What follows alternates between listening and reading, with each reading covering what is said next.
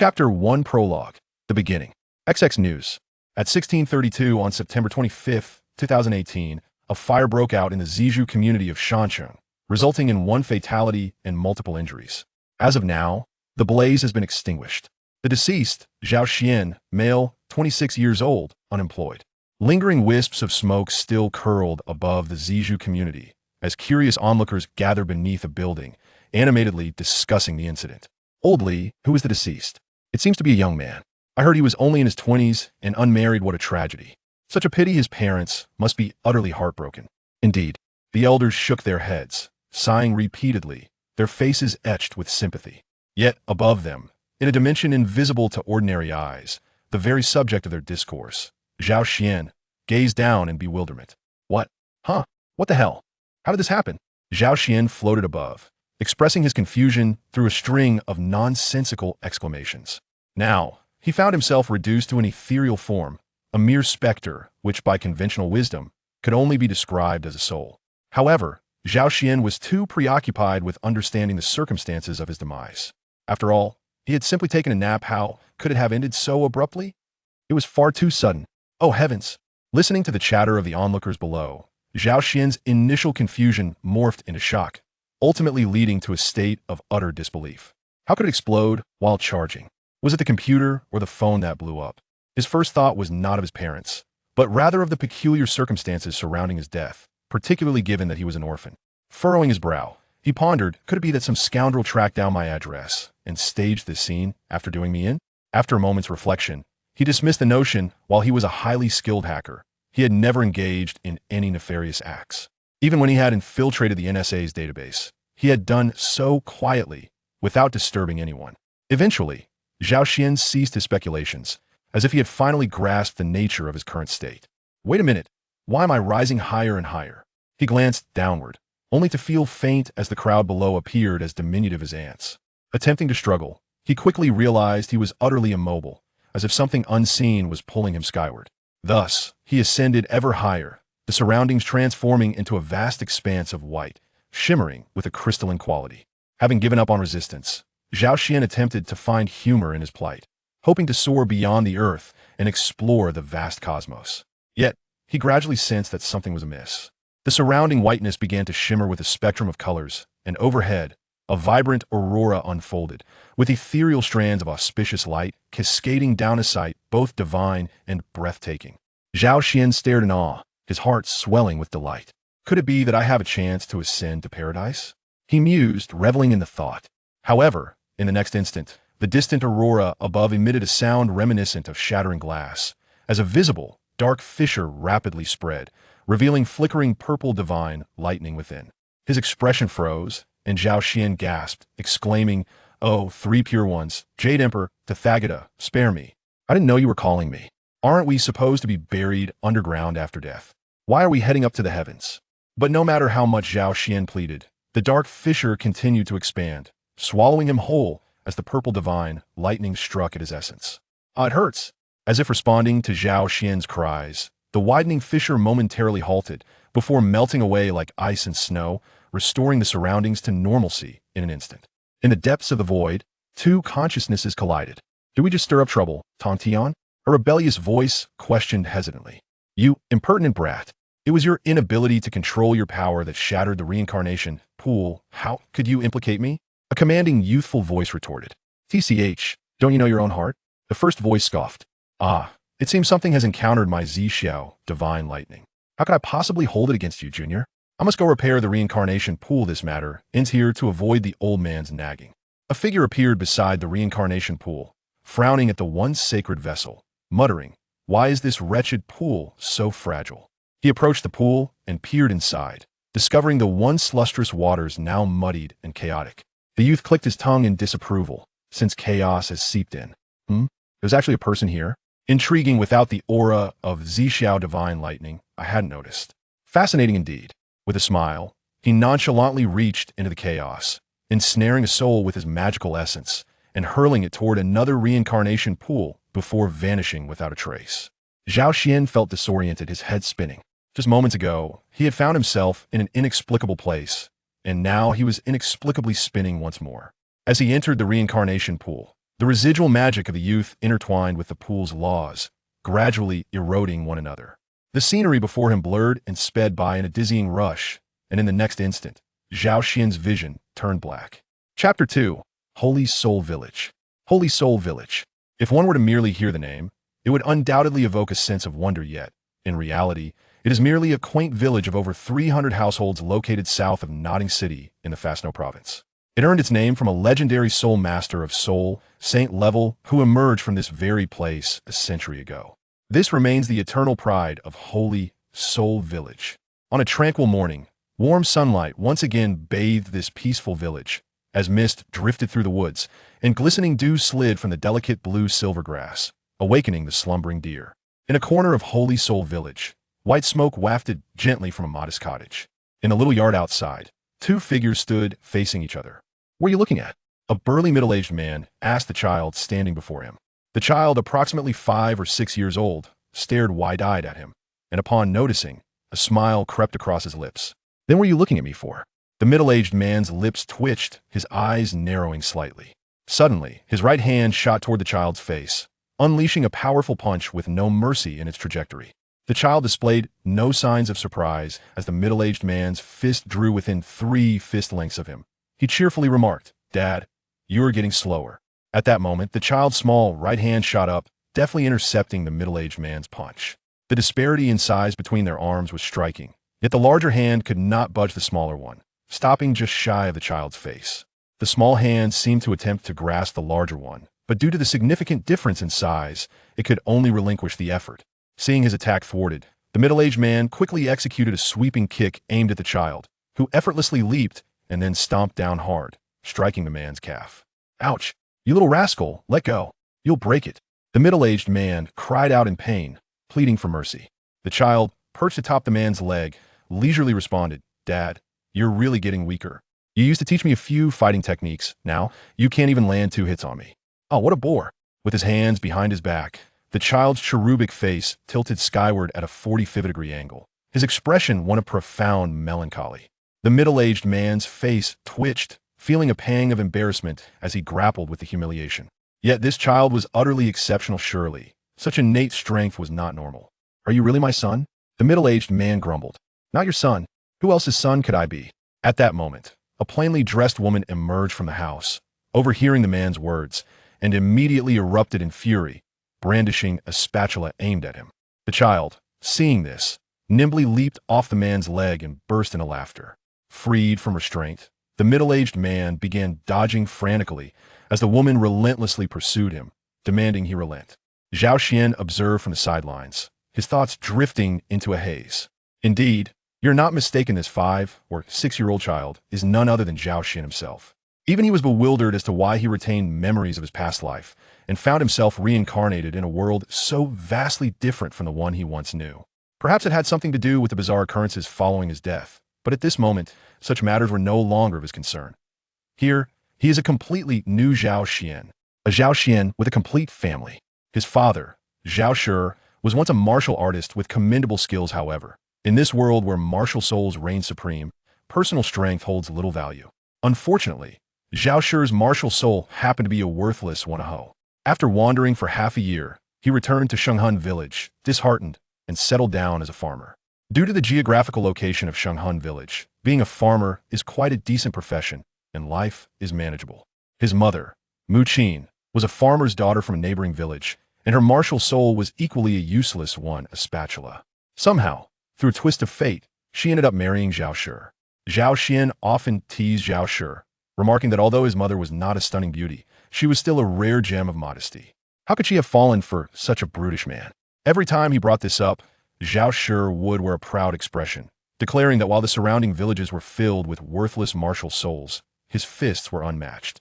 Despite Zhao Xian's frequent jests, he couldn't help but feel a sense of curiosity about this peculiar martial soul. However, it won't be long now, Zhao Xian mused himself, as in a few days the soul masters from Notting City would send someone to awaken their martial souls. Meanwhile, Mu Qin, having finished tidying up, called out to Zhao Xian's son, "It's time for breakfast." Zhao Xian responded, and, after finishing his meal, hurriedly bid farewell to his parents and dashed out the door. Upon exiting, Zhao Xian didn't linger, but made his way directly to a small hill outside the village. At the summit of the hill, a familiar figure was seated in meditation. A smile crept across Zhao Xian's lips as he stealthily approached from behind, ready to surprise the figure, only to hear a resigned voice beat him to it. "Xian, can you not be so boring?" Zhao Xian pouted and laid down beside the figure, casually plucking a strand of blue-silver grass to chew on. The figure was a child of about 5 or 6 years old. Perhaps due to frequent exposure to the sun, his skin had taken on a healthy, wheat-like hue, and his short black hair appeared quite neat. Although his attire was simple, it was impeccably clean.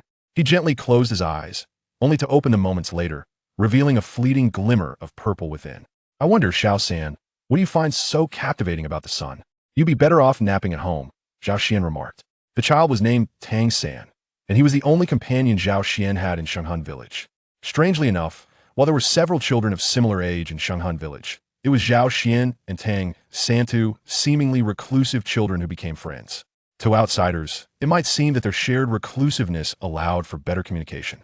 Yet only the two of them understood that their bond was forged by an inexplicable attraction, a sense of kinship that was far from mere reclusiveness. After all, Zhao Xian's reluctance to play with other children stemmed from a significantly more mature mentality, while Tang San's demeanor might likewise be attributed to his comparatively mature outlook. "I have mentioned before, this is a unique method. I can teach you," Tang San said softly, his voice gentle, akin to the warmth of jade. Zhao Xian shook his head, replying, "I won't learn it. You've been staring at the sun for ages and still haven't mastered it. I can't even begin to imagine how long it would take me." Tang San looked earnestly at Zhao Xian and said, "No endeavor can be accomplished overnight. As the saying goes, dripping water penetrates stone. If you dedicate yourself to your practice with your talent, you should be able to grasp it quickly." Suddenly, Zhao Xian propped himself up and looked directly at Tang San. "I say, Xiao San." "What?" Tang San inquired, curiosity evident in his gaze. "Why not just change your name to Tang Sanzong?" Zhao Xian said seriously at first, but then couldn't help but laugh. "Tang Sanzong? Who is that?" Tang San replied, puzzled, as he racked his brain trying to recall anyone by that name. Seeing Tang San's innocent expression, Zhao Xian felt a twinge of boredom and, with a mischievous glint in his eye, suggested, "How about we have a competition?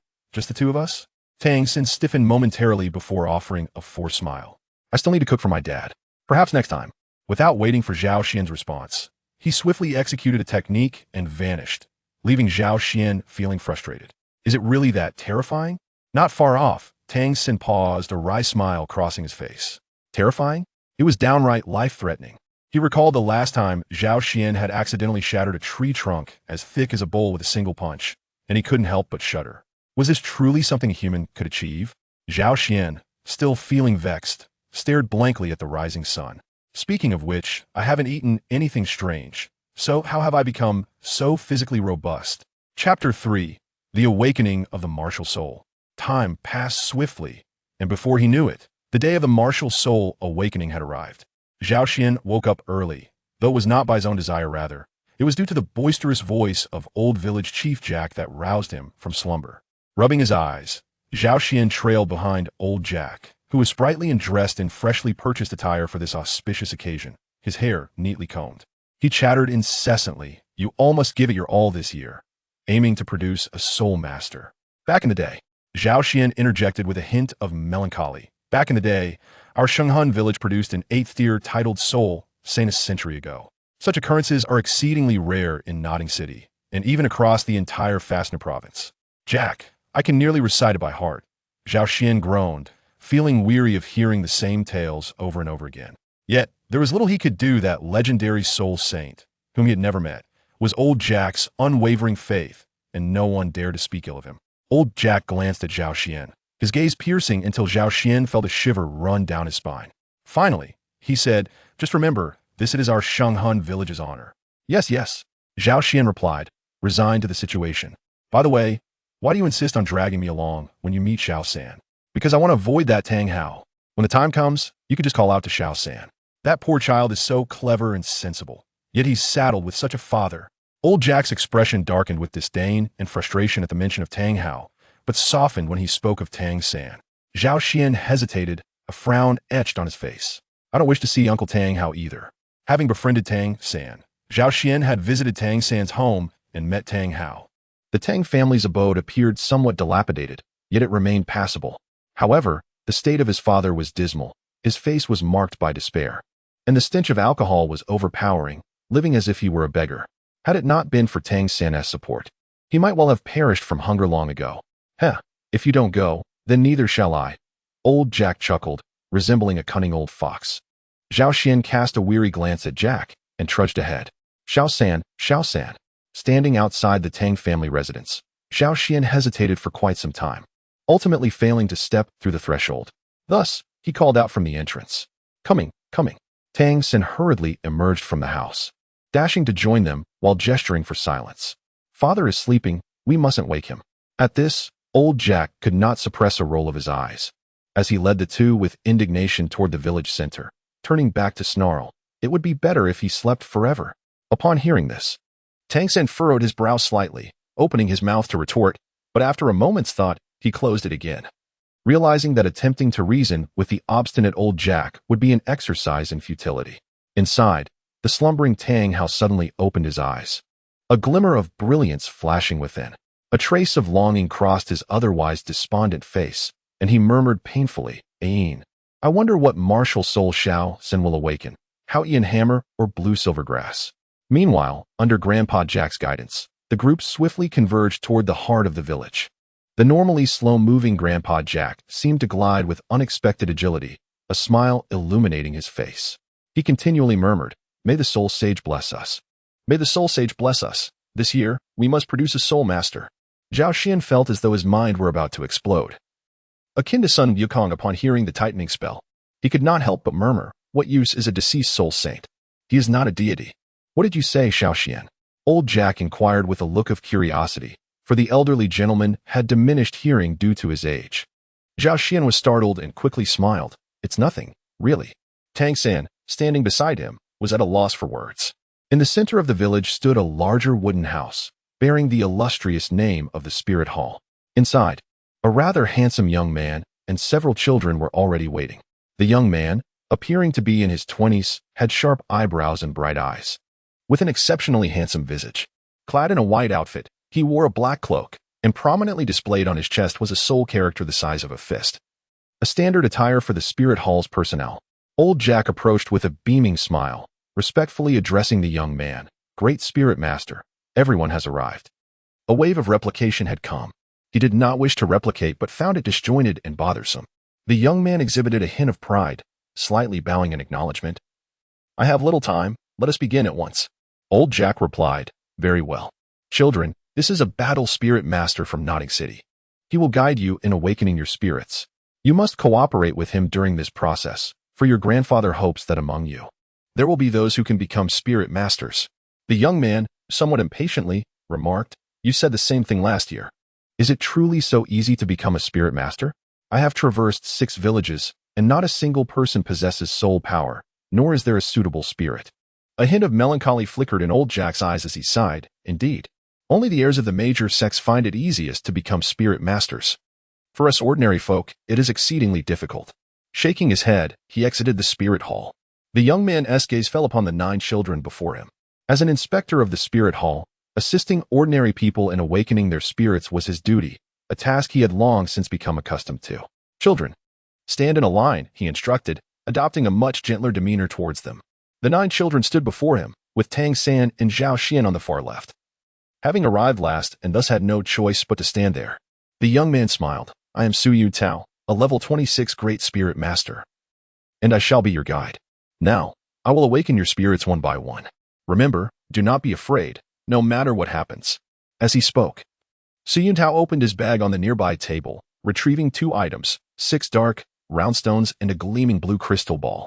He arranged the 6 black stones on the ground in a hexagonal formation and signaled for the first child on the right to step into the center. Do not fear. Close your eyes and feel carefully, he instructed. Suddenly, Su Yu Tao's eyes glimmered, and before the astonished gazes of the children, he shouted, Lone Wolf, manifest. A faint azure light emanated from the center of his forehead, ascending into his hair. Su Yu Tao's hair, originally black, transformed into a silvery hue and rapidly lengthened, the same color appearing on his exposed arms. Simultaneously, his physique seemed to swell significantly, his body brimming with muscularity. The specific attire of the spirit hall remained intact, not torn by his enlarged frame. Su Yuntao's eyes had turned a haunting green, and the claws extending from his fingers glimmered with a chilling light. 2 rings of light emerged from beneath his feet, swirling from his feet to the crown of his head. One was white, the other yellow, creating an eerie spectacle. The boy he had summoned into the black stone gasped in terror, exclaiming, "Ah!" and attempted to flee. Su Yutao, with his green glowing eyes, swiftly caught the child, saying, "Do not move. I told you not to be afraid. This is my spirit, the lone wolf. Should any of you become a spirit master in the future, you too will wield similar powers." Tang San and Zhao Xian widened their eyes, marveling at what a spirit truly was. With rapid movements, Su Yuntao unleashed 6 streams of faint green light into the 6 black stones on the ground. Instantly, a layer of golden brilliance radiated from the stones, forming a pale golden barrier that enveloped the previously frightened child. For reasons unknown, the child, who had been crying moments before, immediately calmed down, standing there in a daze. Golden specks of light floated from the stones and entered the boy's body. His form trembled slightly, wanting to cry out yet unable to voice his fear. "Extend your right hand," Siyu now commanded, his emerald eyes locking onto the boy with authority. The boy instinctively extended his right hand, and in an instant, all the light points surged forth, revealing a scythe in his palm. It appeared not as an illusion, but as a tangible weapon. Su Yuntao frowned. "A weapon spirit. Can a scythe serve as a weapon? It should suffice." The golden light gradually receded, and the boy stared in astonishment at the small scythe in his hand, uncertain of what to do. "Your spirit is a scythe, a weapon spirit. Now, let me test if you possess soul power. Even if it is a weapon spirit, one can still cultivate as a battle spirit master, for a scythe has its own offensive capabilities." "Master, what should I do?" the boy asked timidly. "Reclaim your spirit with your mind. When you wish to use it again, summon it forth with your thoughts," Su Yuntao replied calmly. The boy struggled for a considerable time before finally retracting the scythe. Su Yuntao then offered the blue crystal ball to him, gesturing for him to place his right hand upon it. The contrast between the boy's delicate hand and Su Yuntao's claw-like grip was stark. After a brief moment, Su Yuntao expressed disappointment. "You possess no soul power. You cannot become a spirit master. Please step aside." The same scene unfolded repeatedly, as 7 more children underwent their spirit awakenings, their spirits consisting of farming tools like hoes and scythes, with not a single beast spirit manifesting, and all deemed to have none in terms of soul power. Finally, it was Tang San and Zhao Xian's turn. As Tang San stood before Zhao Xian, he slowly walked into the center of the 6 stones, an unusual nervousness appearing on his face. Su Yuntao, weary from awakening so many spirits, felt a growing sense of helplessness. Indeed, it was exceedingly difficult to find a spirit master among these villages. Although every individual in this world possessed a spirit, truly usable spirits were rare, and most children who became spirit masters came from families of spirit masters, as the nature of spirits was greatly influenced by heredity. Seeing Tang San in the awakening formation, Su Yuntao activated the awakening stones once more. Zhao Xian observed with curiosity, wondering what soul spirit Tang San would awaken. In a haze of golden light, countless golden specks emerged from the black stone and flowed into Tang San's body. Zhao Xian narrowed his eyes, observing that the golden light absorbed by Tang San far exceeded that of the previous children. The entire room was bathed in a brilliant radiance, a serene golden glow enveloping the space. Even Su Yuntao widened his eyes, instinctively clenching his right hand. This spectacle suggested a formidable martial soul. He appeared quite exhilarated, as anyone would be after laboring for an extended period and finally witnessing the fruits of their efforts. As the golden light gradually dimmed, both Zhao Xian and Su Yuntao fixated their gaze on Tang San's small hand. The golden light converged within the palm of Tang San, and suddenly, a sharp, emerald green leaf bud emerged, swiftly growing before their eyes. In mere moments, a lush, vibrant blade of grass swayed gently in his palm. Blue-silver grass. Zhao Xian and Su Yuntao exclaimed in unison, recognizing this common herb found throughout the Douluo Continent. Disappointment washed over Su Yuntao. The display had seemed indicative of a powerful martial soul, yet the outcome was far from it. Unwilling to accept this, he scrutinized Tang San's palm once more, but alas, his hopes were dashed. Meanwhile, Zhao Xian cast a worried glance at Tang San, inwardly lamenting, "I sincerely hope Tang San does not despair." The blue-silver grass was notorious for being a standard, useless martial soul, with 3 of the earlier individuals possessing the same. However, upon observing Tang San, He noticed no trace of sorrow. His concern had been unfounded. Curiously glancing at his own martial soul, Tang Sen turned to Su Yuntao and inquired, "Master, may I test my soul power?" "Let it be. I have yet to witness anyone with blue-silver grass possessing soul power," Su Yuntao sighed. Feeling weary after the roller coaster of emotions. "Allow me to try, Master." "Please, let me try, Master." Two voices echoed in succession. Su Yuntao was momentarily taken aback. The unwavering determination reflected in the eyes of both children was remarkable. Could such resolve truly emanate from two young souls? After a brief pause, he finally replied, "Very well." Zhao Xian gazed intently at the crystal orb, an inexplicable awareness whispering to him that matters were far from straightforward. Although the third party possessed a seemingly worthless martial soul, the true criterion for becoming a soul master hinged upon the presence of soul power. Even Su Yuntao felt a flicker of intrigue. What if, against all odds, there truly existed a blue-silver grass with soul power? Secretly, he shook his head, acknowledging the naivety of such a notion. Nevertheless, he could not help but direct his attention toward the crystal orb. As Tang Sen placed his hand upon it, a faint golden glow began to emerge from within the orb, manifesting almost simultaneously. Zhao Xian and Su Yuntao were both taken aback, with Su Yuntao exclaiming in disbelief, "How is this possible?" Zhao Xian's eyes glimmered with intrigue, and a faint smile graced his lips. "I knew that the third child was extraordinary. The seemingly useless blue-silver grass possesses soul power? Aha!" The crystal orb before Tang Sen radiated an increasing golden brilliance, gradually filling the entire sphere, resembling a miniature sun. Beside him, Su Yuntao wore a dazed expression, uncertain whether to laugh or cry. Innate full soul power? Blue-silver grass. Tang Sen naturally noticed the discrepancy in his results compared to the other children and, filled with curiosity, inquired, "Uncle, what is innate full soul power?" Su Yuntao stared at him in a daze and instinctively explained, "When one awakens their martial soul, the form of the martial soul determines its strength. But the amount of soul power is equally crucial.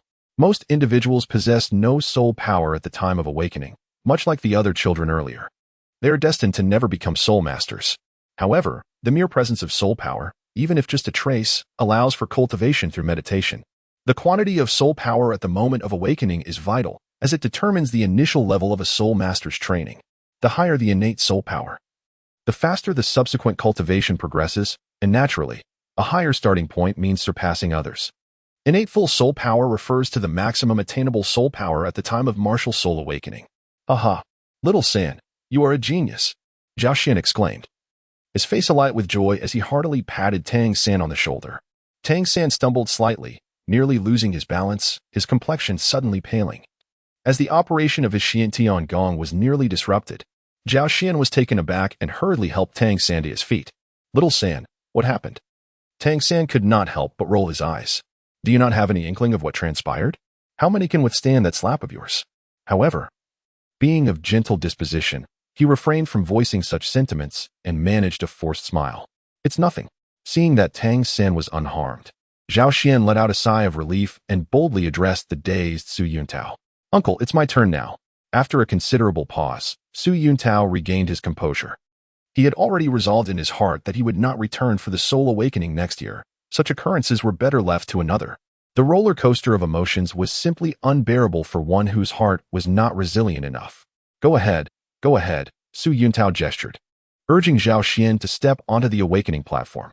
However, at that moment, Zhao Xian hesitated, a look of uncertainty crossing his face. After a moment's contemplation, he gritted his teeth and stepped forward. Observing Zhao Xian's stance, Su Yuntao continued to channel his soul power into the awakening array.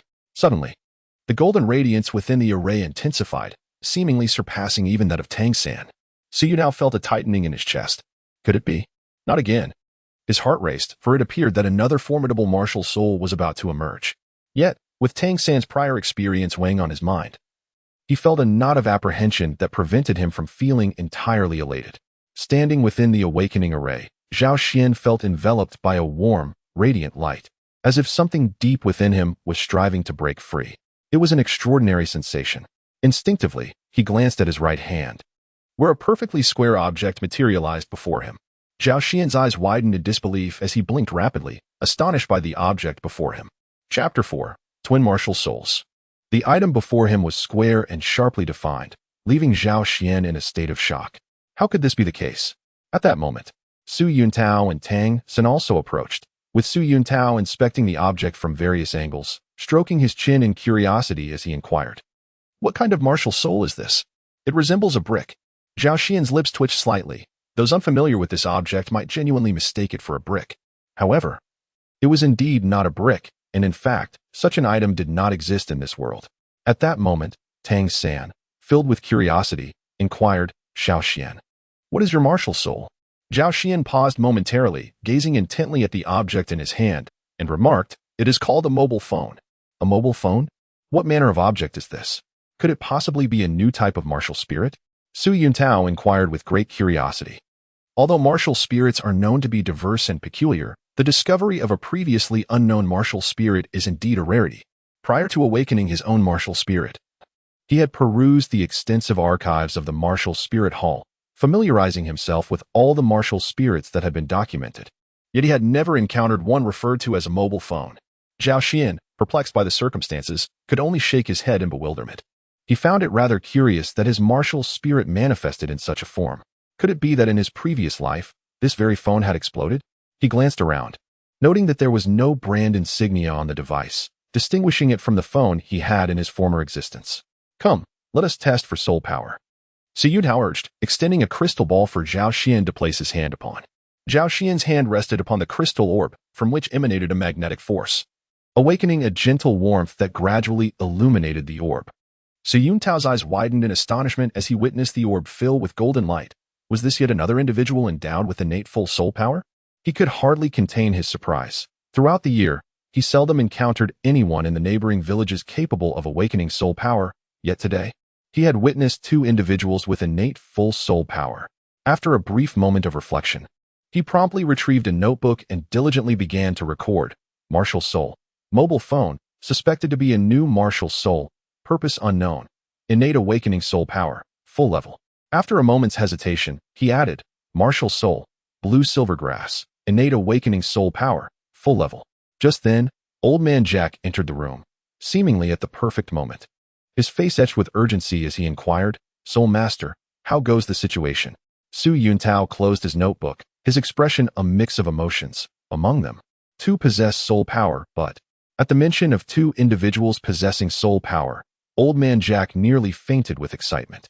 He understood all too well what this entailed. It signified that these two might one day become esteemed soul masters, which had been his aspiration for many years.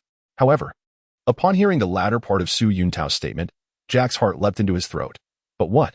One possesses the blue silvergrass martial soul, while the other has an unknown new martial soul. Regrettably, both are still endowed with innate full soul power. Su Yuntao sighed, feeling a sense of loss. Innate full soul power? Old Man Jack gasped, fully comprehending the implications. A look of conflict crossed his face. How could it be blue silvergrass? Nonetheless, having soul power was certainly a positive development. He turned to Su Yuntao, expressing his gratitude. "Thank you for your assistance today."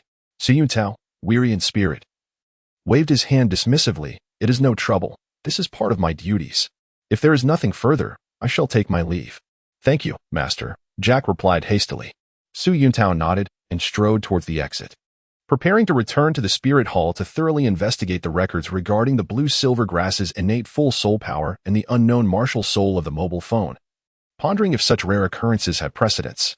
Once Su Yuntao departed, Old Man Jack, with a warm demeanor, inquired, "Which two possess soul power?" Tang San and Zhao Xian exchanged glances, raising their hands amidst the envious gazes of the surrounding children. Old Man Jack chuckled. Were these not the two most distinctive children in the village? After a moment's contemplation, he addressed them. "You both possess soul power and are capable of becoming soul masters. Fortunately, there are openings for work-study students at the Soul Master Academy in the village. Zhao Xian, you may return home to discuss this with your parents. As for you, Tang San, I shall accompany you to speak with your stubborn father." Old Man Jack paused, furrowing his brow. Zhao Xian walked alone on the path home, murmuring in confusion, "Can one possess only a single martial soul?" He paused, gazing at his left hand, where something seemed to be concealed. After a moment of contemplation, Zhao Xian tentatively called out with his consciousness. To his astonishment, warm currents began to converge within him, and an object suddenly emerged from his palm, gradually transforming into a colossal form. Zhao Xian was left speechless. What on earth is happening with this computer? He abruptly retracted the summoned entity. Staring up at the sky in a state of despair, he had confirmed that he possessed two martial souls. Although he was unsure if anyone else in this world shared the same trait, he undeniably had them. However, one was a mobile phone and the other a computer, which was rather peculiar. Upon returning home, Zhao Shi and Mu Qin had long awaited him in the courtyard. Upon seeing Zhao Xian, Zhao Shi hurriedly inquired, "Young rascal, what martial soul have you awakened? Do you possess soul power?" Meeting their concerned gazes, Zhao Xian recounted everything to them. Though he chose to conceal the existence of his second martial soul, innate full soul power. My goodness. Zhao Shi was taken aback by this revelation, as he, having traveled across the continent, understood its significance. An individual with innate full soul power, provided they encounter no unforeseen circumstances along the way, has nearly a 30% chance of ascending to the rank of title Douluo. However, what kind of martial soul is a mobile phone? Zhao Shi was somewhat conflicted, urging Zhao Xian to summon it for inspection. It resembled a brick? Could it be a weapon martial soul? Why don't you try smashing this? Zhao Shi suggested, retrieving a pile of nuts from the house. Zhao Xian's eyelids twitched as he cast a disdainful glance at Zhao Shi, while Mu Qin, equally irate, tugged at Zhao Shi's ear, exclaiming, "What if you break it?" Zhao Shi tilted his head in pain, yet remarked, "I have never heard of a soul being shattered. The purpose of the soul remains uncertain." When Zhao Xian relayed the message from old Jack to Zhao Shi, he immediately made a resolute decision. "Let us go. Why not? Even if there are no positions for work-study students, we must go." Chapter 5. Tang San's apprenticeship. As time flowed by, old Jack once again arrived at Zhao Xian's residence. Zhao Shi, has Zhao Xian risen yet?" The old man, brimming with vitality and joy, inquired upon seeing Zhao Shi busy in the courtyard. Zhao Shi set down his task and replied, "I am up. I've been up for quite some time." "Zhao Xian, hurry outside.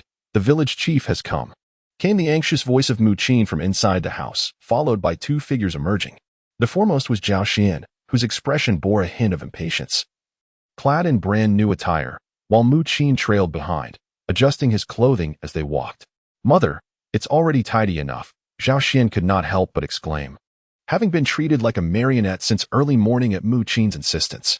A mother's worry stretches 1,000 miles. Today, Zhao Xian was to enroll in Notting City, and Mu Qin had been incessantly reminding him of various precautions throughout the morning. Truth be told, after his grooming, Zhao Xian appeared quite charming. His fair complexion was so pristine it seemed one could almost squeeze water from it. His fresh black hair and bright black eyes resembled those of a porcelain doll. Old Jack's eyes lit up at the sight, repeatedly exclaiming, "Very good, very good."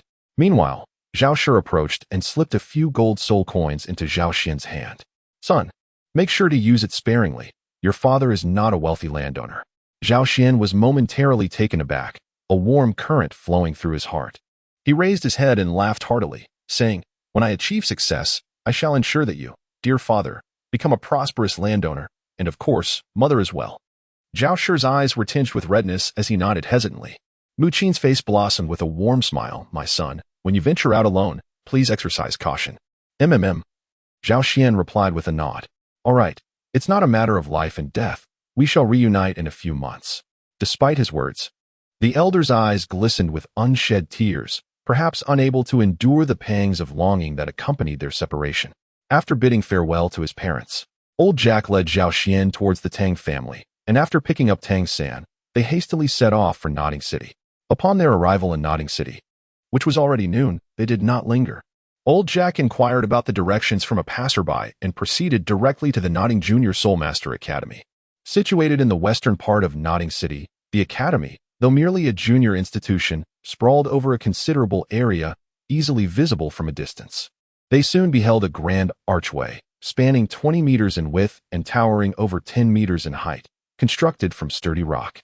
Beneath it stood two iron gates, dark and imposing, which Tang San, an adept in forging, recognized as being crafted from high-quality fine iron. Through the iron bars, one could glimpse a winding path leading into the academy, flanked by towering sycamore trees. It was still summer, and the sycamores were lush and verdant, their broad leaves a pleasing shade of green. However, upon the arrival of autumn, they would transform into a fiery golden red, ablaze with color. As old Jack and Tang Sen approached the grand entrance, they were immediately intercepted by a young gatekeeper. "What do you want? Is this a place for country folk like you?" Old Jack's attire, which which had seemed rather splendid in Holy Soul Village, now rendered him a mere rustic in Nodding City. And the gatekeeper regarded him with a hint of disdain. Old Jack quickly donned a conciliatory smile. "Dear brother, we have come from Holy Soul Village. This child is a work-study student sent from our village this year. Might you please guide us on the necessary procedures?" The gatekeeper frowned, his tone dripping with sarcasm. "Can a grasshopper produce a golden phoenix? Does a mere village harbor anyone with soul power? The academy has not had a work-study student in many years. Surely, you are not imposters?" Zhao Xian gazed at the doorman with growing ire. He was not known for his patience, and the doorman's deliberate provocation only intensified his anger. Although the doorman towered over him, Zhao Xian felt no fear. Endowed with innate strength, he could easily dispatch this lackey with a single punch. Observing Zhao Xian's movements, Tang San was taken aback and quickly retracted the hidden darts he had readied, grasping Zhao Xian's arm just as he was about to step forward. This sudden tug nearly caused Tang San to stumble, leaving him flustered. It was evident that Zhao Xian's strength had only grown. Meanwhile, the doorman, startled by Zhao Xian's unexpected advance, was further infuriated by the realization that he had been intimidated by a mere child. He pointed an accusatory finger at Zhao Xian and bellowed, "You little brat, what do you think you're doing?" Old Jack, momentarily stunned, was bewildered by how close a confrontation had come to fruition. As the doorman grew increasingly audacious, both Tang San and Zhao Xian felt an urge to retaliate. Even the force with which Tang San held Zhao Xian diminished slightly. In that moment, a somewhat hoarse voice interjected, "Enough, cease this at once." The doorman paused, momentarily taken aback, but his furious expression swiftly transformed into one of obsequiousness, an astonishing change as he bowed and said, "Master, you have returned." Tang San and Zhao Xian turned to see a man of average height and slight build, who had somehow approached them unnoticed. He appeared to be in his 40s or 50s, with black hair parted to the side, an unremarkable visage, and hands clasped behind his back. Yet he exuded a unique aura, his eyes betraying a sense of languor and despondency. The master merely cast a sidelong glance at the doorman, ignoring him altogether, and addressed old Jack, saying, "Sir, might I see the proof from the spirit hall?" Oh, yes, certainly." Old Jack, having been momentarily disconnected from the situation, finally re-engaged and retrieved the spirit hall proof from his belongings, wiping away non-existent sweat. Reflecting on the earlier scene, he felt a genuine fright, not from the potential conflict with the doorman, for he knew he was in the right, but out of concern for the safety of Tang San and Zhao Xian, the future of their village. The master accepted old Jack's proof, and upon examining the documents, his previously calm demeanor shifted to one of grave seriousness, tinged with confusion. Blue silvergrass, possessing innate full spirit power. What sort of spirit is this? The master, a dedicated researcher of spirits and a leading figure in the theoretical realm, had encountered few spirits he had not heard of, but this one was entirely unfamiliar. "The proof is undoubtedly authentic. Sir, I apologize on behalf of the Academy for what transpired earlier. I will take charge of this child." After scrutinizing the two documents, the master addressed old Jack. The notion of an individual of such stature, presumably a soul master, apologizing to him filled old Jack with a sense of vanity, prompting him to wave his hands dismissively. "No need for apologies, no need. We were also at fault. Master, I entrust this child to you." He then urged Tang San and Zhao Xian to follow the master, reminding them firmly to behave.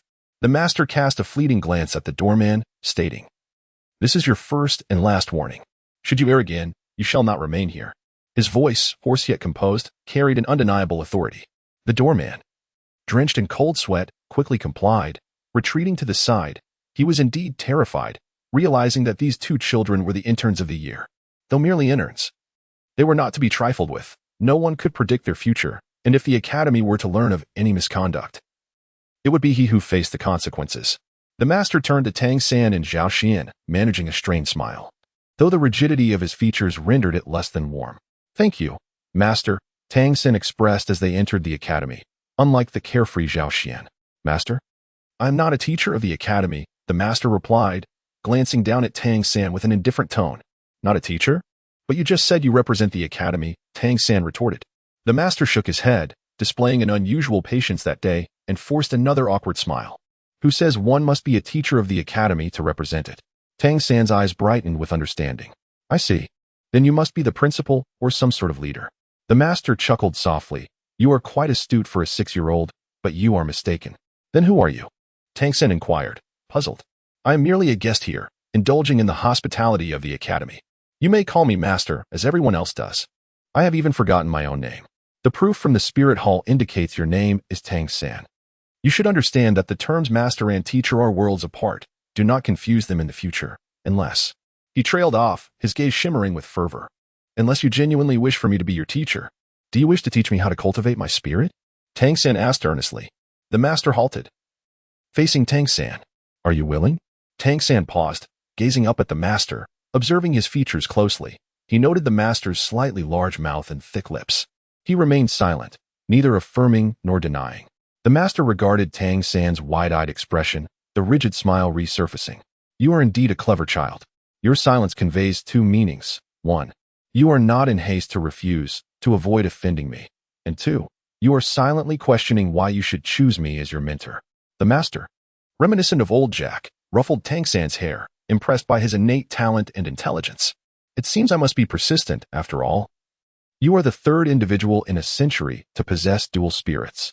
Tang San was taken aback, his gaze shifting as he raised his left wrist, uncertainty flickering in his eyes. The master observed him calmly, smiling. Are you surprised that I know you possess dual spirits? It is due to this proof, he remarked, shaking the document old Jack had provided. While others may overlook its flaws, if I were to miss them, I would be unworthy of the title master. I have studied 647 individuals with the blue silvergrass spirit. Only 16 possessed spirit power, yielding a probability of less than 3%. Furthermore, none of those with spirit power exceeded the first rank, yet you are a natural full spirit power level 10. According to my research on the 10 core competencies of spirits, the innate strength of one's spirit correlates with its quality. The blue silvergrass could not possibly account for your exceptional prowess, thus I am certain you possess another spirit, a remarkably powerful one. Tang San's expression gradually settled, and he countered, there are exceptions to every rule. Why must I not be one? The master nodded earnestly. Indeed, exceptions exist, but your spirit is blue silvergrass. Thus you are not that exception. In the past century, although only 2 instances of twin martial souls have emerged in the heavenly and the Shing, there have been 19 individuals endowed with innate full soul power. I have meticulously studied each of their martial souls, and each one is undeniably formidable. The youngest among them has already attained the rank of Grand Soul Master. Aside from the 14 individuals who inherited their powerful martial souls through family lineage, 5 stand as exceptions. As the conversation between the two deepened, it took an unexpected turn, culminating in Tang San kneeling on both knees to pay homage to the master as his disciple. Zhao Xian, observing this spectacle, was left utterly astounded. The camaraderie between the two rendered him inconsequential, stirring within him a sense of melancholy, as he felt increasingly like an outsider. However, upon witnessing Tang San's revelation of possessing twin martial souls, Zhao Xian inexplicably felt a wave of relief wash over him. It dawned on him that he was not the sole bearer of 2 martial souls. Tang San too shared this distinction, alleviating his fears of being an anomaly subjected to dissection for research. Though, in certain respects, he indeed was an anomaly. As he watched Tang San and the master engage in animated conversation, exuding a sense of camaraderie that belied the time they spent apart, Zhao Xian felt an uncharacteristic twinge of jealousy. I have 2 martial souls as well, he whispered softly. Despite his hushed tone, the master, with his keen hearing, instantly detected his words and turned to Zhao Xian in astonishment, exclaiming, You possess 2 martial souls as well. Tang San, equally astonished, regarded Zhao Xian with wide eyes. Hadn't the master claimed that twin martial souls were exceedingly rare? How could it be that Zhao Xian possessed one too? The master, still reeling from the shock of this unexpected gift, felt as though he had been struck by a bountiful surprise. Was the heavens truly bestowing upon him not just one, but a second? With a heart brimming with joy and a slight tremor in his voice, he eagerly inquired of Zhao Xian, May I have a glimpse of them? Zhao Xian pondered for a moment before nodding slightly. Firstly, the master was already the teacher of the 3rd student. Secondly, from the earlier discussion, Zhao Xian discerned that the master was merely a fervent researcher. In truth, he found a resemblance between himself and the master from his past life, having once harbored a similar passion while delving into hacking techniques. However, at present, Zhao Xian summoned his mobile phone with one hand and his computer with the other, causing the master's expression to shift instantly, becoming notably serious. He scrutinized these 2 martial souls, his heart brimming with excitement. Indeed, they were 2 unprecedented new martial souls. Hastily, he retrieved a notebook from his pocket to jot down notes. alternating between observing and fervently writing. After a considerable time, he finally set down his pen, beads of perspiration forming on his forehead due to the exhilaration. Once he put aside the notebook, the master suddenly seemed to recall something. His gaze ablaze as he looked at Zhao Xian. Zhao Xian, is it?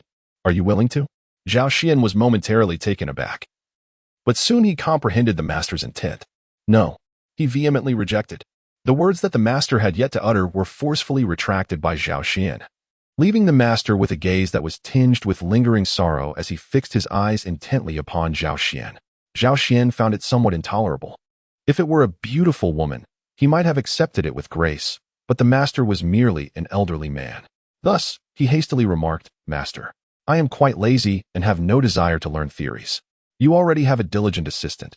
Feel free to train him as you wish. Whenever you wish to study my martial spirit, just summon me, and I shall be at your service." The master opened his mouth, then closed it again, deep in thought. Indeed, having Tang San as a disciple seemed sufficient. From their earlier conversation, he had discerned Tang San's intelligence and eagerness to learn, leaving him quite satisfied with this pupil. Consequently, the master nodded, "Very well." Meanwhile, Tang San, feeling a bit dismayed, could not help but think that even with his innocence, the term train could lead to misinterpretations. Chapter 6. The turmoil of the 7th dormitory. Subsequently, the master led Tang San and Zhao Xian to the school's administrative office to complete their enrollment, and they were assigned to the 7th dormitory, designated for working students. However, to their surprise, as soon as they arrived at the dormitory, they encountered trouble. "Are you sure you want to challenge me?" Zhao Xian loosened his wrist, gazing with amusement at the young boy who claimed to be the leader of the 7th dormitory. The boy, named Wang Xing, crossed his arms defiantly, looking down at Zhao Xian and Tang San from a height. Just moments prior, he had established the rule that they were to follow his commands henceforth. Otherwise, he threatened them by shaking his fist, the implication unmistakably clear. Zhao Xian and Tang San found amusement in the situation. Tang San, being the easygoing person he was, dismissed it with indifference, but Zhao Xian felt a twinge of displeasure, especially when this fellow looked down on him, mocking his underdeveloped stature. "All right, let me handle this," Zhao Xian said, but suddenly, Tang San intervened. His expression one of reluctant resignation. He had no intention of getting involved, but Zhao Xian's recklessness worried him. Should he strike Wang Xing? The latter might be bettered in for half a year. "Ah, you have courage. You may come at me together," Wang Xing said, raising an eyebrow with arrogance. "No need," Tang San replied calmly, placing his school uniform on the bed. In the next moment, he vanished from sight. It was destined to be a tragic tale, particularly for Wang Xing. However, many years later, as he reminisced about this event, he felt an overwhelming sense of pride. In his later years, he would tell his grandson, "In my youth, I once fought against the sea god, Tang San." His grandson would look at him in bewilderment, wondering how his grandfather could boast so grandly. Meanwhile, on the other side, the battle had concluded in an instant. Wang Xing lay sprawled on the ground, covered in dirt and dust, while Tang San remained composed and unruffled. Zhao Xian, watching the spectacle, smiled, noting that Tang San had evidently improved. He would seek a chance to train with him in the future. Nearby, Wang Xing was assisted to his feet by other children from the 7th dormitory. He felt an inexplicable weakness throughout his body. Yet he realized that he had not sustained significant injury. It dawned on him that Tang San had undoubtedly held back. But he never anticipated a 6-year-old would possess such prowess. With the support of his peers, he approached Tang San. Tang San furrowed his brow, wondering if Wang Xing was still unconvinced. But the next moment, he was taken aback as Wang Xing earnestly stated, "Since you have defeated me, you are now the leader of the 7th dormitory." "Leader?" Tang San was momentarily stunned, instinctively glancing at Zhao Xian, who merely smiled back at him. With a resigned shake of his head, Tang San replied to Wang Xing, "I truly have no interest in that. You should take on the role yourself." The thought of leading a group of little kids is hardly appealing. Unexpectedly, upon hearing Tang San's refusal, Wang Xing grew anxious. Without hesitation, he rolled up his sleeves, exclaiming, "Leader, look." Tang San was astonished to see several bruises, 7 or 8 in total, adorning Wang Xing's arms. Even Zhao Xian could no longer remain seated. He rose to inspect the contusions, asking in confusion, "What happened?" Wang Xing glanced at Zhao Xian and then sighed. These were from yesterday, upon arriving at the academy. As work-study students from impoverished backgrounds, we often find ourselves bullied by the other dorms. As the leader, it is my duty to stand up for my brothers. Now that I have been defeated, only you can protect them, leader. Your strength surpasses mine and can safeguard them better. The other students nodded in agreement, their faces reflecting a glimmer of hope as they looked at Tang San. A sense of justice is a fundamental quality of a hero, and protecting the weak is inherently part of it. The Tang clan is a renowned family from Bashu, skilled in poisons and hidden weapons, yet undeniably a righteous sect. The teachings he received at the Tang clan regarding this principle were countless. After a moment of hesitation, Tang San decided not to refuse any longer. Very well. I cannot stand by and watch my classmates be bullied. Upon hearing this, Wang Xing and the other children from the 7th dormitory could not conceal their joy. Zhao Xian appeared to be deep in thought, ultimately unable to suppress a faint smile, realizing that this school held many delights. Just then, a melodious voice resonated from outside. Is this the 7th dormitory? Everyone simultaneously turned their gaze towards the entrance, their eyes widening in astonishment. There stood a charming young girl at the door, seemingly of similar age and height to Tang San. Her delicate face, a rosy hue amidst a fair complexion, resembled a perfectly ripe peach, inciting an irresistible urge to take a bite. Despite her simple attire, she appeared remarkably tidy. Her long black hair was styled into a braid that cascaded down her back, while her large, sparkling eyes radiated curiosity. In her hands, she held a pristine set of school uniform. The boys within the dormitory, taken aback by the sudden appearance of such a beautiful girl, were left speechless. Tang San could not help but whisper to Wang Xing, "Can boys and girls coexist here?" Wang Xing nodded, lowering his voice as well. "We are all still children. The school does not separate genders in the dormitories. It is said that only at the Intermediate Soul Master Academy will they make such distinctions." How peculiar. Last year there wasn't a single work-study student, yet this year 3 have arrived. Boss, let's give her a proper introduction.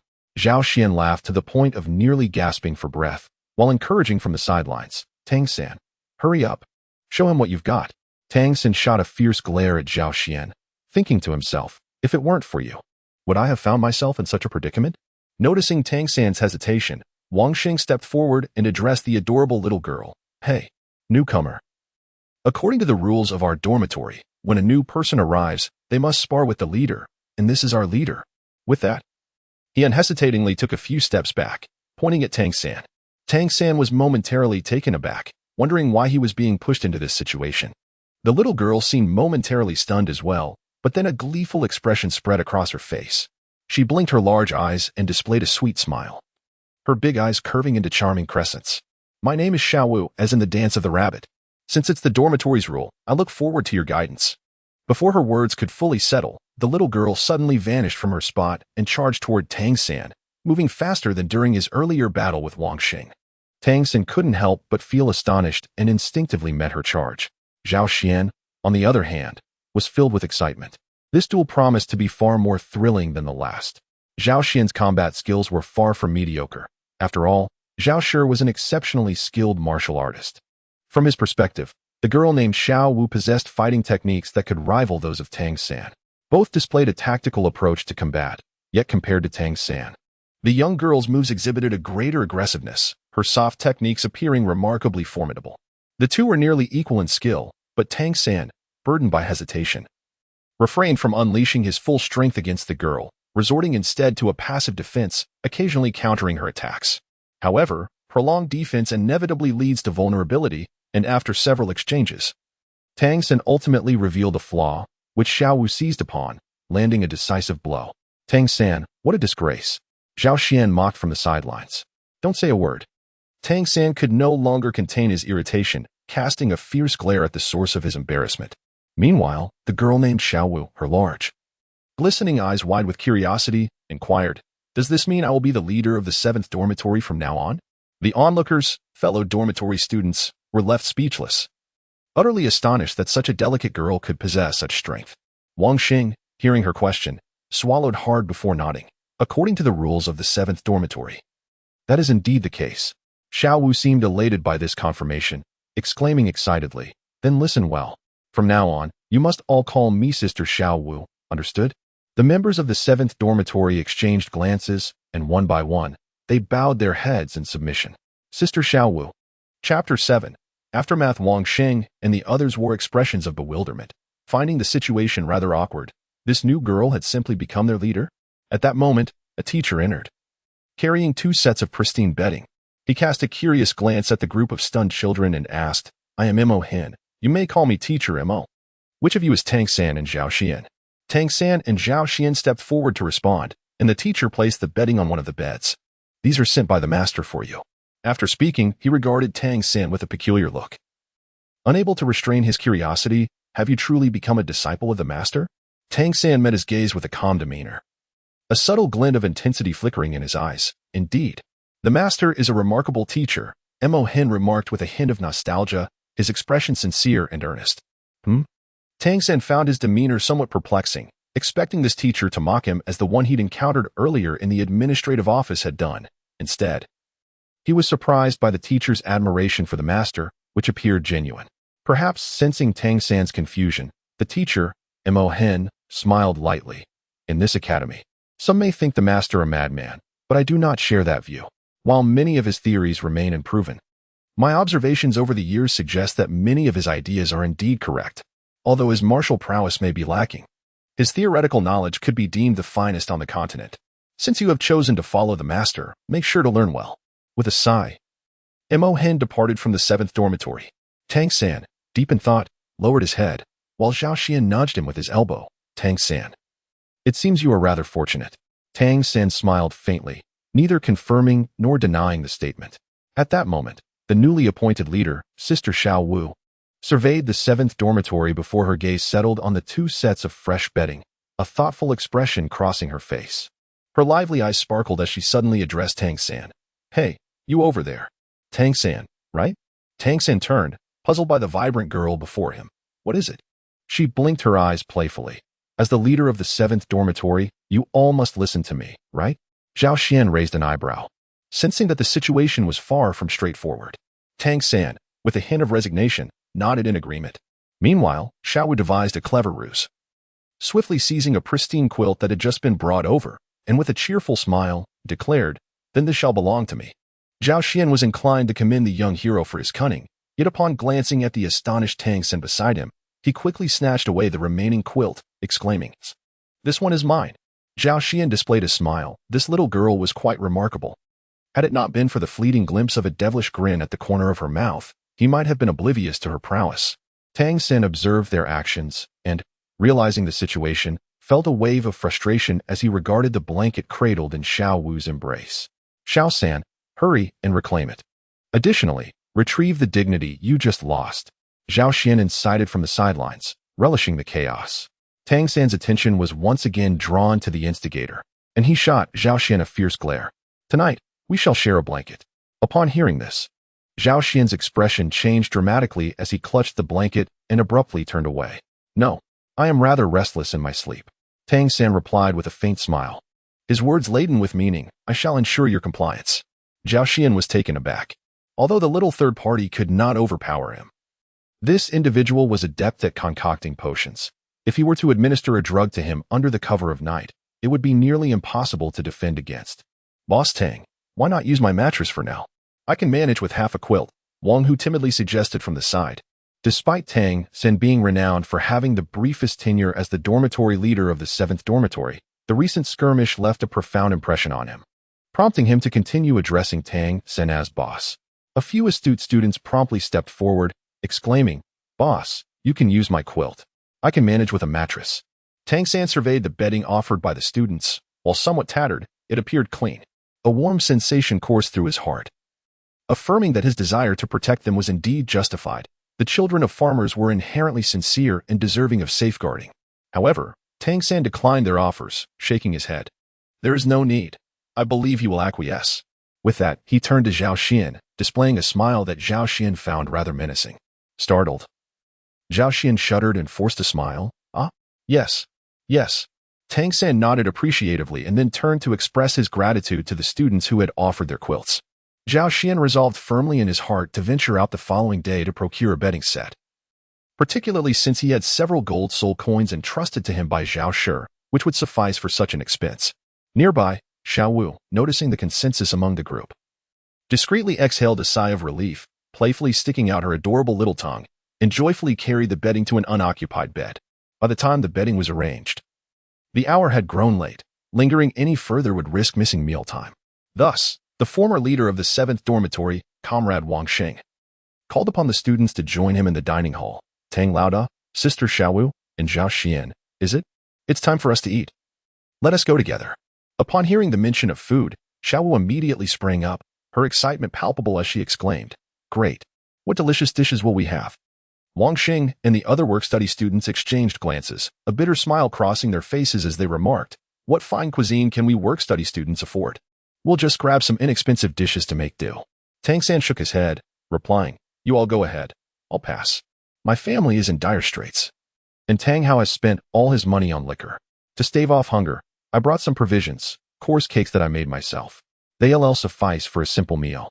And once I start working the day after tomorrow, I will earn some wages." Zhao Xian, well aware of Tang San's familial circumstances, could not bear the thought of his friend gnawing on those coarse cakes, especially at a time when he was still growing. Therefore, he slung an arm around Tang San's shoulders, grinning as he said, "Come on, Xiao San, let me treat you to a meal." Tang San hesitated for a moment before shaking his head. "No need." Zhao Xian extended his hand to Tang San's waist, abruptly pulling his arm inward to encircle Tang San's arms. Tang San's flushed face turned pale, and he nearly spewed a mouthful of blood upon witnessing the unfolding scene. Zhao Xian, feeling somewhat awkward, loosened his stance and cleared his throat a few times, stating, "Cough, cough, I'll cover your meals for the next few days. And you can repay me later." Tang San, channeling his inner energy through the Xiantian skill, felt a warmth in his heart upon hearing Zhao Xian's words. He understood that Zhao Xian was merely trying to alleviate his discomfort, and after a moment of contemplation, he nodded in acceptance, refraining from further refusal. Meanwhile, Wang Sheng and the others were taken aback, their eyes nearly bulging from their sockets. They had clearly witnessed Zhao Xian's earlier display, where the former leader, Tang San, had nearly gasped for breath. Was Zhao Xian, who stood by observing quietly, truly such a formidable figure? Their gazes towards him now held a hint of reverence. Suddenly, a hesitant and bashful voice emerged from the current leader, Xiao Wu. Do we need some sort of soul currency for the meal?" Wang Xing and the others nearly spat out their food in shock. "Where on earth did you come from, sister? Isn't this common knowledge?" At that moment, even Zhao Xian and Tang San regarded Xiao Wu with peculiar expressions. Feeling the scrutiny, Xiao Wu shot a glare at the group, causing Wang Sheng and his companions to instinctively take a step back. They certainly did not wish to experience Xiao Wu's martial prowess firsthand. At this juncture, Zhao Xian interjected, "How about this? Allow me to cover your meal expenses for the next couple of days. It won't amount to much, and soon enough, as school resumes. You'll have your own income as a working student." Upon hearing this, Xiao Wu's face lit up with joy. "Really? Cough, cough. In that case, I shall look out for you from now on." Zhao Xian raised an eyebrow and leisurely remarked, "Of course, it must be repaid." Sister Xiao Wu's expression stiffened, and she shot a fierce glare at Zhao Xian before striding out the door. The other students from the 7th dormitory promptly followed suit upon witnessing the scene. Zhao Xian chuckled, bemused by the audacity of the young girl. "Just wait until you order. I won't be paying for you," he mused, a smile breaking across his face. Tang San, observing from a distance, took a few steps back, his expression a mixture of uncertainty and curiosity. What was Zhao Xian contemplating? The two had arrived later than the others from their dormitory, but upon entering the cafeteria, an unpleasant voice reached their ears. Wasn't that the group of misers led by Wang Xing? Tang San turned towards the source of the voice and beheld a cluster of senior students perched on the staircase, looking down upon them with disdain. The speaker, a boy of about 11 or 12 with a handsome visage, was shaking his finger at Wang Xing, his eyes glinting with contempt. "Misers will forever remain misers. They'll never dine on the 2nd floor." On their way to the cafeteria, Wang Xing had already informed Xiao Wu of the senior's rule to defend the work-study students, to which he had readily agreed. Now, provoked by the taunts, her temper flared. "What makes you so special? What is so great about the 2nd floor? You'll always be unable to afford it." The leading boy laughed as if he had just heard the funniest joke. Xiao Wu was incensed, her teeth clenched in anger, prompting Zhao Xian to chuckle. She resembled a feisty little rabbit. However, he could not simply stand by, for the restlessness within him became unbearable. Perhaps his past life as a recluse had stifled him for too long, and now he yearned for some excitement. Without hesitation, he pointed at the seniors above and declared, "You lot up there, if you've got the guts, come down and spar with me." The bustling cafeteria fell silent in that instant. Every eye fixed on Zhao Xian as if witnessing an extraordinary spectacle. As the atmosphere thickened, Zhao Xian struck a pose, feeling a twinge of awkwardness. "Come on, respond. he urged inwardly. Suddenly, a thunderous roar emanated from the second floor, followed by a wave of agitation among the senior students, their glares directed at Zhao Xian, as if they wished to devour him whole. Wang Sheng and his companions trembled, yet Zhao Xian felt a sense of relief wash over him, maintaining an impassive facade while his eyes reflected scorn, teasingly beckoning them with a finger. The seniors, furious, prepared to teach this insolent junior a lesson, but just then, a commanding voice rang out from the entrance. "Stop this at once." A girl, of similar age to Tang San and his friends, strode in with large, expressive brown eyes filled with anger. Her tousled golden hair swayed slightly with each step. "Xiaolang, are you bullying work-study students again?" Despite her lavish attire, she fiercely defended the work-study students, her eyes blazing with indignation. The boy she addressed, Xiaolang, was the sixth-grade leader, often referred to as Boss Xiao. He and his fellow seniors were on the brink of explosion with rage. Although he relished tormenting work-study students, he certainly had not instigated this particular encounter. Realizing the futility of defending his actions given his notorious reputation, Boss Xiao merely fixed his glare on Zhao Xian, as if he could annihilate him with his gaze. When the girl saw that he remained silent, she took it as tacit approval and continued, "If this happens again, I'll have my grandfather expel you all." Boss Xiao, seething, turned on his heel and departed, wary of the girl's influence. Though she lacked strength, her grandfather was the principal of the academy.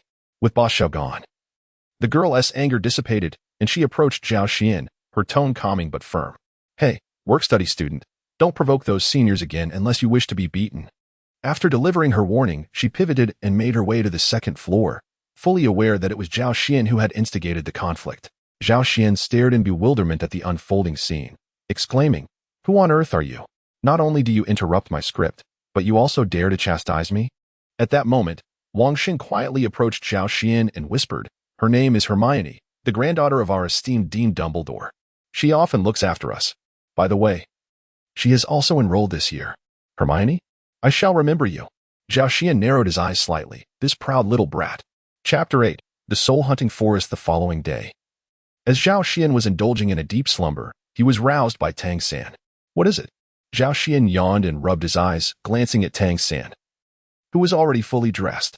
Tang San surveyed their surroundings. The other students in Dormitory 7 were still ensconced in their dreams, with a chorus of snores echoing throughout the room. Lowering his voice, Tang San said, "The teacher plans to take us to hunt soul beasts today." "Soul beasts?" Zhao Xian instantly awoke, a surge of excitement washing over his face. "Did the master truly say that?" "Yes, when the teacher summoned me yesterday. He instructed me that the soul-hunting forest is quite distant and advised us to rise early." Tang San relayed the master's instructions to Zhao Xian with utmost sincerity. Zhao Xian reflected for a moment. Indeed, after finishing lunch yesterday, Tang San had been summoned by the master. With this thought, he promptly sprang out of bed, swiftly changed his attire, and urged Tang San, "Let us depart without delay." The soul-hunting forest lies 400 miles northeast of Notting City. Although the journey is lengthy, it is the nearest imperial habitat for soul beasts. Within it, one can find a considerable number of 10-year and 100-year soul beasts, and even the depths harbor the presence of 1,000-year soul beasts. Throughout the journey, the master imparted a wealth of fundamental knowledge about the world of soul masters to Tang San and Zhao Xian. After all, during their 6 years of existence, they had essentially lived in two separate realms, leaving them with a blank slate regarding the soul master domain. "So, does this mean that once I acquire my first soul ring, I can officially become a soul master?" Zhao Xian inquired, his eyes shimmering with excitement. "Indeed, even if your first soul ring is merely a 10-year ring, you are still considered a soul master," the master affirmed with a nod. Zhao Xian was filled with an unusual sense of anticipation. He was eager to discover what soul skills his unique martial souls might yield. After a moment's reflection, he realized that he had beside him a master renowned as the foremost theorist in the realm of soul masters. Why not consult him? However, to Zhao Xian's surprise, upon posing his query, the master fell silent and shook his head. "Both of your martial souls are unprecedented. The situation is rather intricate. It appears that both are likely weapon-type martial souls, yet their outward appearance suggests a complete lack of offensive capability. Nevertheless, the existence of innate full soul power indicates that at least one of them possesses exceptionally high quality. The dilemma lies in the fact that both of your martial souls are newly emerged, making it impossible to ascertain their nature." Upon hearing this, Zhao Xian felt a wave of frustration. Even a master, renowned for his theoretical invincibility, was unable to provide him with assistance.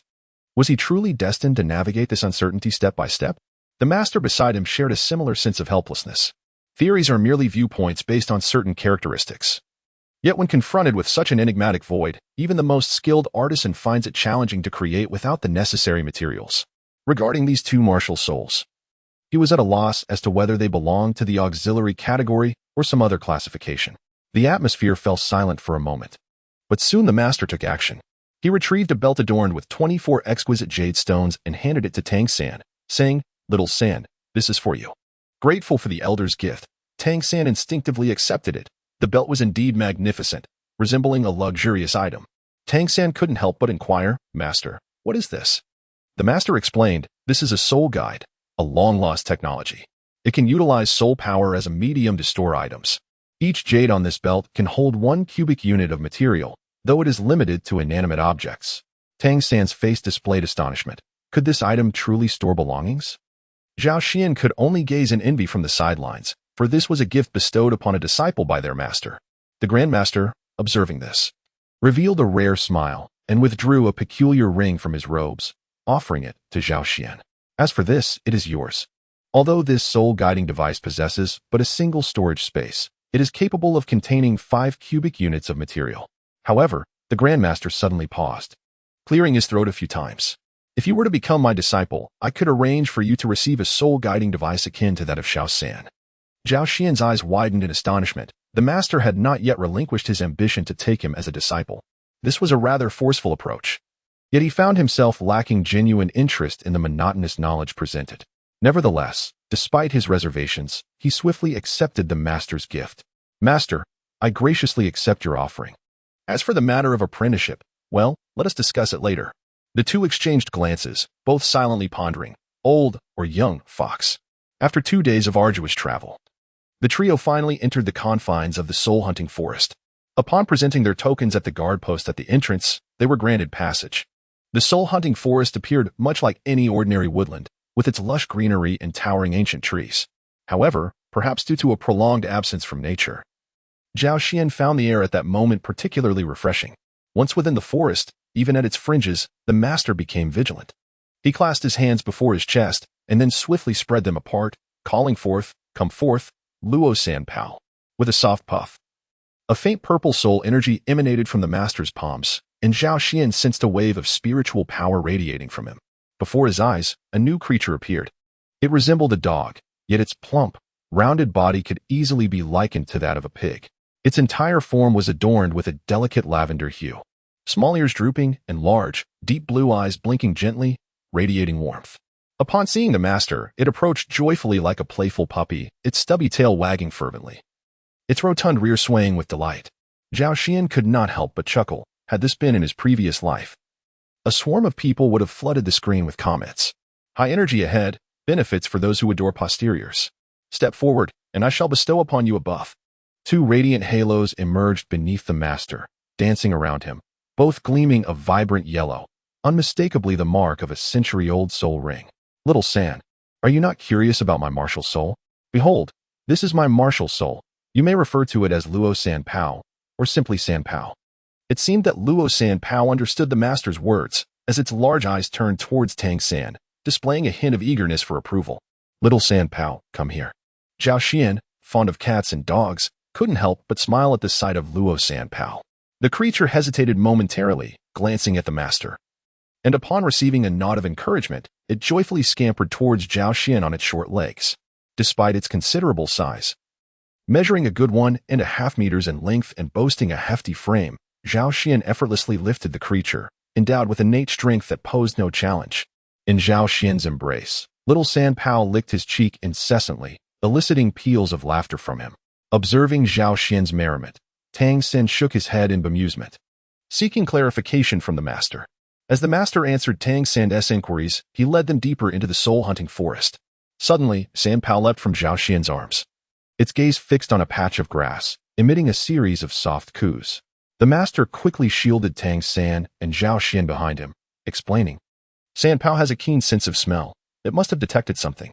They watched as a silhouette shifted in the grass, a creature that leapt onto a tree, a cat, warily observing them. The master breathed a sigh of relief and remarked, "It is merely a 10-year-old spotted cat. Come, San Pao, let us not disturb it. Tang San and Zhao Xian turned back every few steps, curiously eyeing the peculiar feline. This was their first encounter with a soul beast, and it piqued their interest. Throughout their journey, Tang San and Zhao Xian were treated to a spectacle of the most fantastical soul beasts, each more bizarre than the last. However, the master refrained from allowing them to engage, for these creatures were merely 10-year soul beasts. Each soul ring holds immense significance for a soul master. A powerful soul ring can bestow numerous benefits, particularly for Zhao Xian. Despite the rarity of your martial soul, do not settle for anything less than extraordinary. By the way, have you decided which martial soul to augment with a soul ring? The master inquired. Having previously enlightened Zhao Xian on how to maximize the potential of his two martial souls, Zhao Xian pondered for a moment and decided on the mobile phone. Very well. The master nodded. After searching for some time, although numerous soul beasts met the criteria, the master remained unhurried, patiently continuing his quest. The campsite chosen by the master was nestled in a depression, surrounded by a labyrinth of towering trees. As twilight descended, the forest was anything but tranquil. The symphony of chirping insects, singing birds, and the distant roars of wild beasts reverberated throughout. Suddenly, Luo Sanpao stood up, barking incessantly in a particular direction. The three were instantly awakened, their vigilance heightened as they turned to face the source of the commotion. In the dim light, they discerned several ghostly green orbs advancing towards them. It's the shadow wolves. This could be troublesome, the master remarked in a subdued tone. Yet he exhibited no signs of panic, for he had already discerned that these were merely young wolves, no more than 10 years old. Upon witnessing the scene, Zhao Xian's eyes sparkled with excitement. It had been a while since he had engaged in physical activity, and this was the perfect opportunity. Master, leave them to me, he declared. Before his words had fully escaped his lips, he shot forth like an arrow released from its bow. The master's expression shifted dramatically, his face paling in fright as he urgently called out, Zhao Xian, come back. It's dangerous. In an instant, beads of cold sweat began to form on the master's brow. How could this young lad be so reckless? Tang San, standing nearby, attempted to reassure, Teacher, do not panic. Zhao Xian is quite strong. Just as the master was about to summon Luo Sanpao for assistance, he paused, taken aback by Tang San's words. Despite having known Tang San for a short time, he recognized his disciple's prudence and ability to think clearly. Thus, he halted, directing his gaze forward. On the other side, the 6 shadow wolves, intent on hunting their prey, were taken aback by the sight of a small figure charging toward them. Initially stunned, they soon erupted in furious howls. Awoo! The 6 shadow wolves howled in a terrifying chorus, yet to Zhao Xian, they were as formidable as a decorative pillow, impressive in appearance but entirely ineffectual.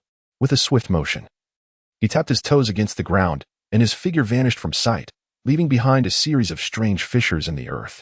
The master, keenly observing, was momentarily dumbfounded. What was happening? Zhao Xian, who had disappeared, reappeared before one of the shadow wolves, and, before it could react, unleashed a powerful punch. Bang! The shadow wolf was sent flying as if struck by a speeding truck, its blood splattering across the ground and splattering against the trunk of a large tree. The tree trembled violently, while the shadow wolf lay crumpled against it, reduced to a puddle of goo. Tang San, astonished, questioned whether Zhao Xian had always possessed such formidable strength, or if he had simply never exerted himself fully during their previous sparring sessions. He silently resolved never to spar with Zhao Xian again. The remaining shadow wolves, terrified beyond measure, fled in a frantic panic. Yet escaping Zhao Xian's clutches proved to be no easy feat. Within moments, only a few heaps of flesh remained on the ground, adorned with floating white soul rings. After the ordeal, Zhao Xian returned, thoroughly satisfied. Not bad, that was just the warm-up I needed.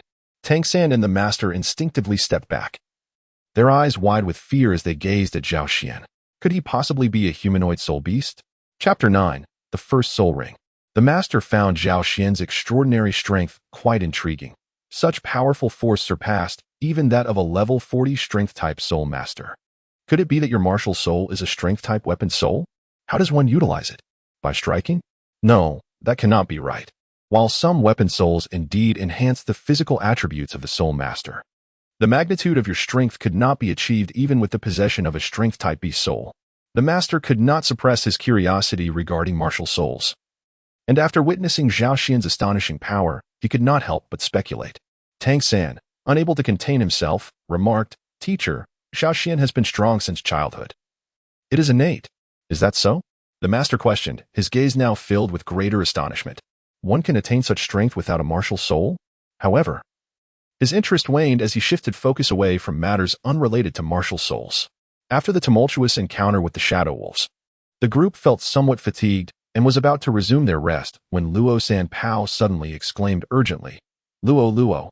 Luo Luo! Luo Luo Luo!" The surroundings fell eerily silent, and a faint rustling sound reached Tang San's ears. In the air, a subtle scent of blood mingled with a hint of sweetness and tea fragrance began to linger. Zhao Xian took a deep breath, somewhat surprised as he remarked, "There is a hint of jasmine tea in the air." Tang San's expression grew serious. "There are toxic substances nearby." Zhao Xian was taken aback, despite his formidable physical prowess. He found himself powerless against the poison. Hastily, he covered his mouth and nose, inquiring in a muffled tone, "Xiao San, is it toxic?" "It is not in the air, but it undoubtedly resides upon him," Tang San asserted with conviction. In his previous life, he possessed profound knowledge of toxins and pharmacology, enabling him to make judgments solely based on the ambient aura. Under the astonished gazes of Tang San and Zhao Xian, the master presented each of them with a white mask, instructing them to wear it, while 2 yellow soul rings around him shimmered. He fixed his gaze on the rustling thicket, his brow furrowed, contemplating the unexpected unrest of the night. With a thunderous flatulence that echoed through the heavens, Luo Sanpao leapt into the air, turning to face them, radiating brilliance.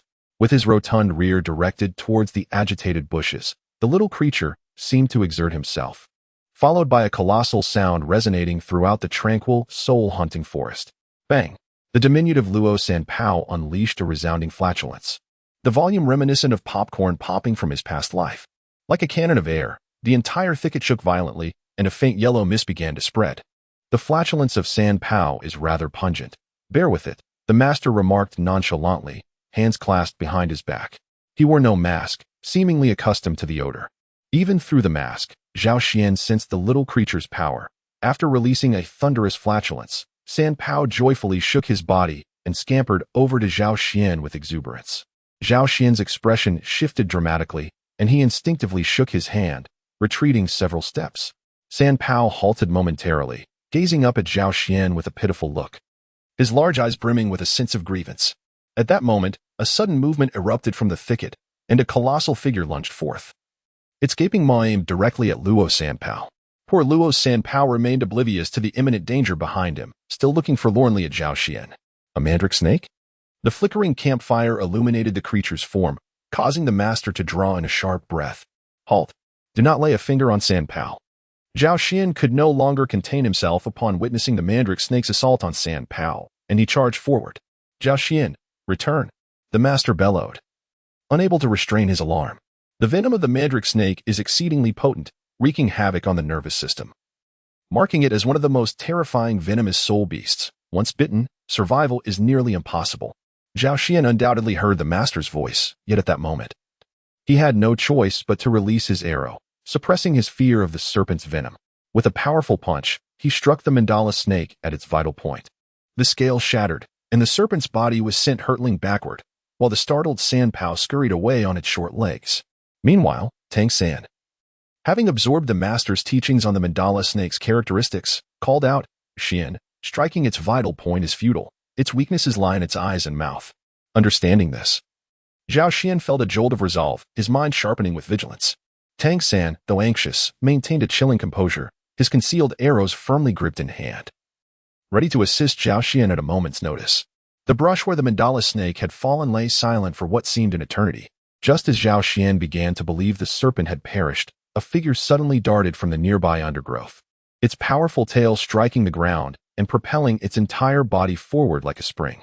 How did it get there? Zhao Xian gasped in astonishment. In an instant, Tang San reacted, his gaze intensifying as he released a concealed arrow that transformed into a streak of silver aimed at the mandala snake's eyes. With a piercing sound, the expertly wielded arrow, no longer than an infant's forearm, embedded itself in the snake's eye socket, leaving only a small portion protruding. The mandala snake's assault on Zhao Xian faltered, its body writhing in excruciating pain, while its tail swept through the underbrush like autumn winds scattering fallen leaves, leaving chaos in its wake. Zhao Xian, consumed by fury, could hardly contain his rage. Just moments ago, this wretched creature had attempted a sneak attack. In a fit of anger, he leaped several steps forward and forcefully brought his foot down upon the head of the mandrake serpent, burying it halfway into the ground. The serpent writhed violently, desperately trying to dislodge Zhao Xian from its grasp, with a powerful strike from his left fist and another from his right. Zhao Xian relentlessly pummels the mandala snake's body as if it were a punching bag, scales flying in all directions, sending shivers down Tang San and the master's spines. In a short while, the mandala snake is left on the brink of collapse.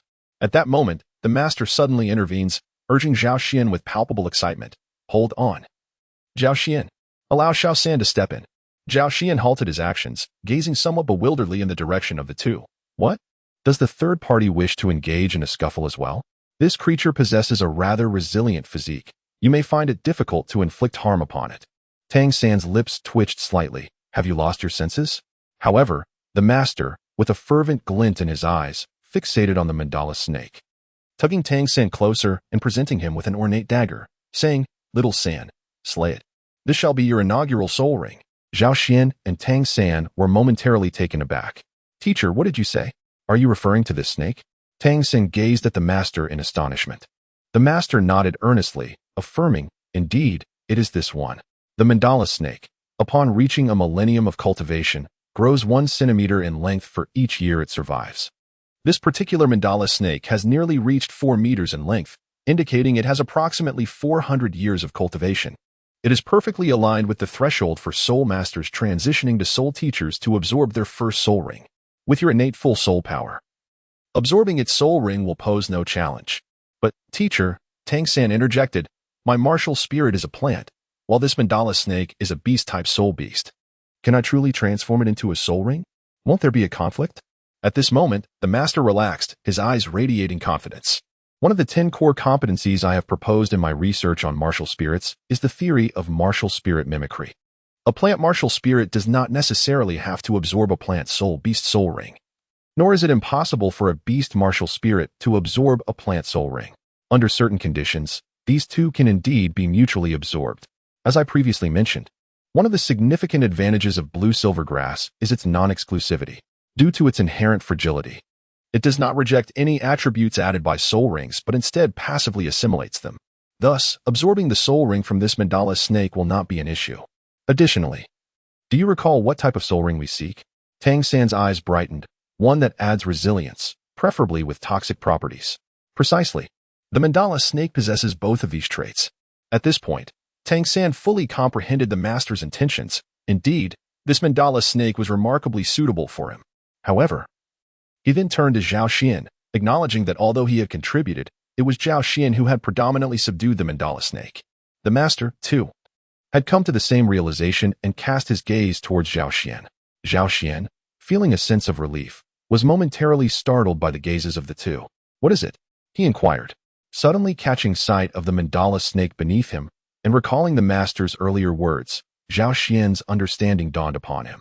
He gracefully leapt from the serpent's head and waved his arm nonchalantly, saying, If it suits you, then take it. Tang San felt a surge of gratitude, yet hesitated, responding, But, Zhao Xian, you. Zhao Xian cast an amusing glance at Tang San, seemingly comprehending the thoughts swirling in his mind. With such an expansive soul-hunting forest, could you truly believe that I would be unable to attain a soul ring? Tang San was taken aback, then earnestly expressed his gratitude to Zhao Xian. Thank you. Zhao Xian. Zhao Xian erupted into laughter, playfully patting Tang San on the shoulder. Caught off guard, Tang San stumbled, nearly losing his balance. Time seemed to momentarily freeze. Confronted with Tang San's sorrowful gaze, Zhao Xian hastily averted his eyes. The master observed this scene with a chuckle, his gaze towards Zhao Xian imbued with an inexplicable significance. After all, a mandala serpent had just been vanquished by a mere child devoid of even a soul ring. Suddenly, he caught sight of the mandala serpent, which was gradually succumbing to stillness, and urged, quickly, Tang San, act swiftly. If it dies, the soul ring will dissipate. As night enveloped the surroundings in silence, Zhao Xian, despite his growing fatigue, resolutely maintained his vigil to protect Tang San. The process of absorbing a soul ring was especially vulnerable to disturbances. Master, will Tang San be all right? Zhao Xian inquired, observing the fleeting expressions of agony on Tang San's face. The master, still brimming with energy, diligently recorded Tang San's condition in a notebook. In response, he expressed his excitement, There's absolutely no issue.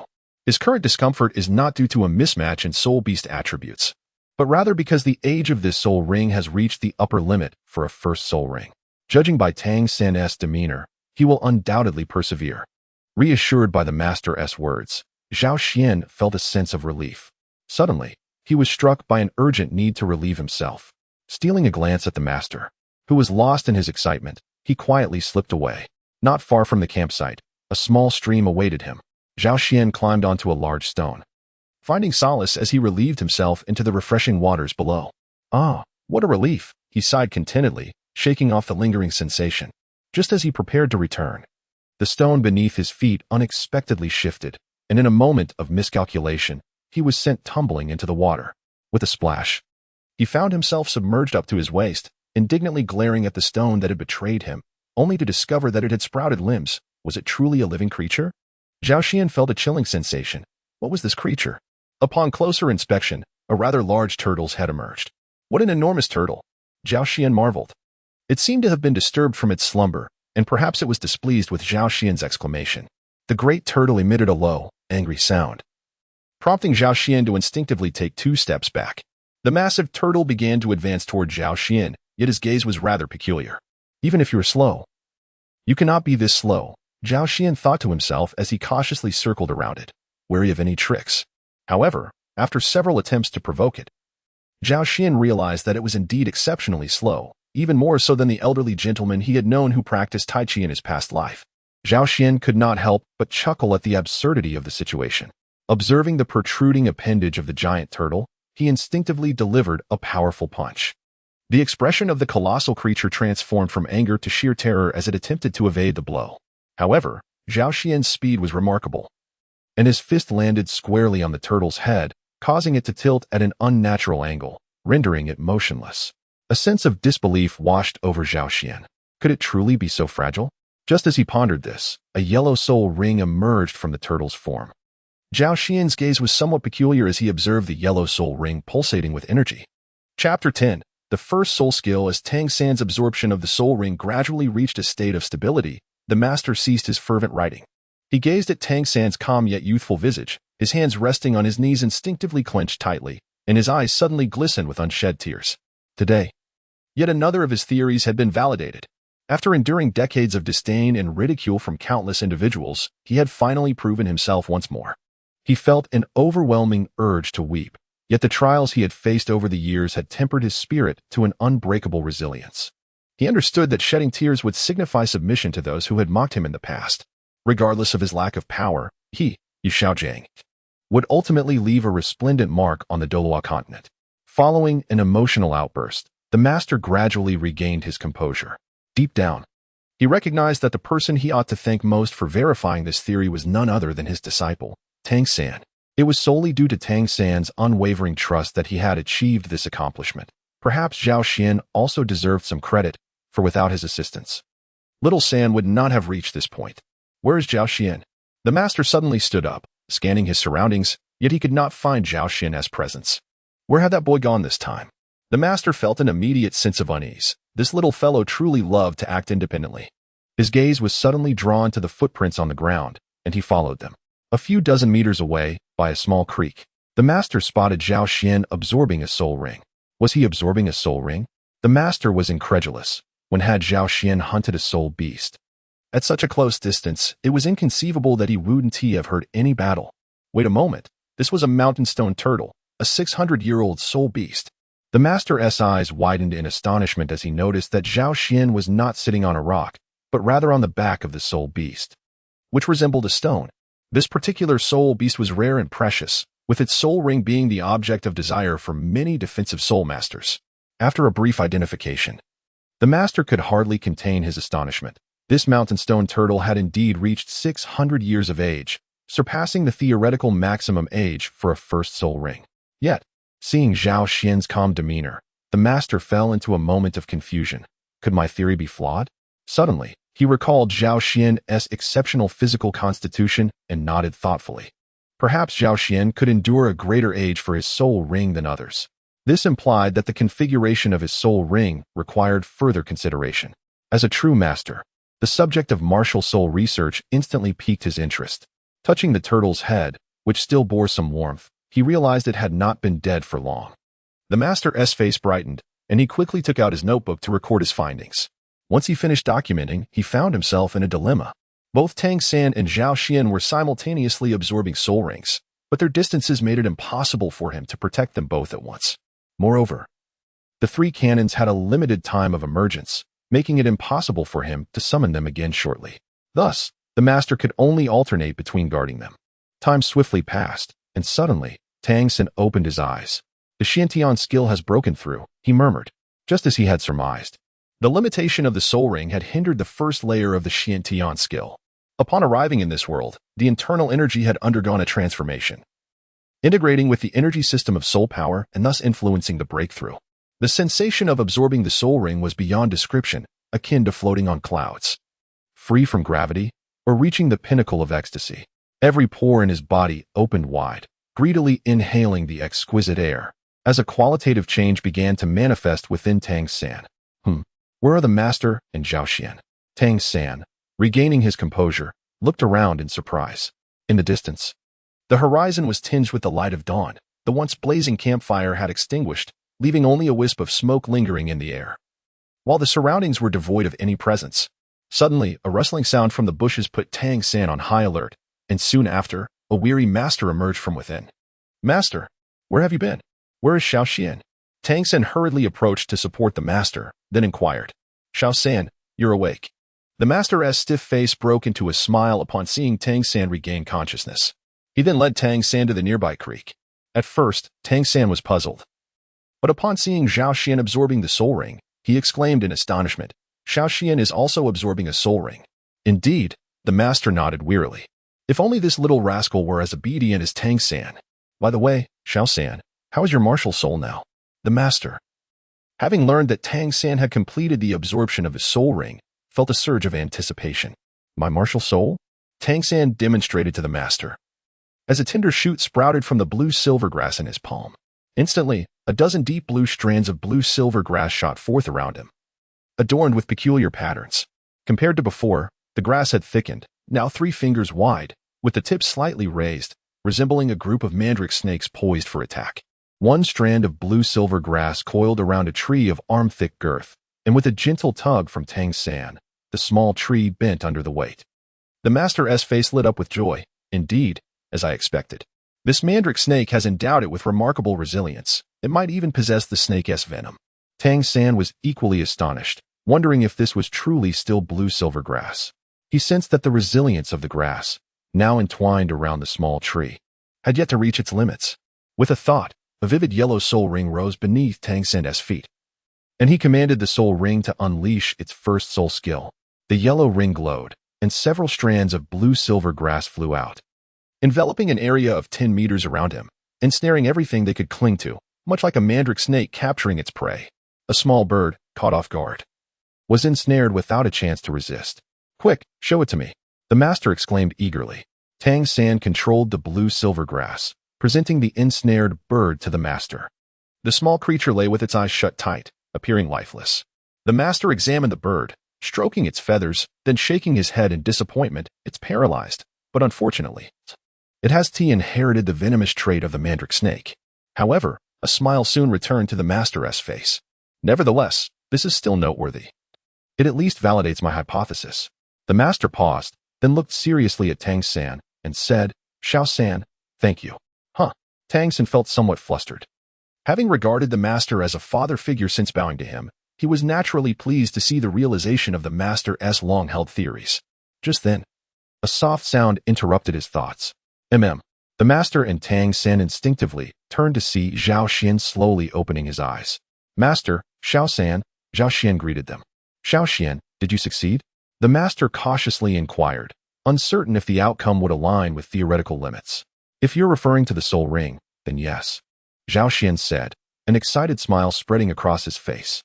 The master trembled with anticipation and quickly pulled out a notebook, asking eagerly, "Do you feel any discomfort? Has your martial soul changed in any way?" Zhao Xian pondered for a moment before shaking his head, replying, "No, there is none." The master swiftly took note of this and then solemnly inquired, What about your soul skill? What type is it? Is it offensive, defensive, or supportive? After a moment's hesitation, Zhao Xian scratched his head and said, I can't say for certain. Perhaps you could experience it yourself, master. With that, a radiant yellow soul ring emerged beneath Zhao Xian's feet, and simultaneously, a mobile phone appeared in his hand. As the soul ring shimmered, an invisible light struck the master. The master's body stiffened and ceased to move. Tang San was taken aback and was about to ask Zhao Xian when he noticed that the master suddenly regained his mobility. However, the master's gaze appeared somewhat astonished. Is this a form of confinement? Zhao Xian nodded, affirming, indeed, this is the effect of my first soul skill. It can immobilize a person for 1 second, and as my soul power increases, the duration will extend further. The master was astonished. This was indeed a remarkable technique, one that harnessed the forces of space. In the realm of formidable powers, even a momentary lapse could result in failure, let alone a second or several seconds. Even for Zhao Xian at present, that single second was sufficient for his immense strength to strike upon others. Suddenly, the master appeared to recall something and promptly inquired, what about its range of application? Zhao Xian carefully pondered and remarked, within a radius of 10 meters, the target's soul power level is unrestricted. Unrestricted soul power level? Are you some sort of monster? The master nearly gasped in disbelief. This soul skill is truly extraordinary. Zhao Xian chuckled, feeling a sense of pride swell within him. Suddenly, he paused, struck by a peculiar familiarity. Henceforth, his first soul skill would be named immovable. He was reminded of a certain telecommunications operator from his past life, which seemed rather fitting, regardless of whether one possessed a high-end smartphone or a subpar model, as long as they used his card. He could render them utterly immobile at certain moments. Indeed, this resonated perfectly with the essence of the soul skill. Chapter 11. Return after spending several days. The group returned from the soul-hunting forest to the city of Notting. This is the sensation of re-entering the mortal realm. How delightful! Zhao Xian exclaimed at the city gates, behaving almost neurotically. Isn't that a bit excessive? Tang San remarked, covering his face, feeling the heat of the gazes directed at him. It was merely a few days spent in the forest. There was no need for such theatrics. The master, however, smiled nonchalantly and addressed the two. Now that you have become soul masters, it is time for you to pay a visit to the spirit hall in the city center. What purpose does that serve? I would rather return to my slumber, Zhao Xian replied, resting his hands behind his head and tilting his head in inquiry. Firstly, it allows you to test your soul power. Secondly, upon registration, you will receive a monthly stipend of 2 gold soul coins. This could prove to be quite beneficial for you. Zhao Xian was taken aback. Is the spirit hall truly so generous? So affluent? The master's smile faded, and with a profound gaze, he remarked, they are not as magnanimous as they seem. This is merely a welfare provided by the Empire for the soul masters. They are merely the conduits of these funds. TSK, the Empire is indeed foolish, bestowing all the benefits upon the spirit hall. Zhao Xian smirked, feeling aggrieved that while he toiled, all the glory was reaped by the spirit hall. Perhaps some were aware that this money originated from the Empire. Yet they were acutely aware that it was the spirit hall from which they collected their payments each month. Who could argue otherwise? The master spoke with a hint of significance, and Tang Sen discerned a trace of mockery in his tone. He pondered. It seemed the teacher harbored considerable discontent towards the spirit hall. Nonetheless, regardless of the circumstances, the funds must be accepted. For this was indeed a subsidy dispensed by the Empire, 2 gold soul coins. 1 gold soul coin could sustain an ordinary family for several months. One can only imagine the impact of receiving 2 gold soul coins in a single month. While it may not afford a life of luxury, it certainly ensures a comfortable existence. Hiki, my father earns merely 1 gold soul coin a month, and I, as a newly minted soul master, already received 2. This profession of soul master is truly remarkable. Zhao Xian chuckled with satisfaction. Contemplating the prospect of sending a coin back home each month for his father to see, he imagined the expression on his father's face would be beyond words. Tang San, too, felt a stirring in his heart. In this world, due to the existence of martial souls, the life of a blacksmith was rather challenging, coupled with Tang Hao's despondency. Their family barely earned 20 to 30 silver soul coins a month. Furthermore, Tang Hao's daily indulgence in alcohol exacerbated their dire situation. Once he received the subsidies, he resolved to send all of it back to his father. The wages from his schoolwork would suffice for his own livelihood. Tang San had firmly made up his mind. In the Douluo Continent, whether in the Heaven-Do Empire or the Star Luo Empire, the spirit hall in any city would serve as a prominent architectural symbol. The two merely inquired with a passerby and successfully located the spirit hall's whereabouts. Upon entering the spirit hall, Zhao Xian suddenly caught sight of a familiar figure. Was that not Master Su Yuntao? Zhao Xian did not lower his voice. Su Yuntao, who had his back turned to the two, turned around, his expression clearly one of surprise. Oh, it is you two little ones. Su Yuntao approached them. Having been a soul master for many years, he had particularly vivid memories of these two. After returning, he had sifted through numerous texts but found nothing of value.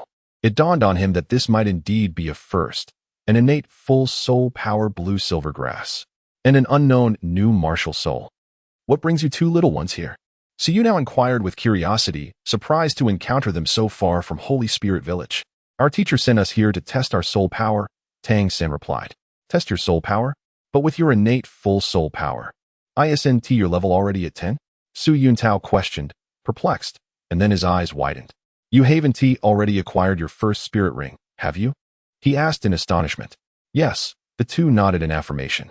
Su Yuntao was momentarily stunned, and after a long pause, he said, Follow me, to test your soul power. We must find Master Masayuno. He sighed, innate full soul power? Truly terrifying. How many years did it take me to break through to becoming a soul master? 5 years? 6 years? Is this really a church? It feels more like a capitalist tumor. Zhao Xian silently scoffed as he followed Su Yuntao deeper into the spirit hall. The spirit hall not only occupied a vast area but also boasted luxurious internal facilities. Although it appeared ancient, the opulence and grandeur could not be concealed within its archaic facade. They arrived outside an office where Su Yuntao knocked on the door. Knock, knock. Come in, came an elderly voice from inside. The room was bright, with a large office desk behind which sat an old man, dressed in immaculate soul master attire, adorned with the standard 3 swords insignia, indicating his status as a grand soul master. Yuntao, what brings you here? Oh, and who are these two little ones behind you? Master Masayuno, they have come for advancement assessment and soul power level measurement. Master Masayuno paused, looking at the two in surprise, as if recalling something. And after a moment, he remarked, So these are the two innate full soul powers from the same village you mentioned? Truly impressive. Follow me. The test will be conducted in the soul laboratory.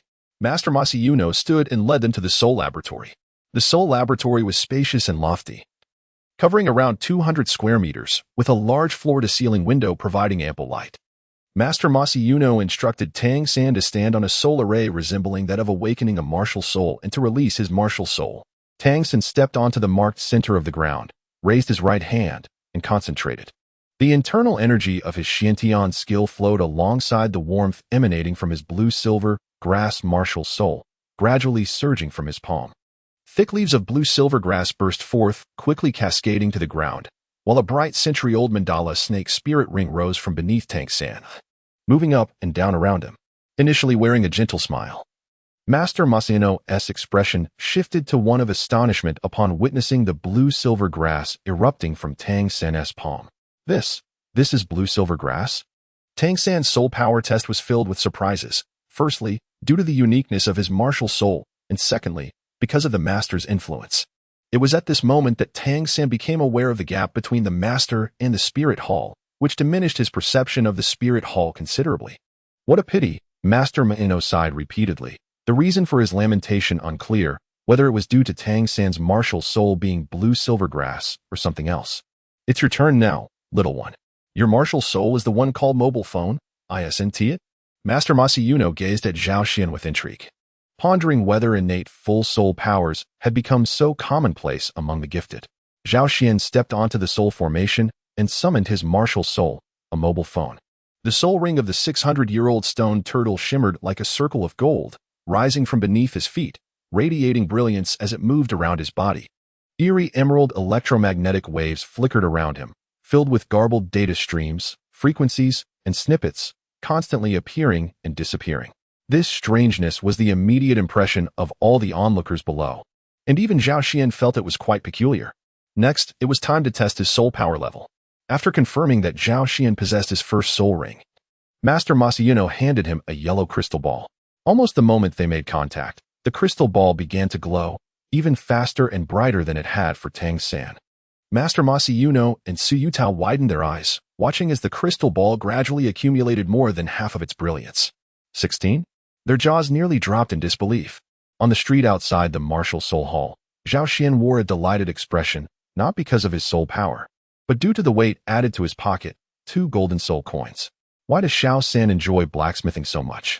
Zhao Xian thought, feeling somewhat frustrated at the image of Tang Xin being unable to leave a blacksmith shop. Upon returning to school alone and without sending a reply to his master, Zhao Xian overheard several students discussing nearby. Those working study students were truly overestimating themselves, actually daring to challenge the 6th-year leader, Xiao Laoda. It was likely that the working study students would be absent from class tomorrow. Zhao Xian's expression shifted. It seemed something was afoot. He brightened at the thought and approached the students, relishing the prospect of some mischief. Chapter 12. The storm in the grove. After inquiring about the location from a few senior students, Zhao Xian hurried towards the back mountain of the academy. That rabbit truly had the demeanor of a leader. As he rushed, he pondered the origins of this event, which stemmed from the working study students being bullied, with the headstrong Xiao Wu stepping in to defend them. However, it seemed her brains were not quite up to par. Shaking his head, Zhao Xian quickened his pace. Not only were there many people on Xiao Laoda's side, but they were also stronger. And the little girl had chosen such a place on the back mountain for the confrontation. There was hardly a chance for a rescue. However, having returned, he thought, let them call out to the heavens and the earth in vain. Haha. Is that guy? Where is he going? Just as Zhao Xian excitedly made his way to the back mountain, a petite figure observed his retreating silhouette, deep in thought. At the back mountain, Wang Sheng. Go for it. Take him down. The working study students, led by Xiao Wu, cheered for Wang Sheng, who was struggling to evade attacks. Hearing Xiao Wu's voice, he couldn't help but smile wryly, hurriedly blocking the incoming blows from his opponent's long staff martial soul. The staff struck his forearm solidly, causing him to gasp in pain. My Xiao Wu, the opponent has a weapon. Before breaking through to become a soul master, beast martial souls could only enjoy some physiological benefits from their martial souls, unable to perform the kind of operations that significantly enhance their physical capabilities. Faced with weapon martial souls, they could only passively endure the blows. Wang Sheng, what are you doing? Go. Xiao Wu waved her dainty fists, expressing her dissatisfaction as she yelled at Wang Sheng. Little rabbit. How can a mere beast martial soul that hasn't even broken through to a soul master fight against us? You'd be better off being my pet. As Xiao Laoda shouted, he couldn't help but wince at Wang Sheng's visible bruises. It wasn't out of kindness. He feared that Wang Sheng might suffer serious injury, and he would not escape blame for it. Huh? You think you can make Xiao Wu your pet? Are you afraid? If you're scared, just bow twice and acknowledge Xiao Wu as your leader, and she might let you off. Xiao Wu pouted, her sharp tongue not letting up. That sharp-tongued little girl. Xiao Laoda gritted his teeth, realizing that this young girl, though not old, had a rather venomous tongue. Wang Sheng was in a pitiful state. It seemed Xiao Wu would have to step in personally. Seeing Wang Sheng's plight, Xiao Wu frowned, realizing why the working study students were often bullied, with so many opponents. Even a single Wang Sheng struggled to hold his ground. Rolling up her sleeves, she prepared to teach the opponents a lesson when a familiar voice echoed from the distance. I heard there was a fight here. Did I miss it? A figure dashed toward the group, exuding an unmistakable excitement. It's him. The senior students, including Xiao Laoda, were momentarily stunned upon seeing Zhao Xian, then their expressions turned furious. Finally, we've been waiting for you. They gritted their teeth, recalling how Zhao Xian had boasted in the cafeteria, a scene still fresh in their minds. In contrast to the hostility from Xiao Laoda's side, the working study students beamed upon seeing Zhao Xian. Zhao Xian, you're finally back. Where is Xiao San? Bring him out to teach them a lesson, Xiao Wu exclaimed. Her joy evident, yet she looked around, unable to spot Tang San. Xiao San. He couldn't pay for his meal on the way and was left as collateral by the master, Zhao Xian replied casually. Turning to see the furious glares from Xiao Laoda and the others, raising an eyebrow. What? You want to eat me? Wang Sheng. How did you end up like this? Wang Sheng, half supporting himself, felt tears welling up. Heavens! After holding out for so long, a big shot finally arrived. Beside him, Xiao Wu seemed to buy Zhao Xian's story, repeatedly asking, how much did you all spend? Where did you leave Xiao San? Can we redeem him? We need him. The others were speechless, thinking, big sister, do you really believe that? Even without him, there's still me. Zhao Xian waved his hand dismissively, then turned his excited gaze toward Xiao Laoda and his group.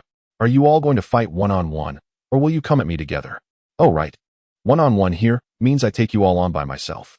Xiao Laoda and his group were left speechless, incredulous at Zhao Xian's audacity. The student who had been battling Wang Sheng stepped forward, holding his long staff with a calm demeanor. Why involve them? I can handle you with just a third of my strength. Zhao Xian's eyes widened in astonishment. This fellow appeared even more arrogant than himself. Lu Long, a 9th-level soul master, with the martial spirit of a Chimei staff, requested guidance. Clad in the long robe of Nodding Academy, coupled with his erect posture, he indeed emanated an air of elegance as the wind tousled his attire. Zhao Xian felt he could no longer endure the situation. It was he who had come to show off. How could he allow others to take the initiative? Was that reasonable? Thus, he adjusted his Nodding Academy robe, maintaining a calm demeanor, with the corners of his mouth curving into a subtle smile. A halo of yellow soul rings rose from beneath his feet as he calmly declared, Zhao Xian, first year, level 16 soul master. Please advise me. At the emergence of his soul rings, many fell into a state of astonishment, while Lu Long, facing him, was particularly taken aback. Oh no, a voice echoed in his mind. Against you, I need not even summon my martial soul. Revealing the soul rings was merely the first step in his display of prowess. The subsequent actions would constitute the second. In an instant, as Zhao Xian's voice faded, his figure vanished from sight. Bang! The next moment, he materialized at the very spot where Lu Long had been, while Lu Long himself had completely disappeared. First, Zhao Xian momentarily halted, turning to reveal a broad grin to Xiao Laoda and his companions, causing them to instinctively take several steps back in fright. Bang, bang, bang. A series of sounds erupted as over 20 upperclassmen were sent flying like ragdolls by Zhao Xian's swift kicks, leaving Xiao Laoda and his group no time to react. Alas, it was not as exhilarating as kicking soul beasts. Once the task was completed, Zhao Xian clapped his hands, his expression one of lingering satisfaction. To avoid injuring Xiao Laoda and the others, he had employed only controlled force, which, compared to the unrestrained experience of kicking soul beasts, felt considerably lacking. The surrounding work-study students stared in disbelief. The formidable Xiao Laoda and his group had been so easily dispatched. It was ultimately Xiao Wu who reacted the quickest. She snapped her jaw closed, sprinting to Zhao Xian's side. Incredulity etched on her face as she asked, Zhao Xian, are you really that powerful? Overwhelmed by astonishment, she stumbled over her words.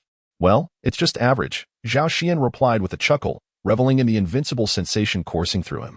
At that moment, he felt an overwhelming desire to sing a tune about the loneliness of invincibility. Zhao Xian. Just then, a furious scream pierced the air. Is there anyone else who dares to challenge me? Zhao Xian frowned. This group indeed displayed commendable courage. However, had any girls been among those he had kicked away? Turning his gaze, he saw an adorable little girl with fluffy golden hair approaching, her small boots clattering with each determined step. Oh, could it be her Hermione? The director's granddaughter, rumored to be fiercely righteous. Wait, the director's granddaughter? Fiercely righteous. This could be troublesome. Zhao Xian's mind raced with a sudden sense of impending doom. The little girl glared at him, surveying the wailing upperclassmen around her, and exclaimed with indignation, Zhao Xian, we are all classmates. How can you behave this way? Zhao Xian curled his lips in disdain, questioning, what have I done? Their skills are inferior. Should I be blamed for that? Even in a spar. Want it not to strike too harshly? Hermione exclaimed furiously, her brown eyes wide with indignation. They are not missing limbs. How could this be considered striking too harshly? Perhaps you should inquire if they are truly unwell. The students sprawled on the ground, wailing in agony, felt a chill at her words. To be candid, they had not sustained severe injuries. They simply could not bear the humiliation of rising again. Stealing a glance at Zhao Xian, they seemed to convey a silent challenge, daring him to continue the charade. Under Zhao Xian's imposing presence, they hastily sprang to their feet, brushing off the dust from their garments, and quickly proclaimed, we are fine. Truly, we are unharmed. Hermione's eyes widened in disbelief. She had witnessed these individuals being sent flying several meters by Zhao Xian, while she was in awe of his prowess. Her predominant emotion at the moment was anger. Confused, Hermione could hardly fathom that they were indeed unscathed. This left her feeling somewhat embarrassed. Suddenly, she caught sight of Zhao Xian's smug expression, and her frustration boiled over. Just you wait, she declared, turning on her heel and striding back towards the academy. Zhao Xian curled his lips in disdain, pondering what he was waiting for, having committed no wrongdoing. Out of the corner of his eye, he caught sight of the timid senior students nearby, and a sudden sense of ennui washed over him. He gestured towards the petite Wu beside him, declaring, remember your promise. She is now your leader. The eyes of Xiao, the leader, and the others widened, itching to retort, "Didn't you defeat us?" However, upon seeing the malicious glint in Zhao Xian's gaze, they opted for silence. Thus, the group, with reluctant acceptance, addressed the joyful Xiao Wu, saying, "Sister Wu." After a while, the master led Zhao Xian out of the dean's office. Gritting his teeth, he muttered under his breath, "That wretched girl. How dare she accuse me of inciting a brawl? Is she blind?" Although the dean had merely summoned him for a chat due to the master's influence, Zhao Xian vowed to remember this slight. Chapter 13. Hometown time slipped away unnoticed, and soon Zhao Xian and Tang San had spent a year at Notting Academy. As the summer of the new year approached, they eagerly anticipated their first holiday. On that early morning, the campus of Notting Academy was eerily quiet. Beneath the lush parasol trees, not a soul was in sight. A gentle breeze whispered through, as solitary cicadas sang their mournful tunes. Compared to the usual hustle and bustle of students rushing to classes, the academy now exuded an air of desolation. A few work-study students, walking in pairs, greeted Tang San and Xiao Wu standing at the entrance before hastily departing on their journey home, while others had set off even earlier. Xiao Wu, arms crossed and one foot anxiously tapping the ground, pouted in frustration and asked Tang San, "San, what on earth is Xiao Xian doing? Why hasn't he come out yet?" Tang San, equally puzzled, replied, "He merely mentioned he had something to attend to, but the specifics elude me. After a long year without seeing his father." Tang San was eager to return home, and upon learning that Xiao Wu had no place to go, he kindly invited her to accompany him back to Holy Soul Village. At last, he arrived. Zhao Xian dashed out from the depths of the academy, and the moment Tang San caught sight of the mischievous grin on his face, he instinctively knew what Zhao Xian had been up to. "Ah, that detestable Zhao Xian, my newly purchased book." A sharp, furious voice echoed through the empty halls of the academy, lingering long after it was spoken. Zhao Xian hastily addressed Tang San and Xiao Wu, urging them to depart swiftly. Shenghun Village, a tranquil and harmonious settlement, was also the cherished homeland of Tang San and Zhao Xian. By the time they returned to Shenghun Village, it was already noon on the second day. After traversing a meadow adorned with blue silvergrass and ascending a hill, the village would come into view. Blue silvergrass, a modest plant ubiquitous in the Douluo Continent, may seem unremarkable when standing alone. However, when gathered in abundance, it reveals an astonishing beauty. The verdant green, infused with a subtle azure reminiscent of the sky, sparkled with dewdrops that shimmered in a spectrum of colors. Amidst this sea of grass, clusters of delicate flowers bloomed, vivid blue, pure white, blush red, and deep purple. One may never fully comprehend the exquisite beauty that resides within the realm of the ordinary. Zhao Xian and Tang San parted ways at a small bridge at the entrance of Shenghun Village, one heading north and the other west. Xiao Wu accompanied Tang San. Observing Tang San's evident anxiety, Zhao Xian shook his head, although Notting Academy forbade students from visiting home during the school term. It did not prohibit relatives from visiting the school. Throughout the year, Zhao Shi and Mu Qin often came to see Zhao Xian. While Tang Hao, what a wretched father he was. Zhao Xian felt a pang of sympathy for Tang San. As he walked along the forest path and traversed a corner of a small woodland, Zhao Xian spotted a long-missed place. A circle of gravel formed a quaint fence, adorned with various common vegetable vines. Nestled within this rustic enclosure was a charming little cottage, beside which stood a jujube tree. At that moment, a figure was diligently chopping firewood in the yard. Upon seeing that figure, Zhao Xian couldn't help but smile, slowing his pace and stealthily approaching. When he reached the figure's back, Zhao Xian suddenly exclaimed, "Wow!" The unexpected sound startled Zhao Shi, causing him to nearly chop his own foot with the axe. That voice sounds somewhat familiar, he thought. Turning around and catching sight of the familiar figure, Zhao Shi was momentarily taken aback, instinctively asking, "What brings you back?" Zhao Xian's expression darkened. "What is it? Do you wish for me to stay away?" Hearing the commotion outside, Mu Qin emerged from the house. Upon seeing the figure she had yearned for day and night, her face lit up with joy. "Zhao Xian, you are on holiday." "Yes," Zhao Xian replied with a smile, nodding at Mu Qin. However, when he turned to meet Zhao Shi's gaze, his expression shifted. "Mom is aware that I am on break, so why are you oblivious?" Zhao Shi regained his senses and noticed the perplexed expression in Zhao Xian's eyes. What was the matter? Why did it seem like he harbored such discontent upon his return? Father, what did you say? Uncle Tang Hao has left?" Zhao Xian inquired shortly after finishing his lunch, listening intently to Zhao Shi's words. Indeed, it was merely a few days ago that he unexpectedly sought us out, expressing his desire for us to take good care of Xiao San in his absence. As he had some matters to attend to before departing, Zhao Shi replied while continuing his meal. Zhao Xian's expression suddenly changed, and he murmured, "This is not good." One must understand that Tang San had long anticipated this return home, yearning to see Tang Hao once more, only to discover that this fellow had mysteriously vanished days prior. I must go check on Xiao San. Unable to shake off his concern for Tang San, Zhao Xian hastily left a message and rushed out. Upon arriving at Tang San's residence, he found Xiao Wu standing outside, looking quite helpless. Her face brightened upon seeing Zhao Xian. "Zhao Xian, where is Xiao San? Is he inside?" she inquired. "Yes, his father has disappeared, leaving behind a letter. After reading it, Xiao San has remained motionless," she replied. "I shall go in and take a look." As soon as he entered, Zhao Xian was nearly overwhelmed by the pungent smell of alcohol. The room was in disarray, indicating that during Tang San's absence, Tang Hao had indeed lived like a swine. In the center of the room stood Tang San. His eyes glazed as he stared blankly at the letter in his hands, his slender figure appearing remarkably helpless. Zhao Xian could not help but press his forehead, lamenting the misdeeds. "Uncle Tang Hao, you have indeed caused considerable trouble." Zhao Xian transformed his 3 steps into 2. Swiftly snatching the letter from Tang San's hands and crumpling it into a ball before discarding it.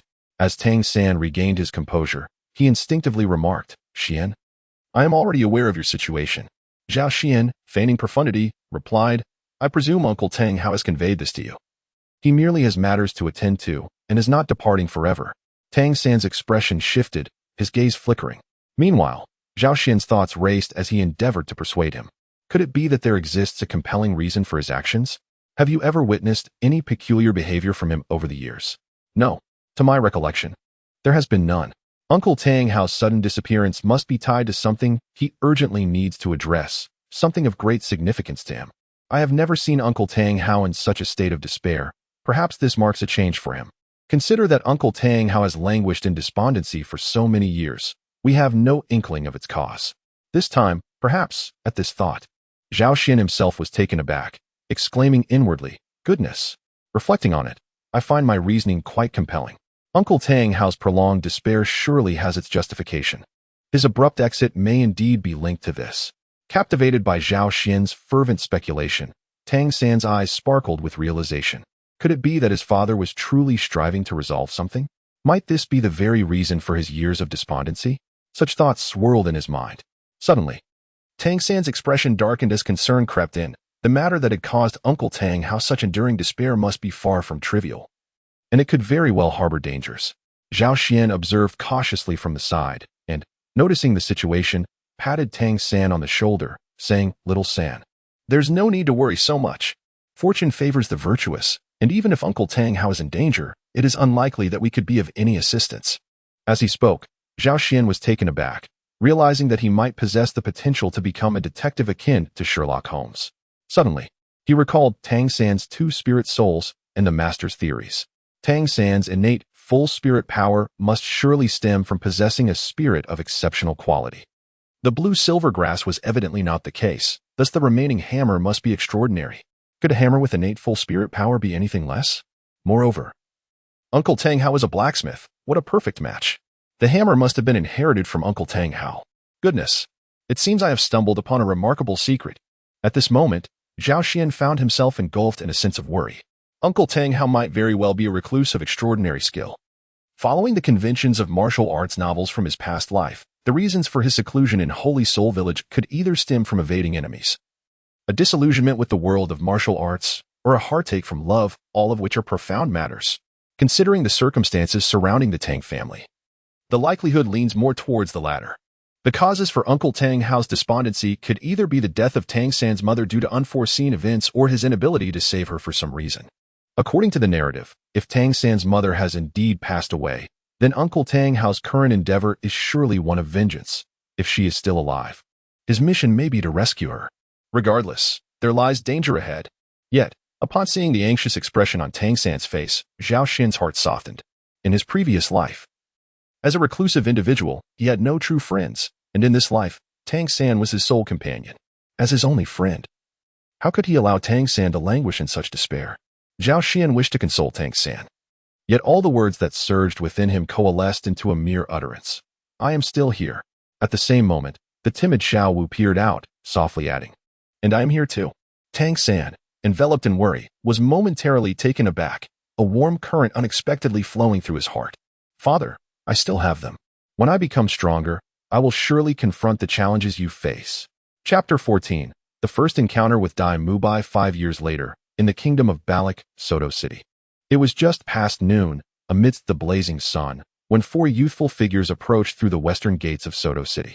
This ensemble, comprising 2 males and 2 females, ventured into this far-flung city-state, distant from Notting City.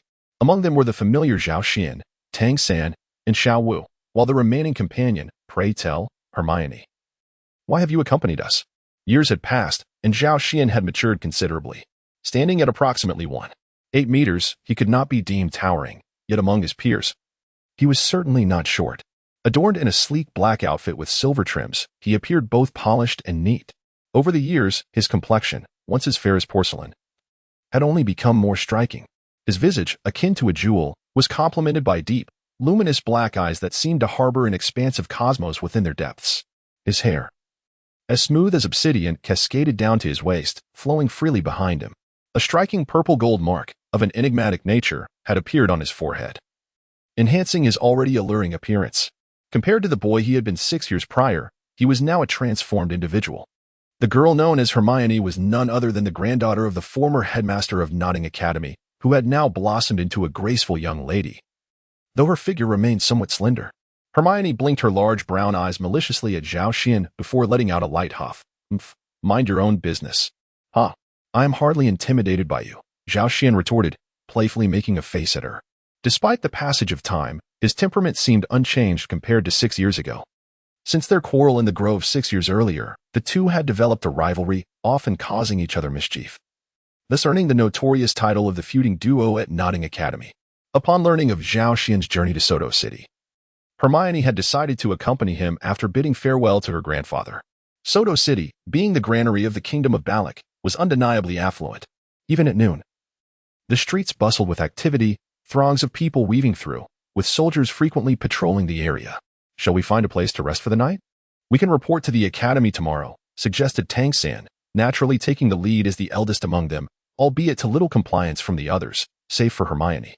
Yes, Xiao Wu exclaimed, the most vivacious of the group, eager to alleviate the restlessness that had built up during their travels. After a light meal to quell their hunger, they began their search for accommodations. Strolling through the streets of Soto City, Xiao Wu suddenly brightened, pointing excitedly at a quaint hotel. Let us go there.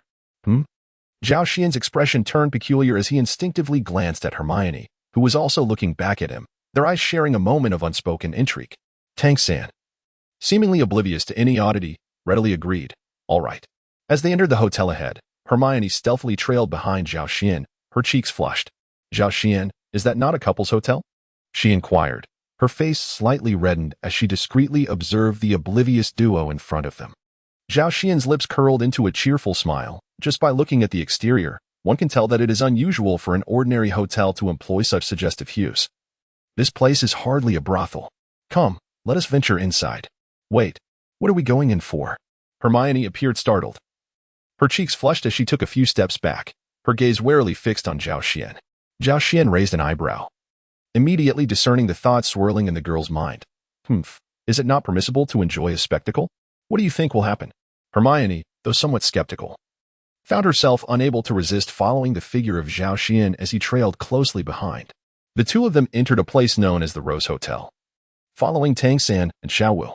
The casual glances thrown their way by passers-by caused Hermione to feel a flush of warmth on her cheeks. Lost in thought, she suddenly collided with Zhao Xian's back. What are you doing?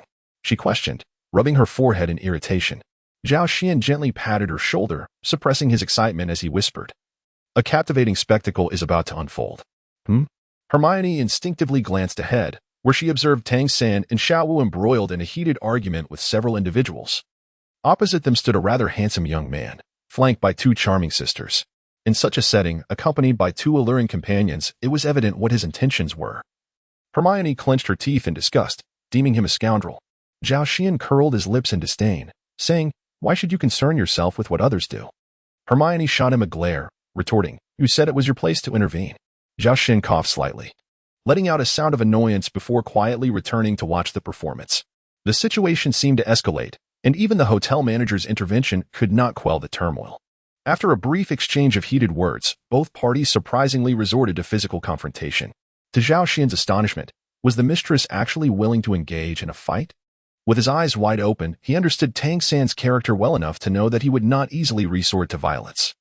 The golden-haired opponent must have crossed some line that provoked Tang San. Realizing this, Zhao Xian braced himself for battle, prepared to support Tang San at any moment. While reminding Hermione beside him, "Get ready, if they unleash their martial spirits, be prepared to assist Tang San." Understood. Hermione, focused and unperturbed by Zhao Xian's previous remarks, fixed her gaze intently on the brawling pair, readying herself.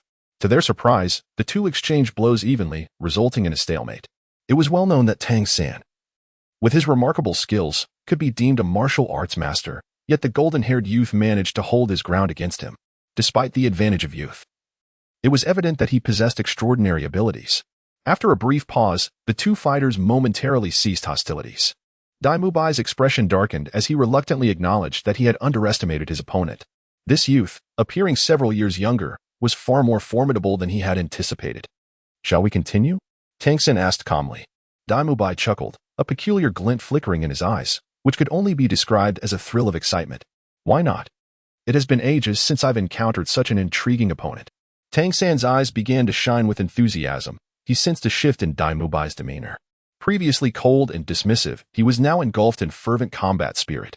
"White Tiger, manifest." A blindingly brilliant pale light erupted from Dai Mubai, who extended his arms outward, puffing out his chest. A series of cracking sounds emanated from his bones as his muscles swelled, straining against his clothing.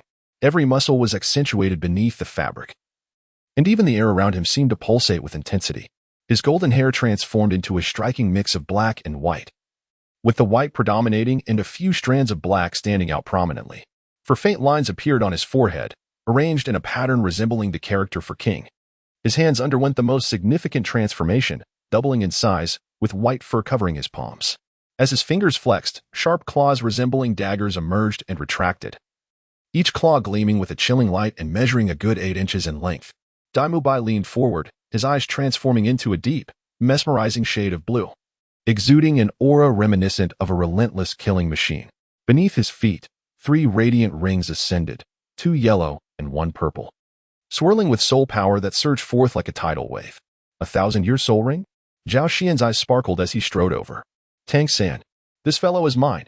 Chapter 15. Sparring. Seeing Zhao Xian approach with determined strides, Dai Mubai furrowed his brow and coldly inquired, "Who are you?" "Who I am is of no concern to you. Just know that your next opponent is me." Zhao Xian replied with a cheeky grin, his eyes gleaming with mischief as he regarded Dai Mubai like an amusing plaything. This gaze made Dai Mubai feel thoroughly uncomfortable, igniting his ire. When did Dai Mubai become someone else's toy? "Xian, let me handle this," Tang San interjected, feeling an itch to engage with such a powerful adversary after so long. "Come on, Tang San, this guy is a soul master. Let me take it," Zhao Xian retorted, exasperated by Tang San's eagerness to fight. "Why weren't you this enthusiastic when I saw your sparring?" Unbeknownst to Tang San, Zhao Xian's frustration stemmed from the disparity in their enthusiasm for combat. If Tang San were aware, he would have shot Zhao Xian an incredulous glance. Didn't he realize how much stronger he had become? Over the years, Zhao Xian's extraordinary strength had not only continued to grow but had become increasingly formidable, even prompting the master, who was dedicated to soul research, to take notice. Hearing their exchange, Dai Mubai felt a surge of irritation and, in a fit of anger, laughed derisively. "No need to make excuses. The two of you can come at me together."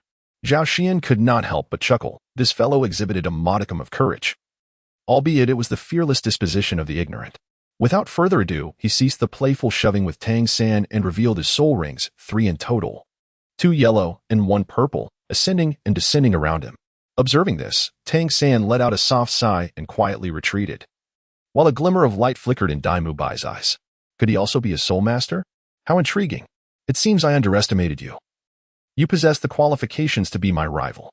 With an overwhelming spirit of battle, Dai Mubai spoke with pride. His white hair billowed gracefully, seemingly animated by an invisible breeze, and a formidable character resembling a king adorned his forehead. His sinister gaze intermittently flashed with a brilliance akin to lightning. exuding an immense aura that pressed down upon Zhao Xian. Dai Mubai, with the martial spirit of the White Tiger, stood as a level 37 Soul Master. I welcome your guidance. Zhao Xian, too, was not to be underestimated, standing tall like a pine tree.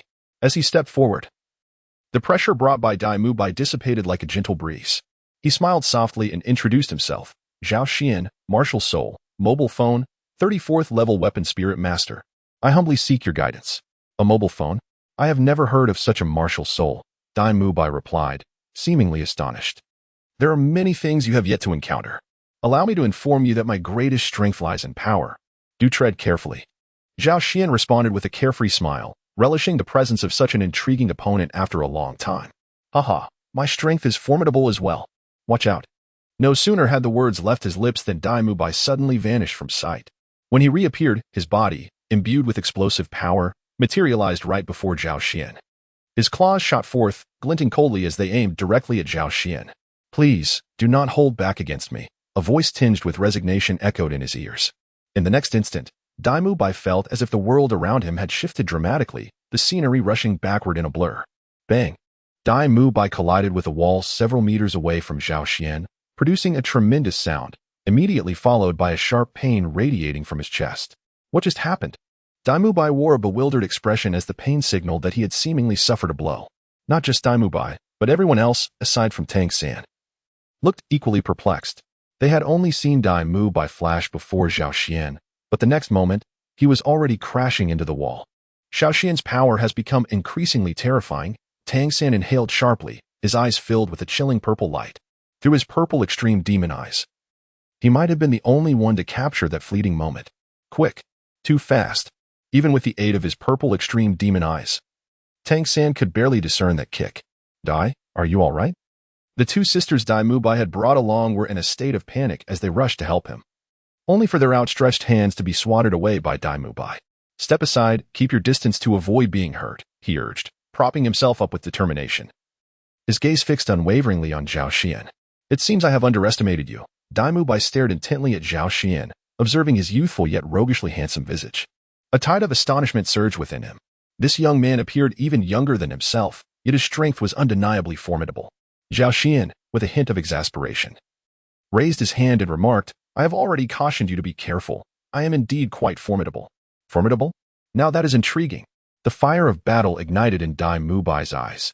Simultaneously, his first and second soul rings began to shine brilliantly. White Tiger's guardian barrier. Bone fiery wave. A low growl, reminiscent of a white tiger, emanated quietly from Dai Mubai's lips, as his white hair danced wildly, his aura surging dramatically.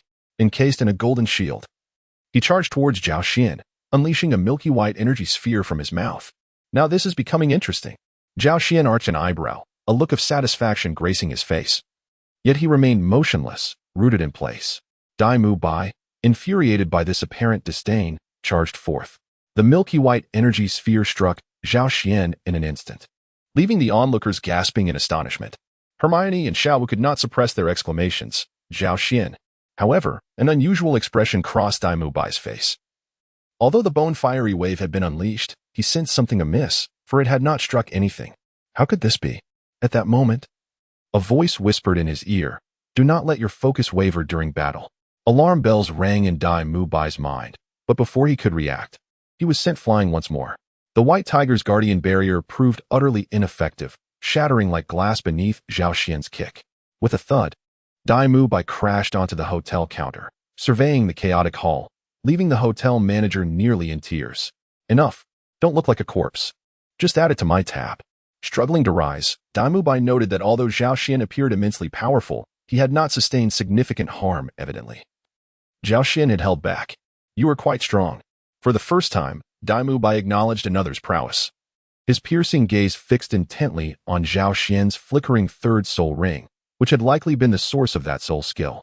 Thank you for the compliment, Zhao Xian replied, raising an eyebrow. Though I only exerted 2 parts of my strength, you are indeed quite resilient. Is this soul skill a mere decoy? No, to be precise, it is a clone. This is my third soul skill, derived from a particularly unique spiritual soul beast, capable of manifesting countless forms, guiding lost souls. I see, Dai Mubai responded with a calm demeanor, causing Zhao Xian to worry slightly. Could this adversary have been rendered senseless? I am aware that I am not your equal. However, allow me to demonstrate my third soul skill. With a somber expression, Daimu Bai's solitary purple soul ring began to shimmer with intensity. Zhao Xian suddenly smiled. Would you like to witness my second soul skill? What? Daimu Bai was momentarily taken aback, unable to comprehend Zhao Xian's meaning. However, the instant Zhao Xian's second martial soul manifested, Daimu Bai's expression shifted dramatically, and he couldn't help but exclaim in astonishment. What is happening? Daimu Bai suddenly realized that the third soul skill he was about to unleash had abruptly stalled, as if his soul power had been severed, dissipating midway. Beside him, Zhao Xian chuckled with delight. This is my second soul skill, derived from a mutated 900-year-old purple bamboo. Its function is to sever the opponent's soul power, halting the release of their soul skills. Daimu Bai's lips twitched in disbelief. How could there be such a vile soul skill? Daimu Bai felt utterly frustrated, having suffered a crushing defeat this time. Without even grazing the hem of his opponent's garment, Zhao Xian approached with a cheerful demeanor, playfully wrapping his arm around Daimu Bai's neck. From the earlier battle, he discerned that Daimu Bai was not truly malevolent. Hey, don't cry. Though you may be a tad inferior to me, you're still quite commendable. Daimu Bai shot a fierce glare at Zhao Xian. Which eye of yours saw me crying? Indeed, he had not shed any tears. If he were to weep over a mere competition, how could he possibly navigate the tumultuous realm of Douluo Continent? He merely felt a tinge of sorrow, as memories of the earlier skirmish replayed in his mind. What frustrated him was that no matter how he altered his approach, the inevitable conclusion remained. Defeat was his fate. Zhao Xian's peculiar soul skills and formidable strength were a nightmarish combination. After a considerable pause, our esteemed Daimu Bai finally composed himself, shaking off the melancholic thoughts. Zhao Xian and Tang San, right? He cast a serious glance at the carefree Zhao Xian and the seemingly peripheral Tang San. We shall meet again. Let us spar then. With those parting words, Daimu Bai gracefully turned, linking arms with a pair of charming sisters as he strode towards the exit. What a scoundrel! Hermione and Xiaowu couldn't help but exclaim. Zhao Xian chuckled softly and proclaimed, I hope you can endure a bit longer next time. Daimu Bai, with his back turned to Zhao Xian and the others, stumbled slightly before hastily quickening his pace. Chapter 16, Shrek Academy in the early morning. At the entrance of an inn in Soto City, Zhao Xian emerged, stretching leisurely with a yawn. What a delightful sleep it was. Behind him, Tang San, Xiaowu, and Hermione followed suit, each appearing spirited and well-rested from the previous night. At this moment, as the sun began to rise, a gentle mist enveloped the city. Yet the streets bustled with life, alive with countless early-rising vendors hawking their wares, diligently sustaining their livelihoods. Zhao Xian suddenly shifted his expression, inquiring with a sly tone. Tang San, Xiaowu, why were you absent from the Rose Hotel yesterday? Tang San and Xiaowu were taken aback, and soon after, Xiaowu's indignant voice echoed. Zhao Xian, are you seeking death? You clearly knew what kind of establishment that was. Why didn't you inform us? Zhao Xian curled his lips and mischievously remarked, I thought you all were aware. A soft giggle escaped Hermione's lips as she observed Zhao Xian's playful demeanor. As a rabbit, no one possessed ears as acute as Sister Xiaowu's. Even from several meters away, she effortlessly detected Hermione's laughter. And you, Hermione, you know too, don't you? Hermione cast a demure glance at Sister Xiaowu, replying, I assumed you all were in the know as well. Ah, you two indeed know, don't you? Speak up. Are you conspiring to witness Sister Xiaowu's folly? Noting their identical responses, Sister Xiaowu sensed something amiss. Her cheeks flushed a deep red, leaving her uncertain whether it was from embarrassment or anger. All right, enough of the antics. Let us hasten to report, the male protagonist, Tang San, finally interjected. His complexion slightly reddened as he averted his gaze from Zhao Xian and Hermione. It was evident that something was amiss between the two. Zhao Xian walked ahead with Xiaowu, stroking his chin as he addressed Hermione beside him. Surely, it's apparent that there is something going on between you two. Hermione, bored, twirled her golden locks and shot Zhao Xian a playful glare, chuckling lightly. Outside Soto City, in a nameless village, Xiaowu questioned, Tang San, are you certain this is the right place? The sun blazed high in the sky, causing sweat to stream down everyone's faces. Tang San hesitantly surveyed the surroundings, murmuring, this should indeed be the right location. But do you see any signs of an academy around here? I truly cannot fathom why Master would send you all to such a place, Hermione complained while fanning herself, and Xiaowu nodded in agreement with Hermione's sentiments. The sweltering heat made the two cleanliness-loving girls feel exceedingly uncomfortable as sweat relentlessly dripped down. We might as well inquire with the villagers. If there were a Soul Master Academy nearby, they would undoubtedly be aware of it, Zhao Xian suggested, pointing to a few individuals near the village entrance. All right. As they approached the village entrance, they immediately sensed something was amiss. A table was set up at the entrance, behind which sat an elderly man in his 60s, while several youths of similar age stood in an orderly queue accompanied by their families. Zhao Xian raised an eyebrow, suddenly gripped by an ominous premonition. Hermione tugged at his sleeve, directing his gaze. Look over there. Your intuition is not unfounded. Following the direction of Hermione's finger, Zhao Xian felt a wave of dismay wash over him. Above the elderly man's head loomed a wooden archway, adorned with a dilapidated sign that bore a few large characters, accompanied by a grotesque visage of a monstrous figure. Due to the peeling paint, the words had eluded the group from a distance, but now they could discern them clearly. Shrek Academy? Xiao Wu struggled to recognize the characters. Tang San.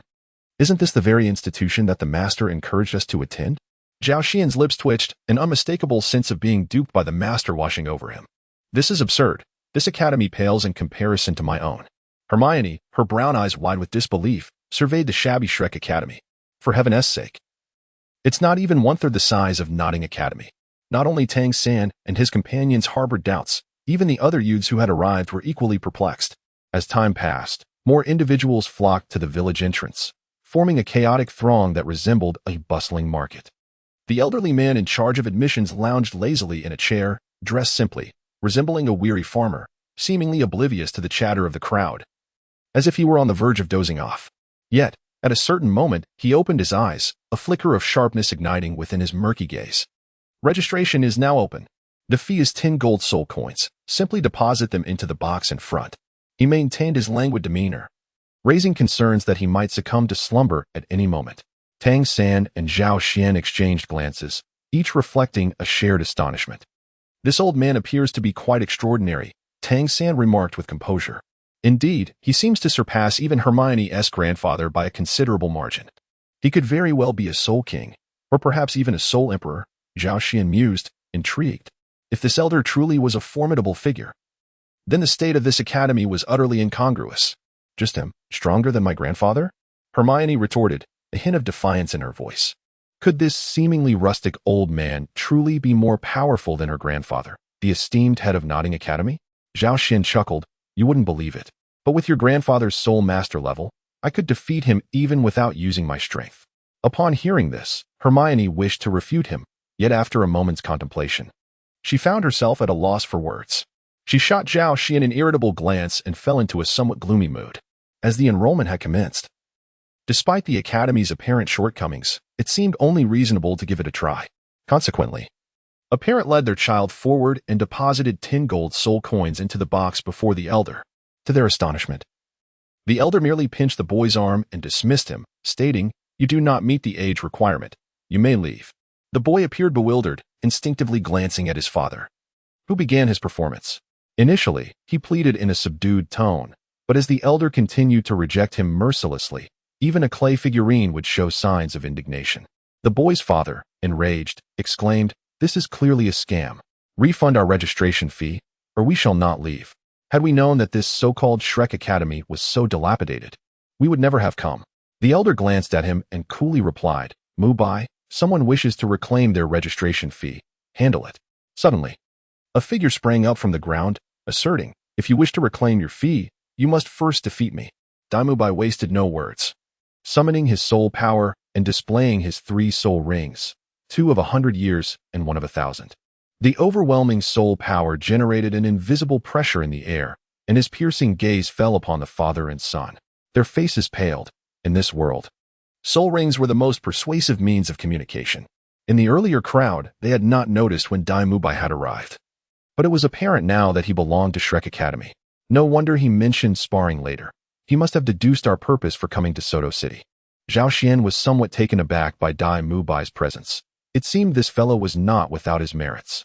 That scoundrel! Both Hermione and Xiao Wu scoffed simultaneously, their impressions of Dai Mubai clearly unfavorable.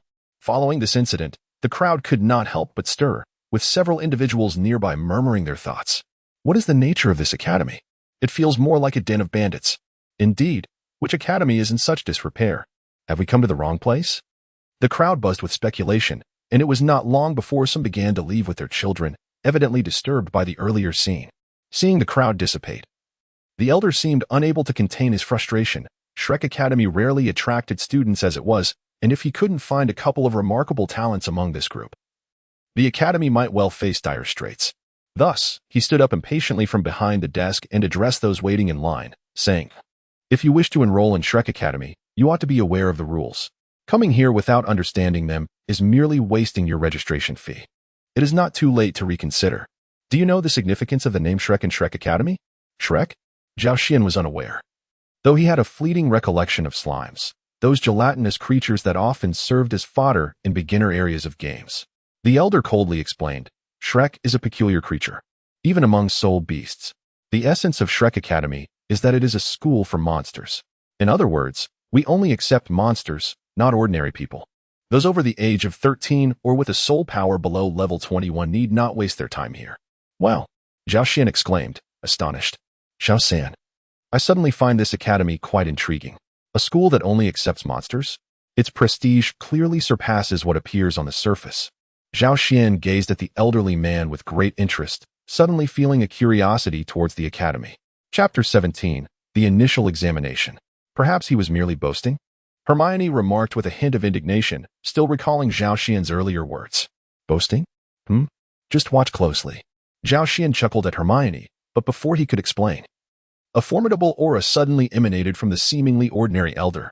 A rich crimson glow burst forth from the old man, and a weapon adorned with intricate patterns appeared in his right hand, the immense pressure causing everyone present to tremble uncontrollably. However, there was one exception. Zhao Xian stood firm, like a lighthouse amidst the storm. The elder could not help but let out a soft exclamation, casting a few more glances at Zhao Xian. Following this, 6 spirit rings emerged from the elder's body. White, yellow, purple, purple, and black. The 6 spirit rings rose gracefully from beneath his feet, particularly the last black ring, whose profound darkness sent shivers down the spine. A 10,000-year spirit ring, a spirit emperor. Someone trembled as they gazed at the elder, instinctively murmuring. The crowd was shaken. This seemingly humble farmer was actually a spirit emperor of over level 60?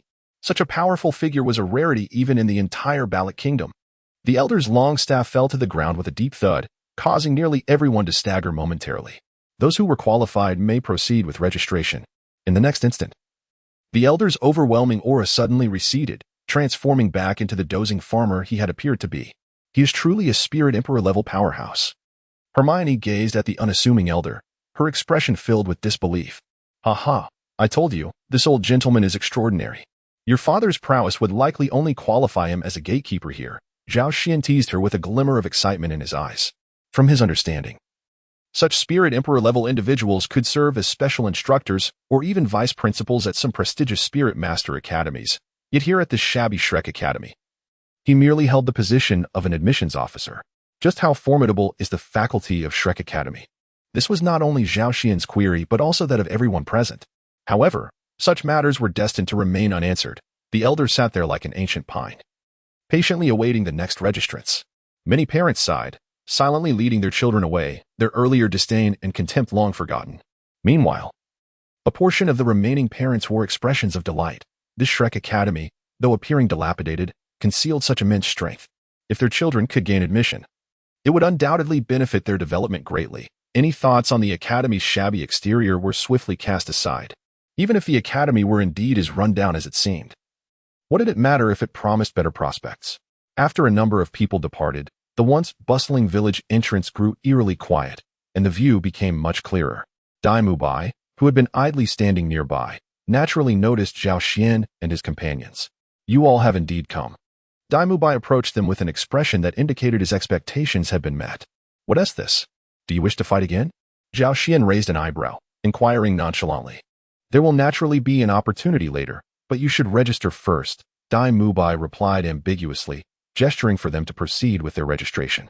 At this point, the number of registrants had diminished by nearly 90%. Amidst their conversation, a few more had completed their registration, leaving only a handful behind. In front of them stood a young girl, her silhouette exuding a graceful aura. "She must be a beauty," Zhao Xian confidently asserted. Hermione shot him a glare. "How do you know?" "It's a feeling." "A feeling? You are not Dai Mubai.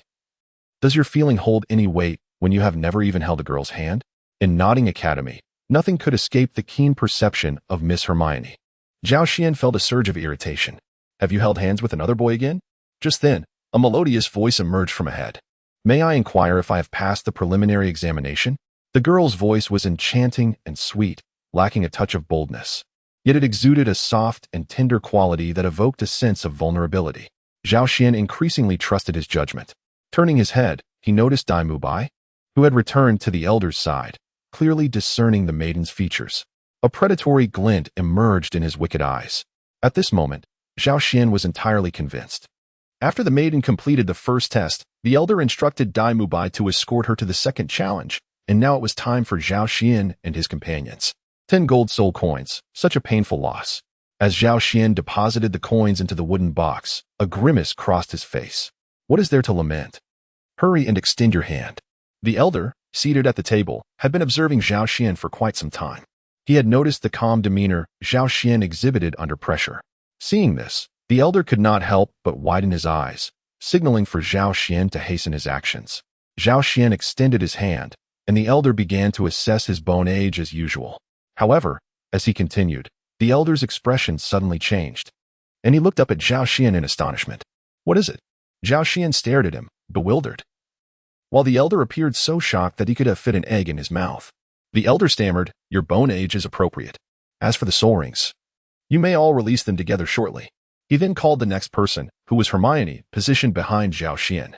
Strangely, however, the elder's gaze remained fixed on Zhao Xian. None could have anticipated the tumultuous thought swirling within the elder's mind. This young man's physical strength likely approached that of a level 70 power-type beast martial spirit. How peculiar. What an anomaly. Truly, a little monster has arrived this year. After Hermione and Xiao Wu completed their tests, it was Tang San's turn. The elder seemed to regain his composure and asked, somewhat bewildered, have you cultivated any soul skills? Tang San nodded, affirming his relentless practice of the Xian Yu hand. Then please lift your calf. The elder examined Tang San's calf and nodded. Your bone age is appropriate. Now, you may all release your martial spirits together. The group nodded and summoned their martial spirits. Aside from Zhao Xian, the others manifested 2 yellow soul rings, while beneath Zhao Xian, 3 rings began to rise slowly. Yellow, yellow, purple. A soul master, how could this be? The onlooking youths, witnessing this, could not help but exclaim in astonishment, quickly falling into a state of shock. How could this be? They were all of the same age. How could a soul master emerge? The thought of questioning whether the elder had misjudged the bone age never crossed their minds, as he was a formidable soul emperor. The elder, equally astonished, recalled his earlier shock upon assessing the bone age. Looking at the group of young boys and girls before him, a smile crept onto his face. Stroking his grizzled beard, he remarked, it seems this year, the academy will welcome several little monsters. Just as they finished their tests, Dai Mubai emerged from the depths of the academy. Seeing that the group had passed their assessments did not surprise him in the least. However, he suddenly froze, his gaze fixated intently behind them. The group turned in confusion, only to be captivated by an astonishing sight. Behind them stood a girl in black attire, seemingly younger than the others, with long black hair cascading over her shoulders. Her face was slightly bowed, her height comparable to that of the previous girl in white, and her skin was similarly fair. Yet, this girl exuded an aura of distinction. In stark contrast to her fiery figure, her expression was icy, emanating a chill that felt profoundly pure. Devoid of even a hint of anger in her dark eyes, a striking contradiction to her otherwise exquisite features. Her limbs were long and well-proportioned, her hands hanging naturally by her sides, and the frigid stillness she radiated was difficult to acclimatize to. Beautiful, Zhao Xian could not help but exclaim. Yet, in the next moment, 2 piercing gazes suddenly fell upon his face. Scum, muttered Hermione. Pervert, chimed in Xiao Wu. Zhao Xian's lips twitched in confusion. What has happened? Is this world no longer a place where one can admire beauty? After completing the registration, he urged everyone to leave promptly, reminding them not to block the way, as others were waiting behind. And you, Mubai, your eyes are nearly popping out. Hurry and lead them to the next area. At that moment, the elderly man in charge of registration grew impatient and scolded the group harshly. Awakening from his stupor, Dai Mubai led the others inside. Yet he found himself glancing back repeatedly at the young lady behind him. Chapter 18. The sausage specialty store, bro. Snap out of it. Zhao Xian, with a sense of helplessness, gently patted Dai Mubai on the shoulder, remarking that there was no point in looking back when not even a shadow remained. Brother, to be candid, that girl gives me an extraordinary feeling. Daimubai turned back, his handsome face displaying a serious demeanor. What is so extraordinary? Isn't it merely that she is somewhat more beautiful? If you're interested in her, just be straightforward about it. Zhao Xian let out a derisive laugh. Brother, your reasoning is utterly lacking. Beside him, Xiao Wu could not help but interject. You are merely trying to ensnare that girl. Daimubai furrowed his brow. What do you understand? The aura of that girl resonates closely with mine. There exists a sense of complementarity. If circumstances permit, it is highly likely that our martial souls could harmonize, possibly even forming a martial soul fusion technique. Do you know what a martial soul fusion technique is? Xiao Wu rolled her eyes. Of course I know. I've heard the master speak of it before. I can't be bothered to argue with you anymore. I'll go take a look outside. You all can proceed to the teacher ahead. Daimubai seemed genuinely concerned and ceased his banter with Xiao Wu, hastily making his way toward the village entrance. Hermione observed Daimubai's retreating figure, somewhat surprised. Could he possibly be serious? It is not common to encounter a martial soul that complements one's own. He must be concocting an excuse. Shaking her head, Xiao Wu exhibited disbelief. Upon entering the village, one could see that it was filled with wooden structures. The architecture could best be described as simple and unadorned. Not far away, in a clearing, the youths who had passed the preliminary test had gathered, presumably the site of the second trial. Before they could approach, a commotion arose nearby, accompanied by an enticing aroma wafting through the air. Sausages for sale. Come and take a look. Don't miss out as you pass by. Oscar's sausages are delicious and sweet, priced affordably at just 5 copper coins each. Consuming Oscar's sausages guarantees an easier passage through the entrance examination. From around a corner, a figure pushed a somewhat shabby cart forward, and the soft, mellifluous call drew many students closer, attracted by the mouth-watering scent. Are there even roasted sausages for sale here? The group was taken aback, surprised that someone would conduct business in such a remote village. Coincidentally, having traveled a considerable distance, they were feeling peckish. Thus, at Xiao Wu's suggestion, they strolled toward the stall. The vendor was a robust man with a full beard, neatly cropped hair, dressed in gray attire, and his bright peach blossom eyes darted about. It was then that the group realized the soft, inviting voice emanated from this very man. Sir, I would like 4 skewers of sausages, Tang San stated as he approached after the crowd had dispersed. The vendor sighed in apparent resignation. I've told you countless times. Could you please refrain from calling me sir? I'm only 14. 14. Xiao Wu, peering over Tang San's shoulder, scrutinized the vendor with astonishment. Upon noticing her bright eyes, the vendor's gaze shifted and lit up at the sight of the even more distant Hermione. Cough, cough. Zhao Xian cleared his throat, casting a disapproving glare at the vendor. The vendor snapped back to reality, scratching his head and chuckling awkwardly. Forgive me. After spending so long at the academy, I haven't seen many beauties, let alone stunning girls. It's only natural that I might lose my composure upon encountering 2 at once.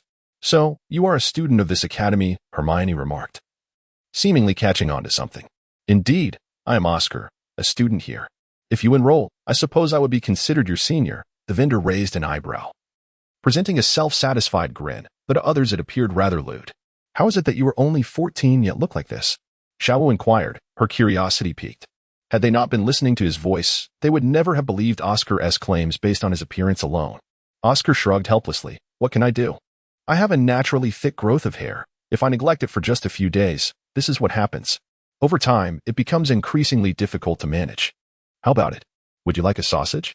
Oscar asked expectantly. The group exchanged glances, astonished that this peculiar academy lived up to its reputation. Just as Tang San was about to respond, Dai Mubai's voice interrupted. Wait a moment. Turning back, they saw Dai Mubai striding toward them, the black-clad girl they had encountered earlier following closely behind. Oscar, how many times must I tell you? You are not allowed to sell sausages at the academy. Dai Mubai approached angrily, hurling accusations at Oscar. Dai, would you like a sausage? Oscar replied weakly, his expression stiffening. What's wrong? Is there something wrong with the sausages? Tang San asked, his expression turning wary as he scrutinized Oscar. Could they be poisonous? If they were, I would certainly be able to detect it. Strangely, upon hearing this, Dai Mubai's expression turned peculiar. He addressed Oscar. Oscar, produce a sausage. Oscar's demeanor shifted to one of discomfort. Dai, please show me a little respect in front of the younger students. Otherwise, they might hold a grudge against me. Dai Mubai's face darkened. Enough of this chatter. Oscar, resigned, cautiously glanced at the others before extending his right hand and, in his characteristic soft voice, murmured, I have a large sausage here. As the spirit ring rose beneath Oscar's feet and the sausage gradually materialized in his hand, an eerie silence enveloped the scene. Is this a martial soul? Zhao Xian's eyes twitched. Can one even eat their martial soul? It's a rare food-type martial soul, Tang San observed incredulously. The expressions of the two girls stiffened as they gazed at the steaming roasted sausage before them, suddenly feeling nauseous. What a dreadful martial soul. Xiaowu glared at Oscar in embarrassment and anger. Oscar hastily explained, I cannot control the nature of my soul's abilities. Disgusting. Hermione shot Oscar an angry glare before storming off. Even the black-clad girl furrowed her brow and silently departed, seeing the retreating figures of the beautiful girls. Oscar felt a wave of sorrow wash over him, casting a mournful glance at Dai Mubai. Dai Mubai, however, remained unfazed, warning. If I catch you selling sausages at the academy again, I will ensure you regret it. Oscar's expression grew even more forlorn as Zhao Xian chuckled at him. Your martial soul has great potential, my friend. As the group turned to leave, Oscar's sigh echoed behind them. Such fine sausages, yet no one wants to eat them. As his voice faded, the distinct sound of munching could be heard, and upon glancing back, they saw Oscar devouring one of the sausages himself. Zhao Xian humorously remarked, The Monster Academy lives up to its name. Dai Mubai also chuckled, seemingly feeling that he had not given Oscar due respect earlier, and now offered his praise. Although Oscar's soul curse is quite repulsive, his martial soul is indeed formidable, being an exceptional food-type martial soul, and moreover, he possesses an unprecedented innate full soul power. Innate full soul power. Zhao Xian and Tang San exchanged glances, somewhat astonished yet not overly moved.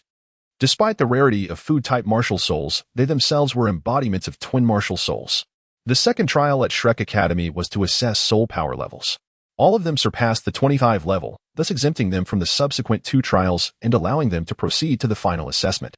Surprisingly, the girl in black behind them, like them, also received an exemption, as did the maiden they encountered earlier.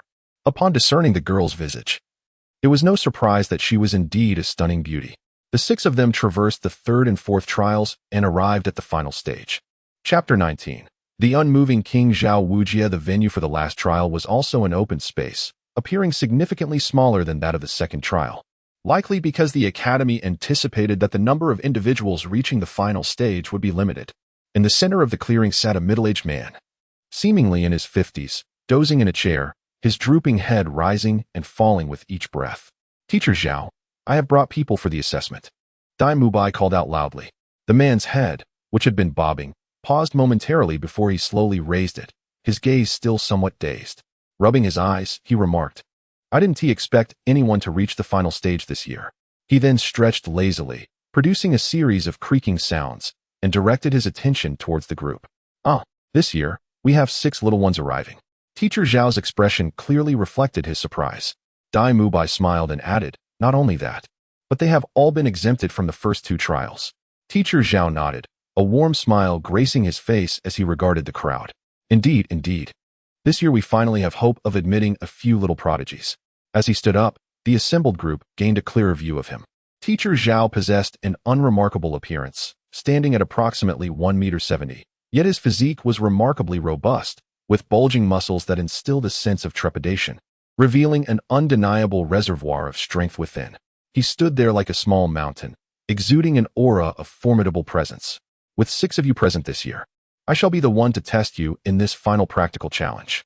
You will have the duration of an incense stick to familiarize yourselves with one another. After this time, if you can endure for the same duration in my presence, you shall be deemed successful. As he spoke, Teacher Zhao retrieved an incense stick from his robe. With a deft flick of his fingers, the stick ignited, and he skillfully inserted it into the ground nearby. Teacher Zhao, is this truly appropriate? Am I not responsible for the final challenge? Dai Mubai inquired hesitantly, with a piercing glare. Teacher Zhao commanded respect without displaying anger. In the absence of the dean, I hold the highest authority here. Can you assess each of these 6 individuals one by one? Are you even aware of your own soul power? Dai Mubai fell into a moment of silence, reluctantly leading the group aside. We seem to be in a bit of trouble. Teacher Zhao intends to personally evaluate you. Is something amiss? Is Teacher Zhao exceptionally powerful? Could he possibly be a soul emperor? Sister Xiao Wu inquired with curiosity. Before Dai Mubai could respond, Hermione, with a grave expression, interjected. He is at least a soul emperor. It is even conceivable that he is stronger, considering the instructor for the first challenge is already a soul emperor. It would be illogical to assign a teacher with lesser soul power for the final, crucial assessment. Indeed, Dai Mubai affirmed with a nod. Teacher Zhao is not merely a soul emperor. He is a soul sage, boasting a formidable 76th level beast martial soul and esteemed battle soul sage. Except for Zhao Xian. The pupils of the others almost simultaneously contracted, their faces reflecting a palpable tension. Zhao Xian appeared contemplative, yet a flicker of excitement graced his countenance. A soul sage? How intriguing. What could his martial spirit be? Is it of the power type? Dai Mubai cast a surprised glance at Zhao Xian before nodding. You are indeed correct. Teacher Zhao's martial spirit is, in fact, of the power type. Really? Zhao Xian's enthusiasm surged. A power type soul sage? Such a rarity. He felt an overwhelming urge to embrace the master in exuberance, had it not been for the master's invitation to this place. He would have never encountered such a formidable opponent. Tang San, Xiao Wu, and Hermione exchanged knowing glances, accustomed to such displays. Yet a hint of bitterness flickered in their eyes as they realized the strain Zhao Xian had endured for quite some time. His extraordinary strength had likely been yearning for an outlet. However, the two other young women expressed their surprise. The girl with the short hair regarded Zhao Xian with a hint of hesitation. You seem quite exhilarated. Zhao Xian gently pressed his lips together. A smile gracing the corners of his mouth, his eyes ablaze with fervor. Naturally, with his handsome visage complemented by long, dark hair, Zhao Xian exuded an inherent beauty. And this smile transformed him, evoking the enchanting allure of a mesmerizing beauty whose smile could captivate a city. The young maiden's cheeks flushed crimson as she shyly lowered her head, seemingly at a loss for words. Beside her, Hermione squinted her eyes instinctively, her expression taking on a somewhat perilous demeanor. Dai Mubai, a seasoned veteran in the realm of romantic entanglements, had developed an instinct for reading the room. Sensing the expressions of those present, his heart raced, and he hastened to say, "Time is of the essence, so I shall be brief." Teacher Zhao's martial soul is known as the Mighty Diamond Bear. This martial soul possesses immense strength and formidable defense, while its speed may not be particularly remarkable. Due to the level of soul power, evasion is not a viable option for you. Thus, the notion of merely enduring through avoidance is futile. In his prime, Teacher Zhao was also known by the title of the Unmoving King. The Unmoving King? It is he. The girl with ear-length hair, who had been bowing her head, suddenly lifted it, astonishment gleaming in her eyes. Zhao Xian and his companions turned their gaze toward her. As the young girl seemed to be familiar with the background of Teacher Zhao, noticing their attention, she quickly spoke. In the past, the formidable Ming King Zhao Wujia had a conflict with the Spirit Hall. The Spirit Hall sought to punish him, but was thwarted as he broke free from the siege of 16 bishops. Eventually, that incident faded into obscurity. The bishops of the Spirit Hall are all formidable soul emperors, at least of level 60 or above, while Zhao Wujia was only in his 60s at that time. Now, he must be even more powerful. At the mention of the Spirit Hall, Zhao Xian's expression shifted as he glanced at Tang San. As expected, due to the influence of his master, Tang San had always held a negative perception of the Spirit Hall. Upon hearing those words, his brow furrowed in concern. Indeed, compared to before, Teacher Zhao must be significantly stronger.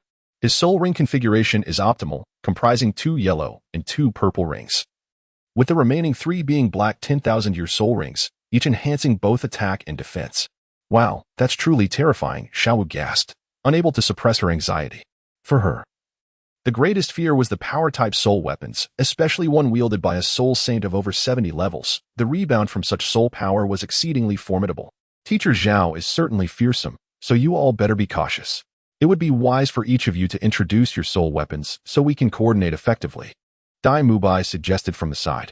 Tang Xin glanced around and was the first to declare his soul weapon and soul power, followed closely by Xiao Wu. The girl in black, named Zhu Zhiqing, introduced herself as a 27-level agility attack soul master with the soul weapon known as the Nethercat. The girl with short hair, named Ning Rongrong, was a 26-level support system weapon master, boasting the renowned 7 Treasure Glazed tile as her soul weapon. You hail from the 7 Treasure Glazed sect? In response to the astonished gazes of her peers, Ning Rongrong playfully stuck out her tongue and said, "Don't look at me like that. I'm no different from an ordinary person. I snuck out from home. Let's first overcome the trial before discussing anything else. My soul weapon is the 7 Treasure Glazed tile, with 2 soul rings, enhancing speed and strength attributes by approximately 30%. It can last for the duration of an incense stick without issue." The group nodded, acknowledging the impressive support capabilities of someone from the Seven Treasure Glazed sect. Next to introduce herself was Hermione, who gently waved her right hand, summoning a dark wand into her grasp. I am Hermione, a level 27 battle soul master. My soul weapon is a wand. However, my first soul ring skill is a supportive one called Cleansing Spring, capable of dispelling negative states. The second skill is an offensive one. After everyone had introduced themselves, only Zhao Xian remained. Seeing their expectant gazes, he wasted no time. I am Zhao Xian, a 34-level control system soul master. Soul master? How is that even possible? Ning Rongrong exclaimed, nearly jumping up in disbelief. Despite their similar ages, how could their soul powers differ so vastly? Nothing is impossible. By the way, let's leave the command to Xiao San.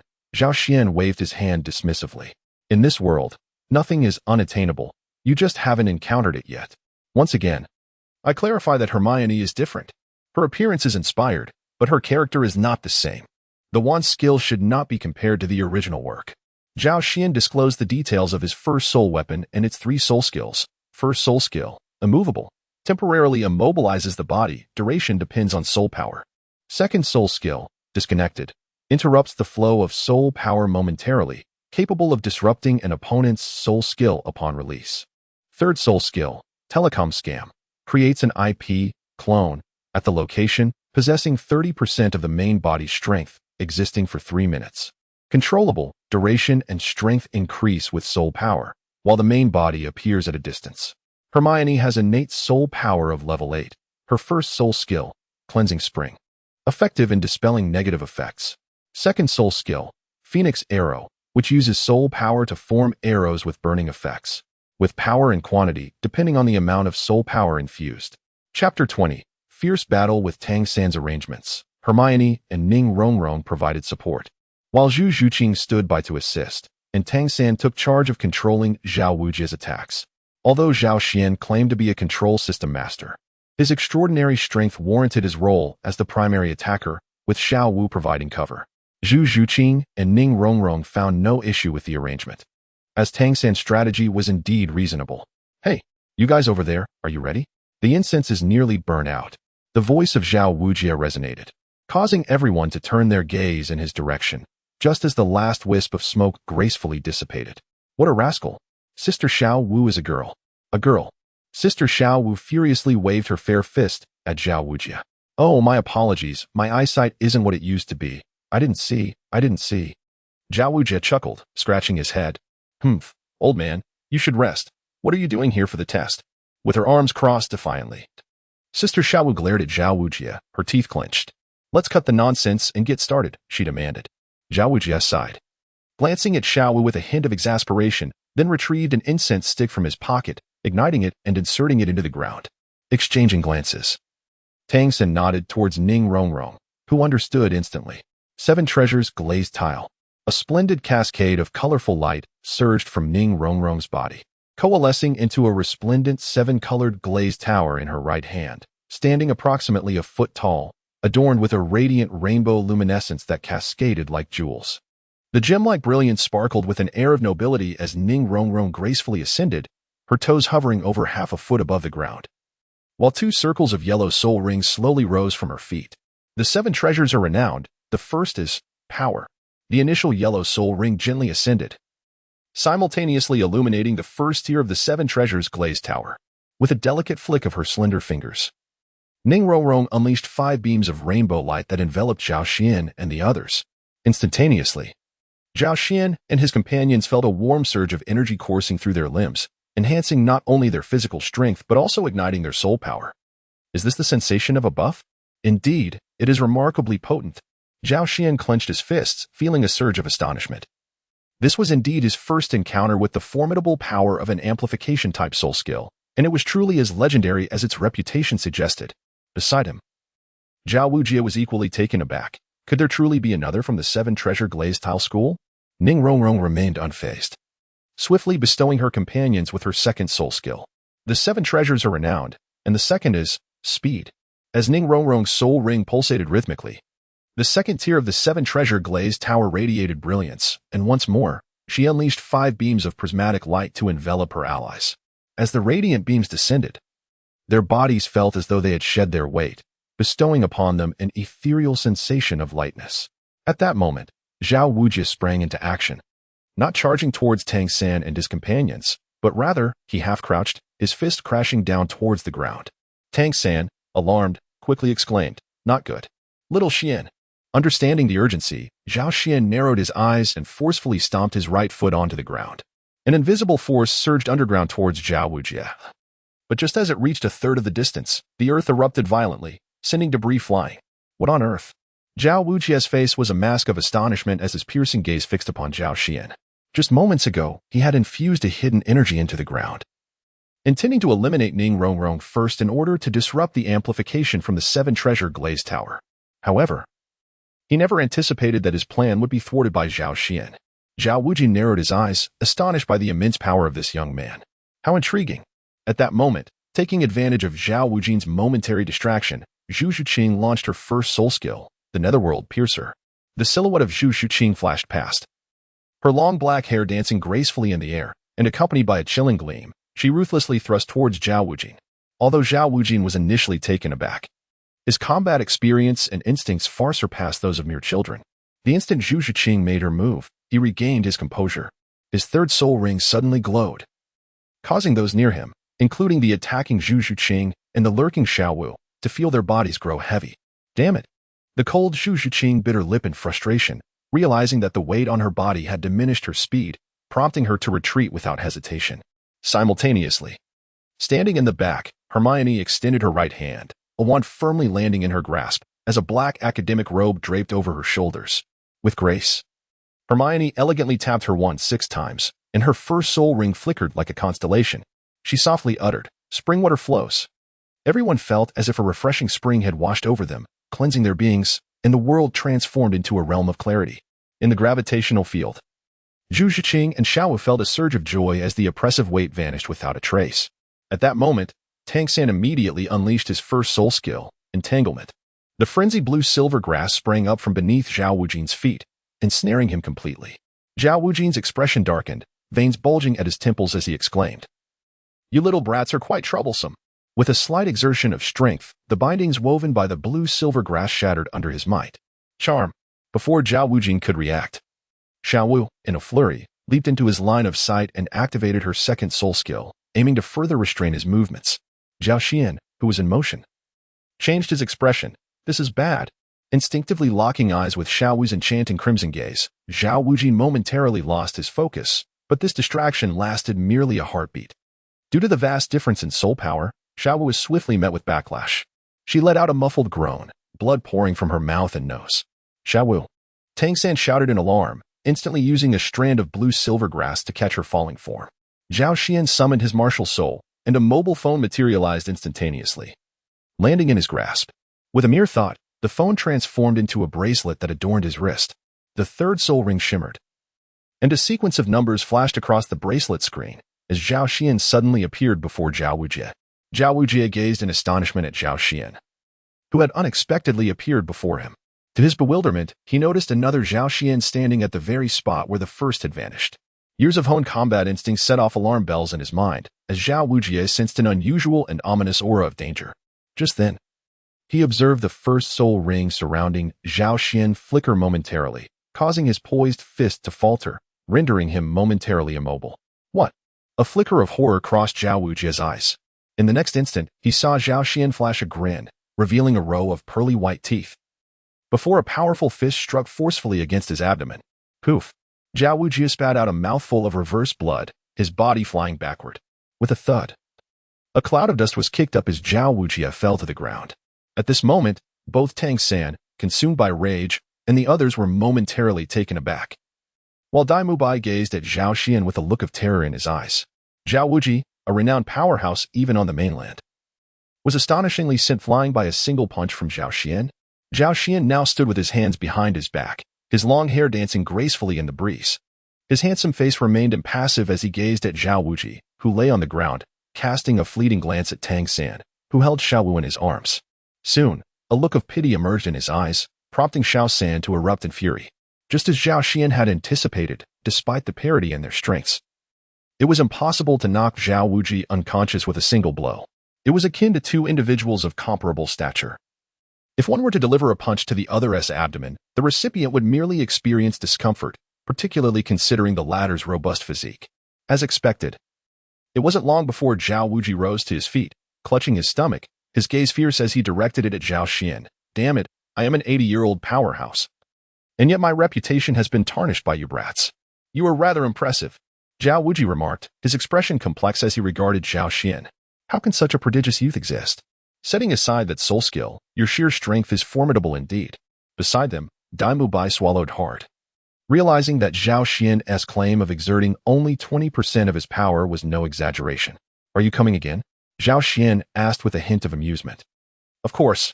There is still a third of this incense stick left. Zhao Wuji spat, his gaze fixed intently on Zhao Xian. If I cannot best you, how can I serve as vice dean? Seeing Zhao Wuji appear unfazed, Zhao Xian was momentarily taken aback. Truly, the strength of a Titan bear was astounding. A smile crept onto his face, indicating that there would be much to enjoy in the future. Just then, a cold, emotionless voice interrupted from behind. Wait. All turned to look at Tang San, who had calmly settled Xiao Wu, his expression serene and devoid of emotion as he fixed his gaze upon Zhao Wuji. Zhao Xian suddenly trembled, swiftly rolling aside to observe the spectacle. The furious Tang San resembled an unstoppable force. The ensuing events were so violent that they shall remain unelaborated. Chapter 21 concludes. Alas, what a tragedy. Zhao Xian squatted down, poking at Zhao Wuji's face, which had swollen to the size of a pig's head. Zhao Wuji lay upon the ground, his swollen eyes narrowed to mere slits, so much so that one could hardly discern the movement of his gaze without careful observation.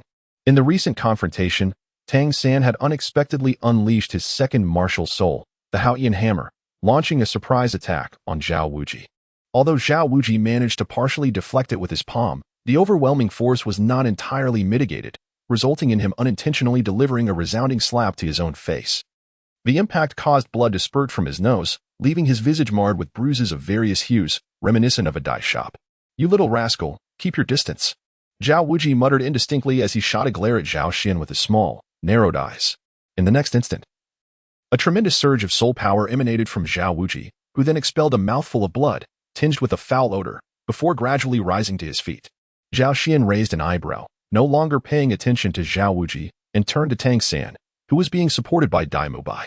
Xiao Wu was still being held by Ning Rongrong, having suffered some backlash from soul power. However, a night's rest would suffice for her recovery. Although Tang San appeared to be in a serious condition, it was not as dire as it seemed, for Zhao Wuji would never employ lethal force. Hermione, please assist in alleviating the poison for our teacher, Zhao Xian called to Hermione, who was positioned behind them, as he gently took Tang San from Dai Mubai's grasp. Hermione nodded and proceeded to utilize her first soul skill on Zhao Wuji.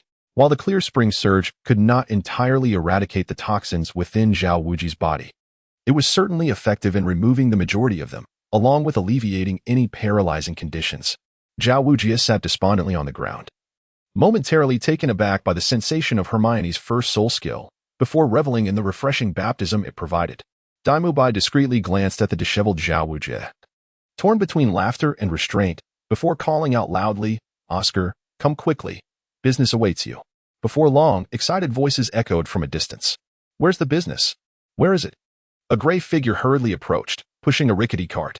The cart, propelled by its owner's haste, clattered noisily over the uneven terrain, causing the sausages atop to dance merrily. "Oscar, over here." Dai Mubai waved his hand. "Is that you, Boss Dai? I thought you didn't eat my sausages?" Oscar asked, pushing his cart closer. Surprised to see Dai Mubai beckoning him. "Not for me. It's for Tang San." Dai Mubai indicated towards the pale-faced Tang San cradled in Zhao Xian's arms. Oscar's eyes widened in shock as he followed Dai Mubai's gesture. "Boss Dai, how could you have beaten him so badly?" Dai Mubai shook his head and discreetly cast a glance at Zhao Wuji. "It was teamy. It's complicated. Just hurry and prepare one." "Oh. But remember to pay me 5 copper soul coins each. I don't negotiate on this small business." Oscar, realizing Dai Mubai was unwilling to elaborate, decided not to press further. However, the prospect of business was a joyful occasion. In his soft, whimsical voice, he announced his peculiar soul chant, "I have a big sausage." With a flash of light in his hand, a delicious sausage materialized before him. Impressive. Zhao Xian, supporting Tang San, couldn't he help but marvel inwardly at this food-type martial soul, which indeed allowed one to conjure sustenance anytime, anywhere. Daimubai accepted the sausage from Oscar and approached Tang San. Here, eat this. Though his chant may be off-putting, the effect of the sausage is remarkable. The first soul ring enhances physical recovery. Tang San frowned at the sausage in Daimubai's hand. Despite his curiosity about this food-type martial soul, the memory of Oscar's chant, along with the lecherous grin on Oscar's face, made his stomach churn. My injuries aren't too severe. I'll pass. Zhao Xian, unable to watch any longer, snatched the sausage from Daimubai's hand and forced it into Tang San's mouth. The moment the sausage touched his tongue, a burst of savory flavor enveloped him. As he instinctively chewed, the sausage transformed into a warm flow that coursed through his body. To his astonishment, he felt some of his bruises rapidly dissipating. Tang San was genuinely astonished. Is this the extraordinary quality of food-type martial souls that are innately full of soul power? Truly remarkable. Meanwhile, Zhao Wujie, expelling the stagnant blood from his body, opened his eyes just in time to see Oscar, exclaiming, "Oscar, bring me a sausage and a cured sausage," just like that. Oscar turned to Zhao Wujie, startled. What a massive pighead. Who are you? How did you end up in our academy? As the words left his lips, Oscar sensed the atmosphere shift into something peculiar. Daimubai was casting frantic glances at him. A sense of foreboding arose within Oscar. What are you saying? A deep voice emanated from Zhao Wujie. Oscar's heart skipped a beat, recognizing the familiarity of the voice. He furtively examined Zhao Wujie's attire, a chill running down his spine. Haha, so it's Teacher Zhao. I was just saying I wanted to buy a pig-ass head to take back to school. It's been ages since I went out, and I'm feeling a bit peckish. Oscar chuckled nervously, quickly reciting two soul chants. I have a big sausage. I have a small cured sausage. After uttering the incantations, Oscar conjured a sausage and a cured sausage. Despite his rising anxiety, he couldn't suppress the lecherous aura that emanated from him. He handed the cured sausage and sausage to Zhao Wujie, standing frozen in place, hesitant to move. Zhao Wujie, unreserved, consumed both the sausage and the cured meat in succession. His complexion immediately brightened considerably, although Hermione's pure spring had alleviated some toxins and paralysis. It did little to mend his wounds. However, after partaking of Oscar's sausage, Zhao Wujie's injuries began to improve. Yet, certain wounds remained untreatable. Upon looking down, he noticed that his skin was swollen in multiple areas, forming lumps the size of walnuts, from which waves of excruciating pain emanated. Teacher, have we passed the trial? Ning Rongrong suddenly inquired. Zhao Wujie cast a glance at the extinguished incense and the few individuals nearby who remained unscathed. A twitch at the corner of his eye betrayed his annoyance as his gaze fixated on Zhao Xian. Not only was this boy prickly like a hedgehog, but he also possessed an enigmatic power and soul skills. Had he foreseen the arduous nature of this assessment, he would have resolutely refrained from participating. Truly, this cohort was teeming with peculiar prodigies. Consider yourselves fortunate, Zhao Wujie remarked with a stern countenance, reflecting on his earlier embarrassment before the students, having failed to maintain his composure even before the academic year commenced. Upon hearing this, Ning Rongrong erupted in exuberant cheer, while Zhu Zhuqing discreetly released a sigh of relief. As for Zhao Xian and Hermione, the latter remained unfazed, aware of Zhao Xian's formidable prowess and thus harboring no concerns in the face of Zhao Wujie. Zhao Xian, too, exhibited an air of indifference. Wait a moment, Teacher Zhao. Tang San suddenly rose from his meditative state. What is it you wish to address? Zhao Wujie turned, irritation flaring as he recognized the prickly boy. Tang San cast a glance at the various concealed weapons adorning Zhao Wujie, speaking cautiously. Shall I assist in removing the hidden weapons from your person? If we delay, it may necessitate the excision of a chunk of flesh. A chill ran through Zhao Wujie's heart as he instinctively glanced at the painful lumps on his body. How ruthless can one be? Chapter 22, Settling in Truth. After being introduced by Daimubai, everyone realized that Shrek Academy was even more dilapidated than they had imagined. The reasons for its disrepair remained a mystery. But based on what they had learned, it became evident that life here would likely be arduous. The academy had rented a third of a village as its campus, at an exceptionally low price akin to a bargain sale. It was said that a significant part of this arrangement stemmed from the villagers feeling considerably safer with a few soul masters nearby, despite having never encountered such a destitute group of soul masters before. What? You say our academy only has 3 students? As Daimubai led everyone to the dormitory, he explained. Upon hearing that Shrek Academy had merely 3 students, the group looked utterly astonished. Hermione, who came from a family that operated an academy, couldn't help but exclaim in disbelief. Indeed, counting myself, there are only 3 students in the entire academy. This year is probably the highest enrollment in the school's history, Daimubai said with a sense of helplessness, reflecting on the incredibility of the situation. How could such a meager number of students sustain the academy? Upon hearing this, Zhao Xian's expression shifted, and he exclaimed in surprise, "So, it seems that the teachers in this academy outnumber the students." Indeed, Daimubai shrugged in response. The group fell momentarily silent. Arriving at a wooden cabin, Daimubai addressed a few of the girls, saying, "You may rest here. There are precisely 4 beds inside." The cabin before them appeared quite dilapidated, its exterior boards imbued with the wear of time, and a layer of vibrant green moss had even taken root at the base. The girls stood frozen in shock. And then Ning Rongrong, trembling as though confronted by something terrifying, asked, "Is this truly our future dormitory?"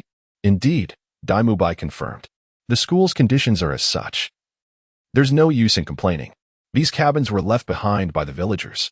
Although we did not anticipate such a large influx of students this year, we did ask the villagers to tidy up a bit a few days ago."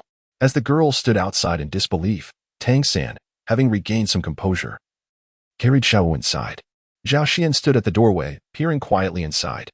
The furnishings within were quite simple, or more accurately, rather meager. For empty beds were symmetrically arranged in pairs, 2 on the left and 2 on the right, each accompanied by a small cabinet at the head.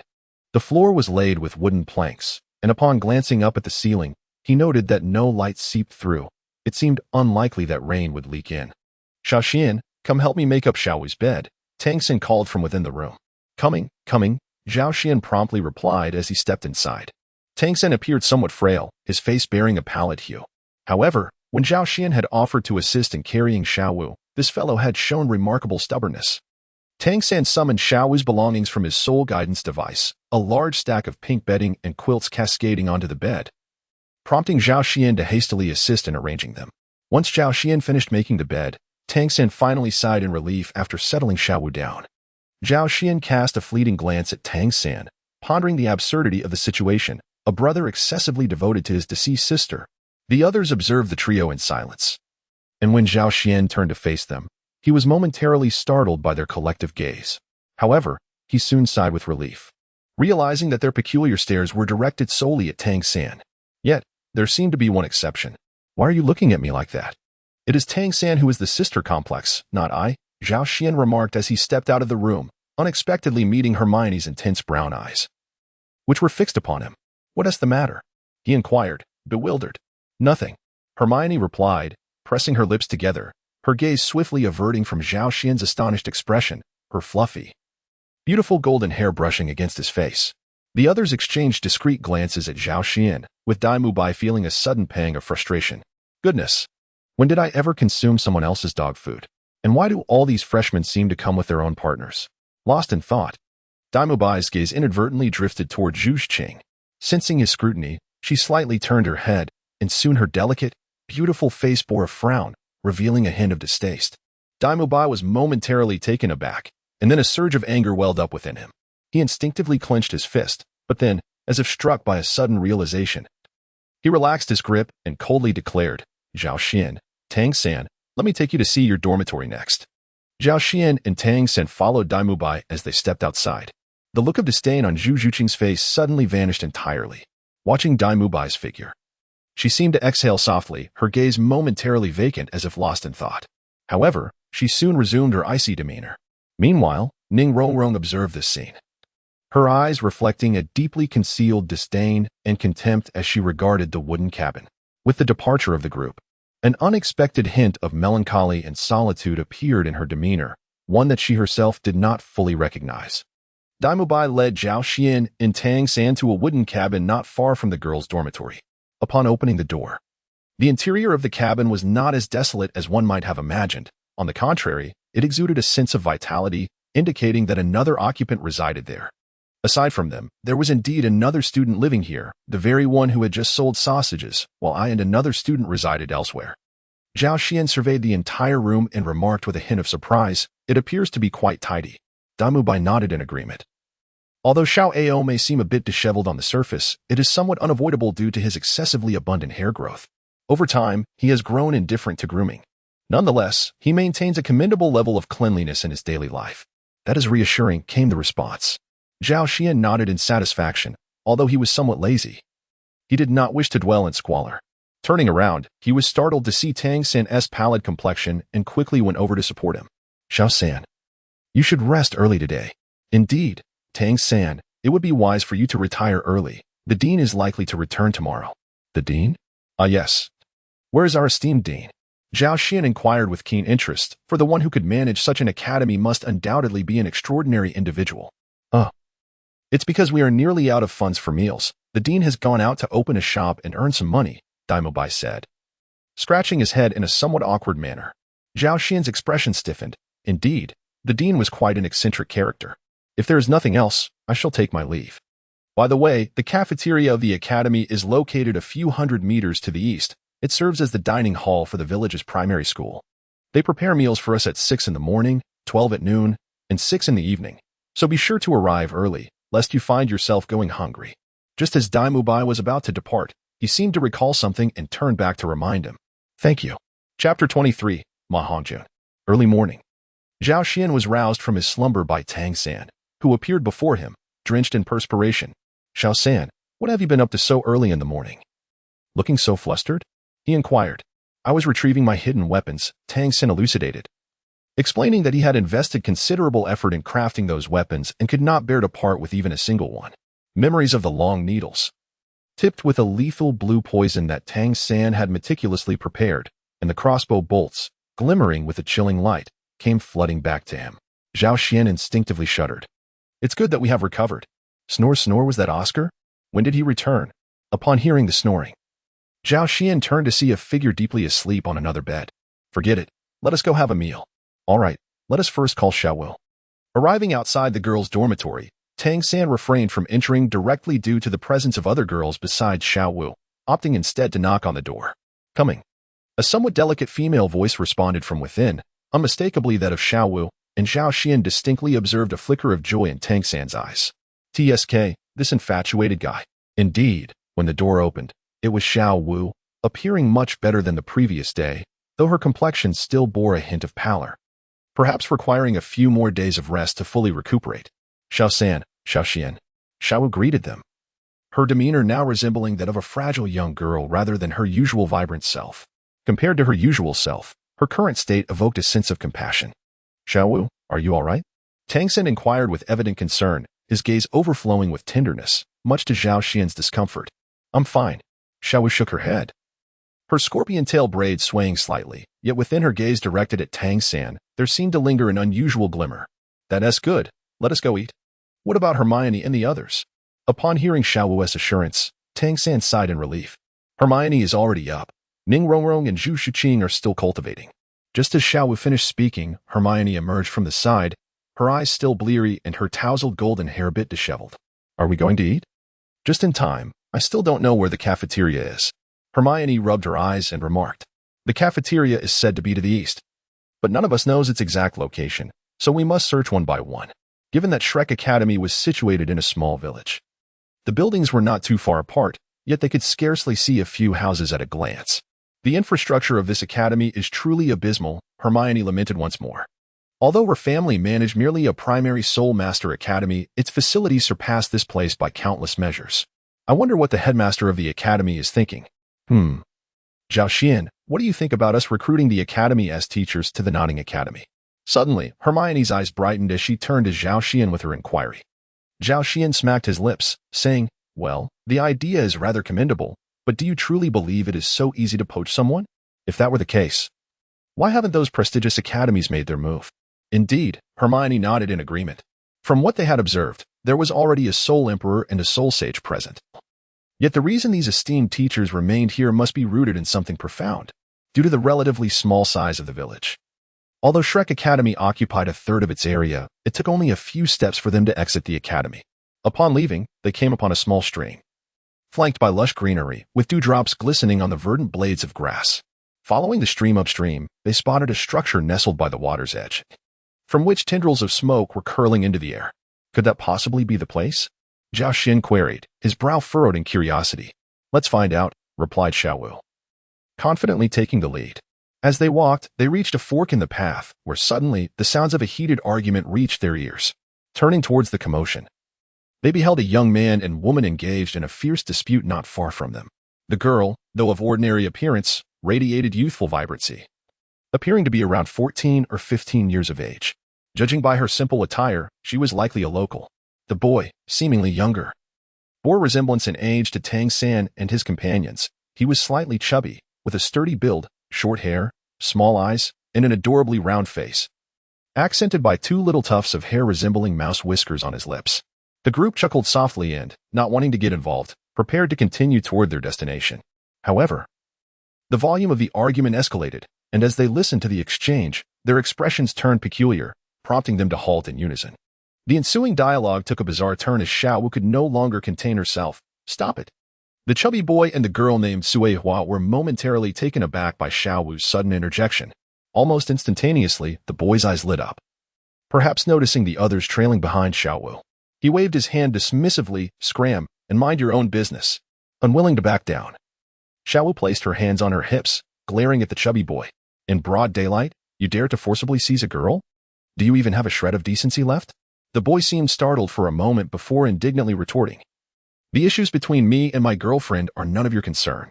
Xiaowu narrowed her eyes, and in that moment, Zhao Xian and Tang San stepped forward in solidarity, standing behind her and exuding an air of authority that caused the boy to instinctively take a few steps back.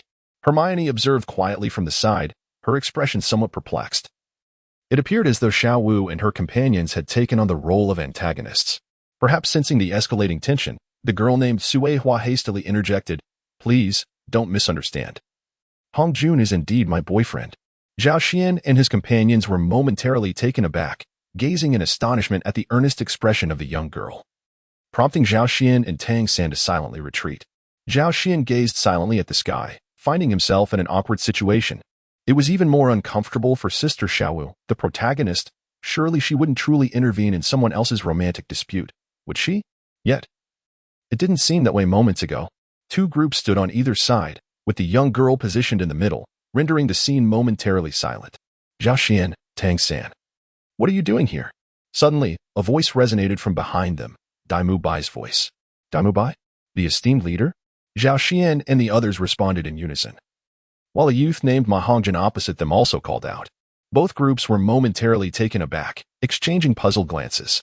Daimu Bai approached, regarding them with curiosity. "What troubles you?" he inquired. "Oh, let me introduce you," he continued. "This is Ma Hongjun, another student from our academy, whose martial soul is the exceptional beast martial soul, the evil fire phoenix. Hongjun, these are the new students who have joined us this year, your junior brothers and sisters." The individuals exchanged glances, suddenly feeling more awkward. Daimu Bai, perplexed, asked, "What is going on? Has something happened?" "Ahem, the situation is as follows." Zhao Xian spoke, somewhat embarrassed. After listening to Zhao Xian's account, Daimu Bai's expression shifted to one of understanding as he turned to the young lady, inquiring with a curious expression, "Miss Suehua, are you also feeling overwhelmed?" Suehua shyly nodded, then swiftly turned and ran away. Suehua. Ma Hongjun stood in place, calling her name with a reluctant expression. "What exactly is happening?" Tang San asked, now aware that the situation was not as they had imagined. Observing the disheartened Ma Hongjun, Daimu Bai chuckled, "Allow me to explain." Upon hearing his words, several pairs of eyes turned towards Ma Hongjun, the two girls blushing deeply.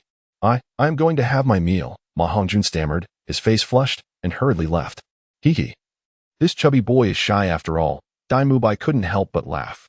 Shrek Academy? The Academy of Monsters? It truly lives up to its name. Zhao Xian and his companions sighed inwardly. Chapter 24. Morning. Along the path to the cafeteria, a small stream gaily flowed beside them, its shimmering waters uplifting their spirits. "Senior Dai, why is our academy in such disrepair?" On the way, Hermione voiced a long-held curiosity to Daimu Bai, addressing him as senior due to their unfamiliarity. "No need to be so formal. Our academy has always been small, and we'll often be together in the future. You can call me Mubai, or Dai Lauda if you prefer. I'm the oldest among us," Daimu Bai replied with a gentle smile, lacking the arrogance typical of first encounters. As for the principal and the others, Daimu Bai paused, letting out a soft sigh, his gaze drifting into the distance, imbued with a sense of respect. He then began to recount the reasons behind the simplicity of the principal and several teachers. After listening, Zhao Xian and his companions were genuinely astonished. The carefree demeanor of the unacquainted mentors deeply impressed them. Their refusal to be constrained and their nonchalant approach to life left them momentarily speechless. In this continent, soul masters held the highest profession, unrivaled in status. The more powerful the soul master, the greater the rights and positions they could enjoy. Along with the wealth that such power could bring elements that humanity finds most irresistible. The ability of these individuals to resist such desires and choose a life of simplicity was beyond what many could achieve, and it was indeed admirable. Before long, they arrived at the academy's cafeteria, precisely as Zhao Xian had surmised. It was situated beside the stream. However, to call it a cafeteria was somewhat misleading. It was merely the dining hall of the village's elementary school, with just a wall separating it from the institution that taught children literacy. Perhaps due to the affluence of Soto City, the surrounding villages also benefited, not only filling their coffers, but also cultivating a stronger awareness of education than many other places, which allowed the school to thrive. The building, a rarity on Douluo Continent, boasted green tiles and white walls, reminiscent of the Huizhou architecture of the Jiangnan water towns. Upon entering the school, they found the children engaged in their morning reading, their youthful voices resonating with vigor, akin to the early rising sun. The dining hall, modest in size, contained only a few tables and chairs, with the academy employing a skilled village woman to prepare their meals. As they entered, they noticed several figures already seated. Apart from the gluttonous Ma Hongjun, the others turned their attention toward them. Now, let me introduce you. These are the other teachers from Shrek Academy. Besides the principal and teacher Zhao, everyone else is here. Daimubai said with a glimmer in his eye as he moved forward. This is teacher Li Yusong. You likely met him during registration. He is a rank 66 assault-type soul emperor, wielding the dragon mark staff. Daimubai approached an elderly gentleman to introduce him. The group slightly bowed as teacher Li smiled and nodded, his gaze scanning the room before briefly resting on Zhao Xian. Next, Daimubai moved to introduce a stern-looking middle-aged man behind him, impeccably dressed and quietly sipping his porridge. This is teacher Lu Qibin, a man of few words but kind-hearted. A control-type soul emperor at rank 66. Teacher Lu nodded indifferently, prompting the group to respond hastily. Lastly, allow me to introduce myself. I am Xiao Xian, a rank 71 food-type support soul sage. The final teacher, appearing lively, stood before they could be introduced, but his self-introduction caused the group's pupils to dilate. Another soul sage, and a food type at that? Teacher Xiao is one of the rare food-type soul masters, ranking among the top 10 in his field. Daimubai added with a smile. The group fell silent. Despite the limited number of teachers at Shrek Academy, the faculty's caliber was formidable. Apart from the enigmatic principal, there were 2 soul emperors and 2 soul sages, the latter 2 being quite renowned across the continent. If Old Man Jack were here, he would probably be clinging to their legs, Zhao Xian thought, realizing that these were living soul sages, unlike the ones Jack had long idolized from the past. No standing around, sit down and eat, or else when Flander returns, you will face his wrath, Xiao Xian chided with a smile. Oh, right? The group quickly responded, hurrying to grab their meals. Given the academy's financial constraints, their fare consisted solely of steamed buns, porridge, and pickles, evoking another round of lamentation from Zhao Xian regarding Shrek's impoverishment. After finishing their meal, Daimubai took a few buns and dashed off, claiming he was delivering them to Zhu Shiqing. As if she would eat them, Xiao remarked, unable to suppress her sarcasm. Yet it prompted her and Hermione to take a breakfast portion back for the 2, firmly believing that Zhu Shiqing would refuse what Daimubai had brought. What if we take one for Oscar? Tang-san suggested, turning to Zhao Xian. Come on, does a food-type soul master need food? Zhao Xian rolled his eyes at Tang-san and left the cafeteria after wiping his mouth. After a moment's reflection, Tang-san agreed and followed Zhao Xian out. As the last of the diners departed, Ma Hongjun hastily finished his meal and rushed out. Upon arriving at the playground near their dormitory, he spotted several girls giggling together. Ning Rongrong and Zhu Shiqing were enjoying the breakfast Xiao had brought back, while Daimubai stood off to the side, looking somewhat glum. Well, are these the girls of this cohort? Quite impressive, Ma Hongjun thought, nearly drooling at the sight of the girls standing together. Just then, Xiao approached the 2 girls animatedly, prompting them to turn toward Ma Hongjun, who felt a mix of excitement and trepidation. Xiao was beaming, while Ning Rongrong looked surprised, and Zhu Shiqing furrowed her brow slightly.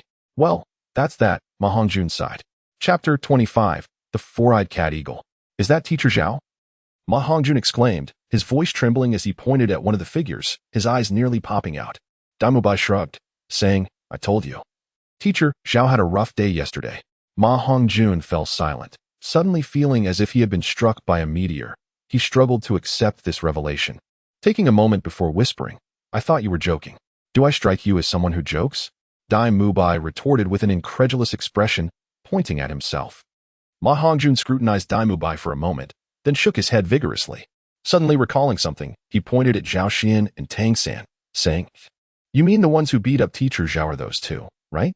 "Yes, the handsome one is Zhao Xian. He knocked Teacher Zhao down with one punch. And the other is Tang San, whose injuries were all caused by him," Dai Mubai confirmed. Ma Hongjun swallowed hard, a sense of trepidation washing over him as he reflected on his earlier restraint. Had he been impulsive in the face of such overwhelming numbers, he might now be lying on the ground. Suddenly, Dai Mubai's tone turned grave as he pointed towards Xiao Wu, cautioning Ma Hongjun. "You would do well to avoid provoking her." "Why?" Ma Hongjun inquired, his gaze shifting to Xiao Wu, a newfound seriousness in his expression. "Is she even stronger?" "There's no need for so many questions. Just know that this is for your own good," Dai Mubai replied, a note of lamentation in his voice. After all, this was the very reason Tang San lost control yesterday. Meanwhile, Zhao Xian regarded the limping Zhao Wujie with a mixture of suspicion and confusion. Could his injuries have been that severe yesterday? He pondered. Not only Zhao Xian, but Tang San also felt a twinge of bewilderment, given Zhao Wujie's physical resilience. One would expect his wounds to have improved significantly by now. Yet, he appeared even worse off than he had the previous day. Moreover, it seemed he had not sustained any injuries to his legs. Could it be that he had fallen into a ditch last night? Zhao Wujie limped towards them, and upon noticing their gaze, he instinctively averted his eyes. He felt an overwhelming sense of intimidation. Memories of the shadow from the previous night sent a shiver down his spine. There was something peculiar. Both individuals reached an unspoken conclusion simultaneously. Xiao San. Look at that person." Just then, Xiao Wu suddenly dashed over, tugging at Xiao San's sleeve with an expression of disbelief, pointing to the figure trailing behind Zhao Wujie. The newcomer appeared to be in his 50s, with a robust build and a distinctly shaped face, his chin protruding slightly, broad cheekbones, a flat visage, and a somewhat hooked nose. If one were to liken his face to an object, it could only be described as resembling the sole of a shoe. Although his eyes were closed, there was an air of cunning about him. He wore a pair of black-framed crystal glasses, the frames rigidly square. "Is there something amiss?" Zhao Xian glanced around, stroking his chin with a hint of confusion. This individual was likely the dean of Shrek Academy, yet he appeared rather unremarkable. Observing Zhao Xian's perplexed expression, Xiao Wu approached him, casting furtive glances at the newcomer, and whispered, "Remember the day we arrived in Soto City? After we settled into our lodging, I went shopping with Xiao San. This is the unscrupulous merchant uncle I mentioned to you." As Zhao Xian recalled that day, he remembered Xiao San returning with a peculiar item, reportedly extorted by a merchant who hiked up the price. Could it be that this was the same person? Just then, a figure approached the group, having overheard Xiao Wu's words, and looked at her with a surprised expression. "What unscrupulous merchant uncle? He is the dean of our academy. The four-eyed cat eagle, Flinder, a level 78 agility type battle soul saint. That famous line, 'I only accept monsters, not ordinary people,' is his. So he truly is the dean? Indeed. One should not judge by appearances, for the depths of the sea cannot be measured." Zhao Xian mused, taken aback that someone deemed a merchant in Xiao Wu's eyes was actually the head of Shrek Academy. Who could have anticipated such a revelation? "Wait, who are you?" Zhao Xian suddenly inquired, bewildered. Wasn't it stated that there were only 3 students at the academy? Who was this striking figure that had emerged? With deep-set, peach blossom eyes that exuded a sense of profundity, a face resembling jade, and a harmonious handsomeness, he bore an air of nonchalance, with a playful grin adorning his features. Unlike Dai Mubai's imposing presence or Zhao Xian's almost ethereal beauty, this newcomer appeared as a dashing young gentleman, captivating yet carefree. However, he shared a similarity with Zhao Xian.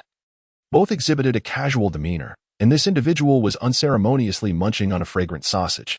Sausage? Connecting the dots with the familiar tone just heard, Tang San tentatively asked, "Oscar?" Oscar took a bite of the sausage, mumbling indistinctly, "What's up?" Tang San inhaled sharply.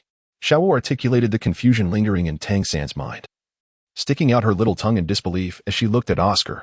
"The transformation in you is astonishing."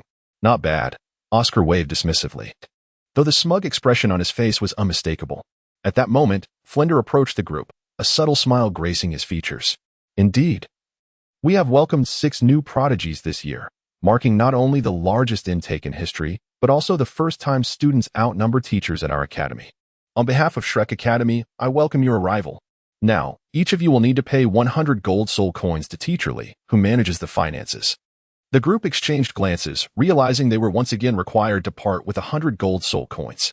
Daimubai, Flinder called out, prompting Daimubai to step forward respectfully. You are the eldest among the academy, their senior. Kindly inform them of the academy's rules shortly, and then everyone can rest. I heard 2 students were injured yesterday. They should recuperate quickly. Classes commence tonight. Also, Ning Rongrong and Oscar, please stay behind. Oscar waved casually at the 2, appearing reluctant, while Ning Rongrong, intrigued, stepped forward. Flinder took a few steps, seemingly recalling something, and turned to Tang-san, saying, "Oh, and Tang-san, you should stay as well." "Understood," Tang-san replied, puzzled as to why Flinder had requested his presence. Chapter 26. The backspine pig. Flinder retained Tang-san, and naturally, Xiao Wu, who was inseparable from him, stayed as well. Zhao Xian, however, planned to return home for a brief rest, justifying it with Flinder's suggestion to relax. Yet, after taking only a few steps, several village children hurriedly approached. Calling out to Flinder, Lord Flinder, Lord Flinder, Zhao Xian halted his steps, gazing curiously at the group of children. "What is the matter?"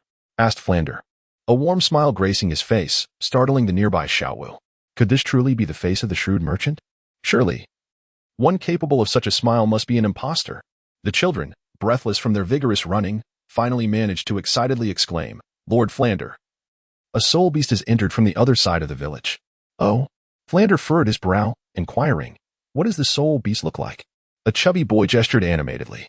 "It's about this big, resembling a pig, and has spikes on its back. It runs very fast. My father and the others couldn't catch it." A timid little girl followed suit, her voice barely above a whisper. Flander's brow relaxed. It was merely a backspiked pig. Such soul beasts are abundant in the forests south of Soto City, typically possessing only a decade's worth of cultivation, with the rare 100-year variant being a surprise to find here. He surveyed the playground, noting that aside from Ning Rongrong, Oscar, Tang-san, and Xiao Wu, only Hermione and Zhao Xin remained. The others had long since vanished from sight. "Zhao Xian, Hermione, you two should go take a look. It's just a small soul beast. We can catch it for a late-night snack. Be careful not to let it dash into the village and cause any harm." Flander instructed the pair. He then crouched down, addressing the children. "You all guide these 2 elder siblings." "All right." The children responded with exuberance before scampering towards Zhao Xian. Zhao Xian initially hesitated to go, but the curious and expectant gazes of several children with bright, sparkling eyes proved too compelling to resist. "Hermione, let us proceed," he called out to her. The village was modest in size, and along the path leading to the dining hall, there lay a fork. Following this divergence would allow one to traverse the entire village. Under the guidance of the children, the pair soon arrived at their destination. On the far side of the village stretched a field of wheat, still lush and green in the summer season. A group of middle-aged men surrounded a section of the wheat field, their expressions marked by a sense of helplessness, as intermittent sounds emanated from within the crops. Upon noticing the approach of a young boy and girl accompanied by the children, one of the middle-aged men promptly stepped forward. His gaze towards them held a hint of curiosity, accompanied by an almost imperceptible reverence. After all, they were soul masters. Even though they were young, they belonged to one of the most esteemed groups in this world. "Esteemed soul master," the middle-aged man spoke with a measure of respect. Zhao Xian felt a slight discomfort, yet he refrained from voicing much. Such concepts are deeply ingrained. He cast a glance at the wheat field and inquired, "Is that spirit beast within?" The middle-aged man, in comparison to the children, possessed significantly greater experience. He recognized the type of spirit beast and replied, "It is indeed inside. That spiky-backed boar possesses sharp spines and can move with remarkable speed, making it elusive. One individual was knocked over by it, and its spines pierced through his arm." Zhao Xian nodded, yet was suddenly troubled as he gazed upon the vast expanse of wheat fields, with the pig at its center. Under ordinary circumstances, capturing such a pig would be effortless. However, taking action within the fields would inevitably ruin the crops, a sight Zhao Xian wished to avoid. "Hermione, do you have any ideas on how to lure it out?" He caught a glimpse of a graceful girl nearby and was struck by the thought that this book-loving maiden might possess a solution. Hermione stroked her pointed chin, her brown eyes reflecting deep contemplation. "I recall reading in a book that this type of pig has a fondness for fruit." Suddenly, her eyes brightened with delight as she turned to Zhao Xian. "Did you hear that?" Zhao Xian nodded and inquired of a middle-aged man nearby. "Understood," the man replied. feeling a wave of relief wash over him. Although these two young individuals appeared inexperienced, their reasoning was surprisingly thorough. He ventured into the village to procure a selection of fruits, placing them outside the wheat field, to ensure the pig could catch the scent. The fruits were chopped into pieces, allowing their sweet aroma to waft far and wide. Afterward, Zhao Xian instructed those guarding the wheat field to step back, leaving him and Hermione to wait nearby. When it emerges, I will use my first soul technique to immobilize it, and then you can unleash the phoenix fire arrow. The duo crouched behind a large tree as Zhao Xian outlined their plan. The tree stood tall and straight, its lush foliage forming a canopy that cast a substantial shadow. While Zhao Xian could easily capture the pig alone, he was certainly not one to forego an opportunity to take it easy. "All right," Hermione replied earnestly. As they concealed themselves behind the tree, its broad trunk barely accommodated their two figures, causing them to sit closely together, leaning against each other. Hermione could even feel the warmth emanating from Zhao Xian's body, coupled with a peculiar, refreshing scent. For reasons unknown, her ears flushed with warmth as she discreetly observed him. He was intently focused on the unfolding scene, his side profile smooth and gentle like fine jade, making it difficult to discern whether to call him handsome or beautiful. His dark pupils, deep as the night sky, obscured his thoughts, while his silky black hair evoked a twinge of envy in Hermione. After gazing at Zhao Xian for a moment, Hermione murmured, "He looks rather charming when he is not acting foolish." What did you say?" Zhao Xian turned his head with curiosity. Startled by his proximity, Hermione hastily replied, "Oh, nothing." Zhao Xian, perplexed, muttered something under his breath before turning away. Hermione shot him an irritated glance, realizing once more that she shouldn't hold expectations for this simpleton. After a considerable wait, the wheat field finally stirred. A pig, roughly the size of a 3-pounder, cautiously peeked from the edge of the field, surveying its surroundings. Its small eyes darted toward the fruit not far away, prompting Hermione and Zhao Xian to widen their eyes and fixate on it intently. With a swift motion, the pig's dark figure burst forth from the verdant wheat. Racing toward the fruit, Zhao Xian summoned his martial soul, a mobile phone. The device materialized from thin air, transforming into a bracelet that adorned his left wrist, with a square screen facing the back of his hand. Upon discovering this functionality, Zhao Xian jestingly remarked that it resembled a children's smartwatch, humorously suggesting that if he called out a few more times while activating his soul skills, he could easily become a spokesperson for an advertisement. Nevertheless, despite his playful banter, he acknowledged that this design was indeed the most advantageous for combat. 3 soul rings emerged, and the first ring gleamed brightly as Zhao Xian activated his first soul skill. The first soul skill, immovable. With each level of soul power he attained, the confinement duration could be extended by 0.1 seconds. However, this was subject to the soul power level of the skill's wielder. For every 5 levels above Zhao Xian, the confinement time would be reduced by 0.2 seconds. Against Zhao Wujie, Zhao Xian could immobilize him for approximately 2 seconds, but against this diminutive soul beast, Zhao Xian could unleash the full potential of his first soul skill. As Zhao Xian invoked his first soul skill, Hermione summoned her wand and began to chant. The greater the power and quantity of arrows she sought to conjure, the longer the incantation would take. However, with Zhao Xian's confinement in place, Hermione was only able to empower a single phoenix fire arrow. Although its number was limited, its potency was significantly enhanced. The phoenix fire arrow, adorned with a brilliant crimson glow, soared through the air, tracing a magnificent arc before plunging into the throat of the boar. It had no opportunity to resist. The boar struggled momentarily before falling still, while a pristine white soul ring gradually ascended around it. Zhao Xian, brimming with excitement, dashed over and dispelled the spirit ring with his soul power. In the astonished gaze of the villagers, he effortlessly lifted the boar. "Hermione, we have a delightful addition to our evening meal." Hermione silently regarded Zhao Xian. Indeed, once one becomes unruly, even the most exquisite appearance loses its charm. Chapter 27. Soto Great Spirit Arena. After delivering the captured boar to the dining hall, Zhao Xian returned to his dormitory, while Hermione made her way back to the girls' dormitory. Tang San was still nowhere to be seen, and the playground was deserted. Zhao Xian did not dwell on it and collapsed onto his bed, succumbing to slumber. Although one need not linger in sleep during life, after death, one must embrace eternal rest. However, contemplating it, he found solace in lying in bed. He was awakened at noon by Tang San. Following a sumptuous feast of the boar they had caught, Zhao Xian felt a rare surge of joy and devoted himself to cultivation until evening. When Flinders summoned everyone to gather, marking the end of his training session, it appeared that he would soon break through to level 35. Feeling the abundant soul power within him, akin to a gentle stream. Zhao Xian nodded in satisfaction. Zhao Xian, hurry up. Tang San urged from the doorway. What's the rush? It's merely a short walk, Zhao Xian replied lazily as he rose and followed at a leisurely pace. Upon arriving at the playground, the others were already assembled there. Flender cast a glance at the latecomers but said nothing further. Where are Ning Rongrong and Oscar? Zhao Xian inquired of Tang San. As nearly everyone stood present except for Oscar and Ning Rongrong.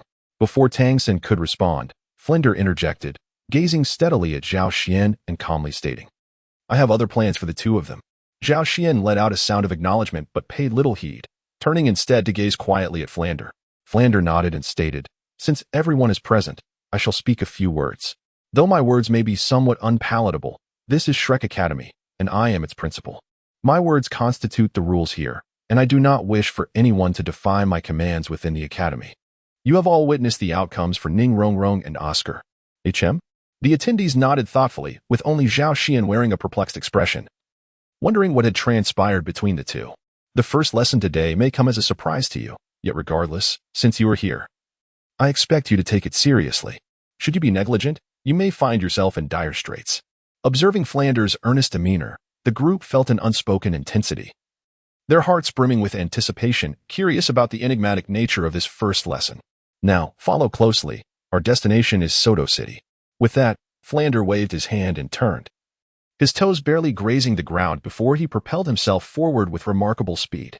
Truly, he was akin to a four-eyed cat eagle, gliding effortlessly as he moved. Zhao Xian marveled inwardly. Despite his exceptional physical prowess and continuous growth, he acknowledged that his speed could not possibly rival that of Flander. Following closely behind Flander, the others trailed along, during which Zhao Xian inquired of Tang San regarding Ning Rongrong and Oscar. The revelation took him by surprise, as he had initially perceived Ning Rongrong to be a serene young girl, only to discover that she was, in fact, a spoiled young lady with commendable acting skills. The Shrek Academy was not far from Soto City, and within half an hour, the group arrived at their destination. The splendor of Soto City was evident, as even at night, the streets were ablaze with lights, bustling with activity. Flander led the group to a tea house and ordered several cups of the cheapest tea available. The group could not help but silently scoff at his frugality. Disregarding their expressions, Flander pointed toward a large building across the street. That is the location for your first class. A wave of astonishment swept over the group as they noticed the imposing edifice across from them. It was a grand structure with a pitch-black exterior, exuding an air of majesty and solemnity. Beneath the cloak of night, faint lights glimmered from within, accompanied by distant sounds. Although the newcomers were unaware of what lay ahead, Daimubai clearly recognized the significance of Flander's words, his expression shifting dramatically. Director, are you really sending them to that place for their first class? A hint of concern flickered in his eyes as he cast a sidelong glance at Zhu Zhuqing. Meanwhile, the usually silent Hermione seemed to recall something, exclaiming in surprise, That can't possibly be the Great Soul Arena. Indeed, Flander replied, taking a sip of the coarse tea before him, his tone nonchalant. The Great Soul Arena? What is that? Xiao inquired, her expression one of confusion. Hermione took a deep breath and explained, the so-called Great Soul Arena is a venue for soul masters to battle. A place where soul masters engage in combat. Both the Heaven Do Empire and the Star Luo Empire uphold this notion. The outcome of battles in the soul arena can determine the rise and fall of a nation. So, it is a battleground for soul masters, Zhao Xian pondered. Zhao Xian turned his gaze towards the Grand Soul Arena, deep in thought, as it was his first encounter with such a place. Indeed, this is the arena where you shall engage in battle. Flander nodded, his eyes reflecting a profound vision. Remember, you are all monsters, not mere mortals. As monsters, you must adopt the training methods befitting your nature. The Soto Grand Soul Arena is extraordinarily vast, encompassing not only the ground level but also an underground layer, with hundreds of arenas distributed across 2 levels. After spending 10 gold soul coins for registration, the group received an iron soul badge. Holding the badge, Zhao Xian hesitated for a moment before inquiring of Flander, Dean, are there any other forms of combat aside from games, life and death duels, and gambling fights?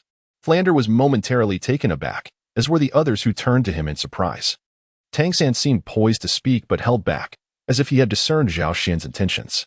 Soon, Flander regained his composure. According to the rules he had previously mentioned, Zhao Xian would only face soul emperors within the level 30 range, and given Zhao Xian's prowess, It could be confidently stated that there were virtually no opponents for him even within the level 40 bracket. Zhao Xian was evidently dissatisfied with this limitation. Flander hesitated. Aware of Zhao Xian's capabilities, it was apparent that within the entirety of Shrek Academy, there were few who could truly instruct him. And perhaps the only suitable environment for Zhao Xian was the Grand Soul Arena, where he could hone his combat experience.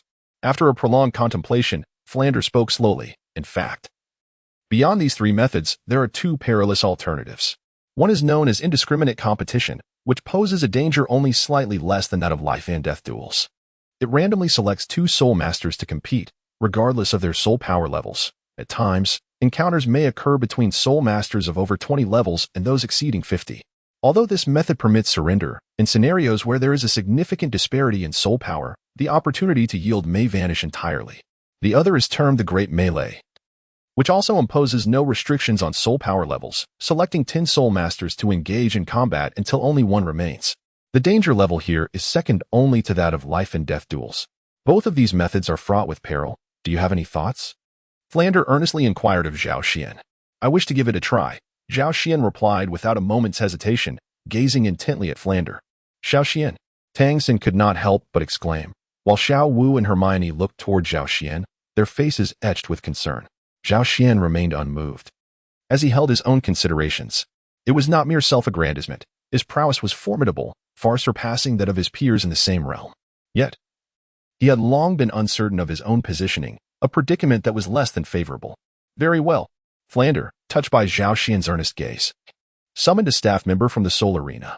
After a brief exchange, he produced a mask from his bosom and handed it to Zhao Xian. Meanwhile, the staff member approached Zhao Xian, his eyes filled with astonishment as he scrutinized him. Come with me. The onlookers observed Zhao Xian following the staff member. And Tang San could not suppress his inquiry. Principal, why did you consent? A hint of indignation tinged his voice, seemingly reproaching Flander for placing Zhao Xian in jeopardy. Flander's countenance remained serene. He cast a glance around, noting the varied expressions of concern among the crowd.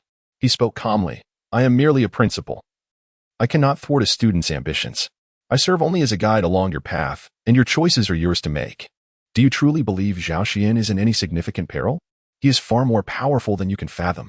Reflecting upon the master's description of Zhao Xian in the letter, Flander let out a soft sigh. Chapter 28. The Indiscriminate Arena, my lord. Please follow me.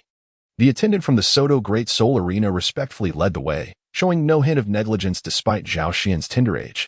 As they traversed the halls, numerous guests and soul masters regarded Zhao Xian with expressions of astonishment, one for his striking appearance and the other for his seemingly youthful visage. Grasping the mask handed to him by Flander, Zhao Xian began to comprehend the reason behind its presentation. Is the Indiscriminate Arena located underground? He inquired of the attendant, glancing at the somewhat dim staircase before him. Indeed, arenas with greater risks are situated below. The first level only houses the gambling arena, the attendant responded. Zhao Xian nodded, displaying no semblance of surprise. The notion that light floats atop while darkness lurks beneath is utterly commonplace. Bright candles flickered along the sides of the deep staircase. Yet their flames failed to dispel the shadows. The glow was confined to a mere patch of space, leaving the entire staircase imbued with a chill. Zhao Xian followed the attendant down the staircase, where he faintly discerned subtle sounds emanating from below. As footsteps drew nearer, the noise intensified. The moment he stepped off the stairs, the darkness that had engulfed him was cast aside, allowing light to pour back into the world. Simultaneously, a cacophony erupted in his ears, roars, curses, gasps, and weeping. The clamor surrounded him from all directions, causing Zhao Xian to feel a sense of discomfort as he furrowed his brow and surveyed his surroundings. He found himself in a grand circular hall, its ceiling adorned with numerous luminous crystal chandeliers, each draped with beaded curtains that shimmered with dazzling brilliance. At the center of the hall stood a circular counter, where the majority of the crowd had gathered, while others dispersed in small clusters throughout the expansive space. Along the edges of the hall, more than 50 passageways branched out, one of which was where Zhao Xian stood, with the raucous sounds emanating from several of these corridors. My lord, you may register for any competition at that location in the center of the hall, the attendant indicated. Zhao Xian nodded lightly and then proceeded towards the counter ahead, his figure capturing the attention of many. Numerous individuals engaged in conversation within the hall paused, their gazes fixated upon Zhao Xian, with the predominant sentiment being one of hostility. A newcomer, perhaps? How intriguing. Yet another prey has appeared. Heh, It is a pity that his face is obscured by a mask. Otherwise, I could vividly envision the scene of my fingertips slicing through his visage. A peculiar laughter echoed from the crowd, reminiscent of a door being forcefully jostled. It sounded sharp and irksome. Beneath the mask, Zhao Xian's expression remained serene, as if the surrounding environment bore no influence upon him whatsoever. Approaching the counter, he presented his iron duelist badge. "Greetings, I wish to register for the no-holds-barred combat." Zhao Xian's voice resonated with a certain depth, yet still retained a hint of youthful innocence. The attendant at the counter briefly displayed a flicker of surprise, but soon adopted a respectful demeanor as he accepted Zhao Xian's badge. "Please hold on, esteemed sir," he stated. After making a few quick notes regarding Zhao Xian's badge, he continued, "Your match will commence in 10 minutes at arena number 3. You may wait here in the meantime." Zhao Xian nodded slightly and casually positioned himself in a corner of the hall. The surrounding individuals diverted their gaze from him, yet Zhao Xian's attention lingered upon them once more. These people displayed a myriad of expressions. Some, like Zhao Xian himself, concealed their faces, evidently wishing to remain unrecognized. Moreover, many among them bore an appearance that belied their status as soul masters, yet Zhao Xian could perceive the subtle fluctuations of soul power emanating from each individual. In one corner, a disheveled old man sat with a wine gourd in hand, his face a tapestry of deep wrinkles, flushed and vibrant. Nearby, a young woman adorned in an elegant red gown exuded an air of opulence and allure, captivating the attention of all who beheld her, as if she were a living beacon of light. Here, the once esteemed soul masters, revered in the outside world, appeared as commonplace as any ordinary folk. Their nobility rendered invisible, and soon they would be subjected to the same curious scrutiny as playful monkeys. As they awaited their turn, the hall was intermittently filled with the sounds of voices, as soul masters, upon hearing their nicknames called, hurriedly made their way towards a designated passage. Zhao Xian stood quietly, marveling at the scene before him. Who could have imagined the world here? "Please, Inkshade Mystique, proceed to the number 7 soul fighting arena."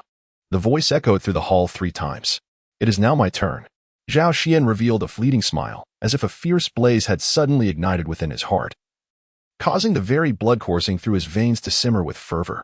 At times, he found this sensation rather peculiar. He was not inherently a person who craved battle. His dream was to lead the life of a languid fish, drifting through existence with ease. Yet, deep within his being, there seemed to be an eternal flame that refused to extinguish, compelling him to engage in combat. As he stepped into the passage leading to arena number 7, he arrived at a destination where a servant awaited him. At this moment, 2 shadowy, profound corridors extended to his left and right, while in the distance, a radiant exit beckoned. The servant gestured towards one of the paths, saying, "My lord, please."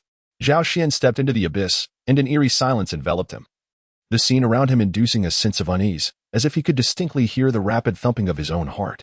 This appeared to be the designer's intention. Whispering from some unknown corner, "Embrace the darkness, feel the surging warmth of your blood, experience solitude, and then emerge from the shadows into the light to engage in battle." In the moment he stepped out of the darkness, the rush of adrenaline surged through him, flushing his cheeks with fervor. "Welcome our next challenger, the enigmatic Mo Se Xian. He is a 34th level control-type soul master." The announcer's voice boomed, and his opponent, the formidable blood-colored lone wolf, a 45th level soul sect champion, boasting a streak of 5 consecutive victories in this arena. "This is a rare battle of disparate ranks. Let the roars commence, everyone." Before he could see the figure, Zhao Xian heard the announcer's frenzied shouts. The crowd around him erupted in a fervor, their cacophonous cheers reverberating within the confined space, a symphony of excitement and madness. "Lone Wolf, eliminate the newcomer. Slay him. Let his blood spill forth." The audience was in a frenzy, yet the battleground remained strikingly serene. Zhao Xian first surveyed the environment around him. They stood upon a platform measuring 50 meters on each side, encircled by towering grandstands filled with spectators who roared with visceral intensity. The arena was shrouded in dim light, seemingly designed to enhance the atmosphere, with muted yellow crystal chandeliers suspended above. Then, Zhao Xian's gaze shifted to the man across from him, whose eyes glimmered with the sharpness of a hawk. Chapter 29. Fierce Battle, Part 1. There was a chilling aura about him, the first impression he left on Zhao Xian. He stood quietly, resembling a lone fox wolf traversing a desolate expanse, imbued with a profound sense of solitude. Though he appeared somewhat frail, his height was imposing, and his slightly hunched back conveyed an air of weariness, his gaze fixed upon Zhao Xian devoid of any emotional fluctuation. "Child, you should not have come here." He spoke suddenly, his voice gravelly. I can sense the delicate skin beneath your garments, the vitality of your youthful form, and the fervent blood coursing through your veins. You are still so young. Should you be harmed here, or meet your demise, it would indeed be a lamentable loss. Zhao Xian remained unmoved, standing upon the arena, which was steeped in a profound shade of gray. Each slab of bluestone bore the scars of past battles, some appearing newly replaced, yet marred by numerous dark red stains, remnants of congealed blood. These marks bore witness to the carnage that had transpired here. Perhaps the spirits of the deceased still lingered, hovering in the air, gazing upon them. Is it not absurd to harbor feelings of pity in such a place? Is there any merit in saying so much? Zhao Xian suddenly remarked with a tone laced with derision. The man was momentarily taken aback, then gently shook his head, expressing a sense of regret. Zhao Xian found the situation amusing. Did they truly believe they had him at their mercy? Can we begin now, host? Zhao Xian inquired of the host standing at the side of the arena. The host appeared momentarily taken aback. Was this soul master so eager for demise? The indiscriminate arena permitted surrenders, yet only after the first minute had elapsed. Within this initial minute, he could hardly imagine the soul master surviving against a soul master who had achieved 5 consecutive victories. Nevertheless, since Zhao Xian had spoken, the host naturally would not delay further. In fact, he seemed eager to proceed. He discreetly gestured towards a few figures in the stands and proclaimed with fervor, "Ladies and gentlemen, the competition is about to commence. Where are your cheers?" The previously subdued crowd erupted once more, their cheers even more fervent than before. Filled with a frenzied bloodlust, tear him apart. Lone wolf. Newcomer, take him down, aha. The spectators roared, their eyes glimmering under the dim lights. For figures took their positions at the corners of the arena, and a luminous barrier ascended. Commence. With the host's declaration, the atmosphere reached a fever pitch. The blood-red lone wolf wore a calm expression, a smile gradually forming on his face. Compared to earlier solitude, his presence now exuded a savage bloodlust. If he had resembled a wandering fox in the wilderness before, he now embodied a lone wolf in the midst of a hunt. Bloodwolf. Possess. In the very first moment of the match, the blood-red lone wolf activated his beast martial spirit, significantly enhancing his physical prowess. Yellow, yellow, purple, purple. For spirit rings emerged from beneath him, and as the first ring flickered, the blood-red lone wolf vanished from sight. This was the first skill of his lone wolf spirit, ambush. Upon activation, it greatly amplified his speed. Once, a soul master had fallen victim to this very maneuver. This little soul master was doomed. In the stands, knowledgeable spectators excitedly shared their insights with companions, clearly fans of the lone wolf. On the arena floor, the moment the blood-red lone wolf vanished, Zhao Xian became vigilant amidst the cacophony of wild cheers. Unable to discern his surroundings, with a swift invocation of his martial spirit, he summoned his cell phone. Zhao Xian unleashed his third skill, telecommunication fraud, and in an instant, his body shifted to a distant location.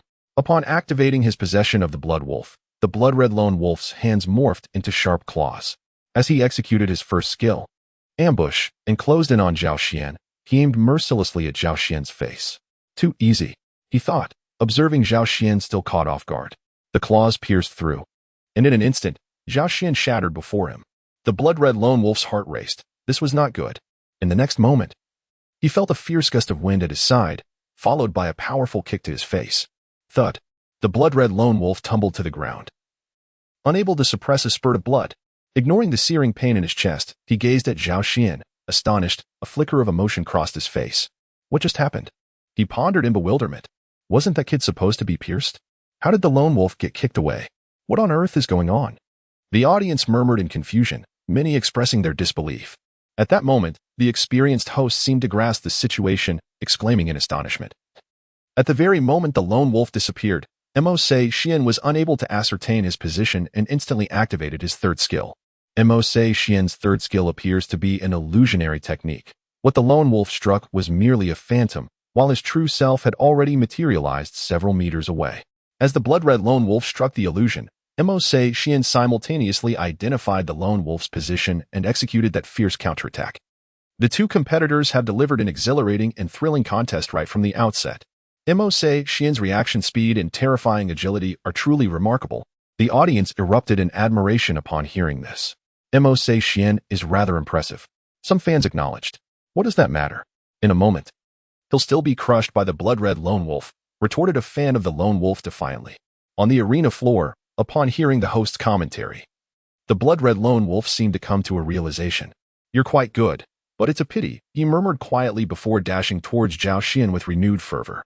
After kicking aside the blood-colored lone wolf, Zhao Xian refrained from launching a continued assault, withholding his full strength. For one of his intentions for being there was to witness a greater array of martial souls and soul skills. The blood-colored lone wolf charged towards Zhao Xian. Although its speed was impressive, it was considerably slower than before. Yet, Zhao Xian remained utterly still. Ha! Could that newcomer be too frightened to move? Lone wolf. Finish him off, shouted a supporter of the blood-colored lone wolf, their earlier disappointment swiftly evaporating, dismissing Zhao Xian as merely a fortunate lad. The disparity between the soul sect and the soul master was not so easily bridged.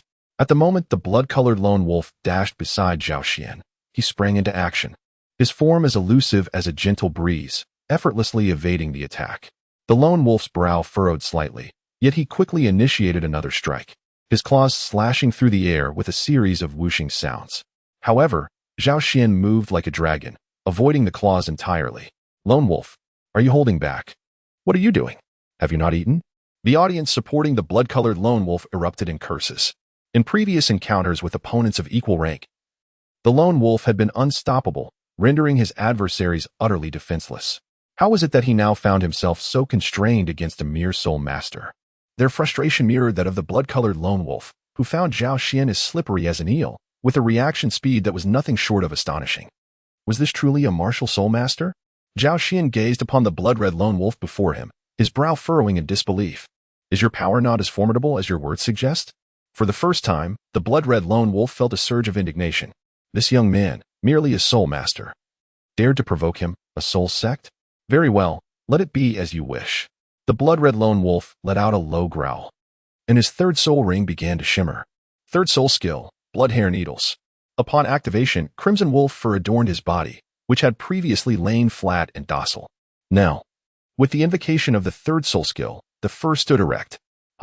The blood-red lone wolf arched his back, presenting it to Zhao Xian. His entire being resonated with soul power, and in an instant, the wolf fur shot forth, each strand glistening with a crystalline sheen, flashing like steel needles in the light. How intriguing! Zhao Xian's eyes sparkled with intrigue, and in an instant, his figure flickered with a velocity that had markedly increased. The wolf hair needles cascaded like a torrential downpour, relentlessly piercing the flagstone floor with remarkable ease. Such astonishing penetrative power? Zhao Xian marveled inwardly, evading with deft agility.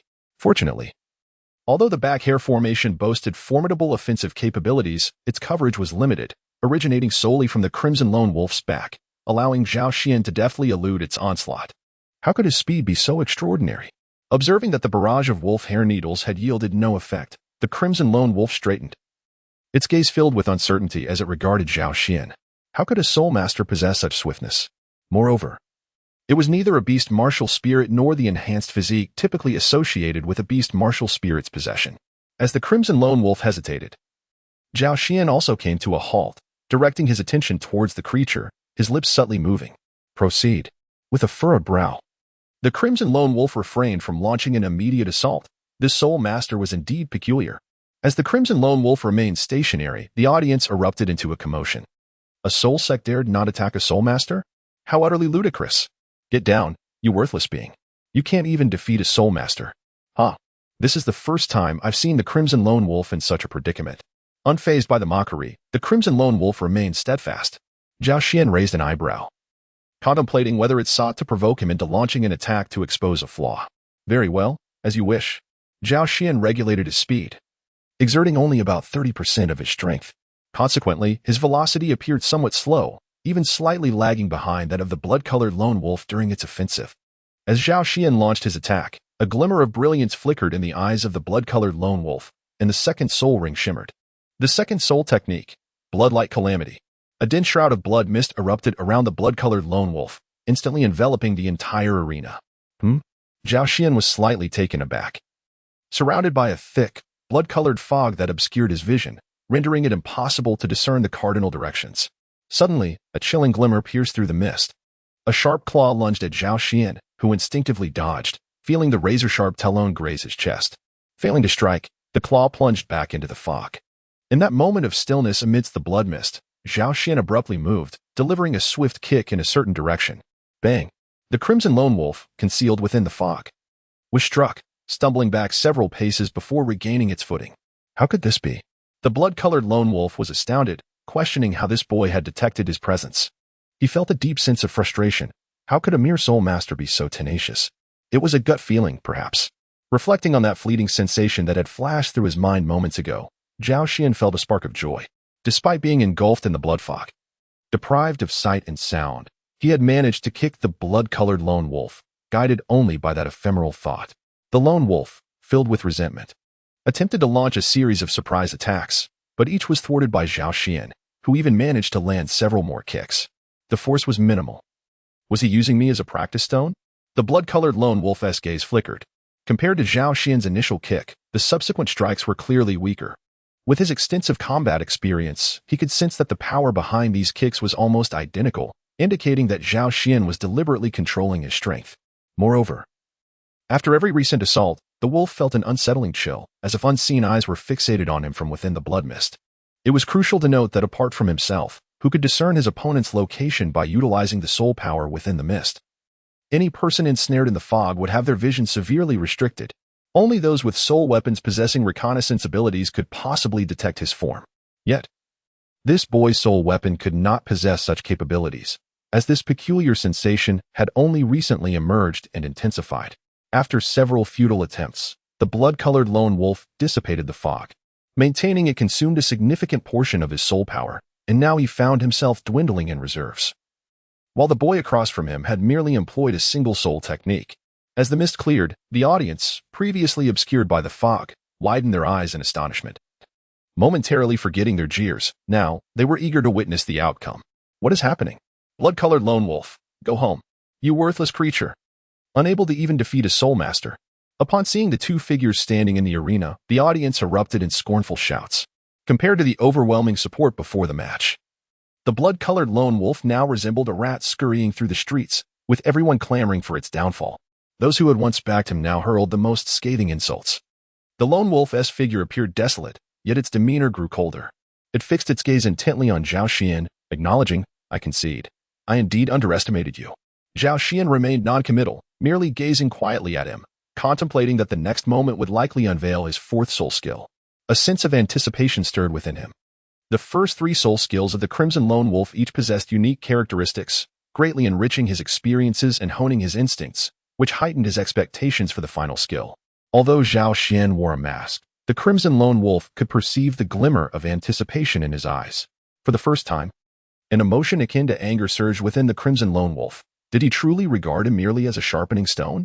He exhaled deeply, releasing a breath laden with frustration, and summoned his final reserves of soul power to activate the fourth soul skill, which radiated with a dazzling brilliance. The fourth soul skill, Blood of the Wolf. A billowing mist emanated from the Crimson Lone Wolf, a faintly crimson haze enveloping him. In that instant, his skin flushed a deep red, and his veins swelled dramatically. Thickened vessels pulsating beneath his frail exterior, while the sanguine mist seeped forth from his dusky skin. With a powerful thrust of his foot, the azure stone shattered, debris scattering as he propelled himself towards Zhao Xian like an arrow loosed from its bow. Was this an explosive surge of blood? The Crimson Lone Wolf's state evoked a singular word in Zhao Xian's mind. Bang! Zhao Xian, unwilling to show any signs of negligence, swiftly raised his hand to block the menacing claws of the blood-colored lone wolf, deflecting them away from his forearm.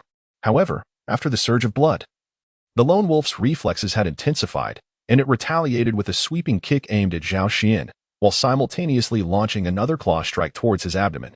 In that critical moment, Zhao Xian momentarily froze but then adeptly twisted his body, seizing the blood-colored lone wolf's claw aimed at his midsection. Yet, he found himself struck by the wolf's powerful kick. To the lone wolf's astonishment, its fierce sweep had failed to budge Zhao Xian in the slightest, as if it had kicked against an unyielding steel plate. Zhao Xian could not help but curl the corners of his mouth into a smile. Although he had only exerted 30% of his strength, the resilience of his body remained unaltered. With a firm grip on the blood-colored lone wolf, he forcefully hurled him away amidst his struggles. Zhao Xian's immense power instilled a sense of dread in the Crimson Lone Wolf. Even as he was hurled into the air, he found himself unable to exert control over his own body. With a resounding thud, the Crimson Lone Wolf crashed to the ground, unable to suppress a spurt of blood. As excruciating pain radiated from the arm pinned beneath him, Zhao Xian cast a languid glance at the Crimson Lone Wolf. His fourth soul skill was commendable, yet it merely enhanced physical attributes, which happened to be Zhao Xian's strongest suit. The Crimson Lone Wolf, rolling onto his side with one hand cradling his fractured right arm, regarded Zhao Xian with a look of complex emotions. After a profound gaze, he raised his hand in concession, signaling his defeat. Instantly, the arena erupted in a cacophony of astonishment. Chapter 31. A New Day. Soto Great Spirit Arena. Zhao Xian ascended the staircase with purposeful strides. Having already removed the mask that adorned his face, the soul skills of a soul master truly exhibit a remarkable variety. As he reflected silently on the battle that had just transpired, he acknowledged that although victory had come effortlessly, a sense of dissatisfaction lingered within him. He felt that his triumph was merely a result of his extraordinary physical prowess, and under comparable circumstances, he might not necessarily prevail. The Crimson Lone Wolf was indeed formidable. Its first soul skill, Ambush, followed by the second, Bloodlight Calamity, the third, Hair Spike, and finally the fourth, Wolf Blood Frenzy, each possessed distinct characteristics. In a one-on-one confrontation against an opponent of equal rank, it would be nothing short of a nightmare. Once the fourth and second soul skills were activated, anyone ensnared within the blood mist would be akin to a turtle in a jar, trapped by the Crimson Lone Wolf. Alas, this time, it encountered the anomaly that was Zhao Xian. However, in this clash, Zhao Xian did not leave empty-handed.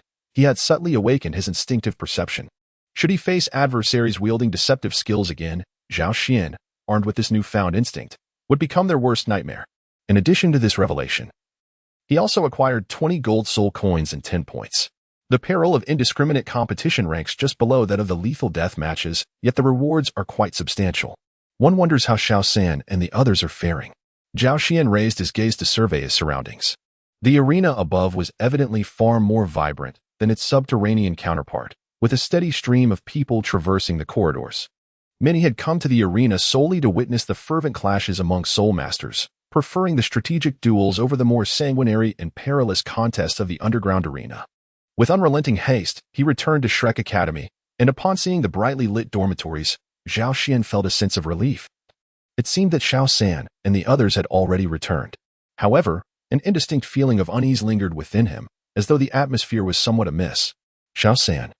As Zhao Xian pushed open the door, he beheld Tang San seated upon the bed, meticulously polishing his sleeve arrows. Under the flickering candlelight, the arrows gleamed with a chilling radiance. Xiao Xian, are you all right? Upon hearing the familiar voice, Tang San sprang to his feet, swiftly closing the distance to Zhao Xian in mere strides, inspecting him with utmost concern. I'm fine, hey. Don't touch me like that. It feels rather inappropriate. Zhao Xian retorted, feeling a shiver run down his spine as Tang San's hands roamed over him. In a sudden motion, he pushed Tang San away. Inappropriate? What do you mean by that?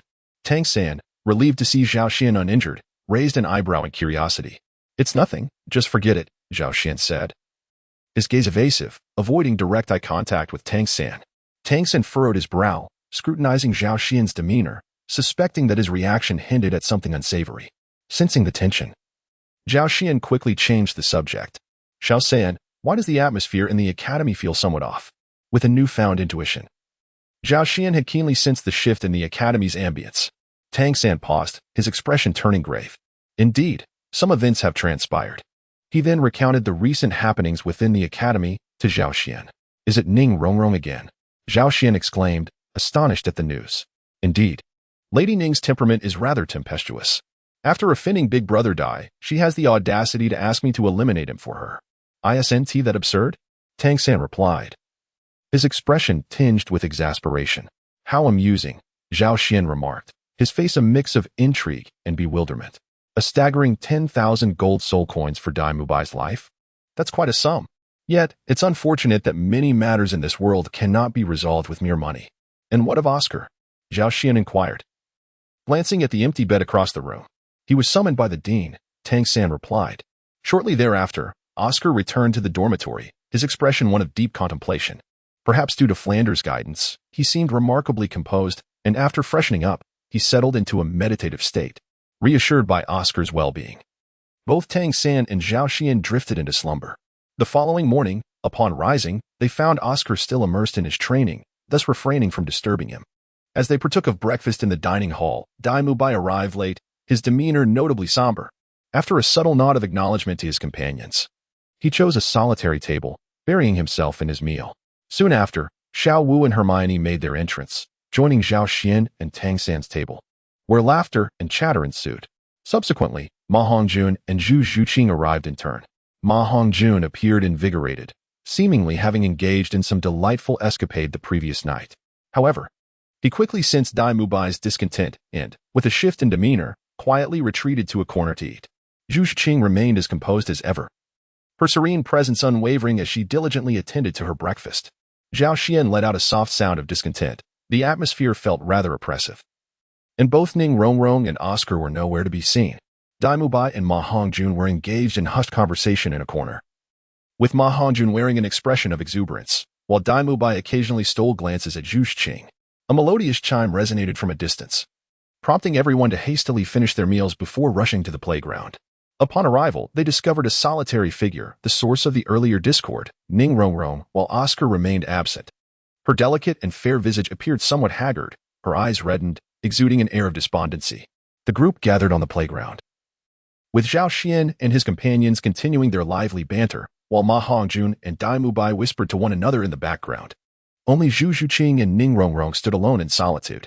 The lesson was still meant to be conducted by Flander, but despite the bell having rung for some time, he had yet to appear. After approximately 15 minutes, Flander finally made his entrance, his hair and attire appearing somewhat disheveled. Could it be that he overslept? Zhao Xian scrutinized Flander with suspicion, murmuring to himself. Flander's body stiffened imperceptibly, and after surveying the group with a furrowed brow, he composed himself and inquired, "Where is Oscar? Has he overslept again?" Zhao Xian stifled a yawn and gazed with keen interest at Flander, who seemed to be engrossed in his practice, perhaps in a meditative state, unaware that Zhao Xian had already discerned his earlier peculiarity. Indeed, it appeared that he was the one who had overslept. Chapter 32. Oscar's Sausages. This class cannot proceed without Oscar. Tang San, please fetch him, Flander began, but before he could finish his sentence, a voice filled with excitement echoed in their ears. Dean.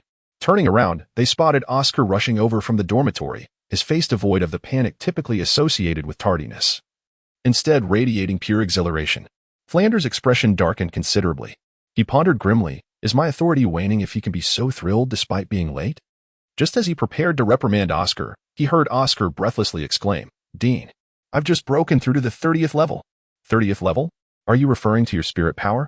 Flander initially struggled to comprehend, but then a flash of realization illuminated his mind, and he turned to Oscar. Astonishment etched on his face. Not only Flander, but the others were equally taken aback. Despite Oscar being slightly younger than Dai Mubai, at merely 14 years of age, and being a food-type support spirit master, a path notoriously arduous, he had astonishingly reached the 30th level. Indeed, Dean, I have surpassed the 30th level in spirit power. After a moment to collect himself, Oscar's words flowed more freely, his excitement palpable. Wonderful. Excellent. A smile broke across Flander's face as he patted Oscar on the shoulder, his eyes gleaming with pride and a hint of nostalgia. The group converged to congratulate Oscar.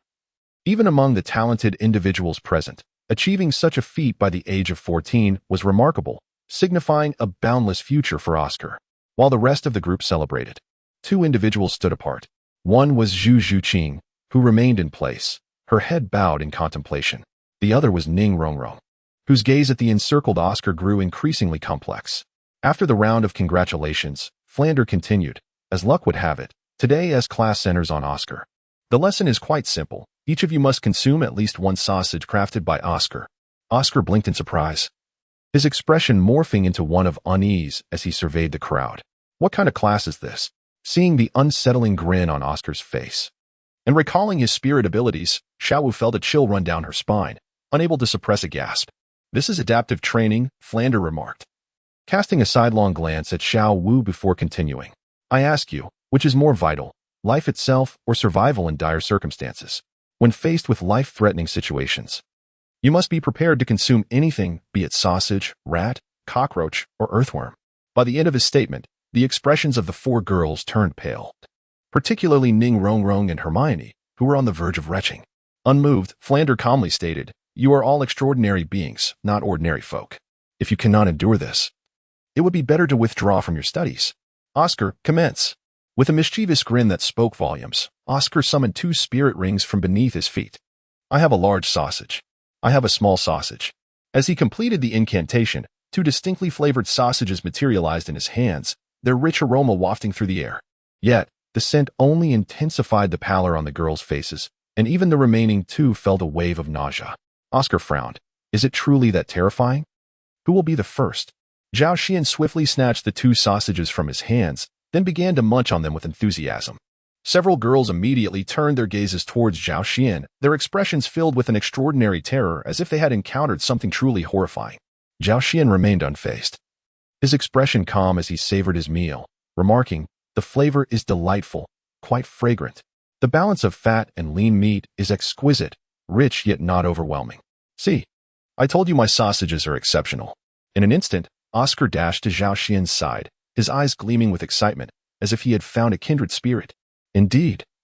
Bring me 2 more." Zhao Xian licked his lips, appearing unsatisfied, then turned towards Oscar. Meanwhile, Hermione quietly approached, tugging at Zhao Xian's sleeve. Her wide eyes filled with curiosity as she asked, "Don't you find it disgusting?" Zhao Xian was taken aback and asked, "Why should it be repulsive? It's merely a soul curse. There is nothing inherently wrong with it. If we're speaking of disgust, it pales in comparison to some bizarre delicacies from my previous life. Now those were truly nauseating. Take, for instance, the hair egg. It was the first time he encountered someone who appreciated their martial spirit, and Oscar nearly burst into tears of joy, finally meeting someone with discernment. Upon hearing Zhao Xian's request for more, he hastily conjured 2 more sausages. However, before Zhao Xian could grasp them, a delicate hand swiftly reached out and seized the 2 sausages. Zhao Xian and Oscar were momentarily taken aback, as were the others nearby. Upon closer inspection, they discovered that it was Ning Rongrong who had taken the sausage. Her expression was resolute, though her eyes betrayed a hint of hesitation. Noticing the gaze of the crowd upon her, she shot a fierce glare at Oscar and then, with unwavering determination, bit into the sausage with a ferocity that was quite fearsome. Oscar felt a shiver run down his spine, conjuring unsettling associations. Ning Rongrong initially wore an expression of fearless resolve, but gradually her demeanor shifted to one of astonishment, clearly taken aback by Oscar's martial spirit. Observing this, Oscar regained his swagger and grinned. "So, what do you think? My martial spirit is rather impressive, isn't it?" Ning Rongrong cast him a sidelong glance, her eyes casually sweeping over him before a smile graced her lips. The sensation of biting through is quite delightful. A chill coursed through Oscar, prompting him to close his mouth once more. Nonetheless, following this commotion, the others found their revulsion towards Oscar's soul curse considerably diminished. Perhaps, after having tasted it, such things were no longer as terrifying. One by one, the group took sausages from Oscar, including several girls whose expressions appeared far more menacing, especially as they chomped down while casting glances at him. Their fierce expressions sent a chill through Oscar, causing his previously mischievous smile to falter. Once everyone had eaten, Oscar wiped away non-existent sweat and heaved a sigh of relief, feeling utterly drained. Well, Flander nodded, satisfied with the smooth progression of the day's lesson. He surveyed the 9 children present, each possessing extraordinary talents beyond the reach of ordinary individuals. He firmly believed that each of them would grow to become formidable figures in the continent, bringing immense pride to Shrek Academy. Flander took a deep breath and proclaimed, "You all did exceptionally well." The crowd turned their attention to him, with a penetrating gaze. Flander continued, "You must understand that the world of soul masters is far from ordinary, and certainly not stable.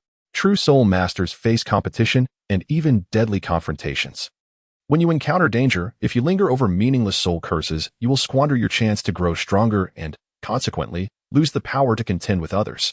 You now have a day to recuperate, and tomorrow morning, Zhao Wujing will lead you to the Douluo Forest to assist Oscar in acquiring his 3rd soul ring. Remember, this is not solely Oscar's endeavor, it is a trial for all of you. Before encountering the 1,000-year soul beasts, neither Zhao Wujing nor Zhao Xian will intervene. Everything relies on your own capabilities." Flander's gaze was imbued with profound expectation, urging them to grow swiftly. "Hurry and mature, little monsters. I eagerly await your future." Chapter 33, The Douluo Forest. The following day, all the students of Shrek Academy rose early, for they were to embark on a journey to the Douluo Forest. Flander had specifically instructed them to awaken early, and none dared to delay. The previous night, Oscar had shared insights about the Douluo Forest with Tang San and Zhao Xian. The Douluo Forest is a primitive woodland and one of the renowned gathering places for soul beasts on the Douluo Continent. Its terrain is complex, featuring swamps, wetlands, hidden realms, and mountains, making it easy to get lost as one ventures deeper. Its vast expanse straddles the Tiando and Xinglua empires, significantly larger than the soul beast forest cultivated by the empires, nearly rivaling the territory of the Barak kingdom. Most importantly, it boasts a rich variety of soul beasts.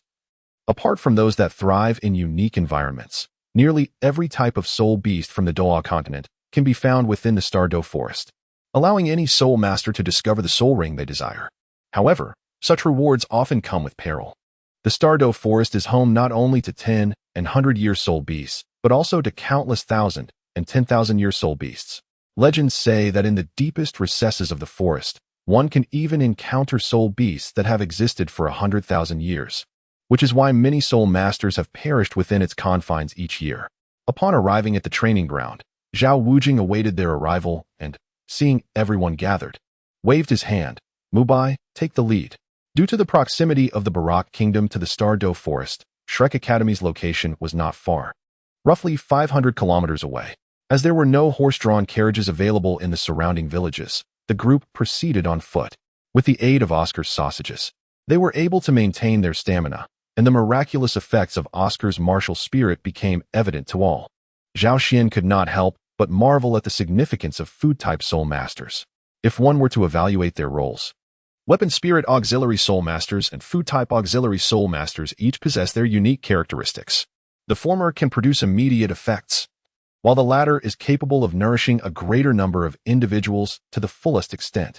Generally speaking, food type abilities tend to manifest more slowly. However, Oscar has evidently defied this norm, as his sausages yield swift results.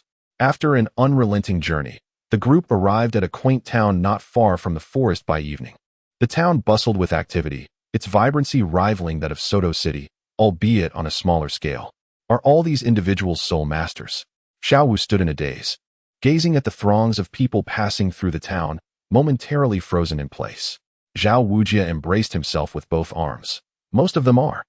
If they are not soul masters, they are merely ordinary folk here for business. Xiao Wu nodded thoughtfully. The cheerful demeanor she had upon arrival vanished without a trace, and she suddenly became pensive, lost in her own thoughts. The small town was bustling with shops, most of which catered to soul masters. The group found a modest inn to settle down for the night, preparing to venture to the Douluo forest, located 100 kilometers away, the following morning. After securing their rooms at the counter, Zhao Wujia ascended the stairs alone. Let's eat quickly. After a day of sausages, I feel like I might be sick. Ma Hongjun grumbled as he found a seat in the simple dining area on the first floor. The others exchanged glances and nodded. Zhao Xian felt energetic and was indifferent to the sausages, but the rest had eaten their fill, and even Oscar was reluctant to endure the scent of sausages any longer. They settled in a corner, even Ning Rongrong and Zhu Zhuqing sitting silently. Ma Hongjun summoned a waiter to begin ordering, eagerly perusing the menu alongside Oscar, before passing it to the girls after selecting a few dishes. Seizing a moment of leisure, Tang Sen inquired of Dai Mubai, Boss Dai, should we invite Teacher Zhao to join us? Dai Mubai shook his head. No need. Teacher Zhao will not cover any expenses for us this time, nor will he accept any benefits as per the Academy's rules. That's quite a commendable regulation, Zhao Xian remarked, raising an eyebrow. Although most of the Academy's teachers were impoverished, the group still had ample funds, especially with Ning Rongrong and Hermione among them. One hailing from the affluent Seven Treasure Glazed Tile School and the other from a family running a Soul Master Academy. Not every Soul Master Academy is as financially strained as Shrek. In fact, Soul Master Academies are generally quite prosperous, aside from the trivial tuition fees. The subsidies from the Empire and various sponsorships amount to astronomical figures. Shrek Academy's teachers are merely those who cannot endure the constraints of wealth. If they serve some influential factions, even as mere decorations, they could earn at least tens of thousands of gold soul coins a year. The group ordered an abundant array of dishes and began to feast heartily. Surprisingly, the unassuming inn's chef displayed considerable culinary skill, leaving everyone thoroughly satisfied. As their meal drew to a close, a group of individuals entered the inn, clad in moon-white soul master robes adorned with silver-threaded patterns. Leading them was a middle-aged man, followed by 6 young men and 1 young woman, their expressions haughty, their garments shimmering with intricate designs, as if eager for all to recognize their status as soul masters. Dai Mubai glanced at the emblem on the shoulders of these newcomers, where a green circular insignia bore the words Tsang Hui. He suddenly turned to Oscar and Ma Hongjun behind him, who seemed to sense something, following his gaze and nodding knowingly. Dai Mubai smirked. his handsome visage complemented by his striking eyes, exuding an air of charm. He leaned in to whisper to Tang San and Zhao Xian. Tang San, Zhao Xian. Let me share with you a tradition of our academy. Zhao Xian set down his cutlery and, after exchanging a meaningful glance with Tang San, turned his attention with keen interest towards Dai Mubai. He had observed the subtle gestures among the group, and, if his intuition served him right, it seemed they were on the brink of something significant. As anticipated, Dai Mubai, with a smile, proclaimed, "The dean has stated that a soul master who refrains from stirring up trouble is merely a mediocre talent." Zhao Xian's eyes brightened. This statement was quite intriguing. If one wished to stir up trouble, one must certainly flaunt a tiger's skin. Surprisingly, although the dean appeared somewhat lewd, he indeed possessed a wealth of classic sayings that resonated with Zhao Xian's taste. Instinctively, Zhao Xian's gaze shifted towards the recently arrived members of Tsanghui Academy, whom the earlier group had also been observing.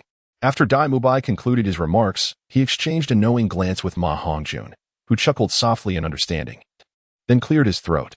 Chapter 34. Tsanghui Academy. Ma Hongjun deliberately cleared his throat, producing a few conspicuous coughs that drew the attention of many in the dining hall towards Shrek Academy's group. As he noticed the opportune moment, Ma Hongjun pretended to whisper to Dai Mubai, "That young lady is rather attractive, Boss Dai. Those individuals must be from Tsanghui Academy, correct?" Zhao Xian could not help but chuckle, realizing that this rotund fellow possessed quite the talent for acting. Although it appeared he was whispering, his voice was likely audible to half the restaurant. Ironically, his gestures suggested he was anxious about being overheard. The girls from Tsanghui Academy indeed possessed a certain charm. While the girls from Shrek Academy were also beauties in their own right, they had yet to fully blossom, unlike the more mature young ladies of Tsanghui.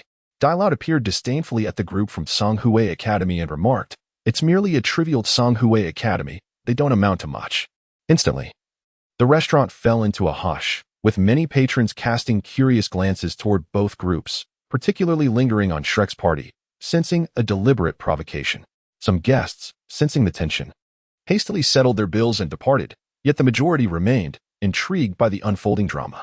The middle-aged leader of the Tsanghui group furrowed his brow slightly but made no move, instead seating his companions at another table. Several students from Tsanghui Academy frequently glanced at Shrek's party, their brows deeply furrowed. The leader of Tsanghui Academy cast a sidelong glance at Shrek's group before whispering a few words to a young man beside him. This young man then stood and approached Dai Mubai. As he drew near, Dai Mubai feigned ignorance, lowering his head to sip his tea while a sardonic murmur escaped his lips. At that moment, a server emerged from the kitchen, balancing a dish perfectly aimed at Shrek's table. The approaching Tsanghui youth suddenly quickened his pace, and, amidst the server's startled exclamation, collided with him, sending the dish tumbling towards Dai Mubai. Just as Dai Mubai prepared to evade, Tang San, quicker on the draw, extended a hand and executed the dragon catching and crane controlling technique, miraculously catching the dish without spilling a single morsel. Nearby patrons widened their eyes in astonishment, marveling at Tang San's speed and skill. Some squinted, realizing that this table of youths was not to be trifled with. Dai Mubai's eyes flared with anger, and he instinctively delivered a kick that landed squarely on the Tsanghui youth's abdomen. The young man's expression shifted as he failed to evade, his body arching backward violently from the impact. Dai Mubai, having been pent up with frustration lately, found a perfect outlet for his emotions. And it seemed Tsanghui Academy had unfortunately wandered into the line of fire. Tang San frowned and remarked, "This provocation is unwarranted. They haven't wronged us." Oscar chuckled lightly. "It's of no concern. Tsanghui Academy has a notorious reputation, and their dean is no exception. Few noble souls reside within." "Is that so?" Tang San sighed in relief and glanced nonchalantly at the group from Tsanghui Academy. The youth, flung backward, crashed into a table, hurtling toward the Tsanghui group. Fortunately, the patrons at that table hastily fled, narrowly escaping an unfortunate fate. The leader from Tsanghui Academy's expression darkened as he sprang up to catch the flying youth. Dai Mubai's considerable strength had taken its toll. Upon stopping, the young man could not suppress a cough of blood, his vitality visibly waning. "My apologies. I seem to have cramped my leg," he feebly remarked, revealing his sinister gaze, his countenance marked by disdain and arrogance. His demeanor was so overbearing that even his own comrades found him insufferable. Yet, upon hearing his implausible excuse, several individuals could not restrain their laughter. The Songhui Academy leader's face grew darker still as he passed the injured youth to another student for care, then extended his hand to block the furious few who wished to charge forward, sternly asking, "Which school do you children belong to?" Zhao Xian narrowed his eyes, vigilant against any sudden violence, while Tang San's gaze sharpened, subtly positioning himself to shield the girls, including Xiao Wu, seated behind him. Dai Mubai's eyes flickered. Yet he refrained from responding. Instead, he sat down with a serious demeanor and addressed the group. This Songhui Academy is merely a bunch of bullies who prey on the weak. Observe. Their initial probing is merely an attempt to ascertain our strengths. Should they perceive us as vulnerable, they will strike. If we appear formidable, they will retreat in disgrace. The lead instructor from Songhui Academy wore a grim expression, glaring menacingly at Dai Mubai. The remaining diners, who had not yet departed, struggled to suppress their amusement, casting curious glances at the Songhui group. "Come on, all of you, teach these students a lesson on behalf of their teacher." The lead instructor could no longer contain his anger and ceased to restrain the furious Songhui students. Had it not been for his concern for dignity, he himself would have been unable to refrain from intervening. The 5 remaining youths from Songhui Academy grinned menacingly at Shrek's group, unhesitatingly summoning their martial spirits. With a white and yellow theme, the 5 Songhui students shared identical soul ring configurations, albeit differing in their martial spirits: a spear, a trident, a deer, a sheep, and a horse. How utterly unimpressive. Though Tang San's martial spirit was merely blue silvergrass, he possessed innate full soul power. And even though Xiao Wu's spirit was that of a rabbit, she was a soft bone charm rabbit. At that moment, Dai Mubai rose, laughing heartily. "What a pitiful lot. Brothers, let us unleash our martial spirits and teach this bunch from Songhui Academy a lesson." Tang San shook his head in resignation, while Xiao Wu and Oscar appeared enthusiastic, prompting the 3 girls, including Hermione, to rise as well. As Dai Mubai and Zhao Xian stood at the forefront, the corner of the restaurant was suddenly ablaze with brilliance. Yellow and purple, an array of soul rings appeared, with not a single white one among them. Dai Mubai was enveloped by the white tiger spirit, his yellow, and purple soul rings swirling above and below. Zhao Xian sat quietly in place, modestly lowering his head to sip tea. However, the 3 soul rings of yellow and purple that adorned him could not be overlooked by those present. The remaining 7 individuals were surrounded by 2 pulsating yellow soul rings. The diners in the vicinity were momentarily stunned, while a few youths from Songhui Academy, who had intended to approach, froze in place, paralyzed by fear. Particularly, the 2 purple soul rings worn by Dai Mubai and Zhao Xian shimmered vividly in their eyes, causing an involuntary tremor within their hearts. 1,000-year soul rings? Soul sovereigns? How is that possible? Someone exclaimed in disbelief. They had initially thought themselves to be advanced soul masters capable of easily dealing with a few youths, only to discover that this group of youngsters were, in fact, formidable monsters. Despite their youthful appearances, many of them seemed merely 12 or 13 years old. Yet each and every one was a soul master of at least the great soul master rank. The leading teacher from Songhui Academy was taken aback, quickly succumbing to a wave of anxiety. The force capable of nurturing such a prodigious group must undoubtedly possess significant backing. He hurriedly pulled the stunned Songhui youths back and cast a deep gaze at the members of Shrek Academy. "I am Yu Zhiqiu, the Director of External Affairs at Songhui Academy. May I inquire which sect you belong to?" In that fleeting moment, Yi Zhiqiu's demeanor softened considerably. Chapter 35. Avoiding trouble is a sign of mediocrity. Yu Zhiqiu's lowered stance stemmed from a profound sense of trepidation. It was crucial to recognize that this was not merely one genius, but an entire assembly of them. Who would believe that such extraordinary talents could emerge without the support of formidable forces? "We are from Shrek Academy." Ma Hongjun could not suppress a chuckle, his gaze brazenly directed at the only female member of Songhui Academy. To his dismay, she appeared far more intrigued by Dai Mubai and Zhao Xian, who stood in front of her. Shrek Academy? Yi Zhiqiu was momentarily taken aback, his mind a tumult of thoughts. He had initially assumed that these youths were disciples of an unparalleled sect, only to realize they were products of an academy. However, Shrek Academy? He had never heard of it. Yi Zhiqiu racked his brain, but could not recall any advanced soul master academy by the name of Shrek. Having considered not only Tiando but also Xinghua and other duchies' prestigious institutions, little did he know that Shrek Academy was merely an intermediate soul master academy, obscure and dilapidated to the extent that it had to rent a common village as its campus. "Your ignorance is astounding," Dai Mubai scoffed disdainfully. Yi Zhiqiu's expression darkened. The arrogance of these youths had already embarrassed Songhui Academy, and he had not anticipated their continued insolence upon his arrival. Did they truly believe Songhui was so easily bullied? A flash of fierce determination ignited in Yi Zhiqiu's eyes, and his aura suddenly surged, forcing all but the seated Zhao Xian to stagger back a few steps. Xian Gui, manifest! Yi Zhiqiu bellowed, his limbs retracting as a brilliant light flared from his back. A dark, imposing shell of armor abruptly rose, while 5 radiant soul rings of white, yellow, purple, and purple emerged beneath him. Soul King. Gasps erupted among the diners. The perceptive began to retreat. For this was a figure who held the 5th-ranked title of strength on the continent. Dai Mubai's gaze sharpened as he exchanged a glance with Tang San and Zhao Xian, who, in turn, focused on Zhao Xian, while his hand subtly brushed against the string of the 24-bridge Mingyue Knight.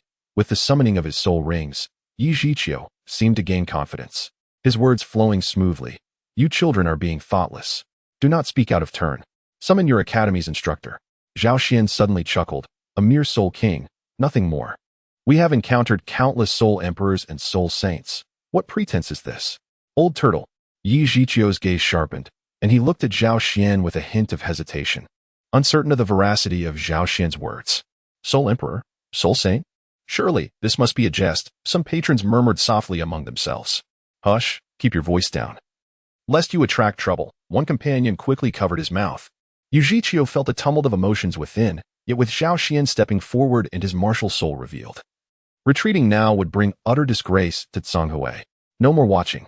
Our teacher is not here. Old turtle, I shall entertain you. Zhao Xian, observing Yi Zhiqiu's wandering gaze, instantly discerned his thoughts. With a disdainful chuckle, Zhao Xian's eyes gleamed with fervor as he regarded Yi Zhiqiu, recognizing him as a formidable adversary. Impudent brat, utterly clueless. As Zhao Xian repeatedly referred to him as an old turtle, Yi Zhiqiu felt a surge of indignation that ignited within him. When fury obscures reason, the consequences become inconsequential. The hotel owner, alerted by the commotion, emerged to witness the tense atmosphere, feeling utterly helpless. Allow me to take on the role of your teacher, he said. As Yi Zhiqiu, ablaze with anger, swung his palm, large as a fan, towards Zhao Xian. Zhao Xian scoffed lightly, swiftly extending his hand to grasp Yi Zhiqiu's. With a resounding clap, Yi Zhiqiu felt as though his hand had been ensnared by a massive iron vice, rendering him utterly immobile. How could this be? The flames of anger within Yi Zhiqiu were extinguished like a candle doused with cold water as he gazed in astonishment at the seemingly relaxed Zhao Xian. Though he was merely a defensive spirit master, the formidable power of his heavy Xian Gui martial spirit was considerable. How was it possible that he could be so effortlessly subdued by a mere soul respecter? Aside from the group from Shrek Academy, the other patrons were equally bewildered, astonished that a soul king had been captured by a soul respecter. With a slight exertion of force, Zhao Xian sent Yi Zhiqiu tumbling through the air. He quickly resolved to employ his soul skill, otherwise, he would succumb even more swiftly. The members of Shrek observed Zhao Xian's display with quiet amusement, their faces betraying no surprise, for this was a formidable individual capable of sending Zhao Wujia flying with a mere slap. Ning Rongrong relaxed her grip. Casting a somewhat dejected glance at the seemingly unfazed Zhao Xian, she had intended to assist him, yet found no opportunity to do so. After executing a graceful roll in midair, Yi Zhiqiu regained his composure and landed steadily, his gaze fixed intently on Zhao Xian, refraining from further action. At that moment, the hotel owner, gritting his teeth, hurried outside, imploring, esteemed guests, our establishment is rather small and cramped. Might you consider continuing your duel outside? Upon hearing this, Zhao Xian glanced around, feeling somewhat awkward as he scratched his head. Xiao San, assist me in compensating the boss for his losses. He then turned to Yi Zhiqiu and challenged, Old Wang Ba, do you dare to face me outside? Why the hesitation? Yi Zhiqiu's complexion darkened. The prospect of being outmatched by a mere youth was intolerable. Upon stepping outside, the arena expanded significantly, with numerous onlookers gathering, unperturbed by the potential for injury, forming a curious circle at a distance.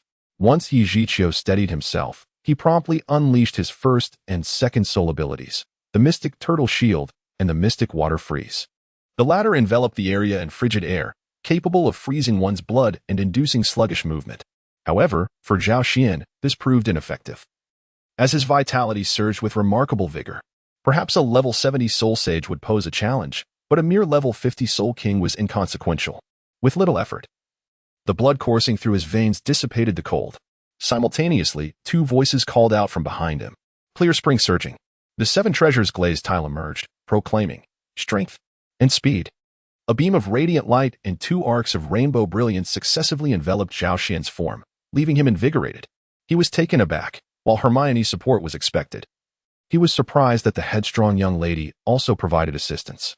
Hermione, equally astonished, cast a wary glance at Ning Rongrong, who, oblivious to their scrutiny, bit her lip and reflected on Oscar's whispered words earlier. To gain recognition, prove your belonging to Shrek through your actions. The seven treasures glazed tile? Zhao Xian's opposite. Yu Zhiqiu underwent yet another change in expression. Was there truly a disciple from that sect present? As a soul master. It was well known that the seven treasures glazed tile school held great renown. Yet, why would they permit their clansmen to attend an external academy? Stop overthinking, Lao Wangba, and get a move on. Zhao Xian glanced at Yu Zhiqiu with impatience. Had it not been for his desire to witness the exquisite and mysterious growth of soul skills in this world, he would have long since dispatched this old fool with a single punch. Yu Zhiqiu maintained a composed expression and then activated his fourth soul skill, a millennia-old technique that granted him the power to control rain. Suddenly, countless crystalline raindrops materialized around Zhao Xian, suspended in the air at a height of 1 foot. Descend! Yu Zhiqiu bellowed, and the raindrops instantaneously transformed into cascading lines of rain, plummeting downwards. In the blink of an eye, Zhao Xian's third soul ring shimmered, and his form vanished from the spot. The raindrops, as if bearing the weight of 10,000 June, struck the ground with thunderous impacts, creating numerous fist-sized craters in response. Zhao Xian's doppelganger attempted to make contact, only to feel the raindrops striking like armor-piercing projectiles, and in an instant, his doppelganger was utterly torn apart. Quite impressive. The voice of Zhao Xian echoed behind Yu Zhiqiu, sending chills down his spine. With a resounding thud, a fist struck forcefully towards the tortoise shell at Yu Zhiqiu's back. Just as it neared him, a thin veil of light suddenly emerged to shield him, the first soul skill, Mystic Tortoise Protection, yet to be triggered by Yu Zhiqiu. The two forces remained locked for a brief moment before the veil shattered, causing Yu Zhiqiu's body to be propelled backward. In that instant, his third soul ring glowed brightly, and he retaliated against Zhao Xian, unleashing a torrent of icy black energy. The third soul skill, Mystic Water Surge. Zhao Xian remained unfazed. The moment the dark, frigid wave made contact with his body, a layer of white frost enveloped him, only to be swiftly dispelled by a radiant light. Hermione's first soul skill, Spring of Clarity, effortlessly countered such a negative state. Meanwhile, Yu Zhiqiu was violently hurled backward, crashing to the ground with a resounding thud. The force of the impact causing him to involuntarily spurt a mouthful of blood, which left several youths from Tsanghui Academy in a state of panic. Not only the onlookers, but even the members of Shrek were left speechless. How could a Soul King of level 50 be so easily defeated by a Soul Master of merely over 30 levels? Zhao Xian clapped his hands and cast a glance at Yu Zhiqiu, who lay on the ground, expressing his disinterest. At that moment, a languid voice suddenly echoed. "What are you all doing awake at this late hour?" Following the sound, a stocky middle-aged man of modest height pushed through the crowd. Those he brushed aside offered resistance. Yet none possessed the strength to counter him. "Oh, it's nothing much, just engaging in a bit of exercise," Zhao Xian replied, stretching lazily. As this level of activity was merely a triviality for him, Zhao Wuji cast a glance at Yu Zhiqiu, who lay on the ground, and remarked, "Oh, from Tsanghui Academy. Is it? Very well then." With a wave of his hand, he urged the group of young men and women from Shrek Academy to return to their hotel, for they needed their rest before venturing into the Stardow Forest the following day. Where would they find the energy for such frivolities? Wait. Suddenly, a somber voice echoed from behind. The members of Shrek halted in their tracks, and the departing spectators turned back, curious if there was more to unfold. Yu Zhiqiu, appearing disheveled and supported by several youths from Tsanghui Academy, coldly addressed Zhao Wuji. "You must be one of those instructors from Shrek Academy. Just moments ago, some of your students insulted our Tsanghui Academy. Shouldn't you provide us with an explanation?" Zhao Wuji widened his eyes, as did Zhao Xian, while the group from Shrek Academy stared in astonishment. Even the audience, yet to depart, gazed with wide eyes. "An explanation? What kind of explanation do you seek? Are you unaware that in the realm of soul masters, power is the ultimate truth? What emboldened you to challenge a soul king, having been effortlessly defeated by a soul master of merely over 30 levels?" Zhao Wuji smiled as 7 soul rings gradually ascended beneath him. Yellow, yellow, purple, purple, black, black, black. These 7 soul rings resembled 7 dazzling gemstones, captivating the gaze of those present. Those who had heard Zhao Xian's earlier words gasped in disbelief. You truly possess the rank of soul sage? Zhao Wuji inquired, crossing his arms with a raised eyebrow. Yi Zhiqiu appeared momentarily dazed, unable to articulate a response. After a considerable pause, he finally regained his composure, casting a profound glance at the Shrek group before departing in a dejected manner. Chapter 36. The quest for soul beasts. The following day, before dawn broke, Zhao Wuji's voice, akin to a rusty bell, resonated as he roused everyone from their slumber. Rise and shine. No more sleeping like swine.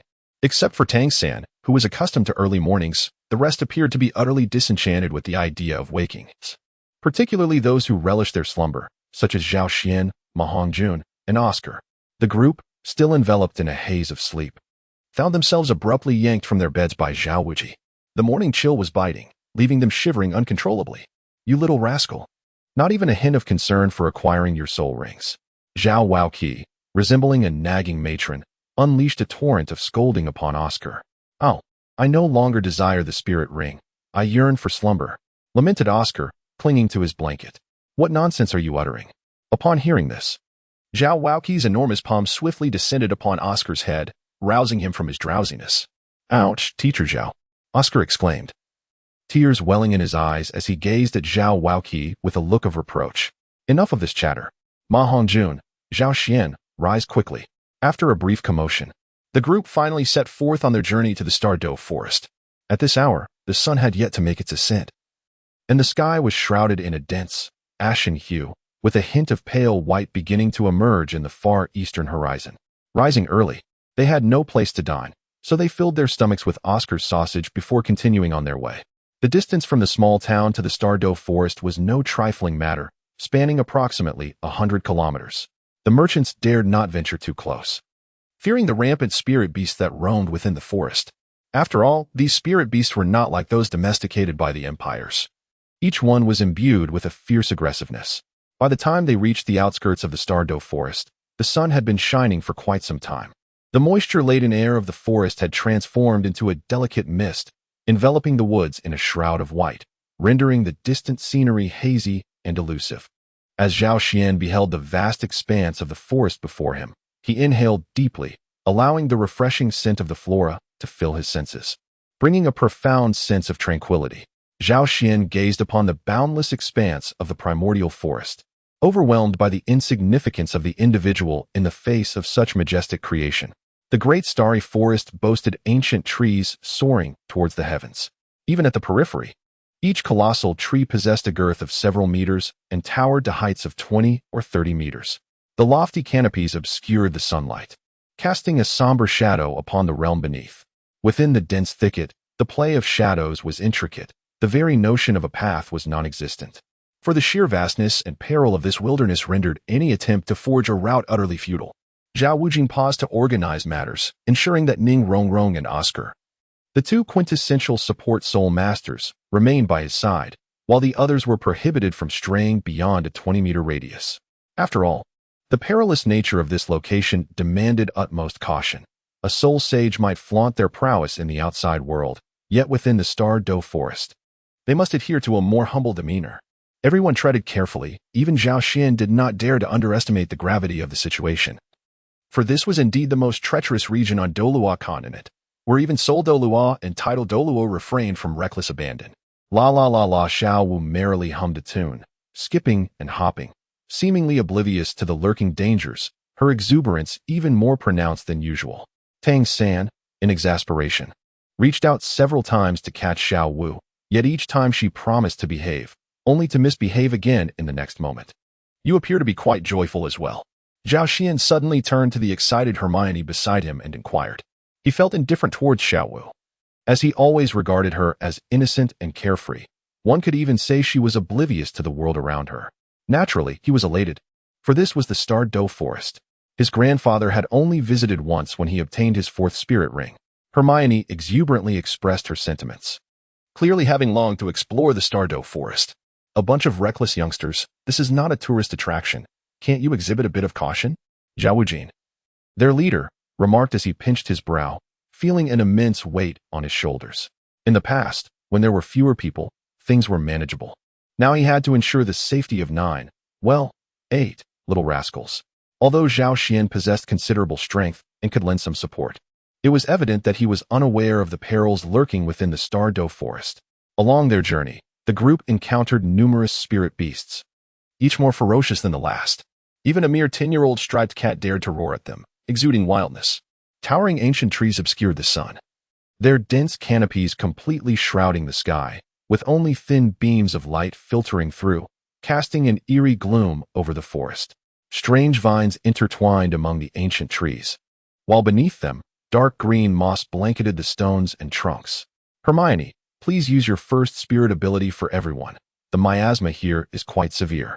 Zhao Wujin suddenly addressed Hermione, stating that within the Douluo forest lie countless fallen plants and the remains of soul beasts.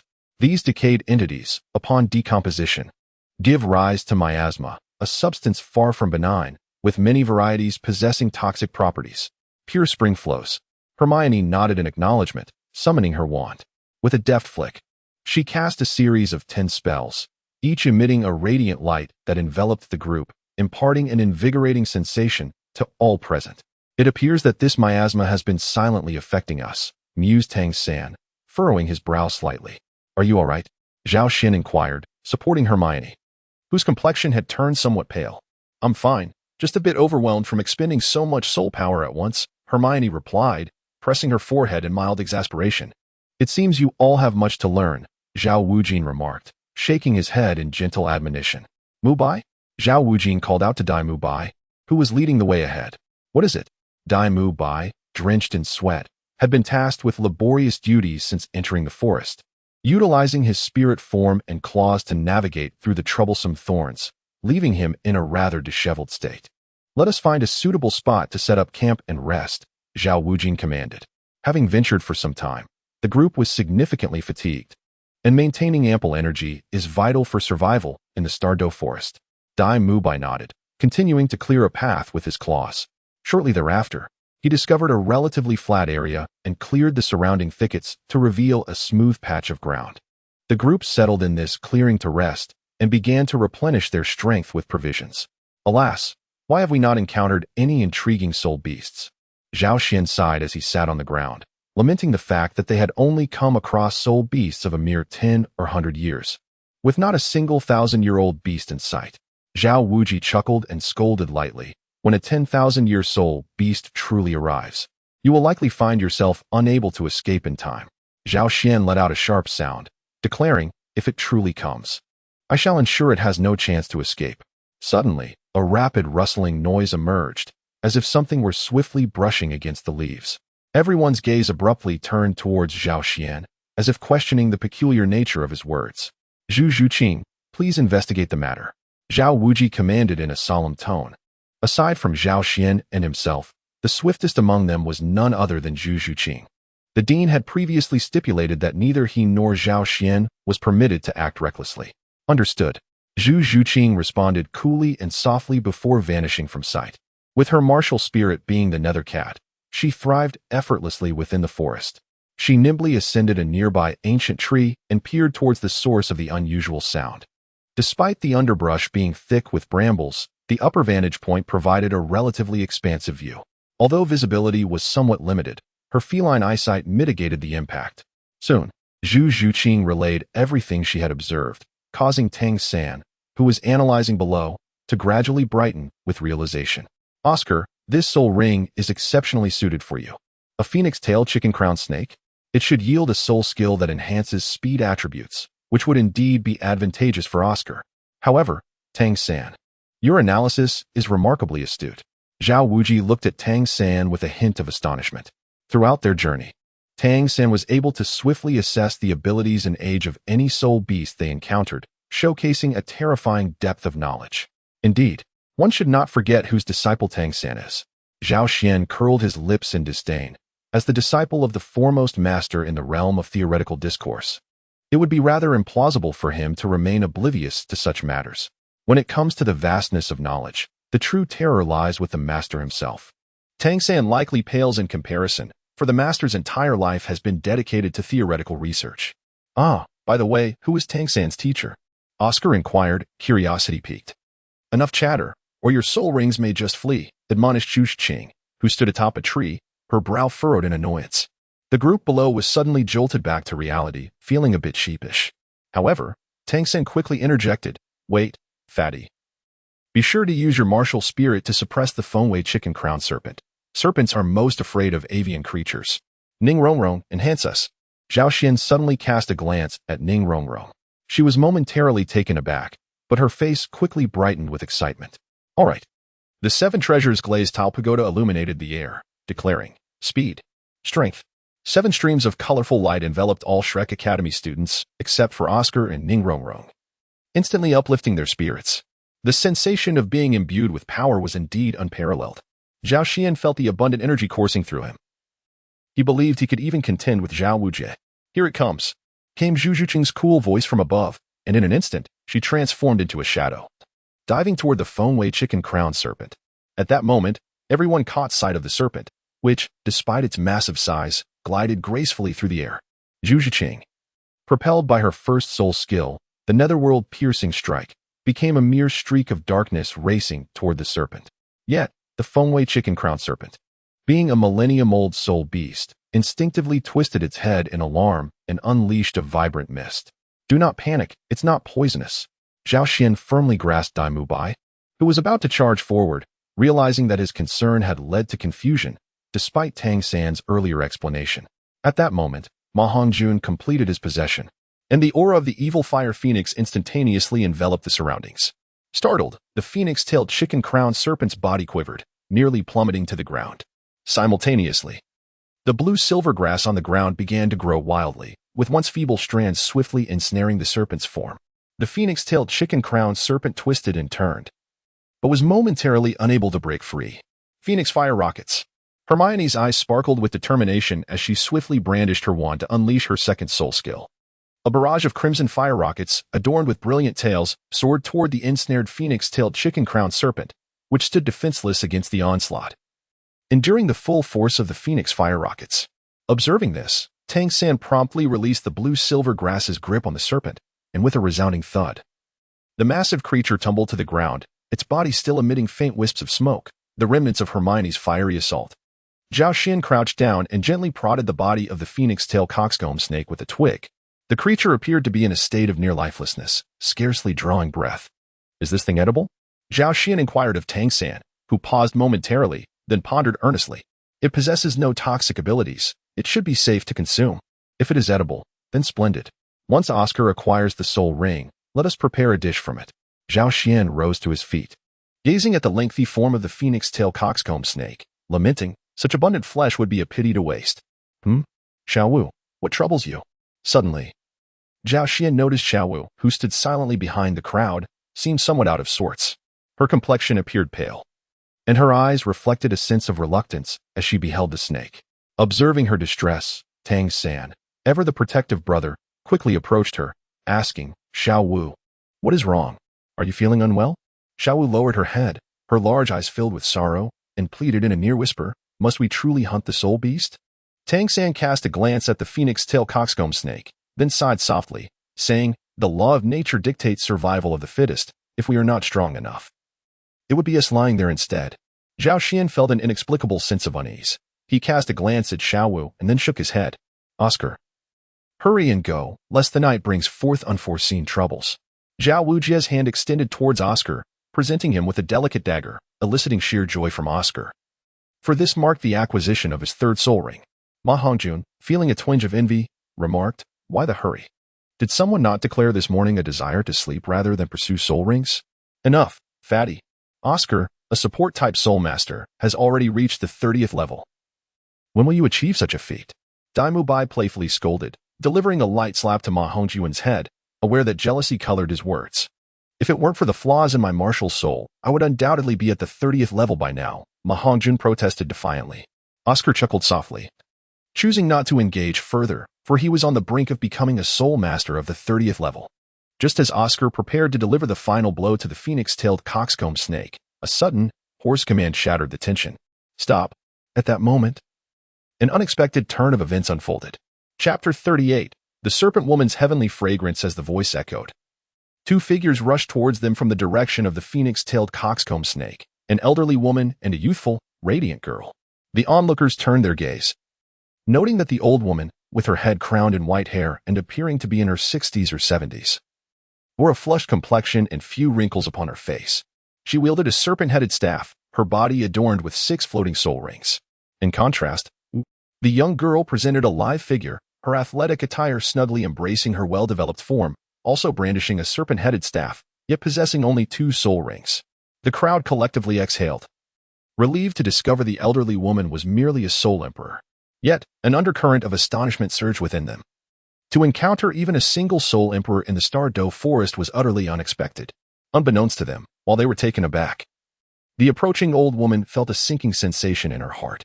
Although Zhao Wujie had yet to manifest his martial soul, she could already sense the soul power emanating from within him, indicating that he was at least a soul emperor, and perhaps even a soul sage, she speculated inwardly.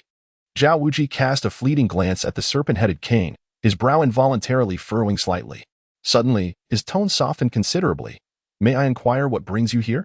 Simultaneously, Zhao Wujie gracefully released his soul rings, 7 luminous rings ascending from beneath his feet, a wave of soul power naturally radiating outward.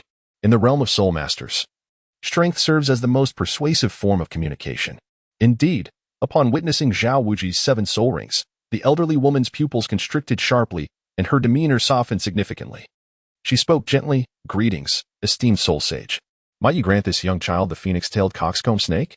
As she spoke, she stepped aside to reveal a young girl behind her, who gazed curiously at the group from Shrek with her deep brown eyes. "Dai, this girl is even more beautiful than Song Hui's," exclaimed Ma Hongjun, his eyes sparkling with admiration, nearly drooling in awe. "Do not provoke trouble. The situation is not simple," Dai Mubai cautioned in a low voice. "What is so complicated? They are merely a soul emperor," Ma Hongjun retorted, casting a dismissive glance at the elderly woman. If it were truly that simple, would teacher Zhao be engaging in idle chatter? Dai Mubai couldn't help but roll his eyes. Ma Hongjun paused, then hastily closed his mouth. Right, if it were merely a soul emperor, would teacher Zhao be wasting his breath? Zhao Wujie cast a glance at Oscar, signaling him to wait a moment, then turned to the old woman and inquired, "Why?" "Because this feathered crest snake was initially discovered and pursued by us. It merely slipped away due to its elusive nature," she replied. Upon hearing this, Tang San instinctively crouched down to examine the feathered crest snake, and a look of astonishment surfaced on his brow as he discreetly exchanged a knowing glance with Zhao Wujie.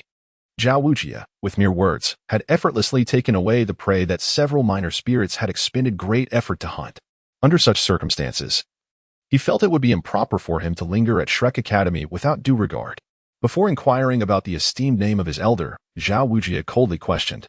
The old woman's expression gradually stiffened, realizing that today's matter would likely not end favorably. "I am known as Chao Tianxiang, affectionately referred to as the Serpent Matriarch by friends in the Spirit Master community. My husband, Meng Shu, is famously called the Dragon Lord. Our visit to the Douluo forest is solely for the purpose of obtaining the 3rd spirit ring for my granddaughter. I kindly request that you show mercy and assist in this endeavor." Zhao Xian narrowed his eyes, sensing that this elderly woman might not be so easily dealt with. Observing Zhao Laosher's demeanor, it was evident that he harbored some reservations, likely concerning the matter of the Dragon Lord. Indeed, upon hearing Xiangxiang's words, Zhao Wujie's expression darkened noticeably. He restrained the somewhat anxious Oscar and spoke in a low voice. "I did not expect to meet the legendary snake matriarch in person. I am truly honored." Xiangxiang gracefully returned the gesture, replying, "I dare not presume. I am yet unaware of your esteemed name." "Zhao Wujie," he stated. Zhao Wujie. The unmoving king?" The snake matriarch remarked, her tone tinged with surprise. I wondered from when such a young soul sage had emerged. Her expression shifted, revealing a bittersweet smile. Yet, despite her apprehension towards Zhao Wujie, the snake matriarch was undaunted and promptly addressed the matter at hand. "As I am somewhat your senior, I shall take the liberty of addressing you as Brother Zhao. This phoenix-tailed rooster crown snake is of utmost significance to my granddaughter. She is currently at level 30, and her martial soul is a serpent-headed staff. We were the first to discover this phoenix-tailed rooster crown snake, but unfortunately, it slipped away. Might you graciously consider allowing us to reclaim this serpent? I assure you, there will be ample rewards in the future." Zhao Wujie chuckled softly, "Sister, this simply will not do. We happen to have someone here who has just broken through to the 30th level, and it was captured by those few young ones. I cannot very well speak up. What a flimsy excuse. It is merely an unwillingness to repay. Can those few truly capture the phoenix-tailed chicken crown snake? They probably haven't even reached the level of a grand soul master. The girl beside Xiao Tianxiang voiced her discontent, expressing that she too relied on others. So how could these youngsters capture the phoenix-tailed chicken crown snake? Still, Xiao Tianxiang tugged at the girl. Knowing full well that Zhao Wujie would not deceive her in such matters, she cast a curious glance at the Shrek group and inquired, "Are you saying that someone here has reached the 30th level?" Although she posed the question, her gaze inevitably drifted towards Daimubai, the eldest among them. After all, the Shrek group appeared exceedingly young, most of them seemingly around 12 or 13 years old, with only Daimubai being somewhat older. Even so, Xiao Tianxiang still found it hard to believe that the seemingly 15 or 16-year-old youth possessed talent surpassing that of her granddaughter. With a sly smile curling at the corner of Zhao Wujie's mouth, he declared, "If you do not believe it, it is better to see for yourself. Shrek, activate your spirit rings." At his command, the 9 members of Shrek promptly unleashed their spirit rings, creating a mesmerizing array of luminous circles. In an instant, Xiao Tianxiang and the young girl widened their eyes in astonishment, as if witnessing something utterly extraordinary. How could this be possible? Great spirit masters, spirit Douluo. Out of these 9 children, 7 were indeed great spirit masters. And she had thought that the boy who had just crossed the 30th level and the even younger boy were merely spirit Douluos. She struggled to fathom it. Yet the reality compelled her to accept the truth. Each of these young individuals possessed talents surpassing that of her granddaughter. If it were just one, it might be manageable. But this was a whole group. Xiao Tianxiang's face reflected a bitter smile as she lamented, "Your academy truly boasts an abundance of geniuses." "Haha, not at all." Zhao Wujie replied modestly, though his expression radiated immense pride. "Child, how old are you?" Suddenly, Xiao Tianxiang turned to Zhao Xian and inquired. "I just turned 12 a few months ago," Zhao Xian replied nonchalantly. Considering that Tang San was born in January, he was 5 months older, which meant he had only been 12 for 2 months. 12? Xiao Tianxiang's body quivered, and the young girl beside her also appeared considerably disheartened, evidently struck by the revelation. Taking a deep breath, a profound sense of trepidation flickered in Xiao Tianxiang's eyes. This group of young individuals, once matured, would undoubtedly reach at least the realm of spirit saints, with the potential of even achieving the illustrious title of Title Douluo. She studied Zhao Xian intently. Yet she was reluctant to concede easily, for the phoenix-tailed coxcomb snake was indeed a fitting match for her granddaughter. And who is that who has surpassed the 30th level? Xiao Tianxiang's demeanor softened slightly. "Oscar, step forward." Zhao Wujie swiftly pulled Oscar, who had been hiding behind him, into the open. This fellow, apprehensive of conflict, had retreated early to the back. Upon being revealed, Oscar chuckled nervously, Greetings, senior snake lady." Although the youth before her appeared somewhat peculiar, with a rather exuberant mane, her keen perception allowed her to discern that he was, in fact, quite young. Kyoshi Xiang nodded slightly and then proposed to Zhao Wujie. "Since we are unable to resolve this matter, shall we allow the younger generation to settle it among themselves?" "What do you mean?" Zhao Wujie's expression turned somewhat peculiar. "They are all stuck at level 30. Let them compete to determine the victor," Kyoshi Xiang explained, believing her suggestion to be fair. Cough. Zhao Wujie cleared his throat. "Sister Chao Yan, I fear that may not be as you wish." Kyoshi Xiang's brow furrowed, her face displaying mild anger, as she struck the ground with her serpent-headed staff. Bang! "Zhao Wujie, do you think I am easy to bully just because my elder is absent?" "That's not it, Sister Chao Yan. My student is a support-type soul master." Zhao Wujie chuckled awkwardly, his demeanor sheepish. "What?" Kyoshi Xiang was momentarily taken aback. Chapter 39. The competition support type? Kyoshi Xiang wondered if she had misheard, hesitating to ask again.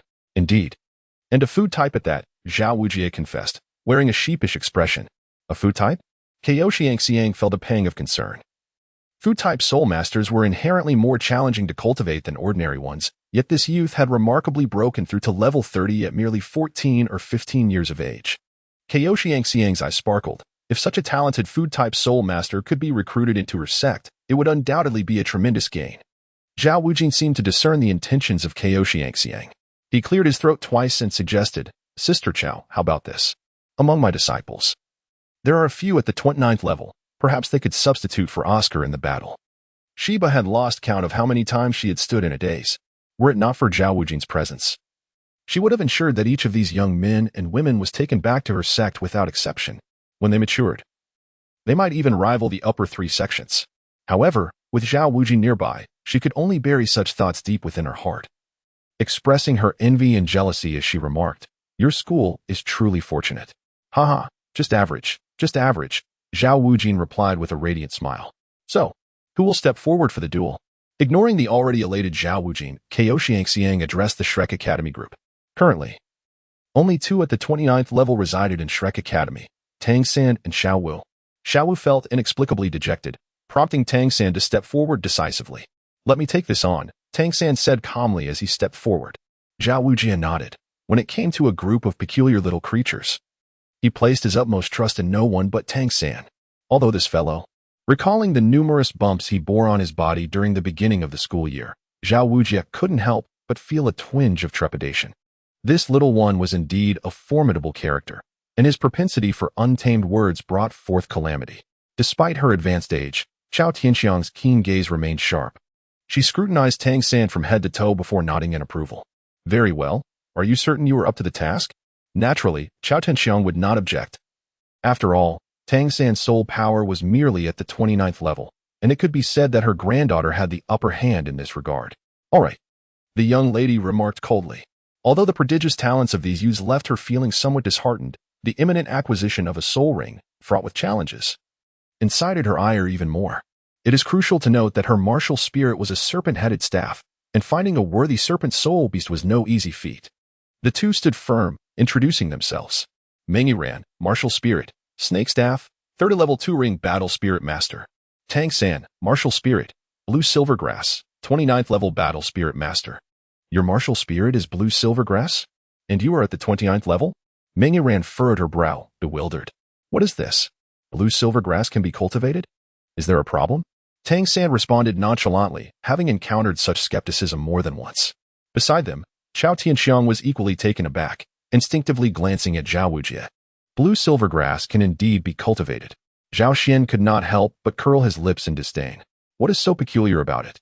As long as a martial soul possesses soul power, it can be cultivated, especially since Xiao San is endowed with innate full soul power. Innate full soul power. Chao Tianxiang's eyes nearly brimmed with envy. Damn it, what on earth is this Shrek Academy? How can such peculiar beings exist here? The members of Shrek cast scornful glances at Chao Tianxiang, as if to say, what is so surprising about this? In truth, among the 9 from Shrek, a considerable number possessed innate full soul power. Zhao Xian, Tang San, Xiao Wu, Ma Hongjun, and Oscar together constituted a significant majority, while the remainder boasted at least innate soul power of level 8.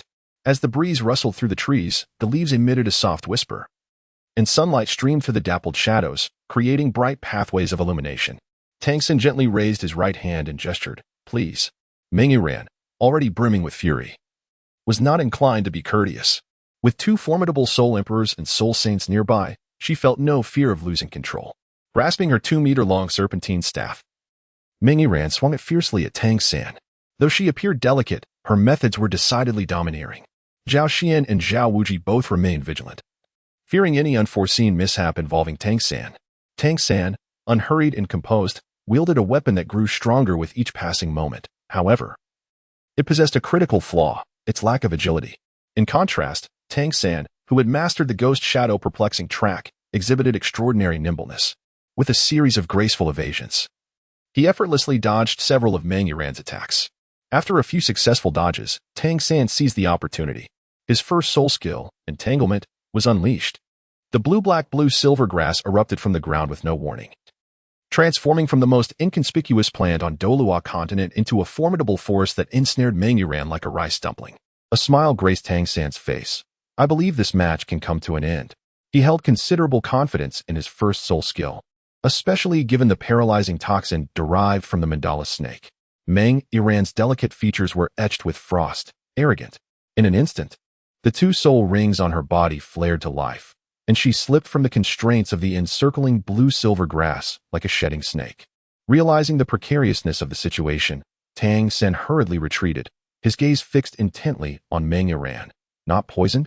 Zhao Xian, with a newfound clarity, remarked, "Few possess venom that surpasses that of a snake. She must certainly be immune to some extent." "Goodness, Zhao Xian, Is this truly what captivates your attention? Came the excited voice of Ma Hongjun from beside him. What is it? Zhao Xian turned his head to glance, only to find Ma Hongjun, Oscar, and Dai Mubai with eyes that sparkled like light bulbs, their breaths somewhat labored, while the expressions of several girls visibly deteriorated. A thought crossed his mind, prompting Zhao Xian to once again gaze towards the battlefield, his eyes nearly widening in astonishment. My word, how formidable has Xiao San's soul skill become? Initially, he had overlooked the details in a cursory glance, due to Tang San's first soul skill, the blue-silver grass, which injected paralyzing toxins through its sharp thorns. Meng Yiran, although not poisoned, had her outfit punctured with small holes, revealing glimpses of her form beneath. You scoundrel! Meng Yiran exclaimed, her face flushed with indignation as she wielded her snake-headed staff with even greater ferocity than usual. Tang San found himself at a loss for words, resorting to evasion. As the snake-headed staff's serpent mouth bore a blade capable of severing ordinary blue-silver grass vines with ease. Meng Yiran's staff was relentless, and upon activating his purple extreme magic eye, Tang San struck at the staff's 7-inch mark. The staff trembled, startling Meng Yiran, who swiftly directed the snake blade to slide down towards Tang San's hand. However, Tang San had mastered a peculiar technique, his hand, as solid as white jade, seized the snake blade with unwavering strength. The two remained locked in a stalemate, gradually escalating into a contest of soul power. This situation does not bode well. Zhao Wujie murmured. What is the matter? Zhao Xian inquired. A contest of soul power is an exceedingly perilous duel. A moment's inattention could lead to severe injury. Will Xiao San be all right?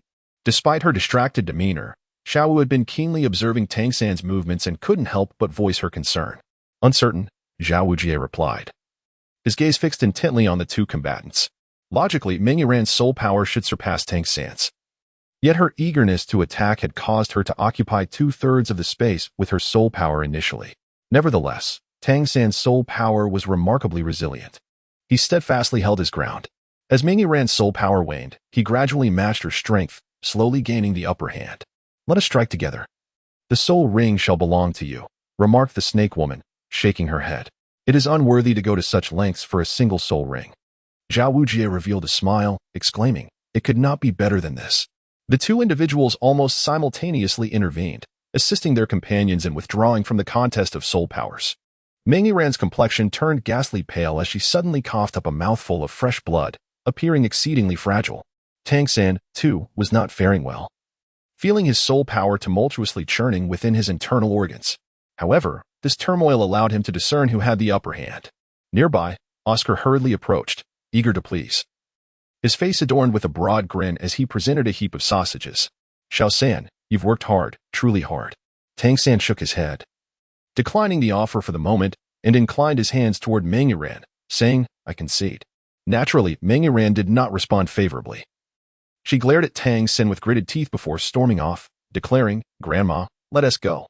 Xiangxiang, concerned for Meng Yiran's well-being, refrained from saying much and promptly followed suit. Chapter 40. Joyous events unfolding at last. That old woman has departed. After watching Xiangxiang and Meng Yiran leave, Zhao Wujie could not help but breathe a sigh of relief.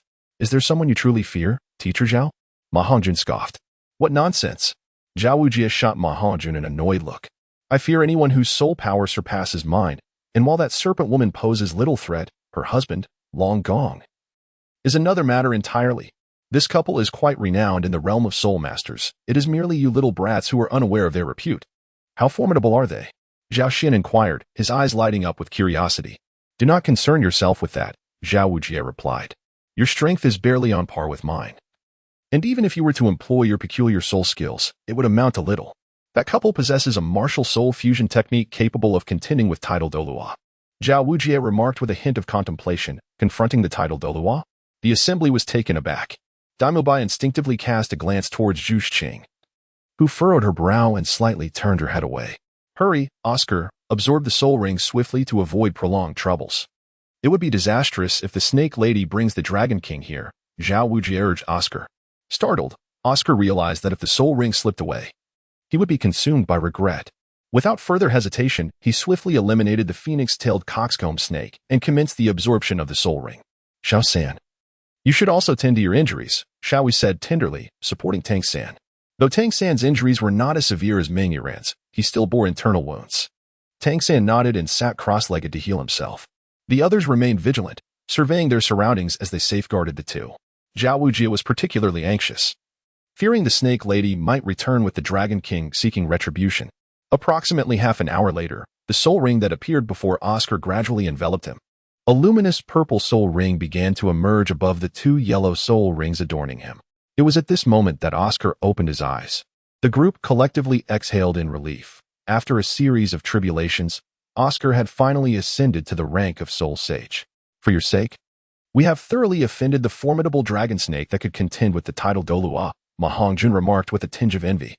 Zhao Wujie seized Ma Hongjun and hurled him backward, then inquired, Oscar, what is your third soul skill? A glimmer of excitement appeared on Oscar's face as he chuckled slyly, his demeanor quite unbecoming. My third soul skill, Oscar began, elongating his voice to heighten the anticipation among the crowd, is flying. Flying. The group stood in stunned silence, with Zhao Xian regarding Oscar with skepticism. Is that true? Oscar, feigning deep despair, retorted, as my confidant. How could you doubt me so? Zhao Wujie, unable to endure any longer, abruptly kicked Oscar, causing him to stumble, and impatiently urged, speak up. Oscar, now obedient yet beaming with delight, could not conceal the joy radiating from his heart. The third soul skill, flight, although it came with a time constraint. It allowed him to soar at the speed of a phoenix-tailed snake for a full minute. The speed of a phoenix-tailed snake? Recalling the swift movement of that very creature moments ago, it was indeed impressive. Surely, he could cover 2 kilometers in just 1 minute. Well done, you rascal. Daimu Bai teased, acknowledging the extraordinary skill. Ning Rongrong gazed at Oscar with a complex expression. Had she not once looked down upon such a soul master when she first entered the academy? A food-type soul master with innate full soul power. He had broken through to soul ancestor at just 14. The revelation of his third soul skill, flight, left her feeling utterly defeated, even leading her to feel a deep sense of shame in comparison. Zhao Xian, intrigued, inquired about flying. Although he possessed considerable strength, he could not soar through the skies. He promptly approached Oscar, urging, Oscar, hand me one quickly. Oscar's smile faltered as he somewhat awkwardly replied, please do not mock my soul spell. We won't. Zhao Xian, along with Ma Hongjun and Daimu Bai, earnestly assured him. Oscar cast a doubtful glance at the group and whispered, I have a mushroom sausage. At his words, an eerie silence enveloped the room. Oscar swiftly turned to face the trio, who, upon hearing Oscar's soul spell, tensed before an uncontrollable laughter erupted, spreading even to the few girls and Zhao Wujie. We agreed not to laugh, Oscar exclaimed, feeling a mix of embarrassment and irritation. Apologies, I couldn't help it. Zhao Xian chuckled, thoroughly entertained by Oscar's predicament. Turning to examine the product in Oscar's hand, Zhao Xian was momentarily taken aback, and his gaze towards Oscar grew peculiar. The others, sensing the oddity, followed Zhao Xian's line of sight, their expression shifting to one of bewilderment. Several girls blushed deeply. Even the usually composed Zhu Shuqing felt the warmth rise to her ears. Scoundrel!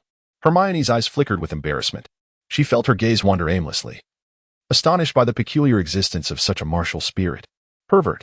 Ning Rongrong reconsidered her earlier opinion, pondering that perhaps there was nothing enviable about such a food-type soul master.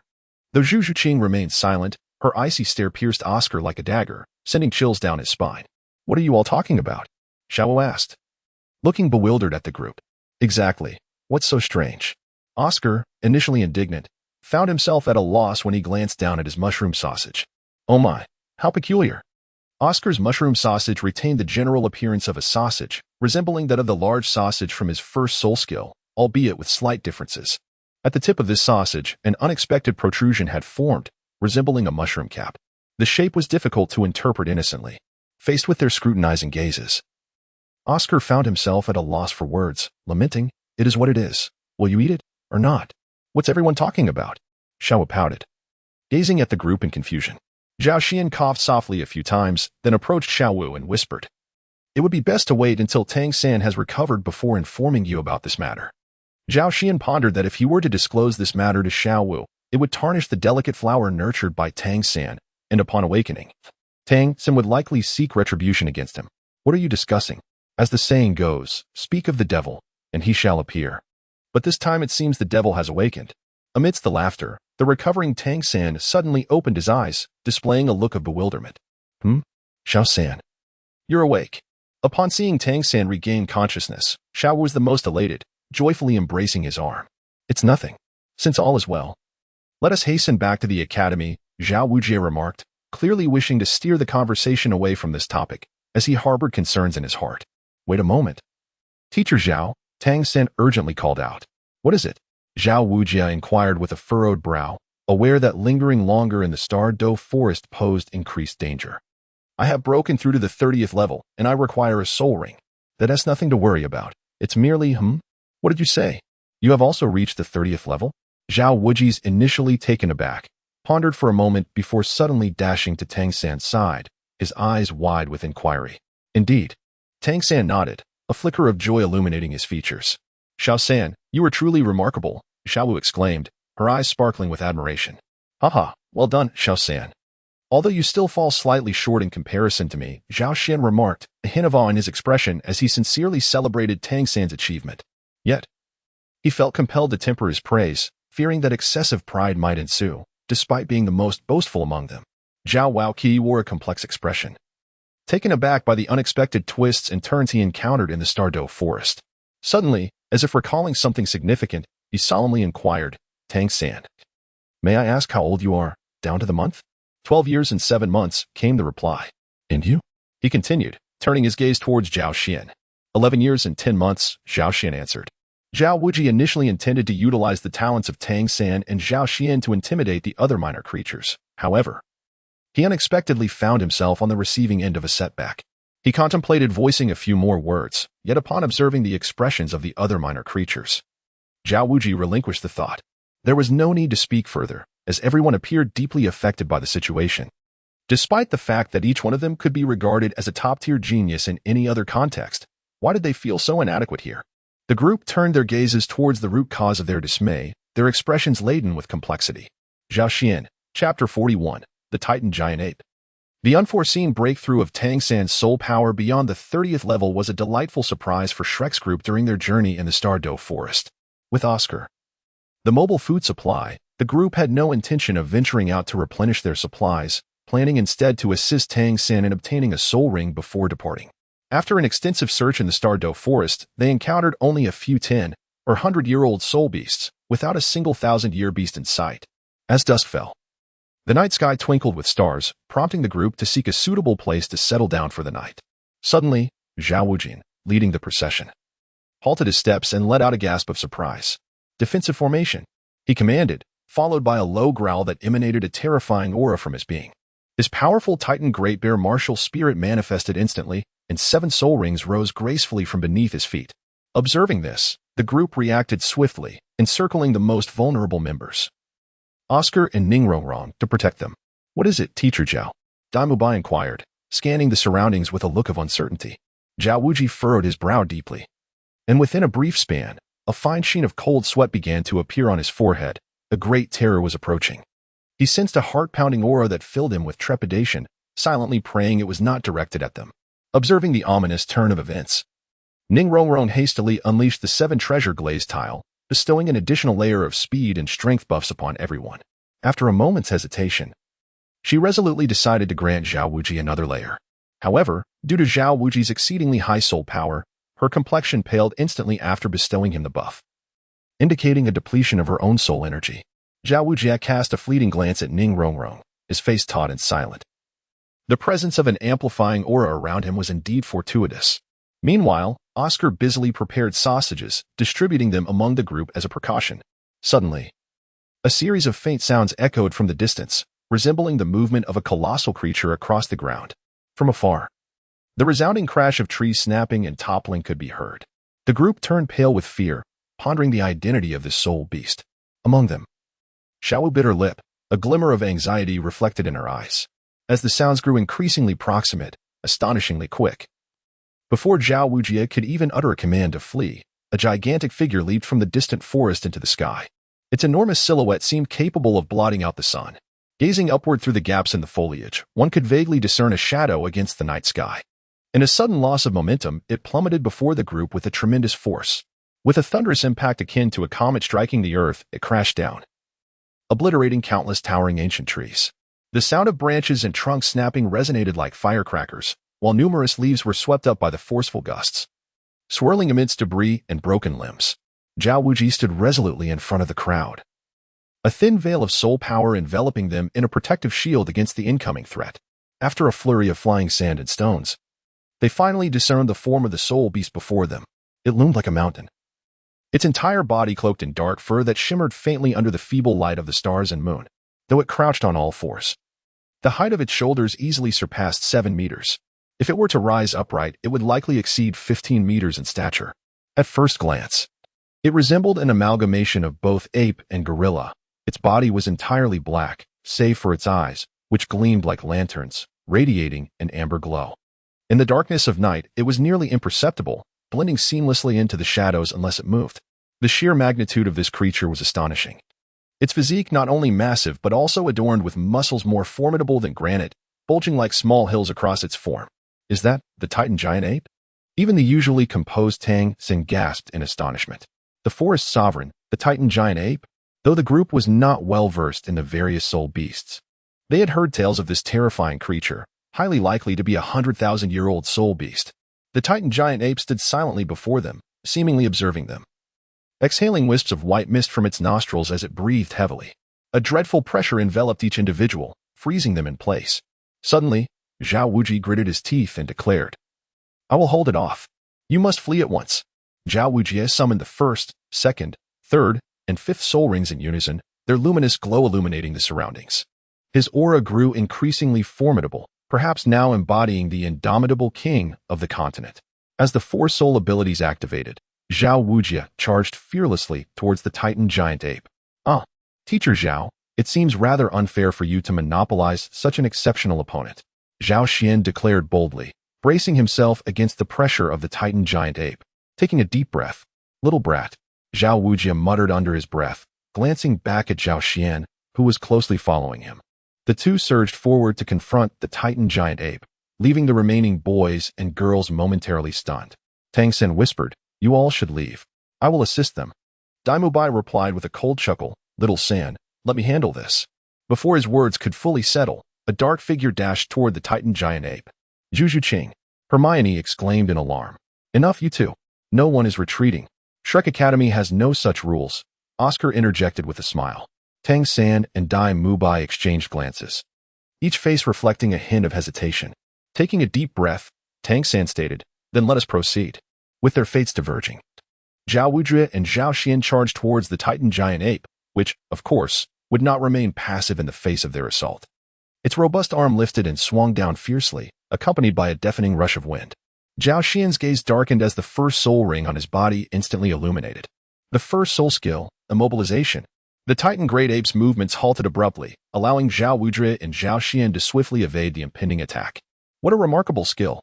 Zhao Wuji exclaimed with a hearty laugh, recalling the time he had suffered under this very technique. The Titan great ape, possessing formidable soul power, could only be restrained by Zhao Xian's first soul skill for approximately 1 second. Thus, after evading the colossal hand, both swiftly launched their assault upon the Titan great ape's massive form. Bang! Bang! As the immobilizing effect dissipated, the Titan great ape's eyes barely flickered before two fists struck it squarely. Although the force behind their blows was considerable, the Titan great ape merely staggered back a few steps, seemingly unscathed. Its hide is far too thick. Zhao Xian retreated hastily, feeling a pang of frustration as he acknowledged the truth. This forest overlord indeed posed a challenge even to title Douluo, despite sustaining minimal damage. The Titan great ape was infuriated by the audacity of these two diminutive humans. It pounded its fist against its chest with a thunderous sound, its aura growing increasingly terrifying. Suddenly, a flurry of blue-silver grass erupted from the ground, encircling the Titan great ape's legs in a frenzied embrace. Tang San? Zhao Wuji and Zhao Xian turned to see that all the students from Shrek Academy had arrived. A group of unruly little monsters. Zhao Wuji felt a sudden headache. What purpose does your presence serve? The Titan great ape, oblivious to its surroundings, charged ferociously toward the group from Shrek, snapping the blue-silver grass effortlessly. In the face of overwhelming power, the restraints proved utterly ineffective. "This is bad," Zhao Xian exclaimed in alarm as his third soul ring glowed. The third soul skill. Telecommunication fraud. Zhao Xian swiftly darted to the front of the Titan ape, which appeared momentarily startled by his sudden appearance, causing its movements to become somewhat sluggish. "Zhao Xian, with unrestrained force, struck the Titan great ape squarely on the face. Despite the Titan great ape's formidable physical defenses, its visage remained an undeniable vulnerability. The Titan great ape, in agony, instinctively swung its arm, sending Zhao Xian hurtling through the air. At that moment, Zhao Wujie's attack arrived belatedly, in a fit of rage. He landed a punch on the Titan great ape's body. However, the Titan great ape paid no heed, sweeping its hand to seize Xiaowu from the crowd before vanishing into the depths of the forest. This sudden turn of events caught everyone off guard, and Tang San's eyes widened in horror. Xiaowu, teacher Zhao, keep an eye on them. I am going. Zhao Xian rose from the ground, a searing pain piercing through his chest. A trickle of crimson blood escaped from the corner of his mouth as he roared at the crowd. Zhao Xian, come back! Tang San exclaimed in a state of urgency. Zhao Xian! The others cried out, unable to contain their alarm. Chapter 42. A kick that sends him flying. The Douluo Forest, vast in its expanse, poses a formidable challenge even in daylight, making it easy to lose one's way. Yet, the Titan giant ape, with its towering stature, wreaks havoc on the surrounding flora as it traverses the terrain, leaving behind a trail of destruction that can be easily followed even in the darkness of night. Damn it! Zhao Xian pursued closely from behind, his gaze fixed ahead, yearning to catch up with the Titan giant ape. Seizing a moment of respite, he retrieved the sausages prepared by Oscar to mend his injuries. The Titan giant ape's earlier strike had landed squarely on his chest. Despite his commendable physical prowess, he had sustained minor wounds. This was merely a casual swipe from the Titan giant ape. Zhao Xian felt a tinge of frustration as he mused that if the Titan giant ape were to unleash its full might in a punch, he would likely not only be incapacitated, but could very well find himself bedridden for half a year. The scenery around him raced past in a blur, with even the shadows of his form trailing behind. Yet, the Titan giant ape remained elusive ahead.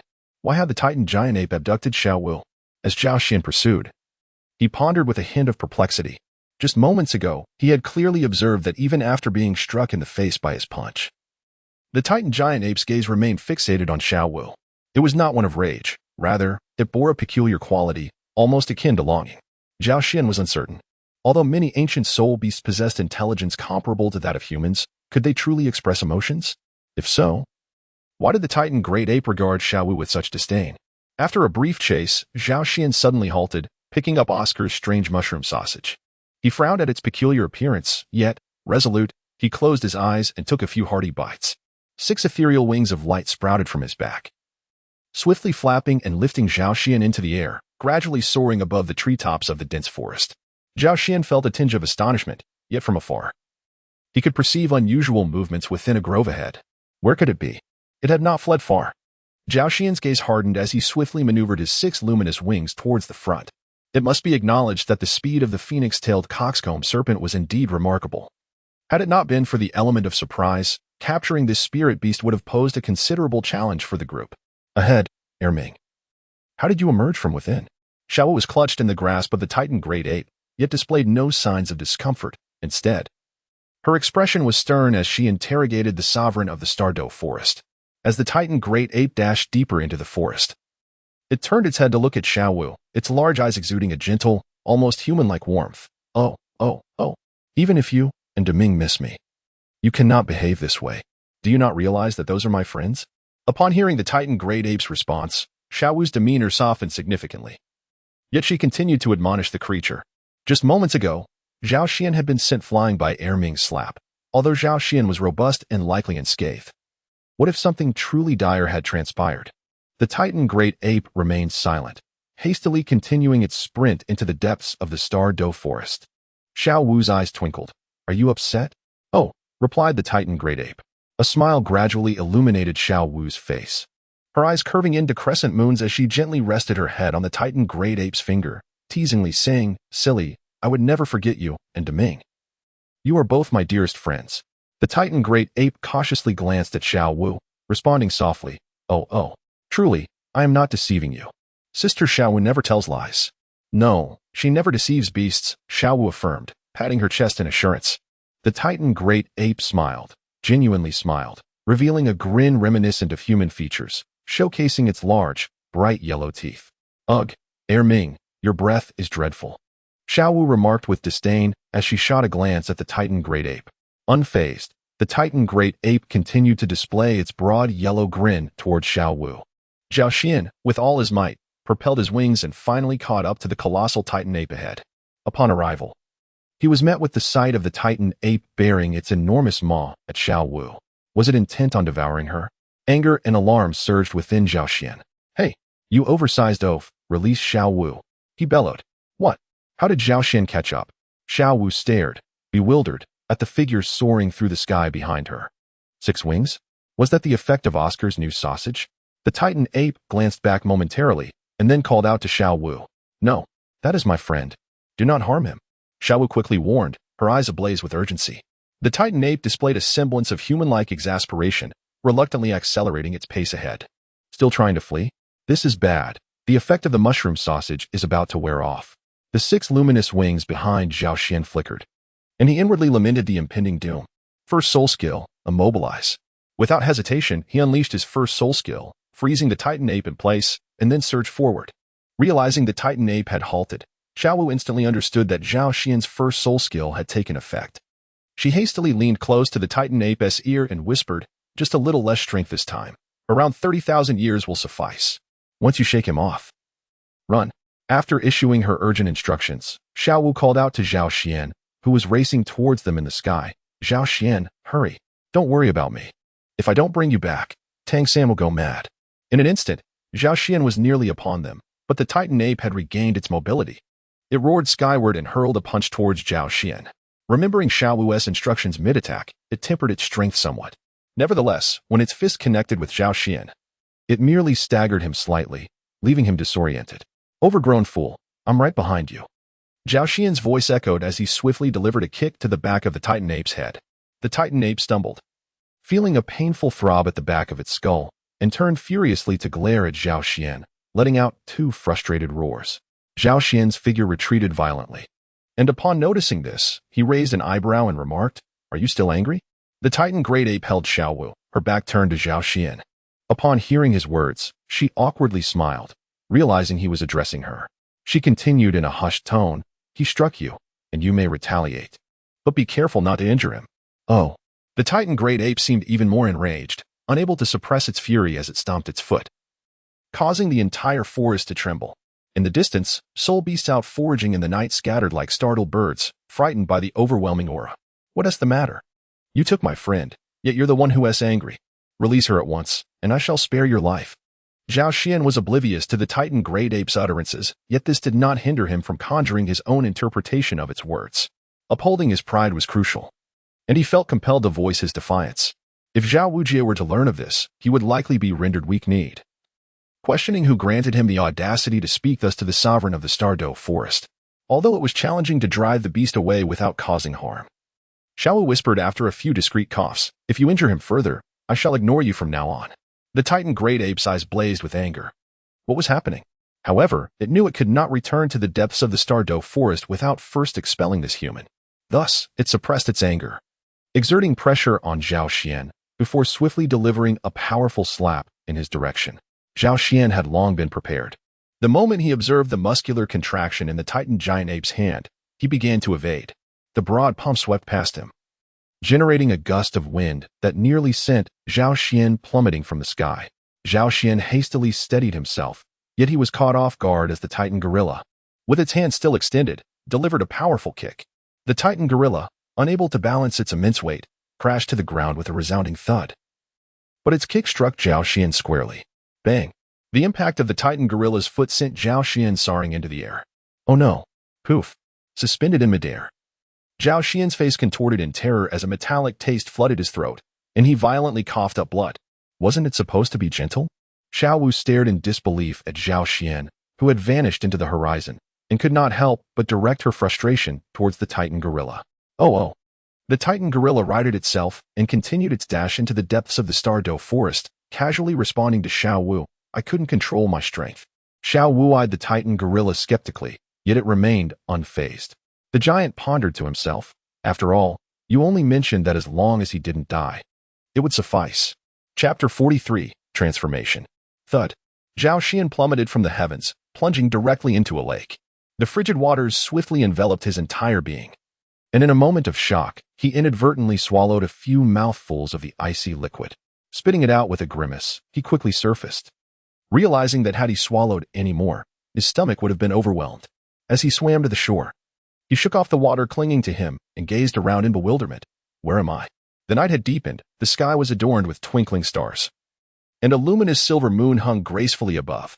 Before him lay a small lake, where a gentle breeze rippled the surface, shattering the reflection of the moon into a myriad of silvery waves. The surrounding trees cast long shadows, and fireflies danced gracefully in the night. Zhao Xian felt a profound sense of disorientation. Where had the Titan great ape flung him? He couldn't help but worry about Xiao Wu's well-being. With a heavy heart, he yearned to rapidly attain the status of a titled Douluo, so he could return and deliver a crushing blow to that Titan great ape. After assessing his condition, he suspected that one of his ribs might be broken, though he found little else amiss. However, even a single fractured rib was excruciating. How infuriating! The pain was unbearable. Zhao Xian leaned against a large tree by the lake, a sharp pain piercing through his left side. He glanced around, only to be met with an impenetrable darkness, evoking a sense of eerie foreboding. Zhao Xian could not help but let out a sigh. Then, suppressing the pain, he sat cross-legged to begin restoring his soul energy. Gradually closing his eyes, he found himself enveloped in an abyss of darkness. Just as Zhao Xian focused his mind in preparation for recovery, he felt a slight tremor in his consciousness, as if something were striving to break free from its seal. Suddenly, a brilliant flash of violet light flickered past him. Zhao Xian abruptly opened his eyes and surveyed his surroundings, only to find them utterly barren. Was it an illusion? Furrowing his brow, he murmured to himself. Vigilantly scanning the area once more, he still perceived nothing out of the ordinary. As thoughts raced through his mind, Zhao Xian suddenly pressed his hand against the purple mark on his forehead, a look of contemplation crossing his face. Could it be that? This mark had not existed initially, but it gradually manifested after Zhao Xian awakened his martial soul. It appeared silently, and had it not been for its increasingly profound hue, he might have remained oblivious to its presence. To confirm his suspicion, Zhao Xian closed his eyes once again. In that fleeting moment of darkness, the purple light flashed once more, darting through the void like a fleeting specter. Zhao Xian instantly perceived the form of the purple radiance, which turned out to be a divine thunderbolt. Zhao Xian was taken aback, as a long-forgotten memory slowly resurfaced. It was the divine lightning he had encountered at that time. Zhao Xian suddenly recalled the moment of his demise in a previous life, when a rift tore through the heavens, within which flickered this purple divine lightning. Moreover, as he plunged into that chaotic realm, he had been struck by this very purple divine lightning. How could this phenomenon reside within me? Zhao Xian experienced a throbbing headache. Though he had only fallen into the chaotic realm for mere seconds, the agony he endured would remain etched in his memory for eternity, causing him to tremble even as he recalled it. Beyond the relentless pressure of the boundless chaos upon his soul, the errant purple divine lightning would intermittently strike, leaving him with the sensation that his very essence was on the verge of being torn asunder. Just as Zhao Xian pondered the situation, he perceived a shift in the purple divine lightning that his consciousness had captured, followed by an abrupt jolt in his heart, causing the flow of his vital energy to come to a sudden halt. Zhao Xian was struck with an inexplicable terror, feeling utterly at a loss. Suddenly, the violet divine thunder transformed into a dazzling array of purplish golden runes, vanishing into the boundless darkness, only to gradually materialize within his mind. In that fleeting moment, Zhao Xian's heart resumed its rhythmic beating, the sound echoing so vividly that it could almost be perceived by the ears. With each pulse, his vital energy surged through his body, racing through his fragile veins. Faintly, one could even discern a sound reminiscent of water flowing, a gentle rustle that accompanied the rush. Zhao Xian was suddenly engulfed by a profound and excruciating pain, as the violet gold runes began to manifest throughout his body, coursing with the flow of his blood. Yet, the rapid circulation wrought havoc upon the walls of his blood vessels. The violet gold runes possessed an otherworldly aura wherever a blood vessel ruptured. These runes would emerge to mend and restore. In this intricate dance of life and vitality, Zhao Xian's entire being began to emanate a faint violet gold luminescence, appearing almost divine from a distance. However, Zhao Xian was far from comfortable. The tumultuous blood surging through him left his scalp tingling, and his mind was shrouded in a hazy fog. He even sensed that his perception had become intermittent, as if he were gradually transforming into a blind, deaf, and mute existence.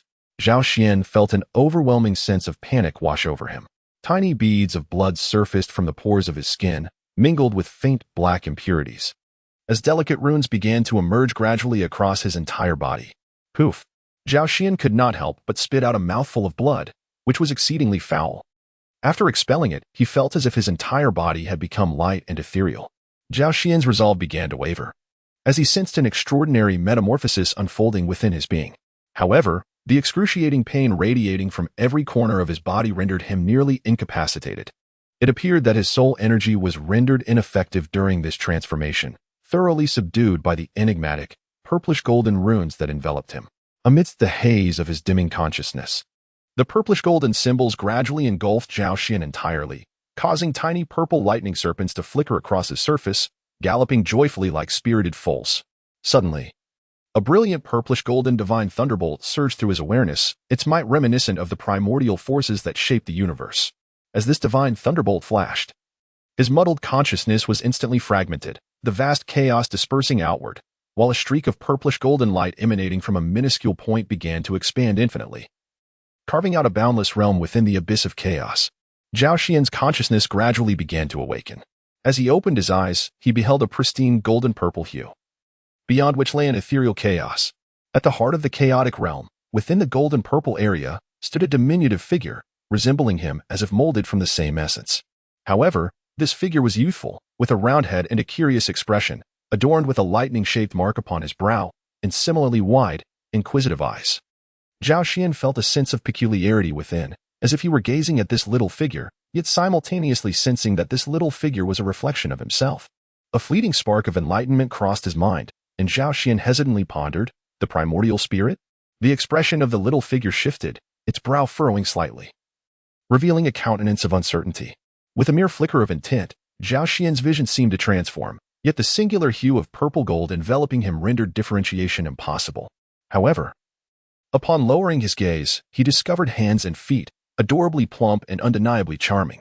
Zhao Xian suddenly realized that the gaze he had just directed towards this primordial spirit was, in fact, a fragment of his own consciousness. The surroundings were desolate and devoid of any substance, enveloped in an overwhelming solitude, while the chaotic expanse beyond was shrouded in an eerie silence. Was this perhaps the sea of consciousness? And in this moment, did it mean that his current state was that of the primordial spirit? Zhao Xian was taken aback, pondering how he had inexplicably opened his sea of consciousness. He was at a loss, yet suddenly, a fleeting thought crossed his mind. With a wave of his spiritual essence, a mobile phone and a computer materialized on either side, both tethered to him. However, to Zhao Xian, these two objects began to appear rather peculiar, suggesting a significance beyond mere soul weapons. The device on the right was a computer, yet as he gazed upon it, the term transformation inexplicably sprang to his consciousness. On the left lay the mobile phone, which evoked the notion of all things in his mind. Furrowing his brow, Zhao Xian found himself perplexed by these revelations. The myriad uncertainties accompanying this metamorphosis were overwhelming. Suddenly, a shift in his awareness brought him back to his physical form, and he once again felt the presence of both his body and soul energy. His physical body had grown immensely stronger, while his soul energy seemed to have surged dramatically, albeit appearing rather insignificant in comparison to his formidable physical prowess. Zhao Xian was oblivious to the changes unfolding around him. Moments ago, his dissipated consciousness seemed to have detected a subtle movement. He turned his gaze towards a nearby grove, waiting for the unfolding events. The narrative lacks a definitive outline, and thus, certain elements must be gradually filled in. The author envisions that to complete this tale, it is inevitable to engage with the latter developments of Douluo, which inevitably involve the emergence of deities.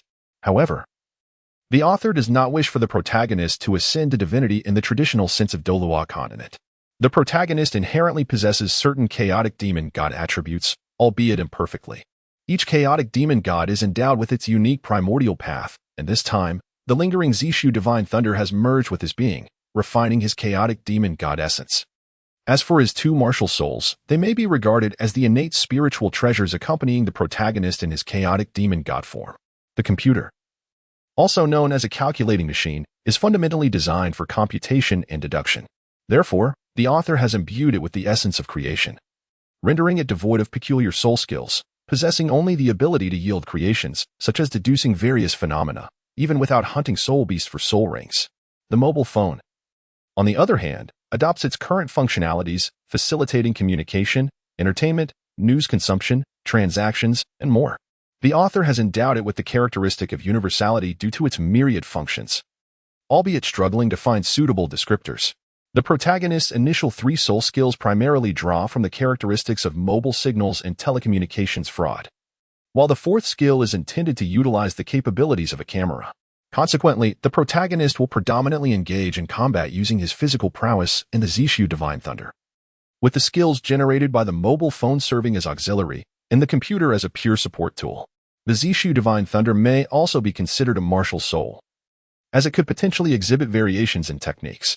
However, being a fanfiction of Douluo, the overall ambience must adhere to the essence of Douluo, including combat dynamics, though there may be occasional deviations from the typical Douluo feel.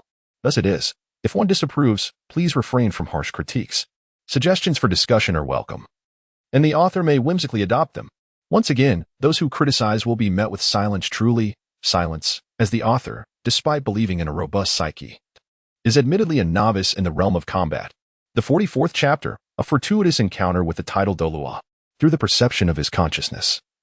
Zhao Xian sensed the approaching individual was swift, covering 20 to 30 meters with each breath. At this pace, they would arrive in roughly 10 seconds.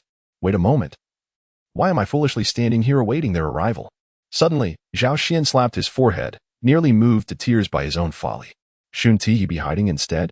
Had he truly lost his wits? Bang! As Zhao Xian took his first step, he was unaware that, after a remarkable transformation, his strength had undergone a profound metamorphosis. With a single leap, he soared several meters, colliding headlong into a towering ancient tree. The venerable tree shook vigorously, its leaves rustling with a whispering sound, before shedding a few of its foliage. Zhao Xian gently touched his head, and to his astonishment, he realized that he felt absolutely nothing. His forehead was neither painful nor itchy. However, upon glancing at the ancient tree, he noticed a distinct indentation in the trunk. Suddenly, a rustling sound reached his ears, the leaves of the bushes whispering to one another, causing Zhao Xian to startle and swiftly turn his head. A white figure darted out from the forest, its gaze immediately locking onto Zhao Xian. This figure appeared remarkably youthful, clad in an immaculate moon-white robe, with sharp eyebrows and starry eyes. His complexion as warm and smooth as jade, and upon his back, he bore a slender, ash-gray longsword. Zhao Xian raised an eyebrow. The individual before him appeared less like a spirit master and more akin to a celestial swordsman. The newcomer furrowed his brow in surprise upon noticing Zhao Xian, drenched and disheveled, and remarked, "Were you the one who just fell from the sky? Did you happen to witness it, esteemed elder?" Zhao Xian stared in astonishment at the newcomer, his mind momentarily clouded by the implications of this unexpected encounter. It was essential to note that his recent transformation had demanded considerable time and effort. Thus, the speed of this individual suggested an extensive journey had been traversed. Could it truly be that such distance allowed for visibility? This place is not far from my abode, and I had only just sensed the presence of the forest sovereign, the Titan giant ape, preparing to investigate. To my surprise, something had soared overhead. The stranger regarded Zhao Xian with a peculiar gaze, imbued with a profound sense of curiosity. This lad is rather intriguing, he mused. Although he had fallen into the lake, the fact that he landed so far without a scratch was indeed remarkable. Zhao Xian smiled awkwardly and, after a moment's hesitation, cautiously inquired, "May I ask for your esteemed name, senior?" The visitor chuckled softly. "You, young man, are quite amusing. Is it customary to ask for someone's name upon first meeting? Nevertheless, it is but a trifling matter. I shall indulge you. My surname is Li, and my given name is Qing." With a hint of amusement, he cast a glance at Zhao Xian and continued, "Li Qing? I must admit, I have not heard of you," Zhao Xian murmured. "Ah, that simply reveals your ignorance," Li Qing retorted, his gaze towards Zhao Xian tinged with disdain. Zhao Xian remained unfazed and continued to inquire, "Senior, you mentioned wanting to see the Titan great ape? It is well known as the overlord of the forest. Which spirit master would not wish to keep their distance upon encountering it? Yet here you are, expressing a desire to approach it." In Zhao Xian's perception, this individual appeared to possess a method to obscure their own aura. Even with his spiritual sense, he could not discern their depth. Nonetheless, judging by their recent speed, this person likely possessed formidable strength, perhaps at the level of a soul Douluo. Li Qing looked at Zhao Xian with a hint of amusement. "Do you doubt my abilities?" Zhao Xian remained silent, neither acknowledging nor refuting. Li Qing chuckled heartily and said, "Secluded here, it has been a long time since I encountered such an intriguing young man. Since you wish to observe, then open your eyes wide and behold." Zhao Xian remained noncommittal, yet his gaze was firmly fixed upon Li Qing. Noticing this, Li Qing chuckled and shook his head, gesturing towards Zhao Xian with a bemused smile. In the next instant, a crisp sound of a sword resonated, and an overwhelming pressure emanated from Li Qing's seemingly frail form, far more terrifying than that of Zhao Wujing, even rivaling the might of the Titan great ape. Yellow, yellow, Purple, purple, black, black, black, black, black. 1, 2, 3, 9. A total of 9 soul rings. Zhao Xian's eyes widened in astonishment, realizing that this man, whom he had casually encountered in the Stardow Forest, was actually a titled Douluo. He was vastly stronger than Zhao had initially surmised. Unbeknownst to Zhao Xian. While he was taken aback, Li Qing was even more astounded, verging on shock. When he first activated his soul rings, he had never anticipated revealing his power before a youth, thus unleashing all his strength. The soul power radiating from a titled Douluo was not something that could be easily endured by anyone, not even a soul zone. However, upon recognizing this, he was bewildered to find Zhao Xian unaffected, his expression remaining unperturbed under Li Qing's immense pressure. Could it be that my strength has diminished? Li Qing began to doubt himself, pondering whether years of seclusion had led to a decline in his abilities. The notion that Zhao Xian might possess strength surpassing that of a soul zone never crossed his mind, if Zhao Xian truly held such power. He swore he would unsheath his sword and take his own life without hesitation. Are you all right? Li Qing inquired hesitantly. Zhao Xian withdrew his gaze from the 9 soul rings adorning Li Qing and forcibly suppressed the shock within him, inquiring with a hint of confusion, "What is it?" Zhao Xian suddenly regained his senses as the soul rings on Li Qing's body remained unwithdrawn.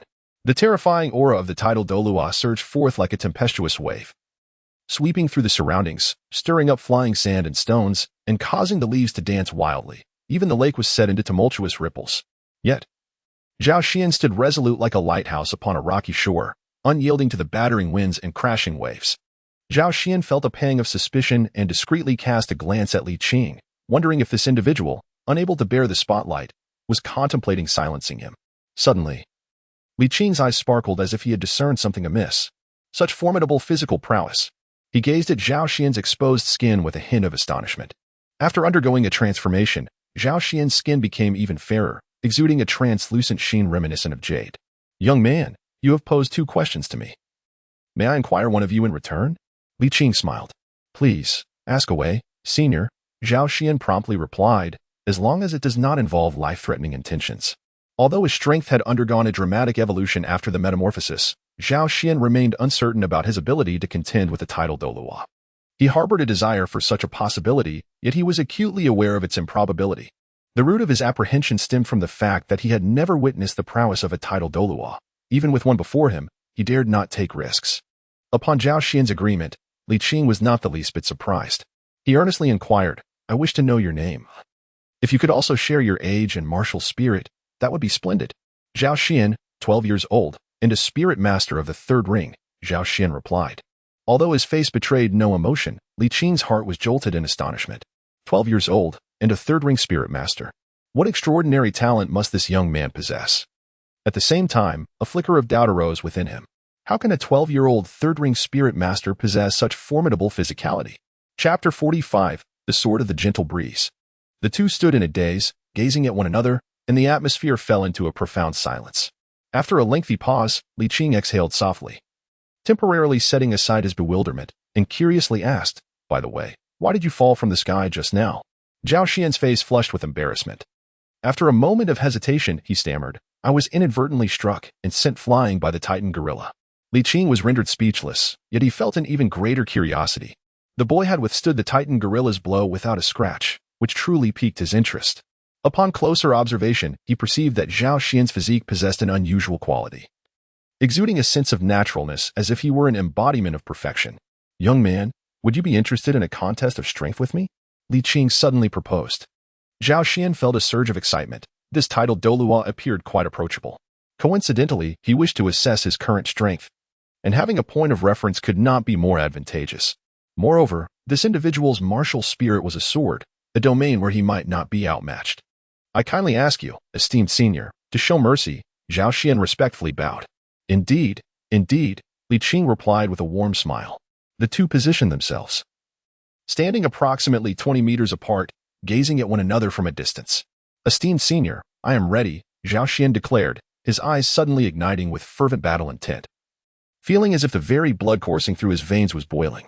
After all, he was facing a titled Douluo. "Come forth," Li Qing smiled, though internally he felt a sense of pressure beginning to mount. In the past, the notion that a mere soul master could instill such pressure would have elicited nothing but scorn from him. Yet now, a living testament stood before him. Bang! With a forceful thrust of his foot, the ground beneath Zhao Xian fractured into a web-like pattern, and he propelled himself forward like a cannonball. An ominous realization washed over Li Qing as the smile on his face abruptly froze. Before he could react, Zhao Xian's foot collided with his body. The impact felt akin to being struck by a towering mountain, sending his very soul reeling. Li Qing's scalp tingled as his body arched backward, hurtling through the air before plunging into the lake with a resounding splash. The tranquil surface of the water was once again disrupted, rippling outward in concentric circles. Zhao Xian stood frozen in place, astonished by his newfound strength. Could it be that even a tidal Douluo could be effortlessly dispatched by him? Glancing down, he noticed mysterious runes subtly shimmering upon his skin, radiating a lustrous, jade-like glow. Suddenly, Li Qing leaped from the lake, swiftly landing before Zhao Xian, dripping with water. He would have surely collapsed to the ground had he not conjured a protective barrier of soul power at the last moment. Li Qing stared at Zhao Xian, his eyes wide with disbelief. Tell me, do all the little demons outside possess such extraordinary capabilities as you? No, Zhao Xian replied. I am endowed with innate divine strength. Zhao Xian observed the pallor on Li Qing's face and quickly responded. Although he had just sent the tidal Douluo flying with a kick, he was acutely aware that the opponent had not even unleashed their martial soul. Zhao Xian felt uncertain, fearing that Li Qing might be incensed. Upon hearing Zhao Xian's reply, Li Qing exhaled with relief, though his gaze towards Zhao Xian became somewhat intricate, tinged with embarrassment.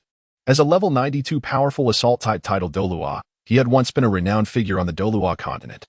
He never anticipated that after years of seclusion in the Stardow Forest, he would be so easily dispatched by a soul master. A sense of despondency washed over Li Qing. Senior, shall we continue?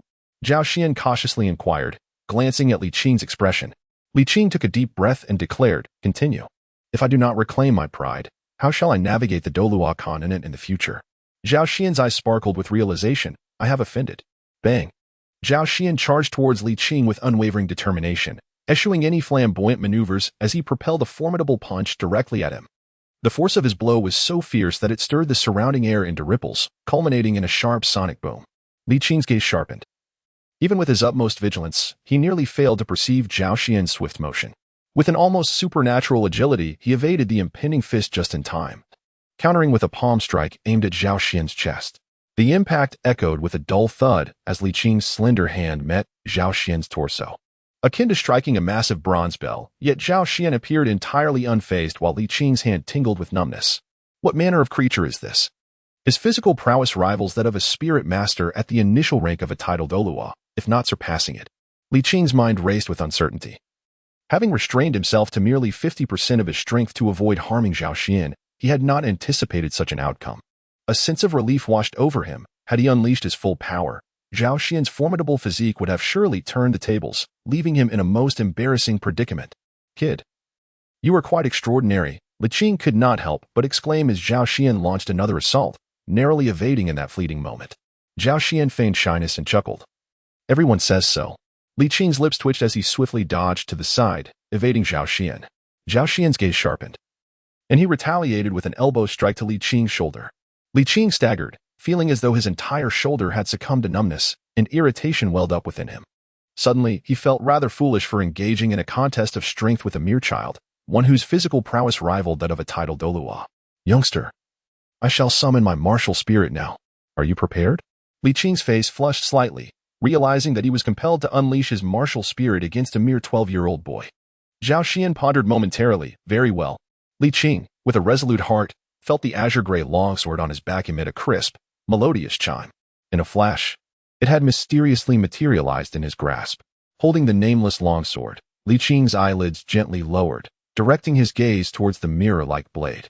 Suddenly, the aura he exuded transformed into a sharp intensity, akin to countless blades slicing against his visage. Oh, gentle breeze, gentle breeze. I never anticipated that I would need to wield you even against a mere child, Li Qing remarked, his expression weighed down by a sense of melancholy. Zhao Xian coughed a few times and said, Senior, I am unique. Li Qing cast a glance at Zhao Xian and replied, I am well aware of your uniqueness. However, no matter how extraordinary you may be, you are still merely 12 years old. If the world outside is filled with young monsters like you, I might as well buy a block of tofu and end it all. In the next moment, Li Qing's demeanor shifted dramatically, and the first soul ring on his body shimmered. Sword leaf, he whispered softly, as countless falling leaves suspended in the air, their sharp edges pointed directly at Zhao Xian. Zhao Xian swallowed hard, feeling a surge of fear at the daunting scene before him. With a swift motion, he brandished his long sword. And as a glimmer of cold light flashed by, countless leaves whirled towards him like a tempest. Zhao Xian was poised to employ the third soul skill of his mobile device for evasion when suddenly, a flicker of awareness crossed his expression. Instantly, myriad tiny lightning serpents erupted around him. These serpents glimmered with a radiant purple-gold hue, forming a circle of violet lightning net within a meter's radius of Zhao Xian. With a sharp crackle, a barrage of sword leaves surged towards him, only to explode upon contact with the lightning net, disintegrating into a shower of sparks that rained down, rendering the multitude of sword leaves utterly incapable of touching Zhao Xian's form. Is this his martial spirit? Li Qing gazed skeptically at the lightning net encircling Zhao Xian, the flickering purple divine lightning causing a stir of unease within him. Unbeknownst to him, Zhao Xian was equally astonished. He had inexplicably managed to wield the purple divine lightning, a phenomenon he had only previously envisioned, and he did so with remarkable ease, as if it were an extension of his own will. Once more, Li Qing urged. As his second soul ring shimmered, a gentle, aimless breeze began to swirl around them, igniting a sense of vigilance in Zhao Xian. This is my second soul skill. Concealed edge. The sword aura is hidden within the wind, so be cautious, Li Qing warned once more, before casually sweeping his Qing Feng sword through the air. In the realm of mental perception, a thread of sword aura seamlessly merged into the wind, stealthily appearing behind Zhao Xian. Zhao Xian's gaze sharpened as he suddenly turned and unleashed a punch, summoning divine thunder that obliterated the sword energy. Li Qing's face reflected astonishment as he once again released 2 arcs of sword energy. With the aid of his spiritual awareness, these seemingly elusive strikes appeared as conspicuous as the moon in the night sky to Zhao Xian, shattering one after another in swift succession. After a brief pause, sensing no further assault from Li Qing, Zhao Xian was taken aback and turned to face him. Li Qing had already retracted his martial soul, the Qing Feng sword now resting on his back, while the 9 soul rings faded from view. Slowly approaching Zhao Xian, his countenance was laden with despondency. Zhao Xian, am I truly aging? Huh? Zhao Xian found the situation perplexing. Could it be that he was unable to contend with even a 12-year-old boy? Having employed 2 soul techniques without inflicting any damage on Zhao Xian, and having sustained 2 hits himself, Li Qing felt a sense of melancholy and relinquished the notion of continuing the spar. To persist further would indeed be a loss of dignity. Zhao Xian chuckled softly, offering no reply. However, there was not a trace of pride in his heart. Setting aside the fact that Li Qing had shown restraint, employing merely 2 century-old soul techniques, each executed without full force, the devastation of the surrounding environment alone was enough to instill a sense of admiration within him for Li Qing. Li Qing's first soul technique, Blade Leaves, commanded countless leaves, of which Zhao Xian managed to fend off only a fraction, while the majority fell around them. The delicate leaves, under Li Qing's control, wielded immense power. Within a radius of several meters, the ground and trees were littered with leaves, either embedded within ancient trunks or piercing into the bluestone, with only a short segment remaining visible. The shattered sword energy dispersed wildly, reducing fine stones to rubble, ravaging shrubs, and hollowing out ancient trees, leaving a scene of utter devastation for several meters around, broken branches and fallen leaves, with not a blade of grass remaining. Remarkably, this was merely the outcome of Li Qing not exerting his full strength. It seemed the time had come to venture outside, otherwise, he might encounter more of such little monsters. With a hint of melancholy, Li Qing gazed at Zhao Xian and spoke softly. Little monsters? Zhao Xian's eyes brightened. I know where many little monsters can be found. Senior. Chapter 46, Re-encountering Dragons and Serpents. Li Qing regarded Zhao Xian with curiosity. Ahem, Senior. What do you think of me? Zhao Xian cleared his throat, feigning composure. Indeed, a prodigy, a monster, Li Qing mused, acknowledging that it was no jest.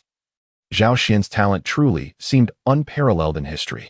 A glimmer of delight flickered in Zhao Xian's eyes as he casually remarked, Our academy is home to many peculiar individuals like myself. Would you care to take a look? Li Qing cast a glance at Zhao Xian, discerning his intentions, and couldn't help but chuckle. You, my friend, are quite amusing. First, do tell me the name of your esteemed academy. I am curious to discover what kind of institution could nurture someone as extraordinary as you. Shrek Academy, Zhao Xian replied. Shrek? What a fascinating name, Li Qing mused, momentarily taken aback, his eyes sparkling with intrigue. Zhao Xian seized the moment, Indeed, though our academy may lack notoriety, the talents within are nothing short of extraordinary. To speak of just one aspect, there are several individuals with innate full soul power. Li Qing expressed his astonishment. Although innate full soul power may not seem particularly remarkable in his current perspective, it nonetheless serves as a symbol of exceptional talent. With proper cultivation, and barring any unforeseen circumstances, there exists a significant likelihood of ascending to the realm of title Douluo. Even his own innate soul power barely reaches 9.5 levels. This little rascal has piqued my interest, Li Qing mused, letting out a quiet sigh. If such an academy truly existed, even as a title Douluo, he would be inclined to pay a visit. Perhaps, decades hence, a few more title Douluos might emerge from its halls. In fact, your senior's disposition aligns quite well with our academy, Zhao Xian remarked. Oh, how so? Zhao Xian chuckled softly, then proceeded to share the circumstances of Shrek Academy with Li Qing. Upon hearing this, Li Qing nodded thoughtfully, acknowledging, indeed, the instructors at your academy are quite exceptional. So, should the senior take a look? Zhao Xian tentatively inquired, with a bemused glance at him. Li Qing pondered for a moment before slowly responding, very well. Having secluded myself here for many years without any advancement in strength, I shall accompany you to observe this so-called monster academy. Zhao Xian's face lit up with joy. Acquiring a title Douluo would provide Shrek Academy with a formidable safeguard, preventing incidents like this one from recurring. However, as he contemplated this, a wave of concern washed over him, leaving him anxious about Xiao Wu's well-being. Noticing the sudden change in Zhao Xian's expression, Li Qing curiously asked, "Is something troubling you?" Zhao Xian recounted the events that had just transpired, causing Li Qing to furrow her brow as she gazed into the depths of the starry forest. Indeed, it was peculiar, as far as I am aware. The Titan giant apes typically reside deep within the forest, maintaining a distance from human affairs. This time, however, their behavior is undeniably strange. Furthermore, the depths of the forest are fraught with peril. Even the presence of 10,000-year spirit beasts is not uncommon, let alone the myriad of ancient soul beasts that dwell there. In my view, your friend is in grave danger. Li Qing's words, while intended to be comforting, only deepened Zhao Xian's expression of concern. Observing his distress, Li Qing felt a surge of frustration and suggested, "Let us not succumb to despair. First, let us locate your team and then devise our next steps." Zhao Xian nodded and inquired, "Is there anything else you wish to take with you, esteemed elder?" Li Qing replied with a smile, "I am but a solitary being, possessing nothing beyond a humble thatched cottage. Let us be on our way." Zhao Xian's spirits were somewhat lifted. Venturing out and returning with a title Douluo in tow was indeed a commendable achievement. Zhao Xian could not recall from which direction he had flown. Yet Li Qing was well acquainted with the path. By following this direction and tracing the footprints of the Titan giant ape, they could locate the group of Shrek. As for the notion of continuing to pursue the Titan giant ape's tracks, Li Qing firmly dismissed it. The center of the Star Do forest had long been a forbidden zone for humanity, and even Li Qing would not dare to venture there alone, based on his experience. Zhao Xian's physical prowess was comparable to that of a level 91 strength-type beast martial soul. However, to navigate the heart of the forest with such power, one must be prepared to face the certainty of death. Zhao Xian pondered for a moment. Even if he could successfully locate the Titan giant ape, he doubted his ability to conquer it. According to Li Qing's understanding, the Titan giant ape had existed for approximately 100,000 years, its allegiance unknown. Yet its strength was undoubtedly at least that of a title Douluo of the 95th rank or higher. Consequently, Zhao Xian relinquished this notion and resolved to consult with the Shrek team before making further plans. The two swiftly discovered the tracks of the Titan giant ape. Zhao Xian gazed into the depths of the forest, hesitated momentarily, and with a determined grit, turned to follow Li Qing as they made their way towards the forest periphery. Zhao Xian extended his consciousness to perceive the surrounding activities. Although his awareness was nascent, it could encompass a radius of 500 meters.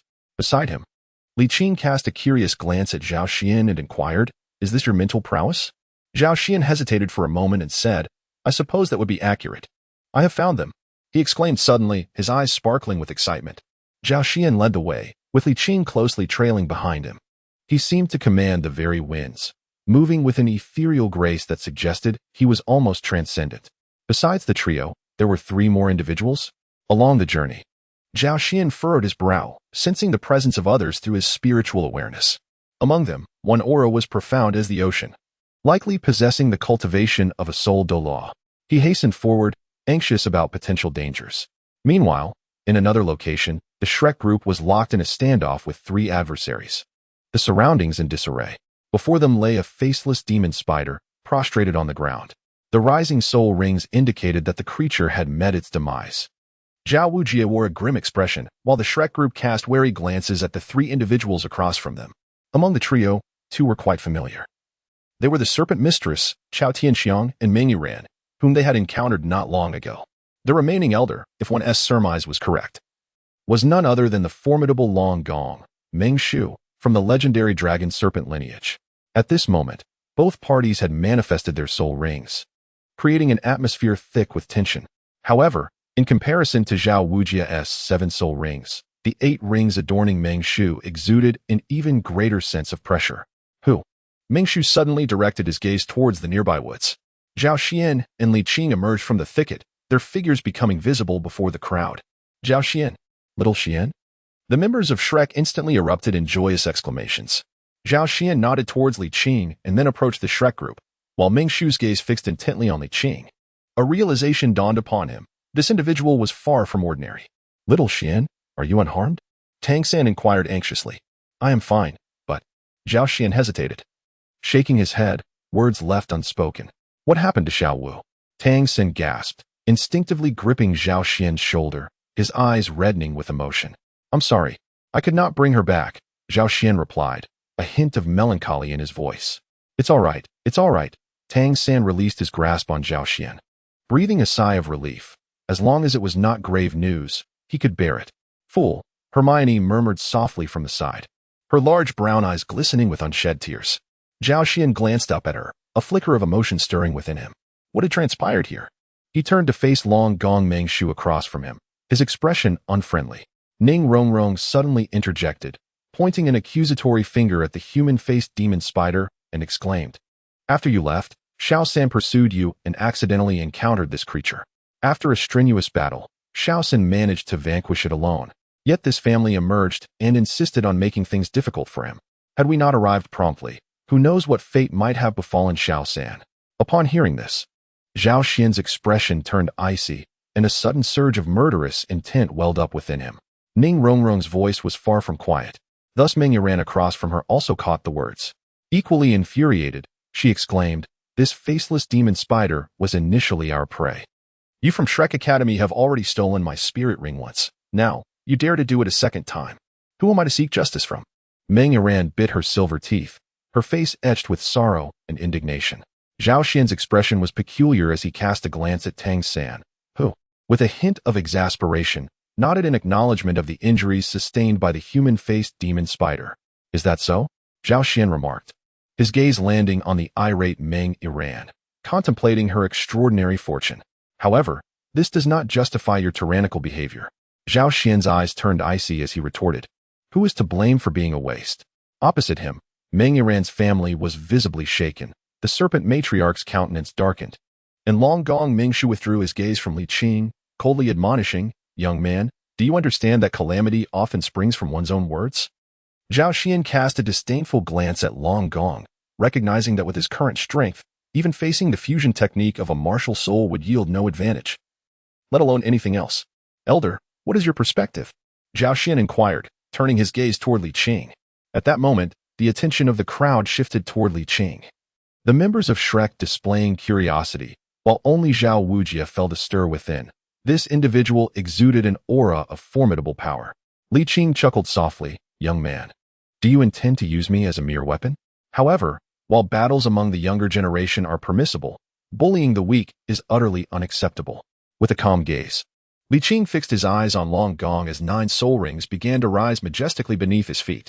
A tidal Douluo, the hearts of those present, save for Zhao Xian, raced wildly, and both Long Gong and Meng Shu felt their momentum wane significantly.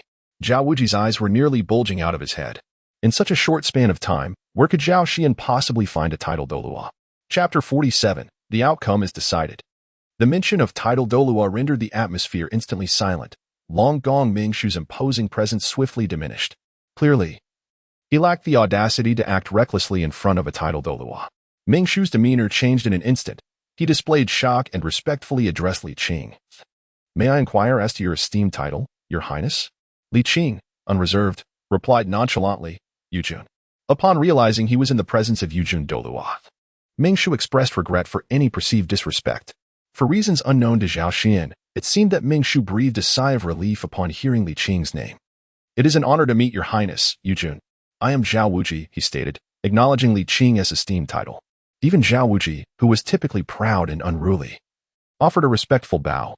The revelation that he stood before Yujun Douluo astonished Ning Rongrong as well. Zhao Xian raised his eyebrows and quietly inquired of Ning Rongrong. The elder is quite renowned. Ning Rongrong cast a peculiar glance at Zhao Xian, bemused that he was entirely oblivious to the title Douluo he had brought back himself. However, upon observing Zhao Xian's puzzled demeanor, she could not help but press her forehead in exasperation. I truly cannot fathom how you managed to bring the elder back. It is well known that any title Douluo is a prominent figure on the Douluo Continent, and the Yujun Douluo is no exception. The Yujun Douluo, originally named Li Qing, wields the soul of the Qi Feng sword. He has always been a solitary figure, known for championing justice, earning a stellar reputation across the Douluo Continent. He is revered and respected, though this has also led to enmity with various factions and aristocrats. Nevertheless, due to his formidable strength, none dared to provoke him. Yet, disillusioned with worldly affairs, the Yujun Douluo retreated from the world 5 years ago, and who would have thought he would re-emerge in this Stardew forest? Ning Rongrong's eyes sparkled with excitement. After all, a title Douluo had been brought back by Zhao Xian, and it was a mystery what stroke of fortune had befallen him. Zhao Xian experienced a moment of enlightenment. It was no wonder that upon hearing Li Qing's title, Long Gong exhaled in relief. Given Li Qing's actions, he would undoubtedly never engage in acts of oppression against the weak. Meanwhile, Long Gong recounted the origins of this matter to Yu Jun in detail. With the presence of the Shrek group, he refrained from embellishing the story, recounting it in its entirety. Li Qing cast a glance at the furious Meng Yiran and then at the pallid Tang San, his face betraying an expression of bemusement. He looked towards Zhao Xian and laughed heartily, saying, "What you mentioned about the Monster Academy is indeed true." Zhao Xian let out a soft scoff, raising an eyebrow. "I never deceive." Zhao Wujie stood by, filled with trepidation. Goodness, who dares to speak in such a manner before a title Douluo? Did you not notice that even Long Gong is hiding away, assuming a submissive posture? Li Qing remained unperturbed.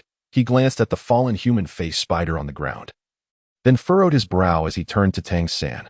So, Tang San, you truly intend to absorb the soul ring of this human face spider? From my perspective, its age is quite considerable. Tang San's complexion paled slightly. His gaze flickered before settling with determination. This human face spider has not exceeded the maximum age for a third soul ring. Li Qing narrowed his eyes slightly. With his cultivation level, he had noticed the fleeting look in Tang San's eyes. This was a child who would not lie, and he had formed a judgment in his heart. However, upon seeing Tang San's resolute expression, Li Qing was intrigued. How do you ascertain the maximum age of the third soul ring? Because he is a disciple of the master. Zhao Xian interjected. The master?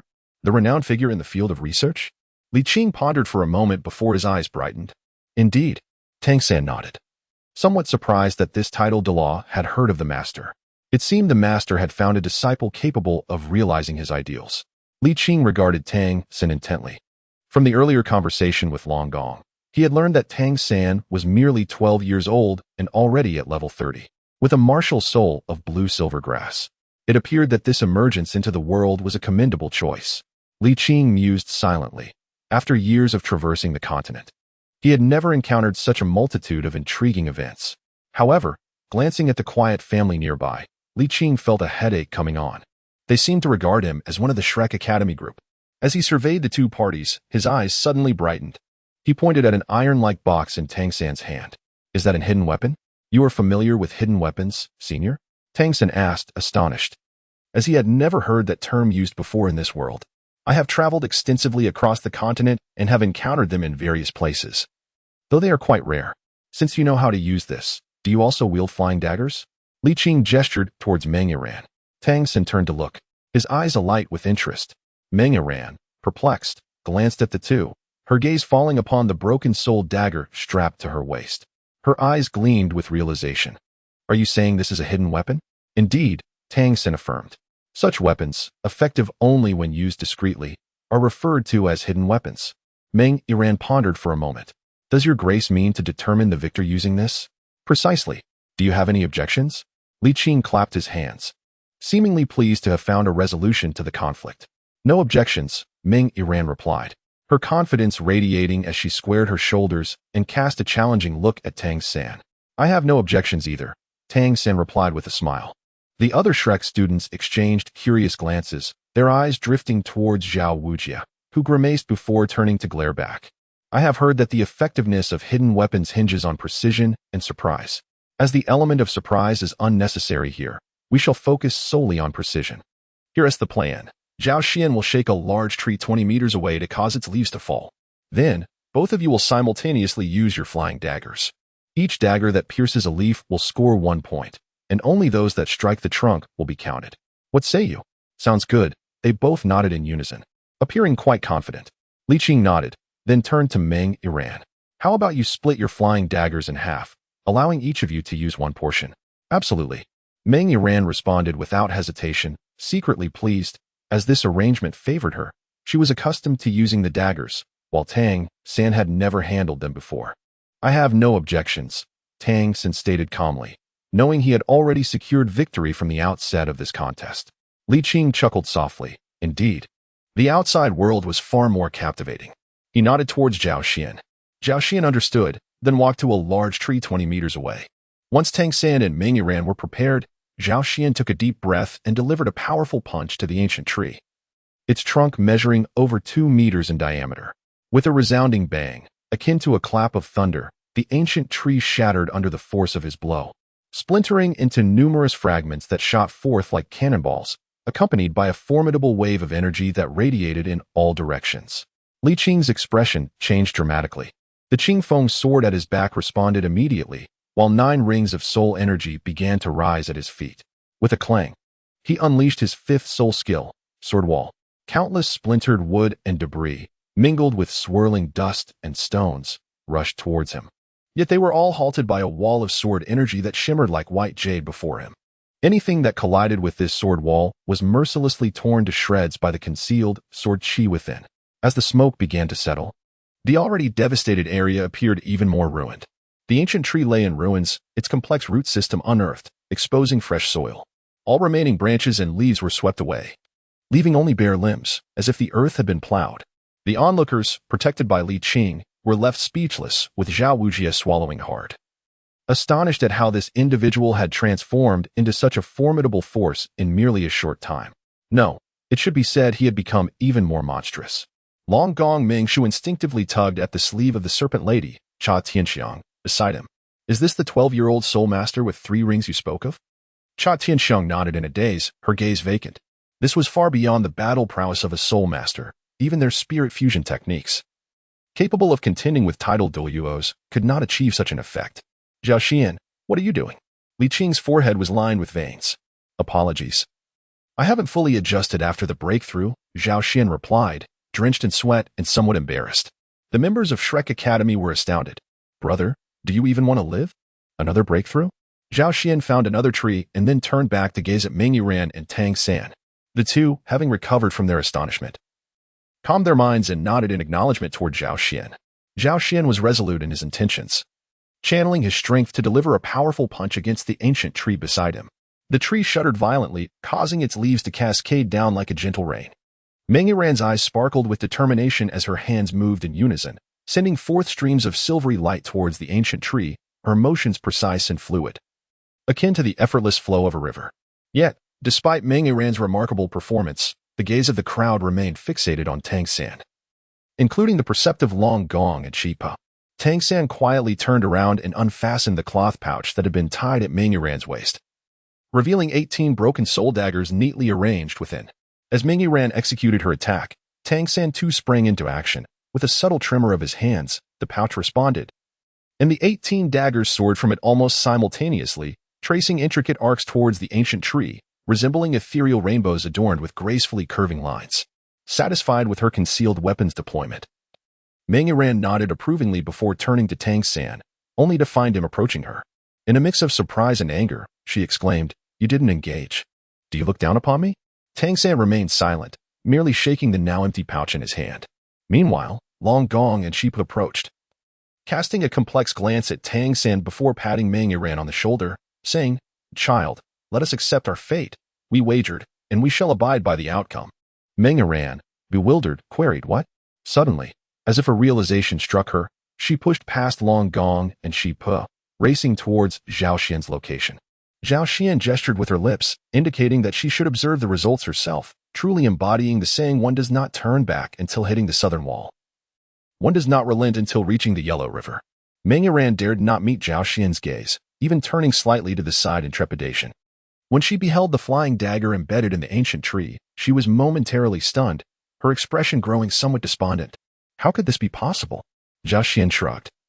The outcome was already determined. Chapter 48, The Soul Ring's Natural Emergence. With the competition concluded, the victor was clear.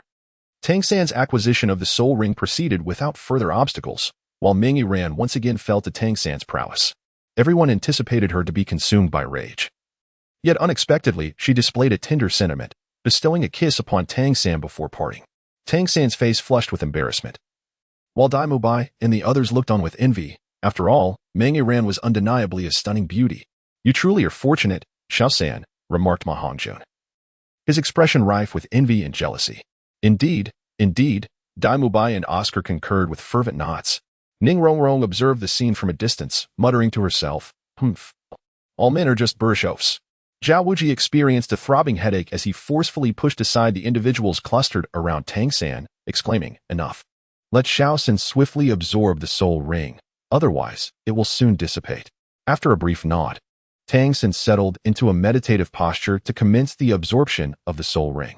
His expression bore a hint of gravity, and after taking a deep breath to adjust his state, he slowly began the process.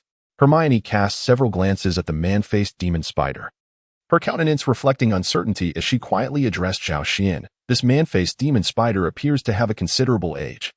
It seems to surpass the optimal age for a third soul ring, as mentioned by the master.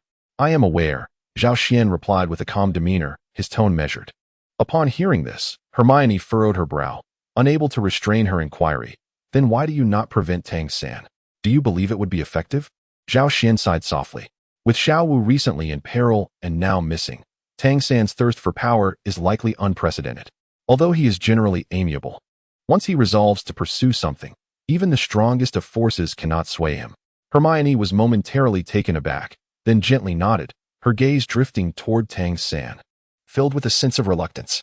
Zhao Xian felt rather indifferent, although he was occasionally dragged by Tang San to attend lectures given by the master. He had nonetheless gleaned quite a bit of knowledge. The human-faced demon spider, despite its advanced age, was not significantly older than others. Tang San was no ordinary individual, and while the absorption of the soul ring was indeed startling, it was unlikely to be perilous.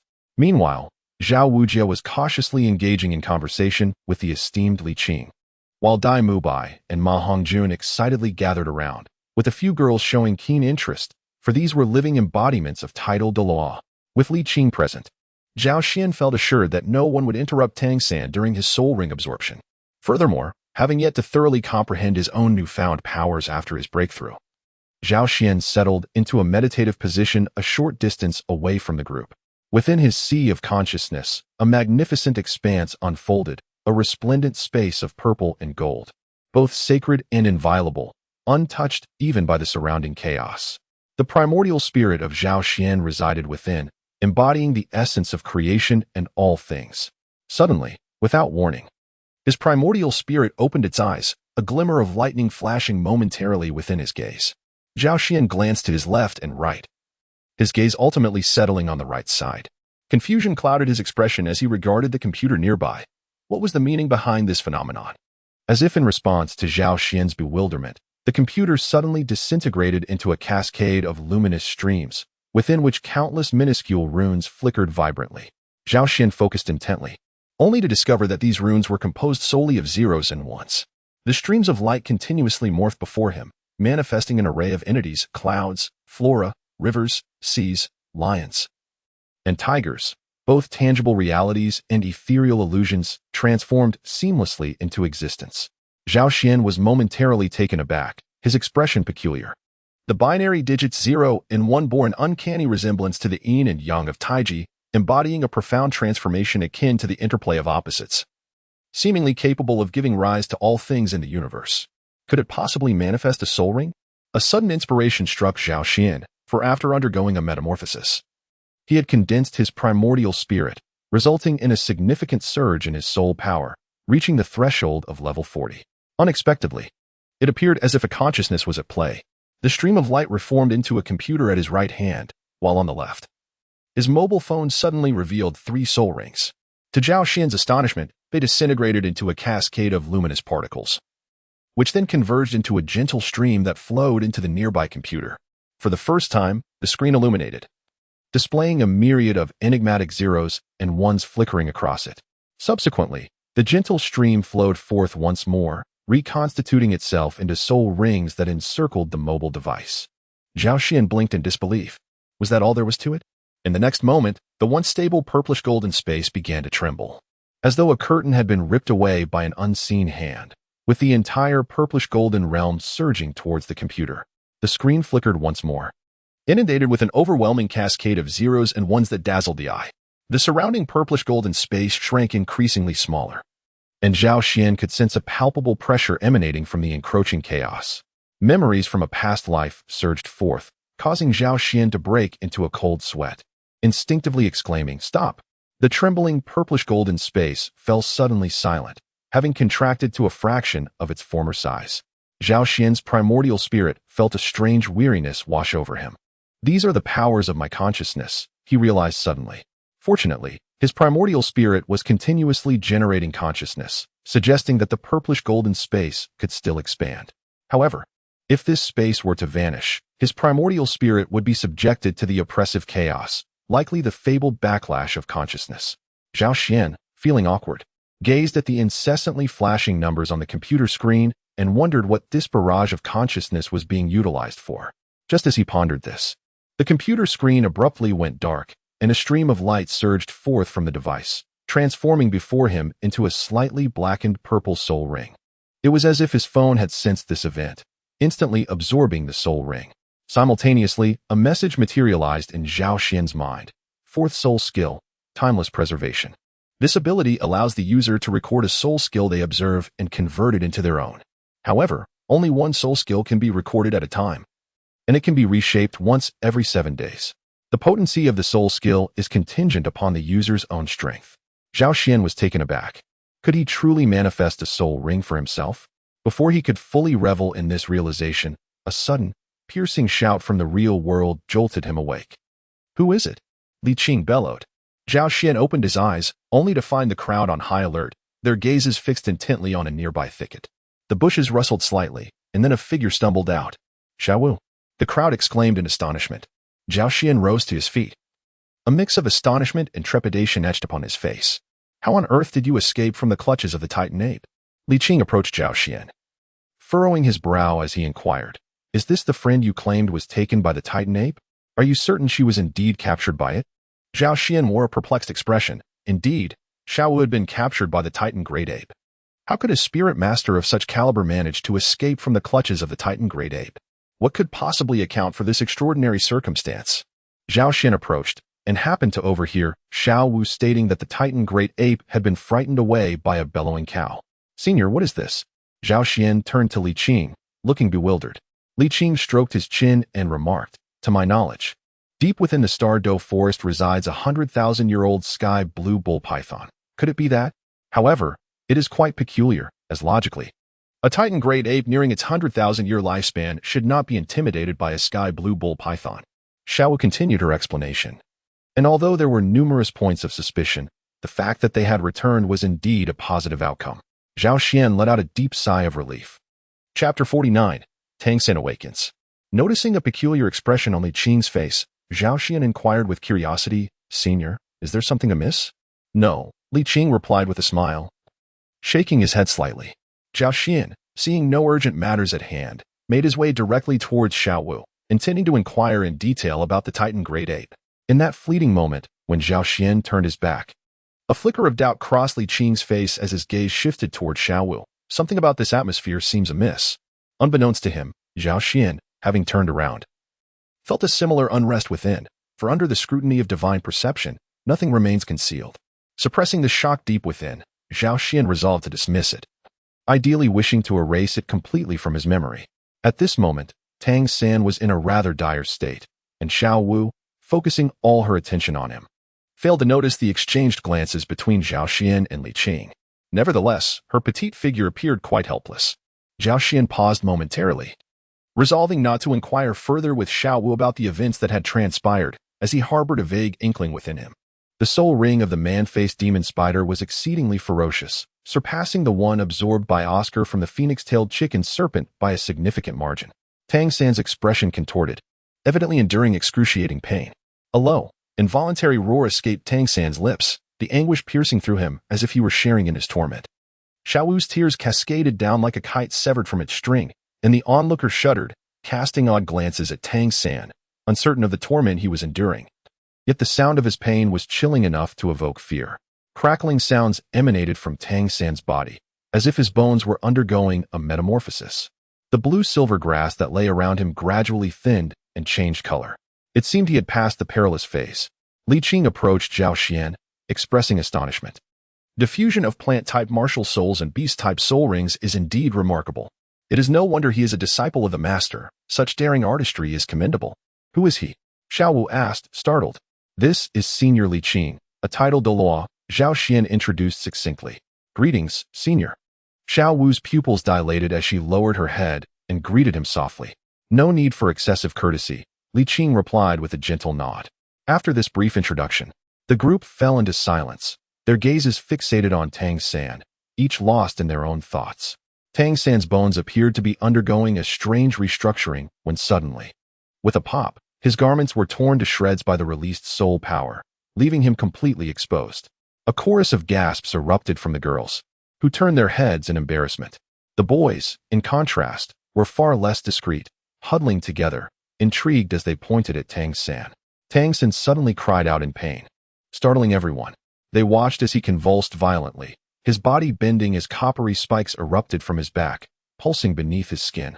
In the next moment, 8 sharp spider spears burst forth from the protrusions on his back, extending rapidly to over 3 meters in length. Are those the legs of the man-faced demon spider?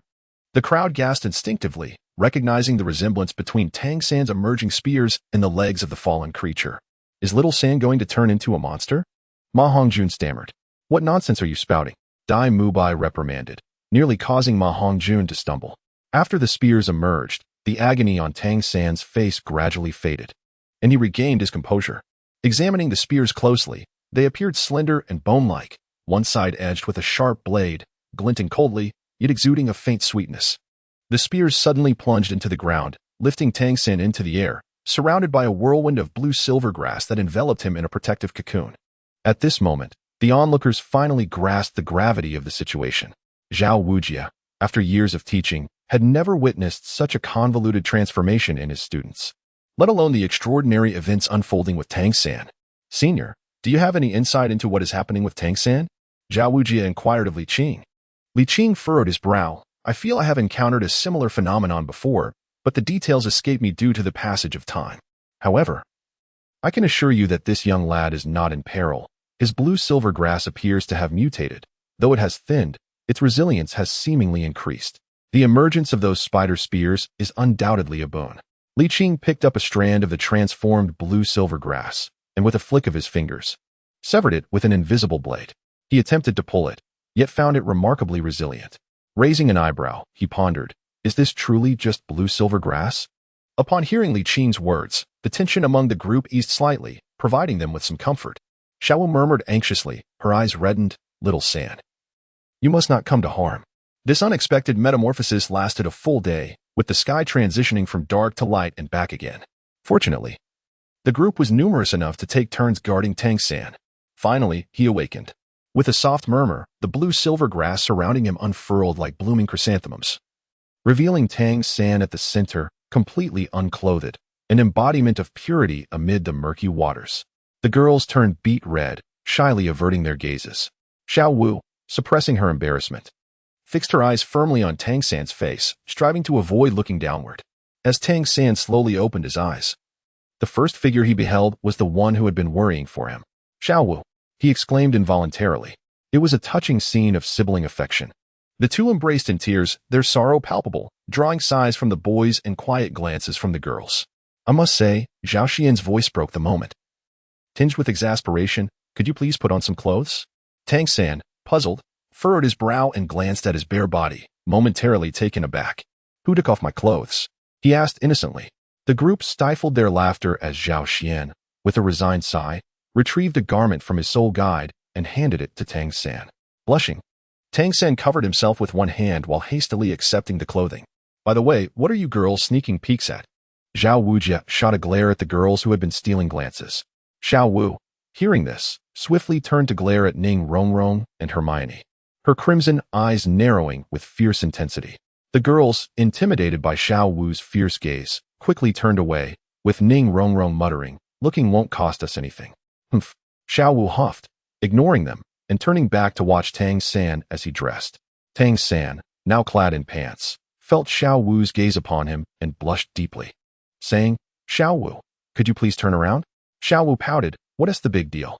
We've already shared a bed, so why worry about this?" A collective gasp filled the air as everyone's eyes widened, their curiosity piqued by the boldness of today's youth.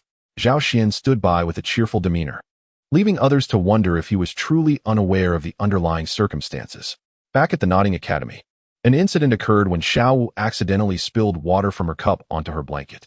Lacking a blanket of her own, she ended up sharing a bed with Tang San for the night. At that time, they were all merely children, and many witnessed the event. Tang San, visibly irritated, exclaimed, "Xiao Wu, could you exhibit a semblance of modesty? Refrain from speaking nonsensically for just one day." Upon seeing Tang San's anger, Xiao Wu's bravado diminished considerably, and she mumbled, "Modesty won't fill my stomach, and besides, I'm not speaking nonsense."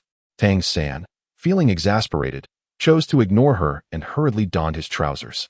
However, when he reached for his shirt, he halted in astonishment. What is this? He stared blankly at the 8 spider legs protruding from his back.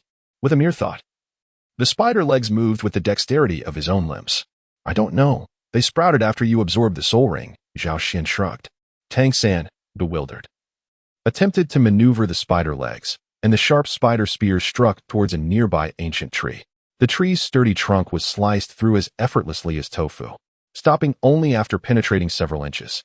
With another exertion, the entire spear was swiftly withdrawn, leaving behind a minuscule mark on the ancient bark. "How incredibly sharp!" Ma Hongjun exclaimed, swiftly approaching with wide eyes fixated on the spider's spears behind Tang San, his expression filled with awe. The spears emanated an unusual sweet fragrance, and as Ma Hongjun inhaled, he nearly drooled, unable to resist reaching out to touch them. The spears felt cold as iron, composed of a unique bone-like material yet remarkably smooth, instilling an irresistible desire to caress them. Ma Hongjun succumbed to the temptation, closing his eyes to relish the sensation. "What on earth are you doing, fatty?" Oscar inquired, unable to contain his curiosity at Ma Hongjun's peculiar behavior. Startled, Ma Hongjun inadvertently grazed the sharp edge of a spear with his finger, causing his skin to split open instantly. "Ah!" he cried out. The crowd instinctively turned to observe as Ma Hongjun's left hand rapidly turned purple, emanating wisps of dark energy, with blackened pus dripping down. "He's been poisoned," Li Qing deduced immediately, rushing to place a hand on Ma Hongjun to suppress the toxin's spread. While the dark aura ceased its advance, Li Qing was unable to expel the poison. Seeing this, Zhao Wujia urgently called out, "Oscar, I understand. I have a small sausage." Oscar nodded, hastily conjuring a diminutive sausage. He shoved it into Ma Hongjun's mouth, who, fearing for his life, swallowed it whole.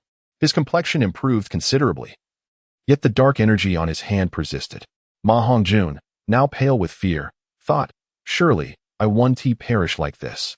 "Allow me," Tang San declared, his eyes gleaming with determination. He grasped Ma Hongjun's forearm, his hand transforming into a hue reminiscent of white jade, contrasting sharply with Ma Hongjun's. "Is this a soul skill?" Li Qing observed, astonished. As if drawing out the poison, the toxins from Ma Hongjun's arm were visibly extracted before the eyes of the assembled group, flowing from the wound he had inflicted. The purplish-black pus dripped onto the ground, releasing a foul odor. Ma Hongjun sighed in relief, his pallor diminishing as he remarked, "I'm saved." Zhao Wujia felt a twitch in his temple and could not help but deliver a light smack to Ma Hongjun, admonishing him not to recklessly touch things in the future. Tang San crouched down to examine the pus and blood oozing from Ma Hongjun, then glanced at the 8 spider legs behind him, exclaiming in astonishment, "It is the poison of the human-faced demon spider." Oscar, still shaken, cast a wary glance at the spider legs behind Tang San and inquired, "What will you do about this, Tang San?" At his words, Tang San furrowed his brow. Then his expression shifted as the 8 spider legs gradually retracted, ultimately vanishing completely into his back. "I can retract them," Tang San declared with delight. "Let me see." Xiao Wu jumped behind Tang San to inspect his back, while Zhao Xian hurried to join her. Upon examining Tang San's back, they found no wounds. Instead, 4 small white dots were neatly arranged on either side of his spine. "It's good that you can retract them," Zhao Wujie sighed in relief. Had Tang San remained in such a state, he would have hesitated to take him outside. Subsequently, Zhao Wujie could not help but smile. Though this adventure was fraught with peril, the rewards were commendable. Not only did Oscar gain his 3rd spirit ring, but so did Tang San. After speaking, he discreetly glanced at Li Qing, realizing that the most significant gain was Zhao Xian bringing Li Qing back. Although Li Qing had merely expressed an interest in visiting Shrek Academy, it presented an opportunity for a lasting presence. "Actually, I also obtained my 3rd spirit ring," Xiao Wu said softly at that moment. "You acquired a 3rd spirit ring? How did that happen?" Zhao Wujie gasped in disbelief, nearly losing his breath in astonishment. "After escaping from the Titan giant ape, its roar stunned several soul beasts, allowing me to choose one and obtain the spirit ring." The members of Shrek exchanged silent glances, pondering the extraordinary fortune of not only surviving the Titan giant ape but also acquiring a 3rd spirit ring. Each person had their own thoughts. Daimubai felt a growing urgency, realizing that if he did not strive harder, he would soon be surpassed by the younger students. Meanwhile, Hermione's gaze flickered, and fatigue washed over her as she pondered the unmatched strength of her peers. Chapter 51. A meeting with Song Hui on the outskirts of the Stardew Forest. The Shrek Academy group, having endured several days of trials, finally emerged from the dark, oppressive woods into the embrace of the human world. Beyond the forest, the sky was a brilliant azure, and the moment they stepped out, a sense of clarity washed over them, dispelling the shadows that had lingered in their hearts. Before them lay a vast expanse of grassy fields, where a gentle breeze caressed the earth, causing the delicate blue-silver grass to sway gracefully. Accompanied by the wildflowers that blossomed freely, adding vibrant hues to the verdant landscape. As they exited the great forest, smiles adorned everyone's faces. Gazing skyward, Li Qing slowly closed his eyes. Clad in flowing robes, his long hair danced in the wind, while the warm sunlight bathed his face, imparting an air of tranquil serenity. Zhao Xian's expression shifted, and he turned to Li Qing with a smile, saying, "Congratulations, esteemed senior, on your remarkable advancement." "What? You've made a breakthrough, senior?" Ma Hongjun and Oscar, who were engaged in playful antics, paused upon hearing this. "A modest improvement. Perhaps the oppressive atmosphere of the forest has inadvertently hindered my progress." Li Qing chuckled lightly, filled with a sense of reflection. When he initially entered the Stardew Forest, his purpose was not only to escape the mundane conflicts of the world, but also to find tranquility for dedicated cultivation. However, to his surprise, after so many years in the forest, he had made no progress at all. It was only after leaving that he experienced a breakthrough. Truly, the unpredictability of life is astonishing, Li Qing remarked with a touch of melancholy. "Congratulations, esteemed senior." Zhao Wujie congratulated Li Qing, his eyes filled with awe and admiration.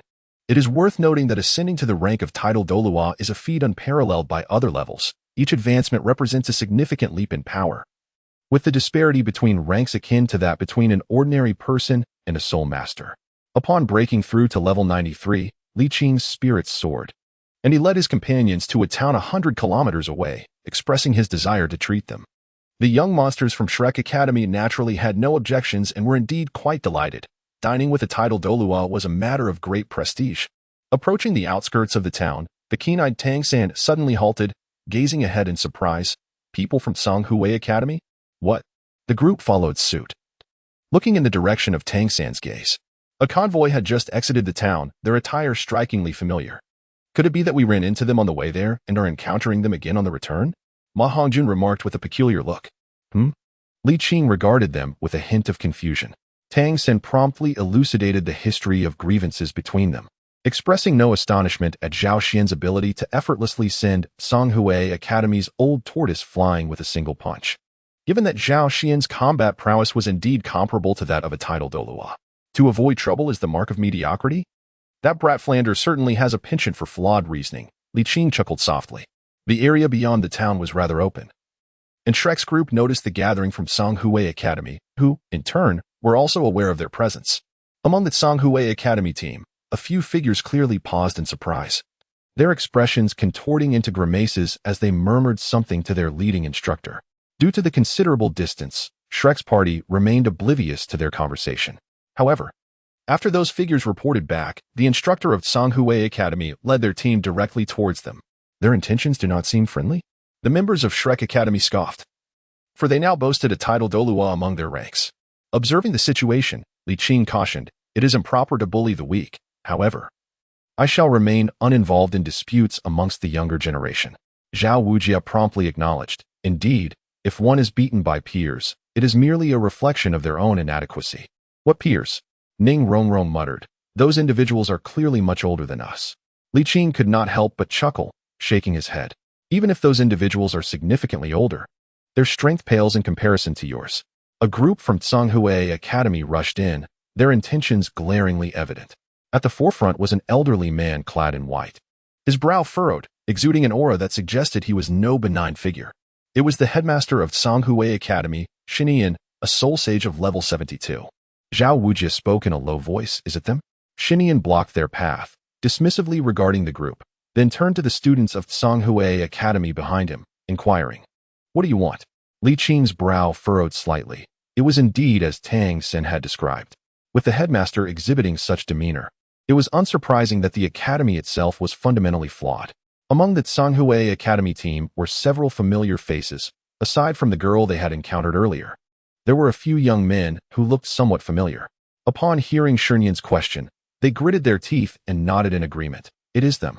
Xinyan nodded in acknowledgement, then turned his indifferent gaze towards the Shrek group, stating coldly, "Speak. How do you wish to perish?" The Shrek group was momentarily taken aback, then could not help but burst into laughter. "Do you truly comprehend the gravity of your words? A soul sage dares to be so audacious in front of another soul sage and a title Douluo." Zhao Wujia was truly enraged. Did they not regard him with any respect? Were they not afraid of the consequences? With a fierce snort, he unleashed a formidable aura of soul power. The surrounding blue-silver grass stirred without a breeze, clearly indicating his anger. How audacious for a soul sage of level 72 to disregard him. A soul sage of level 76. Is this the soul sage you speak of? Shunyan's expression darkened. Prior to seeking trouble, he had naturally gathered intelligence. To his surprise, the opponent's soul power level appeared to be significantly superior to his own. "Yes, Dean." The students of Songhui Academy trembled under Zhao Wujia's oppressive force. Shunyan scoffed. What did it matter if his opponent was of a higher level? He was ultimately just a brute. In response, he released his own soul power to counter Zhao Wujia's pressure, causing the students of Songhui Academy to breathe more easily. Suddenly, a dark shadow emerged atop Shunyan's head, lacking a distinct form, appearing as a mere blur. Simultaneously, 7 soul rings manifested around him. White, yellow, purple, purple, purple, black, and black. The 2 black rings were particularly profound, drawing attention. Is that the dream of remnants? How embarrassing. Zhao Wujia glanced at the dark entity above Shunyan's head. It was none other than his martial soul. Great Strength Diamond Bear, manifest. Zhao Wujia bellowed, and the Great Strength Diamond Bear instantly materialized. At the same time, 7 soul rings rose beneath him. Yellow, yellow, purple, purple, black, black, and black. The optimal configuration of soul rings was even more astonishing than Shunyan's martial soul, boasting more than 3 10,000-year soul rings. The Great Strength Diamond Bear? You are Zhao Wujia? Shunyan's expression shifted, and he gasped in surprise. Indeed. It is your esteemed Zhao grandfather. Zhao Wujia sneered. A sense of dread filled Shunyan's heart. This situation was becoming troublesome. Chapter 52. Soul Bone. 3,500 words. Zhao Wujia was a name he had certainly heard of, a formidable character, indeed. And the moniker Immovable King was not unknown to him as well. However, ultimately, he was merely a brute. Shunyan suddenly let out a cold chuckle, silently unleashing his 6th soul skill. The onlookers witnessed a flicker from Shunyan's 6th soul ring, and the imposing aura of Zhao Wujia before them diminished significantly, his vitality appearing to wane. What is happening? Someone from the Shrek Academy exclaimed in astonishment. Shunyan revealed a smug smile. A brute is indeed a brute. With such a feeble mental fortitude, a mere foray into dreams has ensnared him within an illusion. As one of the rare possessors of the unique martial soul, residual dream, Shi Nian's primary focus was on mental prowess. This martial soul was no less formidable than beast or weapon martial souls, often striking unseen and employing mental constructs to ensnare foes. This was also the reason Shi Nian faced Zhao Wujia, whose soul power surpassed his own. Without an ounce of trepidation, for soul masters seldom cultivated their mental strength. After employing the sixth soul skill to draw Zhao Wujia into the illusion he had crafted, Shi Nian turned to face the Shrek contingent, his expression chillingly resolute. I have heard from Yi Zhiqiu that you are all prodigies? The group merely stared at him, their faces devoid of fear, their hearts even brimming with mirth. Shi Nian presumed the members of Shrek Academy had yet to grasp the gravity of their situation. Shaking his head as he continued, do you not realize that an unrefined prodigy is ultimately worth naught? His gaze shifted towards the group, revealing a flicker of surprise upon seeing Li Qing, yet he dismissed it with indifference. He then extended 2 fingers toward them. I can offer you 2 choices. One is to become my disciples. I shall overlook your previous transgressions and train you with utmost dedication. Then you will be bound to serve the Zhonghui Academy henceforth. The group remained unmoved, and Shi Nian calculated his moves astutely. In the Douluo Continent, the principles of martial arts dictated that one could only have a single master throughout their life. Should they choose to submit to Shi Nian, they would inevitably become his pawns, lest they wish to face the scorn of the entire Douluo realm in the future. With a sigh, Shi Nian remarked, it appears your countenances suggest you lean towards the second option? What a pity. Why must there always be those who are oblivious to the times? Suddenly, Shi Nian's figure vanished like a specter, his fist striking the air where he had once stood. Zhao Wuji's figure manifested once more at Shi Nian's previous location, his expression somewhat grim. This is truly uncanny. Shi Nian, reappearing before the students of Zhonghui Academy, raised an eyebrow. It seems I have underestimated your mental fortitude. I never anticipated that you could shatter my illusion in such a brief span of time. Zhao Wuji remained silent, his gaze fixated intently on the smug Shi Nian, whose repulsive demeanor was utterly unbearable. Unbeknownst to him, he had unwittingly fallen into Shi Nian's trap. However, while he may withstand one challenge, it remains uncertain whether he can endure the others that lie ahead. Shi Nian chuckled with a hint of mockery. Zhao Xian suddenly smiled enigmatically and beckoned to Zhao Wuji, saying, Teacher Zhao, please come here for a moment. Zhao Wuji cast a cautious glance at Shi Nian, then gradually approached Zhao Xian. What is it? Zhao Wuji inquired, fixing his gaze on Shi Nian while turning his back to Zhao Xian. It's nothing, merely enhancing you with an additional layer of protection. Zhao Xian replied with a sly grin, enveloping Zhao Wuji in a shield of his own consciousness. What tiger? Zhao Wuji looked bewilderedly at Zhao Xian. It's nothing. Just go back to fighting, Zhao Xian said, patting Zhao Wuji's shoulder, exuding an air of confidence in him. Zhao Wuji approached in a state of bewilderment, only to drift away in the same dazed manner. It was only Shi Nian, endowed with exceptional mental acuity, who sensed the peculiarities. Mental acuity? Shi Nian furrowed his brow, fixating his gaze on Zhao Xian.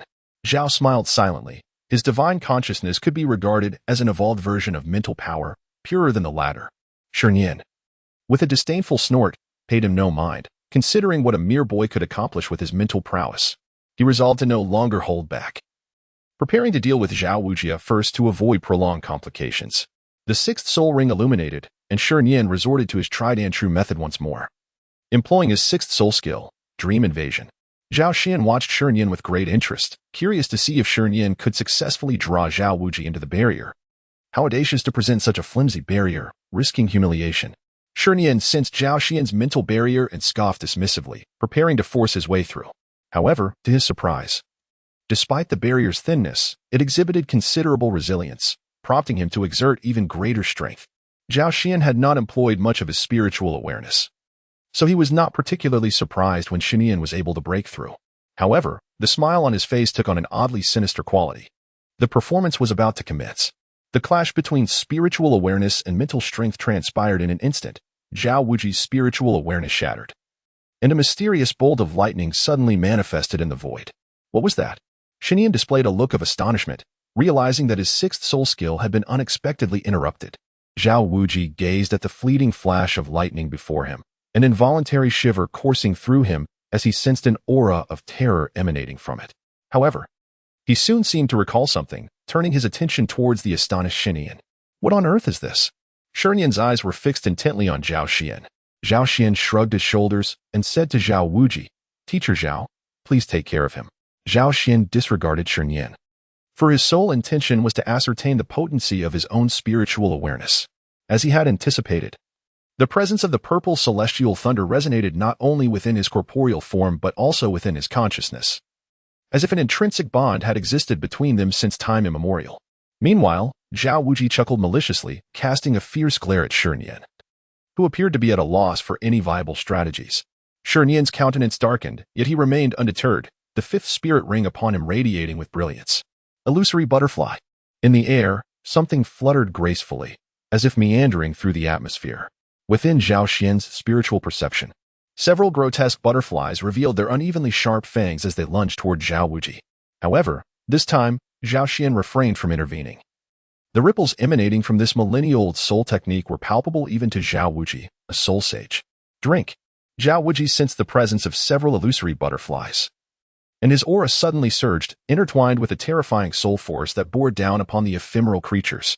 Although Zhao Wuji's could not manipulate mental energy, it did not imply an inability to harness it. The aura generated by soul masters is indeed a manifestation of mental energy. Moreover, Zhao Wuji's aura was significantly more potent than that of an average soul master. In the wake of Zhao Wuji's counterattack, the illusory butterflies shattered with a resounding crash, offering not even the slightest resistance. Zhao Xian understood clearly that Shinian's spiritual type martial spirit was, in essence, an extreme manifestation of martial prowess. To those whose mental fortitude fell beneath his own, he was formidable. However, when faced with individuals possessing slightly lower or even equivalent mental strength, Shinian's martial spirit revealed its fragility. Nonetheless, considering the context of Douluo Continent, prior to achieving the rank of titled Douluo, Shinian's martial spirit was indeed robust, and even thereafter it did not diminish in potency. It was merely unfortunate that he encountered Zhao Xian. Zhao Xian gazed at the pallid face of Shinian, his expression shifting slightly. Hey, are you not going to utilize your seventh soul skill? Do you hold Zhao Laosher in disdain? Upon hearing this, Zhao Wujie couldn't help but twitch the corner of his mouth. Are you truly so concerned that I might be idle? However, a glint of hostility flickered across Zhao Wujie's brow. It was not the opportune moment to employ his seventh spirit skill, which indeed carried an air of disdain towards him. Shinian, upon hearing Zhao Xian's words, nearly succumbed to unconsciousness. Had he been capable of utilizing his seventh spirit skill, he would have done so long ago. His seventh spirit skill, known as Nightmare, is predicated upon the sixth spirit skill, and, once ensnared within the environment of the sixth spirit skill, amplifies the inner fears of individuals, inflicting irreversible psychological trauma, a truly fearsome ability. However, the crux of the matter lies in the fact that his sixth spirit power had already become ineffective. Enraged to the brink of bloodshed, Shinian felt a surge of retreating thoughts in the face of the formidable Zhao Wujie. Stripped of his mental prowess, confronting a formidable spirit saint of the beast martial soul was undoubtedly a scenario destined for utter obliteration. I surrender, he bellowed amidst the despondent gazes of his fellow students from Tsanghui Academy. It is not so simple. A glint of ruthless determination flickered in Zhao Wujie's eyes. He had come with the intention of annihilating them. If one does not offend me, I shall not offend them. Zhao Wujie, already notorious on this land, had claimed many lives. As he charged forward, Shinian's face, initially marked by terror, suddenly twisted into a sneer, and the color of his pupils transformed into a luminous, pure white. A sense of dread enveloped Zhao Xian and Li Qing simultaneously. Something was amiss. A radiant beam of divine light, reminiscent of the Milky Way, erupted from Shinian's eyes, momentarily halting Zhao Wujie in his tracks. Yet he had no time to react. In that instant, a spear of lightning, conjured from concentrated divine consciousness, hurtled towards him, accompanied by a gentle gust of wind that struck Zhao Wujie's form. The illusory spear of lightning clashed with the silvery divine light, shattering within mere moments. Zhao Xian could not contain himself and coughed up a mouthful of blood. Meanwhile, the waning silver light surged toward Zhao Wujie, but the gentle wind nudged him aside, causing the divine light to graze the tips of his hair. The divine light struck the ground nearby, transforming a swath of blue-silver grass into crystalline sculptures, ethereal and dreamlike. Yet, as a soft breeze swept through, the once enchanting blue-silver grass shattered into fragments, its twinkling glow dissipating like a fleeting dream. A collective gasp echoed through the onlookers. What was this phenomenon? Zhao Wujie felt a shiver run down his spine. Had it not been for the protection of Zhao Xian and Li Qing, he would have faced dire consequences, if not death itself. Zhao Wuji was filled with fury, yet Xinian trembled as if confronted by an unspeakable horror, his entire body shaking like a sieve. A title Douluo, Xinian gasped, casting a desperate glance at Li Qing, who stood suspended in midair, buoyed by an invisible force. 9 soul rings slowly ascended around him, while the Qingfeng sword shimmered ominously before him. A sudden pallor of despair crossed Shunyan's face. He realized that this time, his fate was sealed. But why was there a title Douluo within an obscure academy? Anguish surged within him as he roared in resentment, the Qingfeng sword sweeping through the air, leaving him to face his demise with unyielding defiance. Behind him, the students of Tsanghui Academy turned pale, their eyes reflecting sheer terror. "You should leave," Li Qing stated coolly. "Thank you, Senior," came the response, devoid of resentment. Only deep-seated fear evident in their eyes as the students of Tsanghui Academy fled in haste. Meanwhile, at Shrek Academy, a group of young monsters wore equally grim expressions, with Ning Rongrong, Hermione, and Oscar retching in the corner. Zhao Wuji cast a complex glance at the lifeless body of Xinian, then turned to observe the small creatures nearby. Murmuring softly, "It is perhaps better to experience this early. This world is not as simple as you might imagine." Tang San furrowed his brow slightly, though his demeanor remained largely unchanged.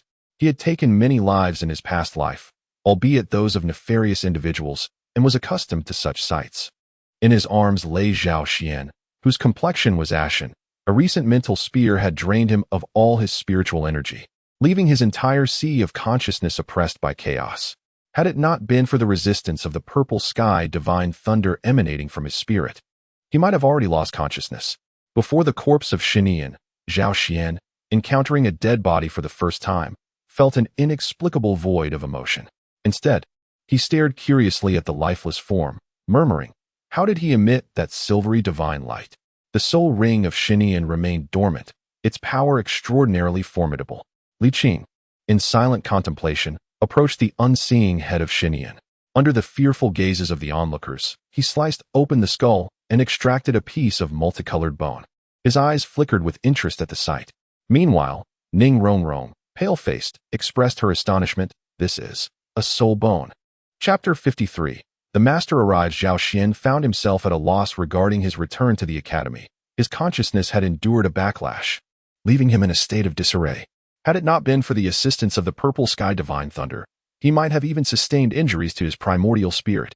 Upon awakening once more, Zhao Xian realized he was lying in the dormitory of Shrek Academy, the crystal lamp at his bedside casting a soft glow that illuminated the otherwise dim room. "My head aches terribly," he lamented, pressing his forehead as a wave of excruciating pain surged through him, only to gradually subside.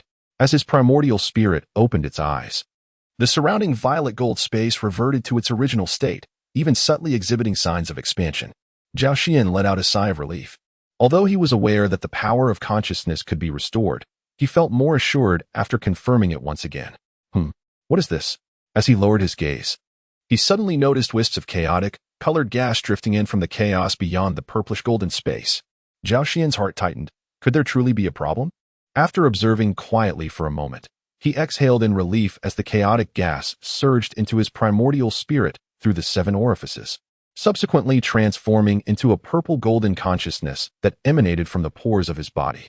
The power of this consciousness was astonishingly derived from the chaotic energy of the external world.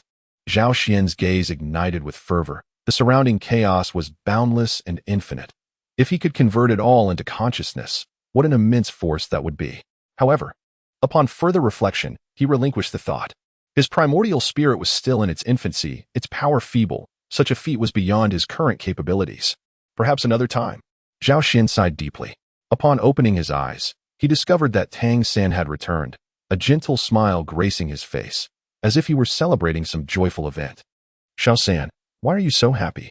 Zhao Xian instinctively inquired. Tang San turned, his expression brightening upon seeing Zhao Xian awake. "Xiao Xian, you're awake. The teacher has arrived," he exclaimed, his spirits soaring. "The teacher? Has the master come?" Zhao Xian widened his eyes in astonishment as he gazed at Tang San. It was quite unexpected that the master had accompanied him to Shrek Academy, and it had only been a brief period. Indeed, it seemed the master was quite concerned for Xiao San. Moreover, it appeared that the teacher was also acquainted with Dean Flinder. Zhao Xian was taken aback for a moment, then thoughtfully clicked his tongue. It was not surprising, for had they not been acquainted, the master likely would not have summoned them here. By the way, this is for you, little Xian. Suddenly, Tang Xin seemed to recall something, retrieving a colorful skull from his soul guide and presenting it to Zhao Xian. Is this the soul bone? Did Senior Li Qing not want it? Zhao Xian accepted the soul bone, which appeared to be made of jade, exuding a gentle warmth as he held it. Senior Li Qing instructed me to give this to you, Tang San replied candidly. Why? Zhao Xian was momentarily stunned, bewildered. Even someone as uninformed as he understood the rarity of soul bones. As a titled Douluo, Senior Li Qing must certainly recognize the value of such a treasure. Tang San, somewhat helpless, explained. Senior Li Qing mentioned that he possesses a complete sword bone and has no need for this item. Zhao Xian blinked in surprise, pondering the significance of the soul bone. Li Qing, the senior, truly possesses a fascinating perspective. After a moment's reflection, Zhao Xian extended the soul bone to Tang San, saying, Little San, I believe this should be yours. Tang San, taken aback, gazed at Zhao Xian with astonishment. This is a soul bone. Are you certain you do not want it? Zhao Xian chuckled softly twice, rising to his feet and proclaiming, I possess a noble spirit and have no need for such trivialities. Tang San gazed at Zhao Xian as if he were a lunatic, questioning, Has your mind perhaps encountered a malfunction? Zhao Xian and Tang San exchanged a glance, then chuckled awkwardly before resuming their seats.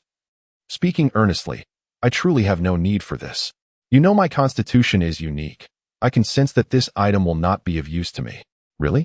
Tang San asked with a hint of skepticism, casting a wary look at Zhao Xian. Indeed. Zhao Xian reluctantly nodded once more. He indeed spoke no falsehood. Perhaps there existed an unspoken connection, for he sensed that his body would not accept the soul bone, as if it were beneath his esteem. Tang Xin hesitated for a moment before taking it from Zhao Xian's hand. Very well, I shall keep it for now. Should you require it in the future, simply let me know. Zhao Xian replied nonchalantly, estimating that he would likely have no use for such an item.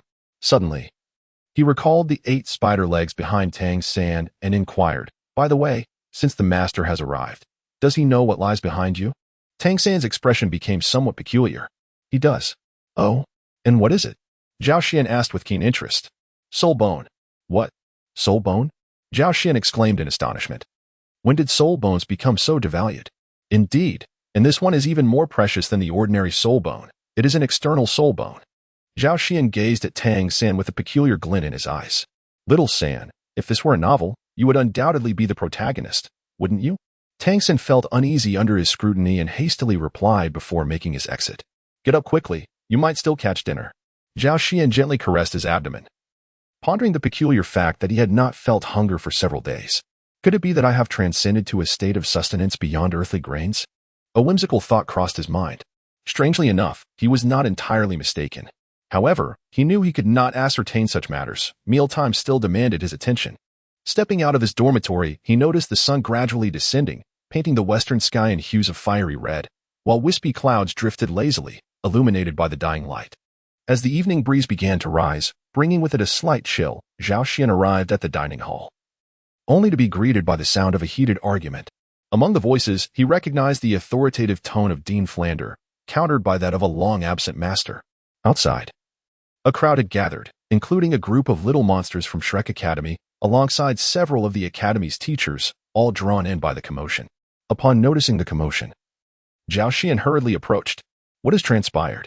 Zhao Xian, you are awake, exclaimed Hermione with delight. Zhao Xian nodded slightly, listening intently. Flander, do you feed the children only this? The master's voice resonated with palpable anger. Xiao Gang, you have seen it too. The conditions of our academy are indeed limited. Flander replied with a hint of helplessness. They are at a crucial stage of growth. Can they thrive on such insufficient nutrition? Without a robust physique, how can they endure the rigors of training? You speak as if unscathed. If you are capable, why not provide some support for the academy? Flander retorted with irritation. The master fell silent for a moment, then softened his tone considerably. I will find a way to address the financial issues, but I absolutely will not allow you to hinder their progress. Very well. As long as you remain, you may dictate matters henceforth. Flander chuckled slyly. The master intends to stay? Tang San and Zhao Xian exchanged glances. Chapter 54. Re-entering the Soul Arena early the next morning, the group from Shrek Academy was once again gathered by Flander. On the expansive playground stood a sparse gathering of a few dozen individuals, comprising both teachers and students. This constituted the entirety of Shrek Academy's resources. The academy is still rented, and among all the Soul Master Academies on the Douluo Continent, none could be found in a more pitiable state. However, none possess the profound heritage that this academy does. Including the Master, Shrek currently boasts 6 teachers. Among them, 2 are at the Soul Emperor level, Longwen Gun Li Yusong and Star Compass Lu Qibin. 3 are at the Soul Saint level, Tang Do Xiao Xian, Dolly King Kong Bear Zhao Wuji, and Four-Eyed Cat Eagle Flander. Although the Master may lack in strength, he is undeniably the foremost authority in theoretical knowledge. As for the students, there are 9 in total, ranging from older to younger: the Evil Eye White Tiger Dai Mubai, Sausage Specialist Oscar, Thousand Hand Shura Tank San, Dark Mystique Zhao Xian, Evil Fire Phoenix Ma Hongjun, Gentle Bone Charm Rabbit Xiao Wu, Spirit of Magic Hermione, 7 Treasures Glazed Ning Rongrong, and the Netherworld Spirit Cat Zhu Zhuqing. Among these mere teenagers, there is 1 Soul Master and 3 Soul Elders, with the remainder being high-ranking Great Soul Masters. Their formidable talents have forged an unprecedented foundation for Shrek Academy. Additionally, there resides the formidable Yujun Douluo Li Qing, a strategic asset of immense strength. Flanders solemnly introduced all the teachers of Shrek Academy to the assembly, then relinquished his position, entrusting the training responsibilities of all Shrek Academy students to the Master. As ever, the Master maintained a stern demeanor, eschewing unnecessary words. After briefly establishing a few rules, he dismissed the gathering, informing them that they would face his first training session the following day. With a day of respite ahead, everyone was naturally elated and unable to contain their restlessness. Ma Hongjun invited everyone to explore the city. However, only Tang San readily agreed. Zhao Xian was taken aback. Xiao San, I never expected you to be this kind of person. Xiao Wu, aren't you going to keep an eye on your Xiao San? It was apparent to all why Ma Hongjun wished to venture into the city, and Tang San's agreement was quite out of character. Understanding the context, Xiao Wu blushed and retorted, What do you mean, my Xiao San? He's merely going to the city to craft some concealed weapon parts. Zhao Xian feigned a sigh of relief, remarking, I was worried that the third party might take advantage of my absence and cause trouble. Ning Rongrong fixed her gaze upon Tang San, then glanced at Zhao Xian, before suddenly breaking into a dreamy smile. Rongrong, what are you doing? Hermione, standing beside Ning Rongrong, was startled, nearly drooling at the sight. With a serious expression, Ning Rongrong addressed Hermione, Don't you think Tang San and Zhao Xian are more compatible than Tang San and Xiao Wu? Huh? Hermione's eyes widened in disbelief. How could you possibly think that? Memories surged in her mind, and her gaze towards the 2 men took on an oddity. Hermione, what are you thinking about? Are you going to Soto City? Suddenly, Zhao Xian's voice echoed in her ears. Startled, Hermione returned to reality, realizing that Zhao Xian stood before her. His expression one of confusion. Her cheeks flushed as she dared not meet his gaze, and she lowered her head to ask, Are you going? Zhao Xian scratched the back of his head and replied, Of course, I've felt remarkably invigorated lately, always yearning to venture outside. I am unsure whether this is due to a complete awakening of my physical constitution or the opening of my spiritual sea, but I find myself increasingly spirited. With my sleeping hours diminishing each day, then perhaps I shall refrain. It seems I cannot join you. Hermione instinctively prepared to agree, only to suddenly reject the notion with a downcast gaze. After some inquiries, it was ultimately only Ma Hongjun, Tang San, and Zhao Xian who resolved to explore Soto City. The others, including Hermione, were motivated by the recent breakthroughs of their peers and were determined to strive harder in hopes of advancing to the Soul Sovereign level. After approximately half an hour of walking, the trio finally arrived at Soto City. The city remained as prosperous as ever, barring any unforeseen circumstances. Its vibrancy was likely to endure for a considerable time. Upon entering Soto City, the essence of worldly splendor enveloped them, presenting a stark contrast to the serene atmosphere they had experienced in the Stardow Forest. One was bustling, the other tranquil. Ma Hongjun intended to visit a certain indescribable location, while Tang San sought out the blacksmith's shop. After pondering for a moment, Zhao Xian set his course towards the Soto Great Soul Arena. No matter how many times he beheld it, Zhao Xian could not help but marvel at the grandeur of the Great Soul Arena. This magnificent structure, emblematic of the flourishing city-state, stood as a distinguished edifice amidst the entirety of Soto City. Zhao Xian's purpose for coming here is twofold. One is to further witness a greater variety of martial souls and soul skills, and the other, more pragmatic reason, is that he is out of money. Indeed, His soul power has now surpassed level 40, although he is uncertain to what extent he has advanced. Acquiring his fourth soul ring certainly signifies that his soul power exceeds level 40. The martial soul hall subsidies only extend to soul masters of the rank of soul sovereign, meaning that having surpassed level 40, he currently lacks a source of income, coupled with the considerable expenses incurred at the beginning of the school year. He finds himself with scant gold soul coins remaining. If he does not wish to squander his remaining resources, he must devise a means to earn some money. Once more entering the Soto Great Soul Arena, Zhao Xian navigates the underground with ease, once again donning the mask that Flanders had given him. This serves as a prudent measure to avoid unnecessary trouble, albeit it proves futile against those who are genuinely intent on causing him harm. The underground hall appears perpetually populated, with individuals standing aloof, while only a handful gather to engage in discussion, choosing to selectively ignore the gazes of others. Zhao Xian approaches the front of the hall and presents his iron fighting soul medal. I would like to arrange for a no-holds-barred competition. Zhao Xian's voice resonates calmly. Perhaps due to his youthful appearance, the attendant at the counter, along with several nearby soul masters, casts him a surprised glance. The Dark Mysterious? Upon noticing the inscription on the back of the iron fighting soul medal, the attendant seems taken aback, subtly glancing up at Zhao Xian before lowering her head to arrange the match for him. Nearby soul masters perk up, their ears twitching, and soon they openly scrutinize Zhao Xian. Is this the one who brought the blood-colored lone wolf to utter defeat? As a soul master, the blood-colored lone wolf holds a formidable reputation in the Soto Great Soul Arena. Yet his crushing defeat at the hands of a soul sovereign was a shocking turn of events, causing many to remember the moniker of his conqueror, the Dark Mysterious. TCH, the blood-colored lone wolf wouldn't go easy on him, would he? Someone sneers darkly, regarding Zhao Xian with palpable disdain. Cloaked in black, he holds a crystal goblet filled with a crimson liquid, the nature of which, whether blood or red wine, remains uncertain. Zhao Xian cast a glance at him, his eyes, visible through the mask, betraying an air of indifference. He merely gestured with his hand, mimicking the act of slicing his throat. The other man appeared momentarily taken aback, then smirked coldly, remarking, "How amusing. You would do well to pray that our paths do not cross." At that moment, the voice of the counter attendant rang out. By draw, Lord Imose Xian, your next opponent is the bloodthirsty butcher. Ah, how unfortunate you truly are. The man murmured softly, downing the crimson liquid in his glass. Shaking the empty vessel, he raised his gaze slightly, revealing a pair of chilling eyes beneath his hood. Let the next cup be filled with your blood. Chapter 55. The Bloodthirsty Butcher, Part 1. Zhao Xian cast a peculiar glance at him. The fellow exuded an air of superiority, yet his intellect seemed somewhat lacking.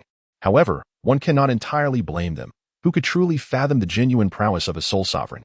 After half an hour, the competition gradually commenced. Following the announcement from the waiting hall, Zhao Xian and the bloodthirsty butcher made their way directly to the arena. Many spectators and attendants eyed the two with keen interest, as the news of the return of Imose Xian had recently spread. Everyone was eager to ascertain whether Imose Xian would achieve another remarkable victory or if the bloodthirsty butcher would dominate. Both sides had their supporters, yet the majority leaned towards the bloodthirsty butcher, as a single bout's outcome was hardly conclusive. Perhaps it had merely been a stroke of luck for the previous contender. Numerous individuals, intrigued, even abandoned their own matches to converge upon the arena of Zhao Xian and the bloodthirsty butcher. Arena number 3. The moment they emerged from the tunnel, a fervent cacophony erupted in their ears. The entire venue resonated with roars, leaving one's mind in a resonant buzz. Zhao Xian lifted his gaze to survey the surroundings, noting that the stands were filled to capacity, even more so than during his previous competition against the Crimson Lone Wolf. The announcer's fervent voice resonated throughout the arena via the sound system. Ladies and gentlemen, the long-awaited competition is about to commence. Once again, we are set for a fierce battle. The victor remains uncertain. One contender is none other than one of the titans of our Soto Great Spirit Arena, a level 46 Assault Spirit Master, the Bloodthirsty Butcher. As the announcer concluded, the crowd erupted into a cacophony of cheers, their fervor palpable, with many Crimsonite spectators shouting, "Bloodthirsty Butcher! Eviscerate him! Extract his blood! Let us drink in unison!" Countless individuals raised their gleaming crystal goblets, roaring with enthusiasm.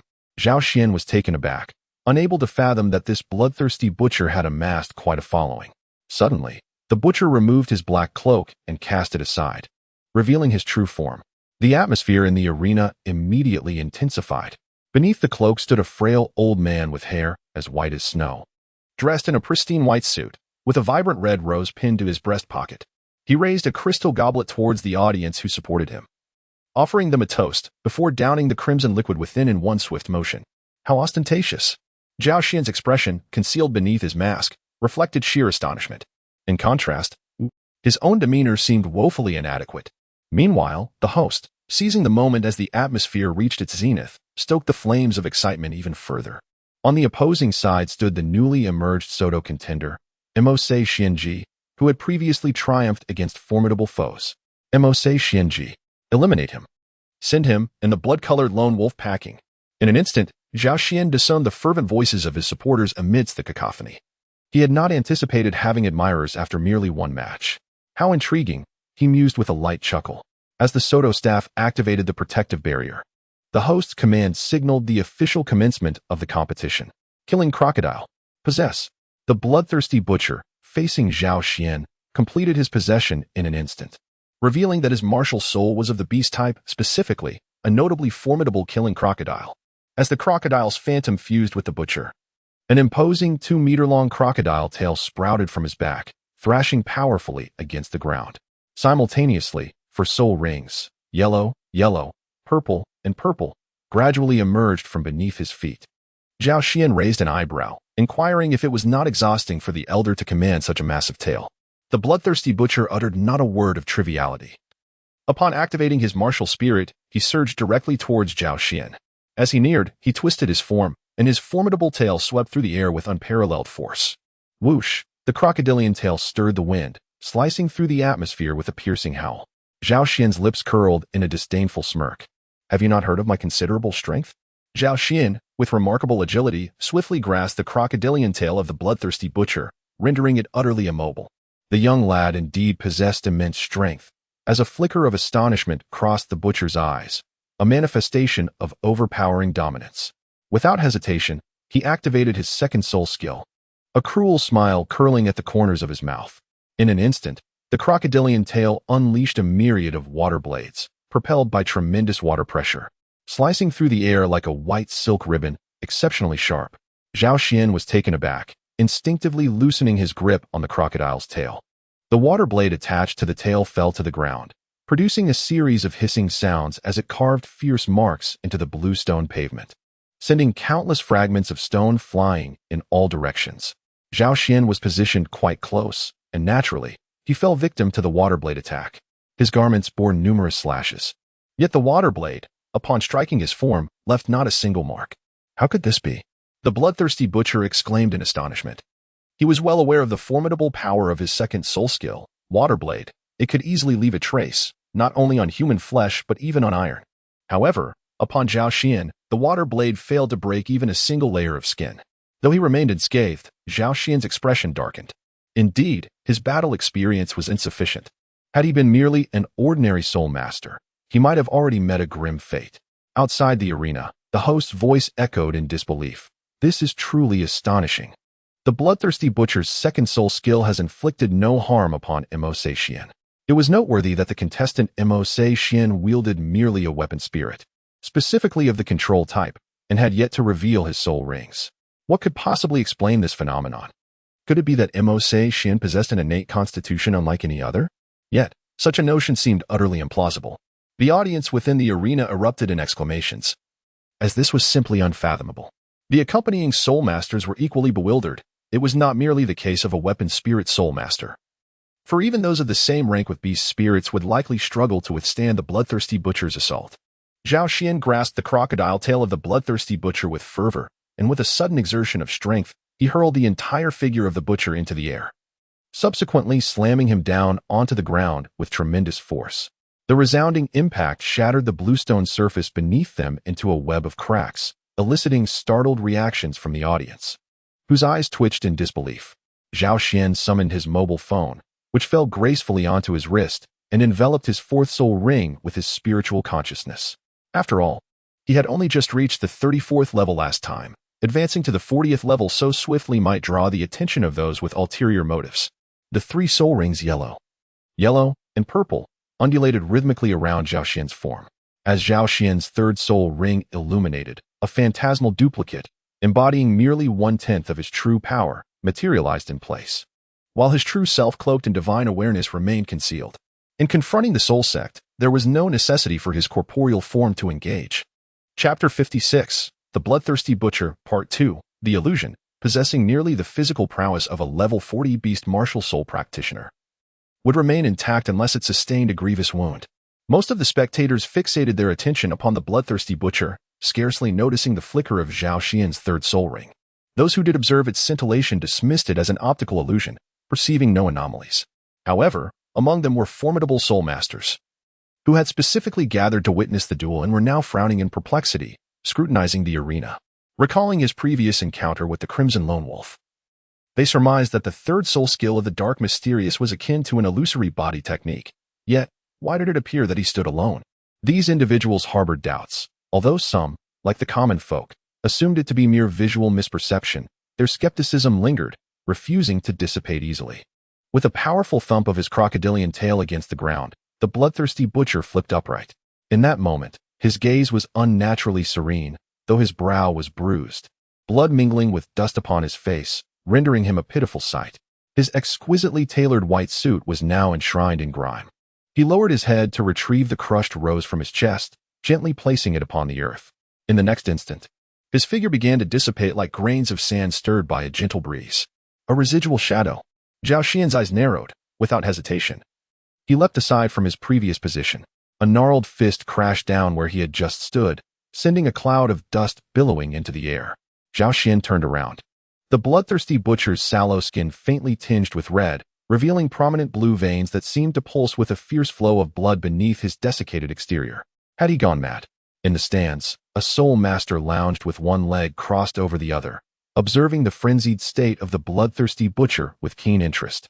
The soul of the murderous crocodile possessed a peculiar trait, blurring the line between a boon and a bane. When a soul master was engulfed in rage, it triggered a frenzied state that lasted several minutes, during which rational thought was abandoned, yet physical prowess surged by approximately 30%. The bloodthirsty butcher, having failed to land a blow, lunged once more at Zhao Xian, his third soul ring beginning to shimmer. A crimson energy began to coalesce within his mouth, and Zhao Xian felt acutely that should he be struck by that energy blast, he would likely find himself bedridden for weeks, if not dead. Without hesitation, he unleashed his second soul technique, Unbreakable Link. The bloodthirsty butcher, in the midst of gathering energy, suddenly felt his soul force inexplicably stutter, causing the energy sphere to destabilize. As it failed to stabilize, the unstable energy sphere erupted just a few meters in front of the butcher. The explosion did not affect Zhao Xian. Rather, the butcher, being the closest, was propelled backward by the shockwave. Gasps filled the arena. Had the bloodthirsty butcher sustained injury from his own technique?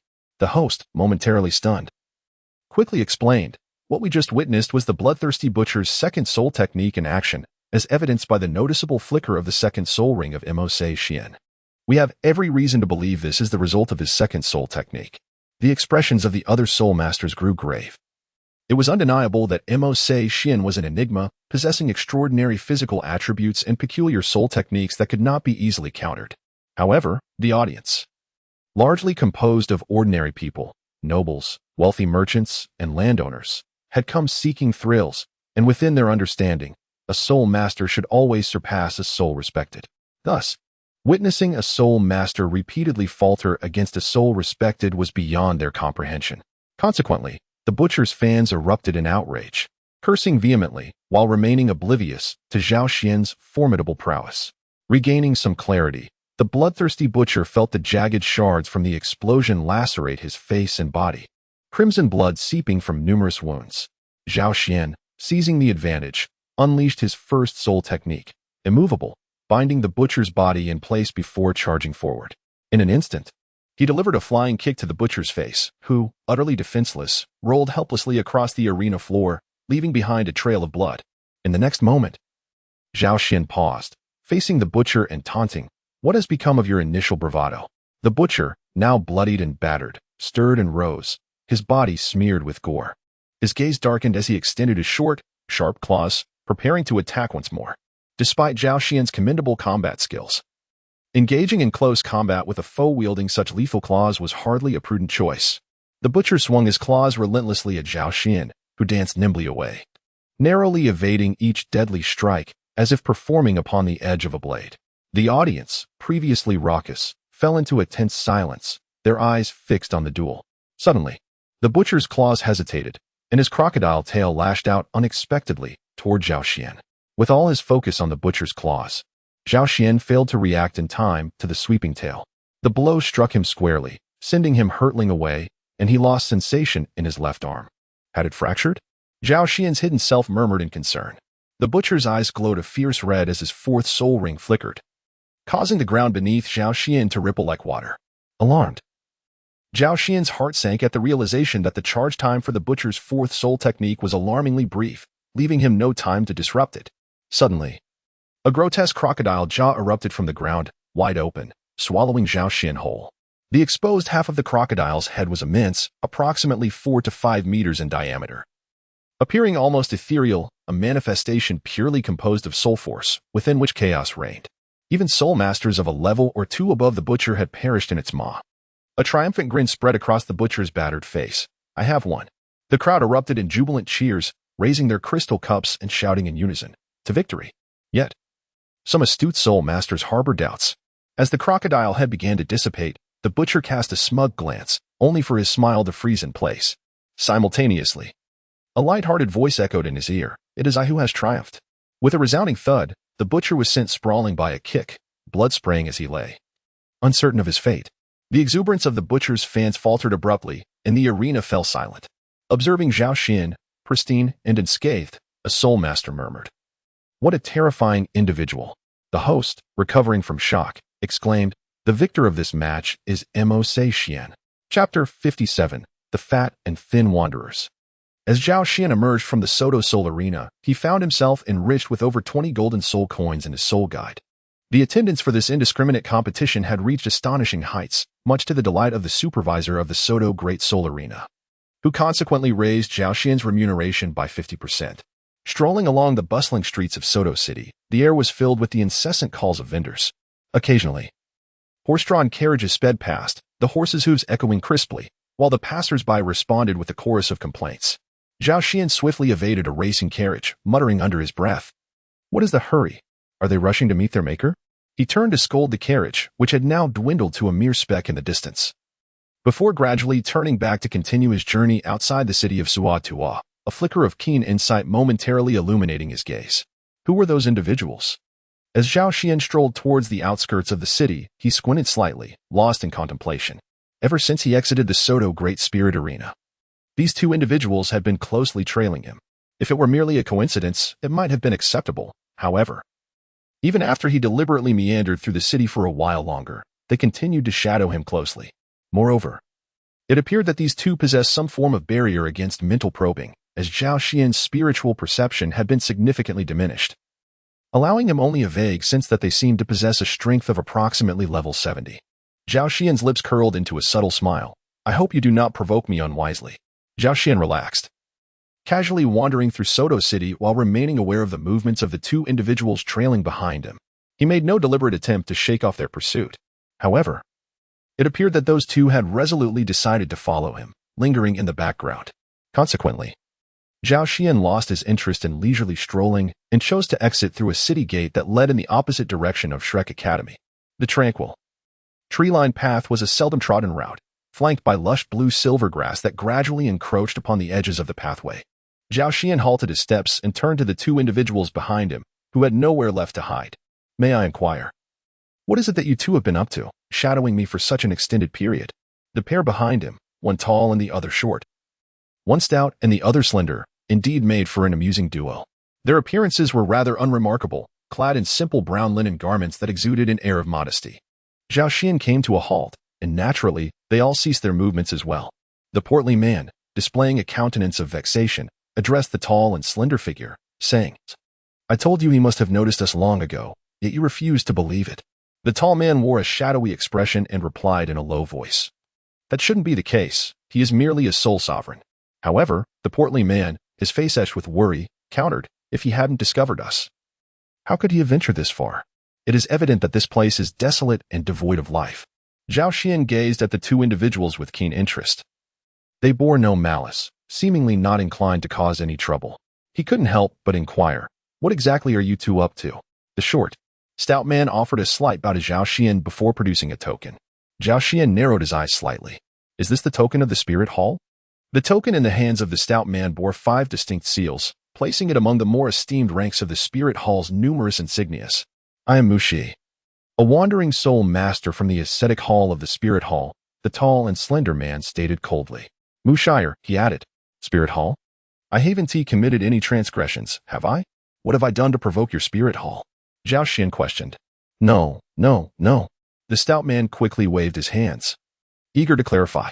We are merely soul masters from the ascetic hall. Even if you were to err, it would not fall under our jurisdiction. Indeed. The tall soul master coldly concurred from the side. Upon hearing this, Zhao Xian felt even more perplexed, gazing at the two with a bewildered expression. If you are not here to cause trouble, then what is your purpose in seeking me? The stout and short spirit master, relieved that Zhao Xian was open to their explanation, began to speak. It is as follows. The spirit masters of our ascetic hall traverse the continent to broaden their horizons and enhance their cultivation. We observed your actions in the soul arena earlier and specifically came to seek your insights. Huh. A look of astonishment crossed Zhao Xian's face as his gaze briefly flickered to the hand in Mushi's possession before returning to scrutinize him, the implication unmistakable. You, a soul master from the spirit hall wielding a 5 seal, dare to seek counsel from me, a soul sovereign? The short, stout man noticed the flush of Zhao Xian's expression and hastily added, I shall suppress my own strength. Moreover, there will be compensation. The tall, lean man, maintaining an air of aloofness, interjected with a cool demeanor. Yes, and there will indeed be compensation, the stout man said, his eyes glimmering with anticipation as he looked towards Zhao Xian. Zhao Xian's gaze towards the two men grew somewhat peculiar. His impression of the spirit hall was not particularly favorable, yet he had not anticipated the presence of such an intriguing group within. He smacked his lips and inquired, what kind of remuneration can I expect? The stout man glanced at the tall, lean man before cautiously suggesting, how about 10 gold spirit coins? That sounds acceptable. Zhao Xian replied without hesitation, for it was illogical to reject an offer that presented itself so readily. Observing this, the tall man, Mu 12, couldn't help but lightly kick the stout man, Mu 11, and coldly remarked, I mentioned at the outset to offer a lesser amount. If this continues, we shall all be left with nothing. With a furrowed brow, Mu 11 lamented, then why didn't you say anything? Mu 12 merely huffed softly, choosing to remain silent. Zhao Xian stroked his chin, contemplating that the tall, slender man likely suffered from social anxiety. One of you come forward. Let me make it clear that I will only accept a challenge from one person. He paused and added, oh, by the way, I am a soul master. So feel free to exert more of your strength. The duo's eyes widened in astonishment. How old could this boy be? He appeared to be no more than 15 or 16, yet possessed the cultivation of a soul master? The stout man exclaimed, indeed. One must traverse this world to discover more. However, wasn't he merely a soul sovereign? The tall, slender man furrowed his brow in skepticism. A soul sovereign can also break through, the stout man retorted with disdain, casting a glance at his companion. The tall man shot back with a swift hit to the stout man's head. Ouch! The stout man groaned, crouching down, clutching his head. The tall man whispered. He seemed to be only at level 34 before. The stout man huffed. That was an indiscriminate arena. Concealing one's true power is quite common. Perhaps he was actually at level 39 before. The tall man appeared to be persuaded, glancing at Zhao Xian. He truly is a cunning little fellow. Who will take the lead this time? The stout man inquired. You go ahead, the tall man replied. Very well, I am rather intrigued by his soul skills. The stout man declared. Chapter 58. An easy victory. After a brief and lively discussion, the stout man stepped forward. Allow me to seek your guidance. Mushi once again bowed to Zhao Xian. Let us begin, Zhao Xian replied. Zhao Xian summoned his mobile soul, which gracefully enveloped his wrist, while 4 soul rings gradually emerged from beneath his feet. Mushi's pupils constricted as he gazed at Zhao Xian's 4th soul ring, dark purple in hue, exclaiming in admiration. No wonder you were able to effortlessly vanquish that bloodthirsty butcher. Zhao Xian smiled silently, for vanquishing the bloodthirsty butcher required little effort on his part. Waybreaker blade, arise.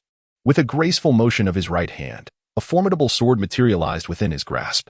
The blade, measuring 3 feet in length and approximately the width of a palm, shimmered with a chilling radiance. Its surface bore undulating patterns reminiscent of waves, exuding an ethereal blue hue. Simultaneously, 7 soul rings, yellow, yellow, purple, purple, black, black, black, began to ascend slowly from beneath his feet. Zhao Xian feigned astonishment as he gazed at Mushi, exclaiming, "Are you resorting to trickery? You are, after all, a soul sage." Mu Shi chuckled lightly. "It's quite all right. I shall only employ the soul power of a level 40 soul master along with the first 4 soul rings. Given your earlier display of strength, it should pose no challenge." Zhao Xian lamented, "It is truly challenging to earn 10 gold soul coins. One must invest effort to reap rewards." Beside him, the tall and slender traveler, Mu 12, coldly remarked, clearly preoccupied with the matter of those 10 gold soul coins. With an icy glare directed at Mu 11, he warned, "If you lose, prepare to go hungry for the next few days." Mu 11, upon hearing this, wore a bitter expression. Fighting Zhao Xian with his 40-level soul power left him with little confidence of victory. Nevertheless, having already spent the money, he felt compelled to take action. "Then I shall take the initiative," Mu 11 declared. Without warning, his first soul ring illuminated, and the wave-breaking blade danced through the air with fluid precision. Zhao Xian's consciousness detected a subtle fluctuation in the air surrounding the wave-splitting blade. Almost immediately, the atmosphere around him surged violently, as if an invisible tide were pressing down upon him, rendering him as immobile as if he were mired in a quagmire. Meanwhile, Mu Shi charged towards him with surprising agility despite his corpulent frame. At the same time, Mu Shire remained vigilant, wary of any unforeseen developments. What on earth is happening? Zhao Xian, finding himself unable to move, was taken aback and instinctively unleashed his third soul skill, the electric scam. As Zhao Xian's third soul ring shimmered, Mu Shi altered his attack, striking with the blade's edge towards the illusionary form Zhao Xian had left behind. Whoosh! The great blade swept through, cleaving the illusion in two, which shattered into fragments. Anticipating the ensuing events, Zhao Xian swiftly pivoted and launched a counterattack. But Mu Shi's expression shifted as he instantaneously retreated. "Have you grown eyes on your back?" Zhao Xian could not help but exclaim. "Do not underestimate the battle instincts of a soul sage," Mu Shi chuckled, refraining from further assault and instead turning to impart wisdom to Zhao Xian. "I am enlightened." Zhao Xian replied earnestly, and without hesitation, he unleashed his first soul skill, Unmovable. Upon witnessing the activation of Zhao Xian's first soul ring, Mu Shi's countenance changed abruptly. He had previously encountered the peculiarities of this soul skill. Indeed, as Zhao Xian initiated his first soul skill, the surrounding space seemed to solidify, rendering Mu Shi immobile. This was distinct from the effect of his own first soul skill, Air Slash, which manipulated air pressure to enhance Zhao Xian's own pressure, constraining his movements while providing an opportunity for a strike. However, Zhao Xian's soul skill was far more formidable, imposing a direct confinement that appeared to last longer and exert greater potency. Despite suppressing his own power, Mu Shi's soul energy, being at a level exceeding 70, remained unchanged. Even after traversing the continent for many years, he had never witnessed such a formidable soul skill, especially one belonging to a mere century-old soul master. Zhao Xian, unyielding in his stance, swiftly approached and first delivered a powerful kick that sent Mu Shi's martial soul, the breaking wave blade, flying. Then, with a graceful leap, he clamped his legs around Mu Shi's head. Mu Shi's expression shifted dramatically. "What are you doing?" Zhao Xian chuckled softly, saying, "Allow me to showcase the delicate skills of Sister Xiaowu." Zhao Xian suddenly exerted force from his waist, leaning backward with an astonishing curve. Meanwhile, Mu Shi felt an immense power emanating from his head, propelling him through the air despite his hefty weight of 200 pounds proving utterly futile. A look of terror crossed his face as his substantial form traced an arc in the sky. Beside him, Mu Shire felt a twitch in the corner of his eye, then slowly closed his eyes, unable to bear witnessing the scene. It was truly tragic. With a resounding thud, Mu Shi's body crashed onto the ground, crushing a significant patch of vibrant blue-silver grass. In contrast, Zhao Xian landed gracefully, sensing the tremor of the earth beneath him, and blinked in surprise. Had he exerted too much force? However, it soon became apparent that he had overthought the situation. Mu Shi quickly regained his footing, shaking off the dirt and grass that clung to him, with no harm done aside from a bit of soil on his person. Beads of cold sweat formed on Mu Shi's brow as he remarked, "Fortunately, my skin is tough and my flesh resilient. Otherwise, the outcome would have been dire." With a flick of his wrist, the broken wave blade nearby trembled slightly before soaring towards Mu Shi. There exists a connection between weapon spirits and soul masters, allowing for communication through soul power. Zhao Xian's expression suddenly shifted as an imperceptible layer of lightning net enveloped his feet. He then kicked towards the incoming wave-cutting blade, which was hurtling towards Mu Shi. Both Mu Shi and Mu Shire's expressions changed in unison. Was he truly reckless enough to risk his life? Just as Mu Shire was about to intervene, he noticed that the wave-cutting blade, despite being a distance away from Zhao Xian, seemed to encounter some unseen resistance, causing it to reverse trajectory at an even swifter pace. Experience the might of an electromagnetic cannon, Zhao Xian murmured. The wave-cutting blade spun, its blade gleaming with silver light as it sliced through obstructive branches, ultimately halted by a tree as thick as a grinding wheel. Nonetheless, it penetrated the trunk by nearly one-third of its diameter. Gazing at the wave-cutting blade several dozen meters away, Mu Shire turned to Mu Shi. What kind of technique is this? Mu Shi wore a similarly bewildered expression. This is not my doing.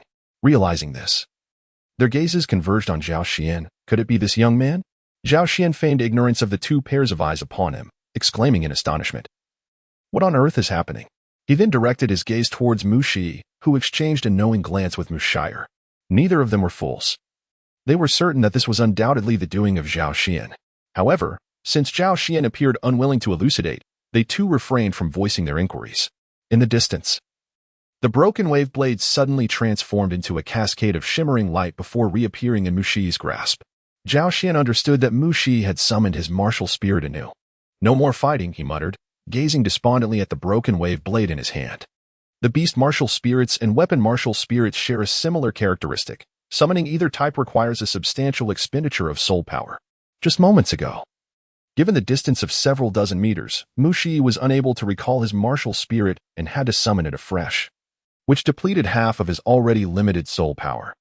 Having utilized a single soul skill and summoned his martial spirit twice had cost him a significant portion of his energy. How could they possibly continue the battle? Had I known this would happen, I might as well have taken the lead myself, remarked the tall, lean figure of Mu Shire coldly from the side. Mu Shi cast him a sidelong glance. What were you doing earlier? He then lowered his gaze and retrieved a delicate little pouch from his waist, pulling out 10 golden soul coins. With a pained expression, he handed them to Zhao Xian. This is your reward. Zhao Xian's face lit up with joy. The money had come so effortlessly. Fortunately, a moment of inspiration had led him to devise such a solution, or else he would have had to toil for a while longer, watching 10 gold soul coins slip through his fingers. Mu Shi wore a look of distress. It seemed he would have to go to the Spirit Hall's branch to collect subsidies. A cold voice interrupted. Belonging to Mu Shire. I doubt one could even claim 100 gold soul coins in a month now. That woman has become increasingly harsh towards us wandering spirit masters of the ascetic hall. What are you discussing? Zhao Xian's eyes sparkled with intrigue, as if he sensed some hidden secrets. The two fell silent, suddenly reminded of the presence of an outsider. Mu Shi forced a dry smile and said, "Oh, it's nothing at all. Perhaps we shall meet again by chance." He bid farewell to Zhao Xian and, alongside Mu Shire, meandered down the uncharted path Zhao Xian had chosen, seemingly devoid of a fixed destination, drifting along with the currents. Chapter 59, The Master's Astonishment Upon Returning to Shrek Academy. Tang San was already back, yet there was still no sign of Ma Hongjun. Zhao Xian could not help but remark, his chaotic flames seem excessively vigorous. Upon hearing this, Tang San's face displayed a hint of embarrassment. Zhao Xian cast a sidelong glance at him and raised an eyebrow. It's not like I'm referring to you. Why the discomfort? Tang San hesitated, seemingly wanting to articulate something, but ultimately sighed and abandoned the thought, muttering, "It's nothing." Casting a peculiar look at Tang San, Zhao Xian began to fiddle with the intricate mechanical components laid out on the bed. Some of these components were no larger than grains of rice, and their method of fabrication remained a mystery. In his heart, Tang San pondered, "We have grown up together. Why do you not feel shy when confronted with these items?" If Zhao Xian were aware of Tang San's thoughts, he would undoubtedly scoff, for in his former life, as a promising youth raised under the red banner, he felt too embarrassed to venture out with a mere few gigabytes of data stored in his hard drive, let alone concern himself with such trivialities. Holding a mechanical component in his hand, he instinctively inquired, "Little San, what do you intend to do with all these parts?" Tang San replied, "Ning Rongrong requested them. She desires a concealed weapon for auxiliary soul masters to defend themselves. If all goes well, she plans to procure a substantial quantity for the 7-treasure glazed tile school." Zhao Xian nodded in acknowledgement. Although the role of an auxiliary soul master is significant, their lack of self-protection capabilities is indeed quite vexing. However, Ning Rongrong's boldness in speaking suggests a respectable standing within the 7-treasure glazed tile school. She may very well be the granddaughter of an elder. With this thought in mind, Zhao Xian cautioned, "Tang San, if Ning Rongrong intends to make large purchases, do not lower the price too much. The Seven Treasure Glazed Tile School is a wealthy institution, and they possess nothing but money. It remains uncertain, and besides, I cannot engage in mass production of hidden weapons. Crafting them is time-consuming, and I still need to cultivate my soul power, Tang San replied with a smile, shaking his head. A glimmer of inspiration crossed his eyes. If he were to employ the production methods from his past life as Tang's sect, the mass manufacturing of hidden weapons could indeed become a reality. Yet, for him, this endeavor felt premature. Very well, as long as you understand. Do not forsake the fundamentals. Ultimately, the strength of soul masters prevails in this world. With Tang San demonstrating awareness, Zhao Xian nodded in agreement. Tang San seemed engrossed in the concept of hidden weapons, and Zhao Xian harbored concerns regarding his commitment to soul power cultivation. Meanwhile, Zhao Xian pondered while holding a small component. Hidden weapons were not devoid of merit. Just as during their enrollment, Tang San had decisively taught Zhao Wujia a lesson using those very weapons, a feat attributable to various factors. The stark contrast between a great soul master and a soul saint was indeed daunting. Furthermore, should he share the principles of certain firearms from his previous life with Tang San, these hidden weapons might evolve into a new form of power on the Douluo Continent. After contemplating these notions, Zhao Xian dismissed them. If firearms were truly created, the only outcome would likely be devastation. At that moment, Oscar returned from his excursion, his face once again devoid of the lush beard that had adorned it, resembling a delicate noble princess. And he had seamlessly transformed into the second most handsome figure at Shrek Academy. As for the first, Zhao Xian humbly accepted that title for himself. Zhao Xian was lost in his reverie when Oscar cast a peculiar glance in his direction. Zhao Xian, what are you thinking about? He inquired. Ahem, nothing, Zhao Xian responded, abruptly snapping back to reality and clearing his throat. By the way, the master has asked for you. Oscar promptly reminded him. Oh, for what purpose? How should I know? Zhao Xian retorted with a hint of irritation. Suddenly, a sharp knock echoed through the air. Come in, came the master's voice, tinged with a sense of experience. Zhao Xian pushed the door open and strode inside. The master's chamber bore little distinction from the students' quarters, albeit slightly smaller, furnished with a bed, a wardrobe, a desk, and a bookshelf. A crystal lamp graced the desk, emanating a soft and gentle glow, under which the master was diligently writing. Upon noticing Zhao Xian's entrance, the master paused his writing, shifting his gaze towards him, lingering momentarily on the space between his brows. Please, have a seat, the master instinctively invited. Zhao Xian glanced around awkwardly and said, Master, there are no chairs here.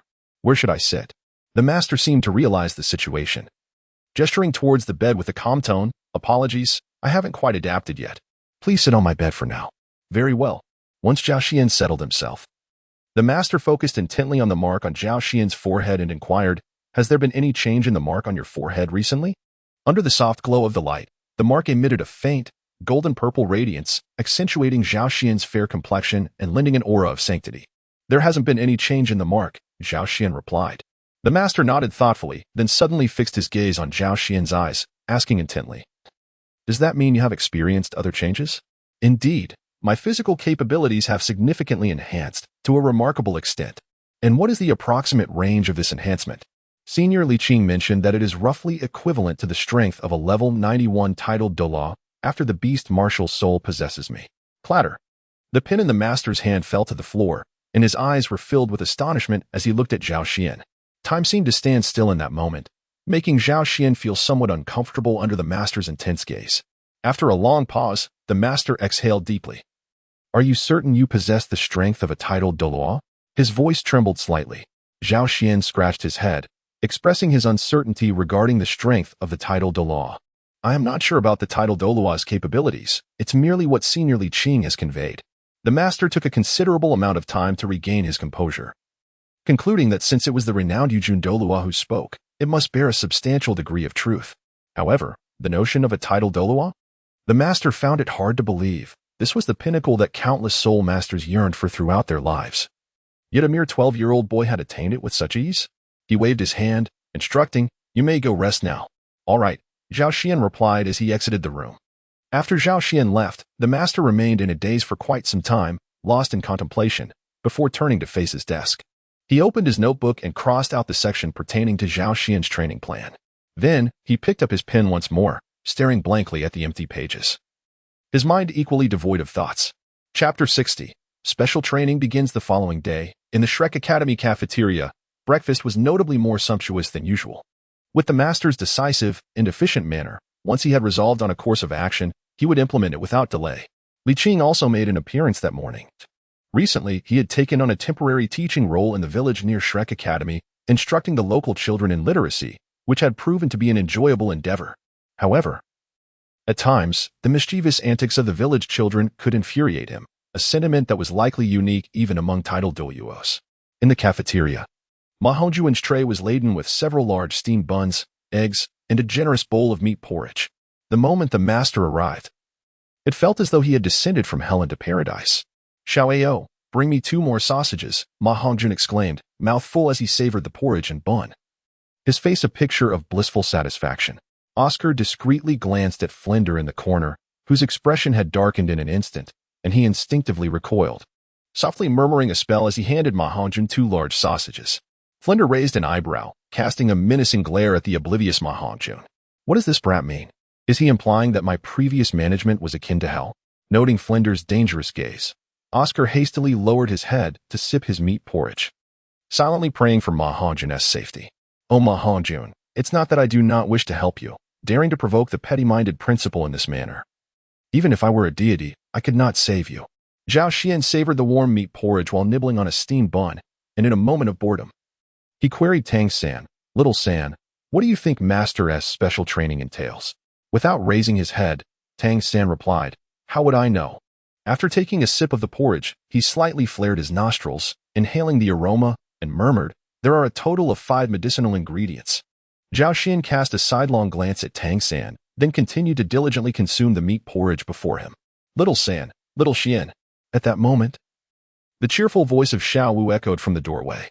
Turning to look, a few young maidens, graceful and poised, strolled in together. Upon spotting the master in the dining hall, Xiao Wu's lively steps momentarily faltered, and she respectfully greeted him. "Good morning, master." The master nodded slightly, his expression remaining unchanged and impassive, not out of intent, but simply a reflection of his character. Breakfast was tailored to each individual's needs, with varying portions.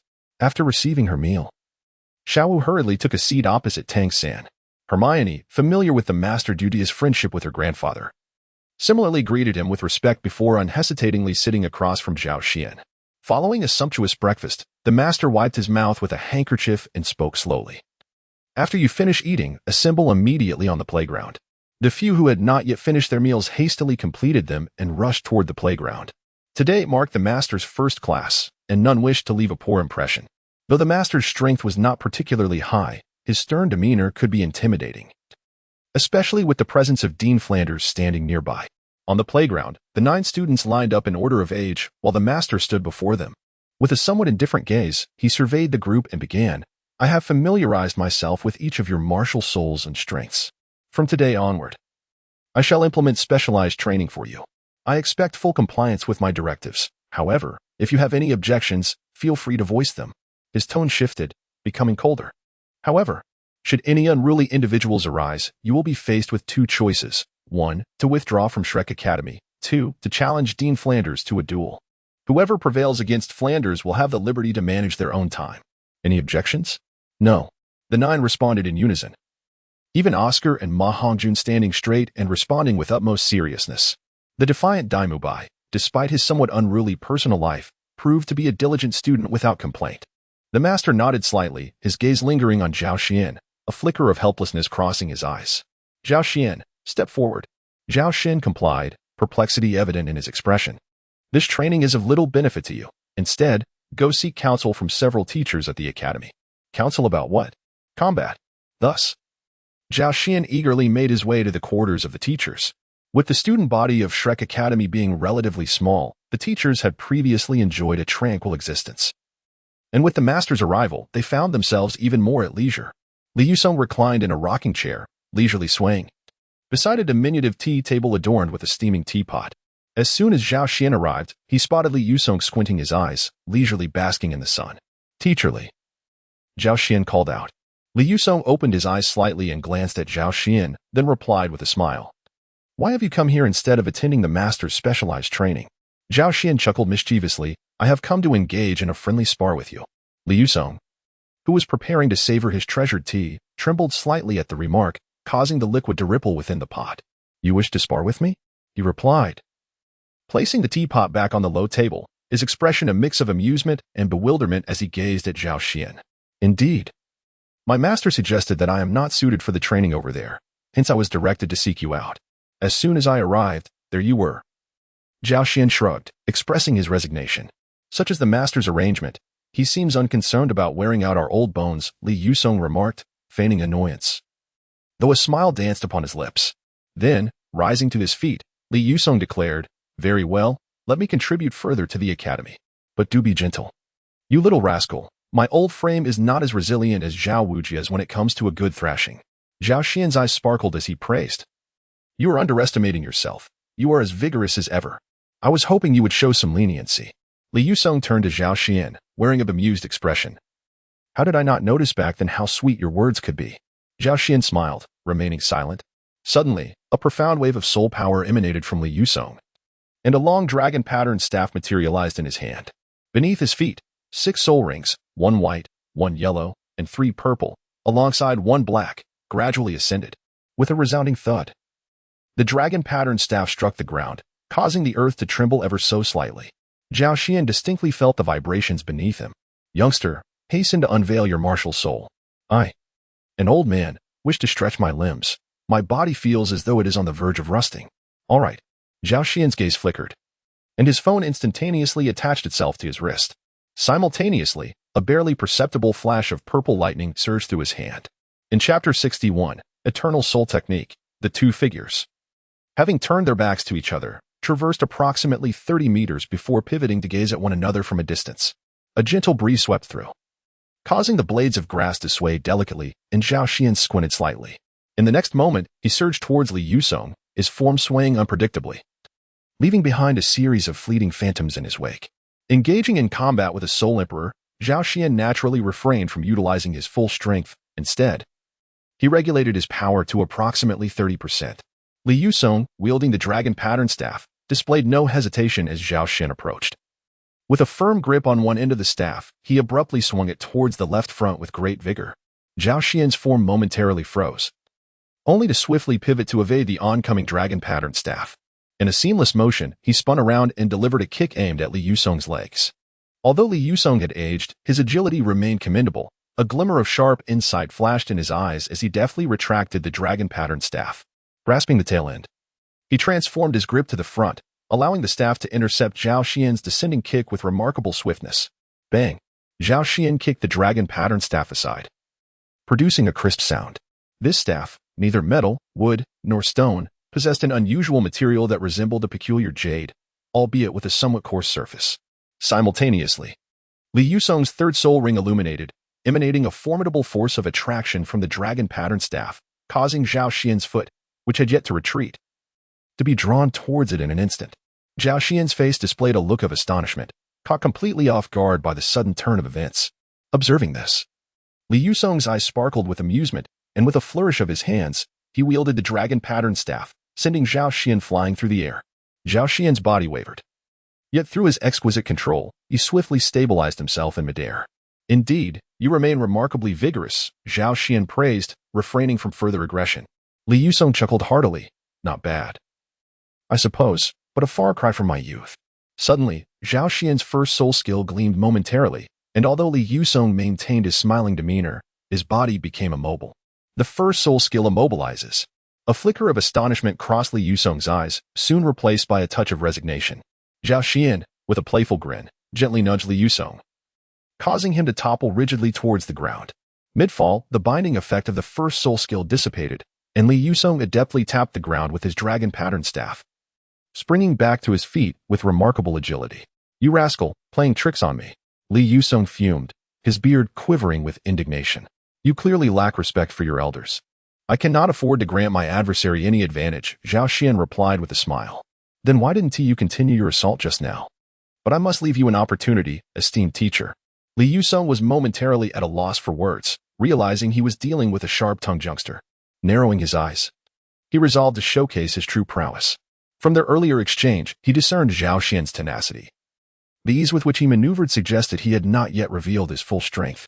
Victory seemed elusive, as this young man was indeed a peculiar talent.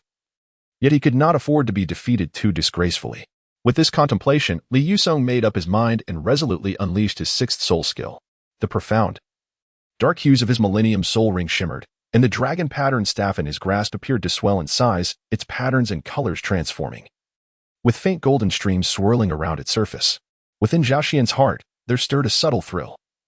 This marked his inaugural encounter with the soul skill derived from a 10,000-year soul ring. A flicker of inspiration ignited within him, prompting him to unhesitatingly invoke his fourth soul skill, Eternal Time.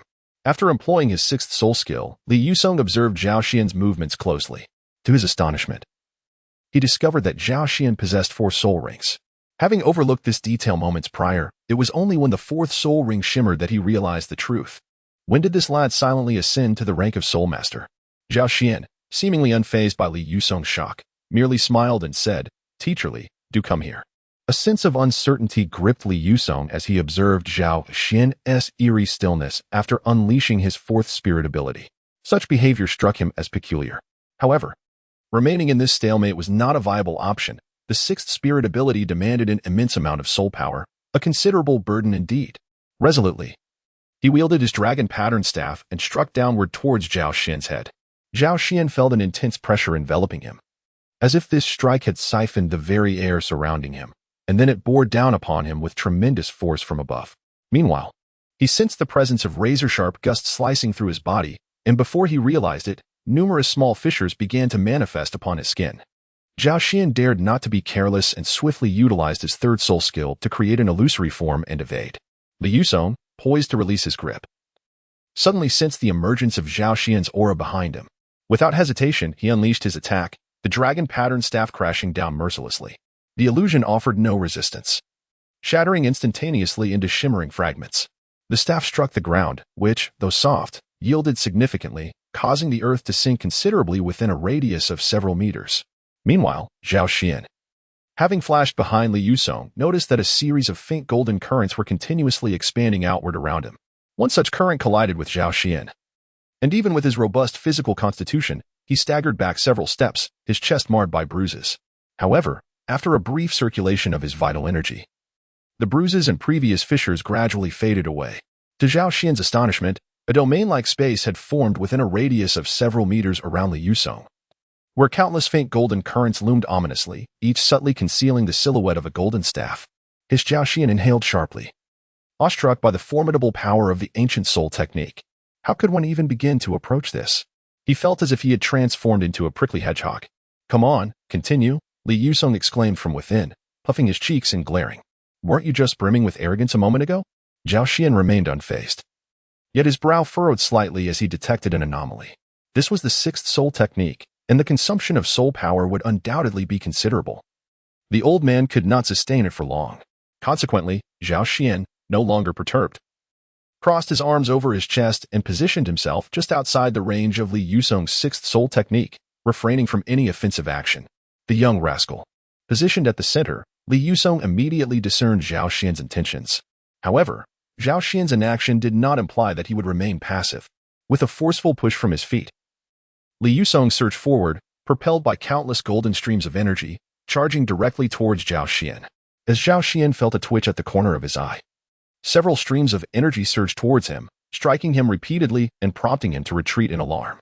These small currents resembled diminutive dragons, exhibiting astonishing power. How utterly vexatious! While evading the onslaught, Zhao Xian cast a glance at the self-satisfied Li Yusong, who was reveling amidst the currents. He rolled his eyes, thinking to himself that he would relish the moment when Li Yusong's soul power was depleted. Indeed, it was not long before the smile on Li Yusong's face gradually faded away. Zhao Xian abruptly halted his steps, a sly grin spreading across his face. "Since you find yourself at an impasse, it is now my turn to retaliate."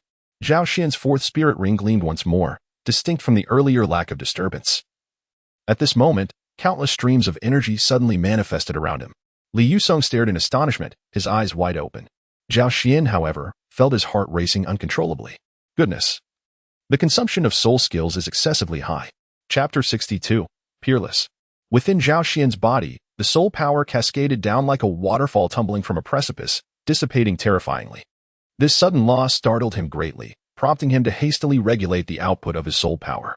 In the end, only a few slender currents of energy remained around Zhao Xian, appearing pitiably sparse compared to the overwhelming mass of energy emanating from Li Yusong.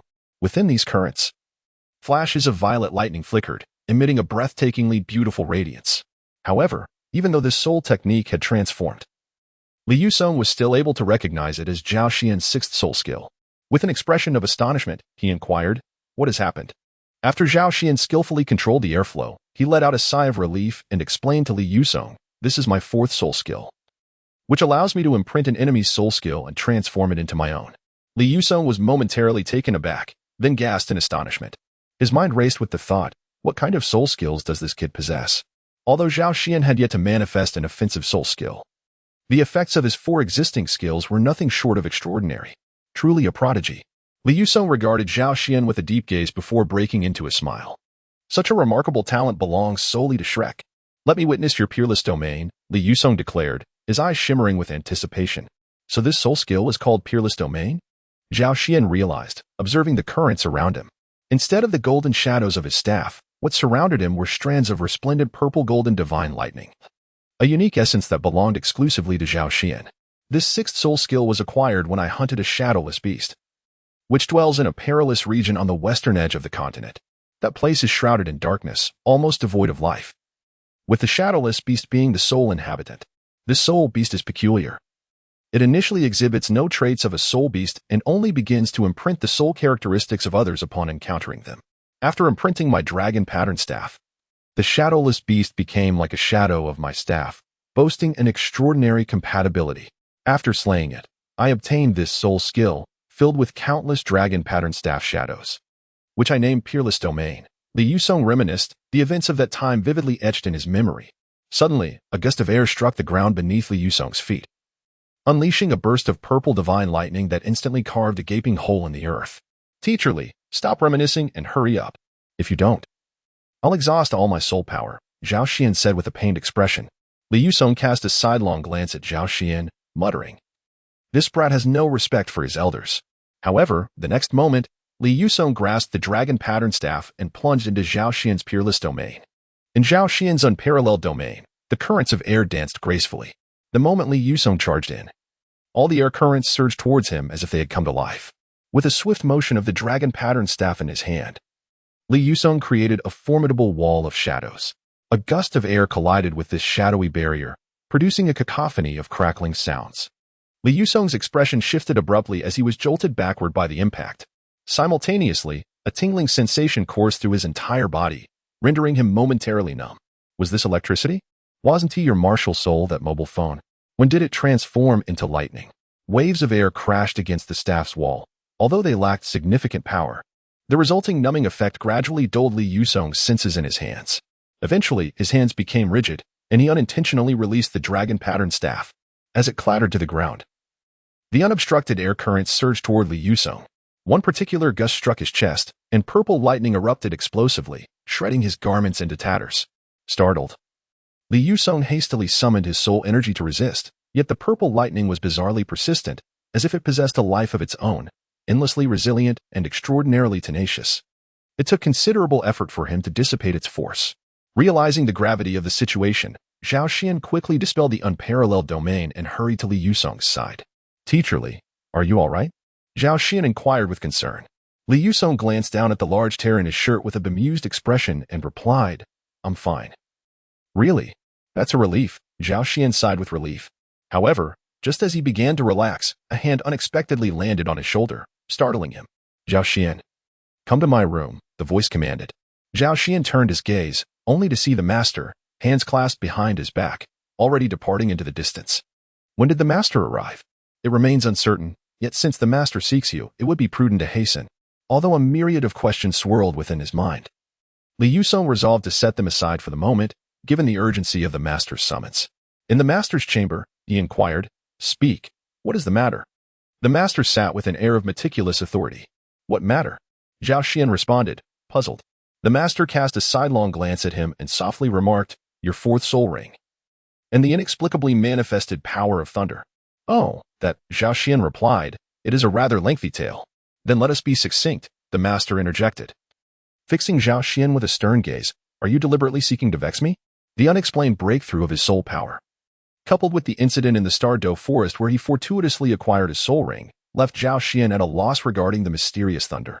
With a flicker of thought, Zhao Xian opted to conceal the truth of these occurrences. The nature of the soul ring's creation was too bizarre. The notion that a martial soul could independently generate a soul ring for another was a revelation he feared would prompt the master to dissect him for research. Moreover, the phenomenon of the purple sky divine thunder was intricately tied to matters of his past life, rendering it even more unsuitable for disclosure. Is that so?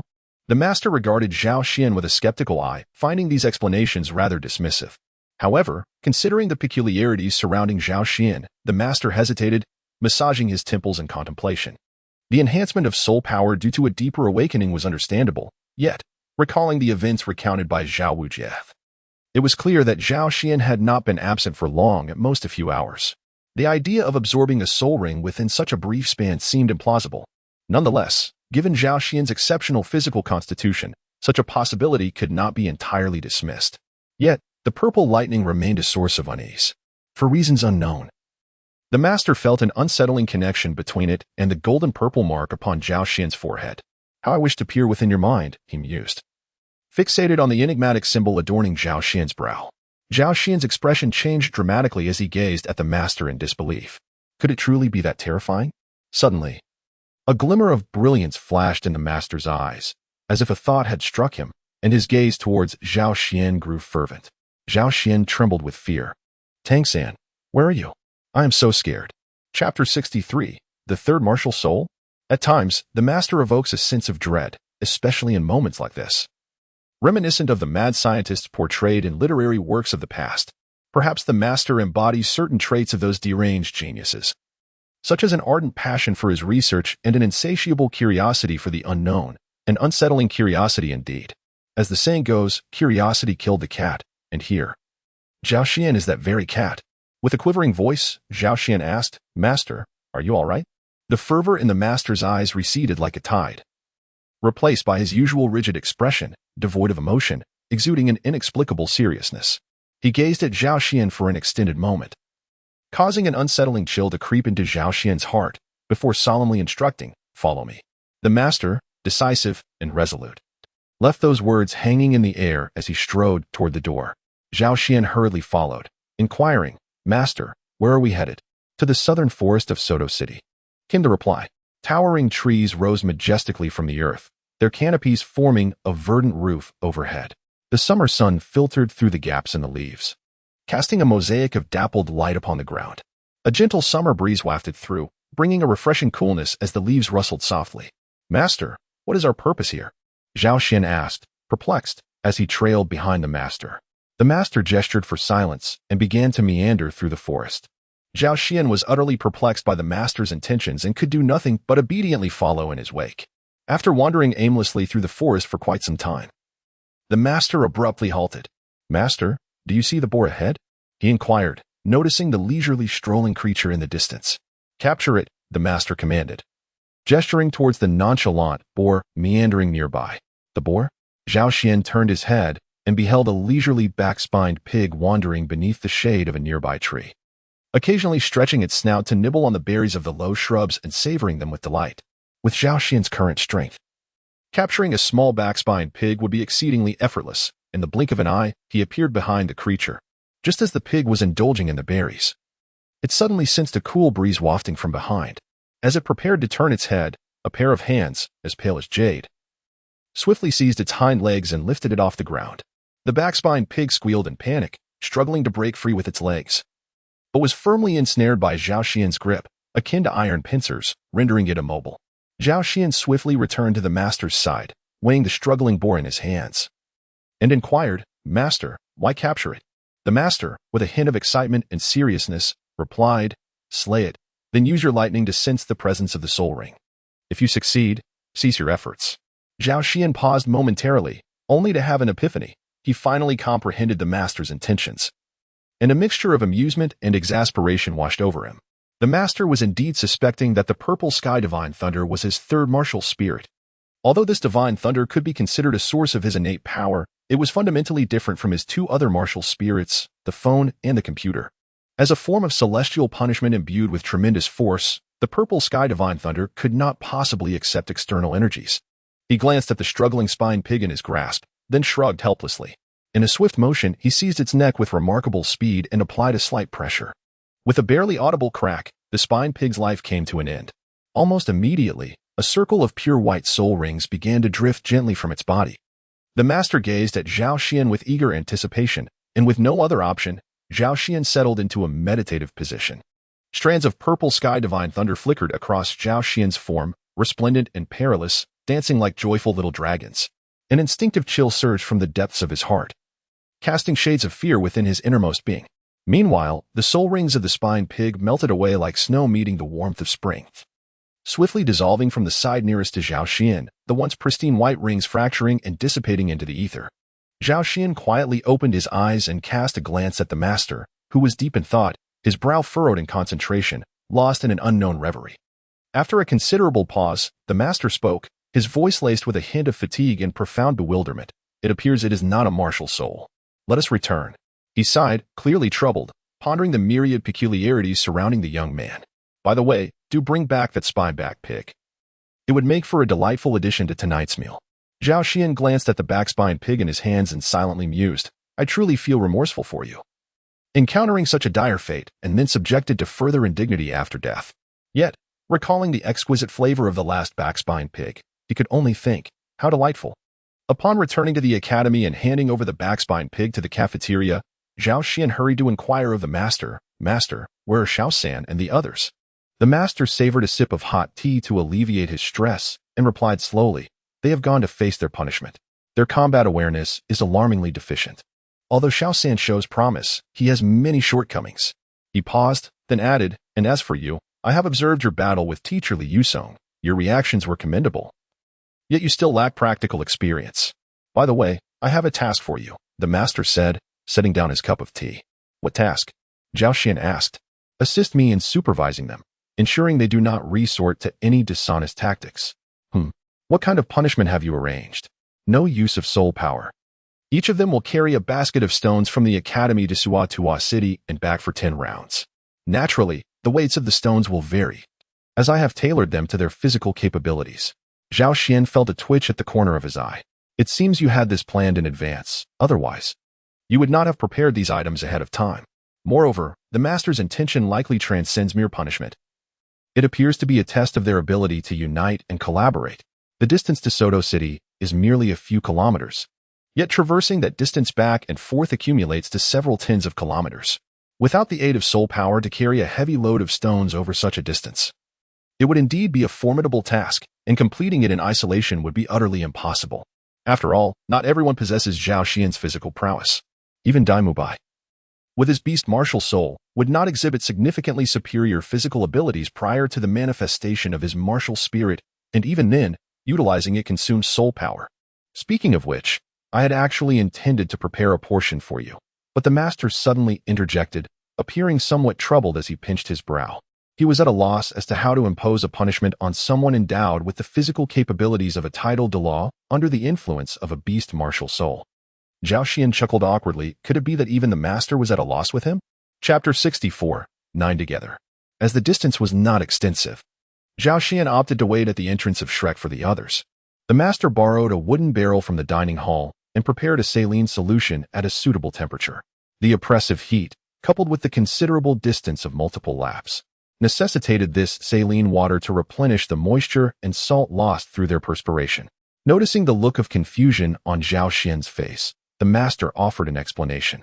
Since they had yet to progress further, everyone still possessed ample stamina, and soon their figures emerged within Zhao Xian's line of sight. All 8 figures were accounted for, including the support-type soul masters, Ning Rongrong and Oscar, who approached the academy carrying a basket. Ma Hongjun, spotting Zhao Xian waiting outside the academy, gleefully called out, Zhao Xian, have you also faced punishment? Zhao Xian clasped his hands across his chest, gazing at Ma Hongjun with a smile that was neither fully formed nor entirely absent. The master, standing beside them, gestured for everyone to come forward. Let us all take a moment to refresh ourselves with some water. Upon hearing this, the crowd promptly gathered, forming an orderly line to drink the saline solution prepared by the master. Simultaneously, the master proclaimed, to prevent any possibility of cheating. I have appointed Zhao Xian as the supervisor for this punishment. He will accompany you, and everything that transpires will be subsequently reported to me. Ma Hongjun cast a glance at Zhao Xian, only to find him maintaining the same inscrutable expression. A shiver ran through him as he thought, surely, my brother cannot be this petty. Zhao Xian, naturally not one to harbor such pettiness, believed that the one most likely to resort to deceit was none other than Ma Hongjun. In the past, he might have included Ning Rongrong in this list, but he had recently observed the changes in her demeanor. To prove herself, it was unlikely that Ning Rongrong would stoop to such actions. As for the others, he noted a peculiar thirst for power in Dai Mubai and Zhu Qing, while Xiao San's resolve was particularly unwavering, and Xiao Wu exhibited remarkable resilience. Oscar, too, possessed an inexplicable tenacity. Turning his gaze to Hermione, he caught sight of the girl whose beautiful golden hair cascaded like a waterfall, shimmering under the sunlight, her brown eyes reflecting a steadfastness rivaling that of Tang San. When Zhao Xian met her gaze, a fleeting glimmer of surprise flickered in the girl's eyes, only to be quickly replaced by a fierce expression, her silver teeth faintly visible as she shot a sharp glance at Zhao Xian. How many laps have we completed? The master inquired. The 5th lap, Tang San replied, slightly out of breath. Then let us continue, came the resolute response.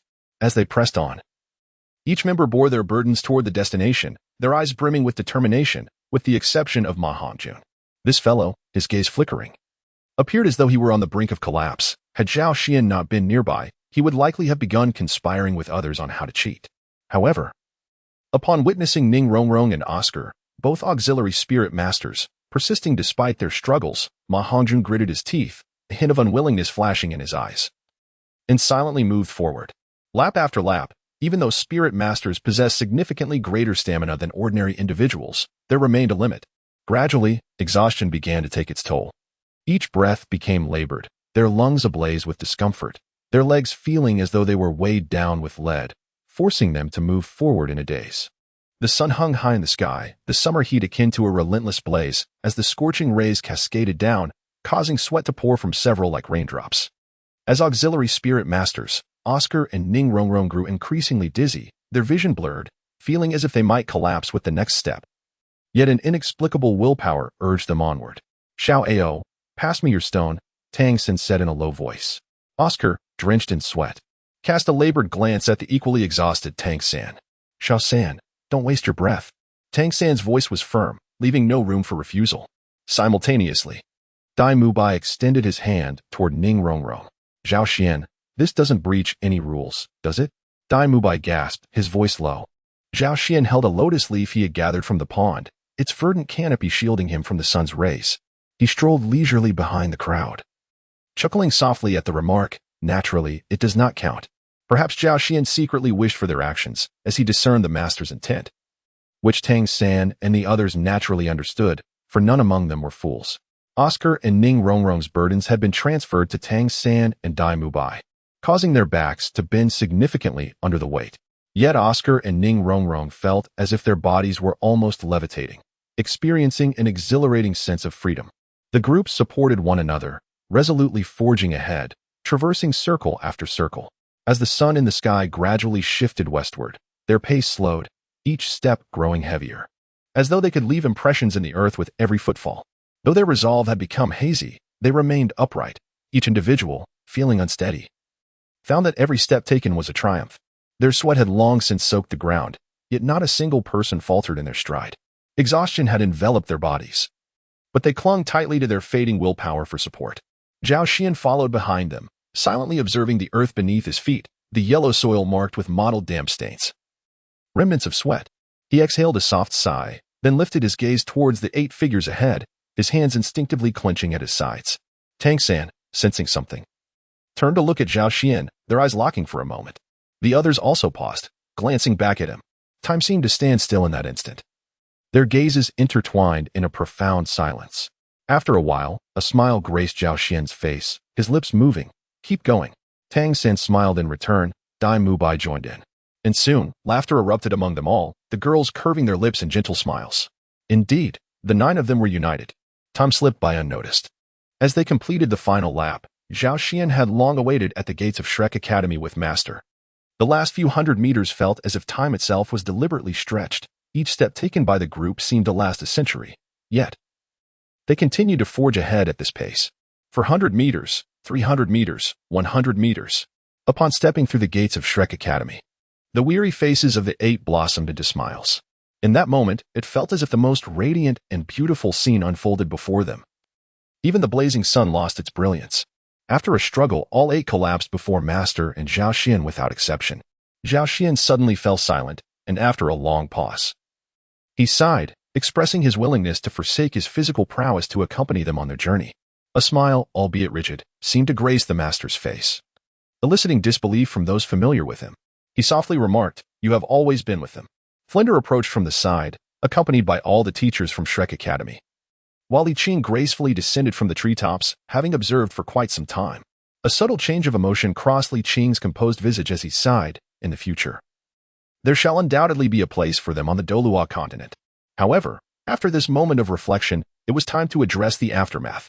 Observing the 8 individuals lying unconscious on the ground, the Master expressed his slight headache. "This is rather troublesome." Flinder, from the side, muttered, "Isn't this all a result of your devilish schemes?" The Master chose to disregard Flinder entirely, turning his attention to Zhao Xian. "Zhao Xian, please go to the village and find a few women to assist the girls in tidying up. I will prepare the necessities for their baths." Zhao Xian nodded thoughtfully and then sought out several available peasant women from the village. Subsequently, he carried each of the boys back to the academy, stripped them down completely, and unceremoniously tossed them into the bathing barrel prepared by the Master. The girls, on the other hand, were entrusted to the care of the peasant women he had gathered. The Master handed Zhao Xian the meticulously prepared medicinal herbs and instructed, "First, bring water to a boil, then simply pour it into the barrel." Zhao Xian nodded, and the Master turned to deliver several other medicinal herbs to the farmers responsible for taking care of the girls. The herbs prepared by the Master were known for invigorating the blood and strengthening the foundation, possessing a gentle nature and exuding a unique fragrance once boiled. After completing the tasks assigned by the Master, Zhao Xian left a few notes and proceeded to the kitchen to lend a hand. The Master anticipated that by the time everyone awakened, it would likely be deep into the night, and without food, it would be quite untenable, especially after a day of rigorous training that had left them all famished. As expected, in the dead of night, several individuals gradually stirred awake. The night sky was densely studded with stars, resembling a celestial tapestry, with twinkling lights illuminating the dark expanse. The earth below was enveloped in silence, save for the solitary chirping of a cicada. When Tang San entered the dining hall, Zhao Xian was boasting about his culinary skills to Dai Mubai. Upon seeing Tang San, Dai Mubai's eyes lit up, and he quickly called out, "Little San, you're awake? Come and try Zhao Xian's cooking." He sighed in relief. Having nearly developed calluses in his ears from all the bragging, a savior had finally arrived. Tang San, however, looked astonished as he regarded Zhao Xian. "Little Xian, you can cook?" "Of course," Zhao Xian replied, crossing his legs with a sense of pride, gesturing toward a large bowl of braised pork before him, inviting Tang San to sample it. Although he had once been a reclusive individual in his past life, he had retained these fundamental life skills. While he may have become somewhat rusty over the years, he had not forgotten entirely. Tang San took a bite, savoring the rich flavors and the tender texture of the meat, which left a lingering taste on his palate. "Delicious," he exclaimed, his eyes brightening as he accepted the rice offered by Zhao Xian, devouring it heartily. After a day of training, he was indeed ravenous, and his stomach had been growling since he woke up. Before long, Xiaowu and Zhu Zhuqing arrived one after the other, while the others seemed too exhausted to join at that moment. The group praised Zhao Xian's culinary prowess, and a broad smile spread across his face. Hermione. "You're here," exclaimed Xiaowu, her keen eyes spotting Hermione walking through the door. With droplets of water glistening in her golden hair under the dim lights of the dining hall, she resembled a radiant lotus flower emerging from the water.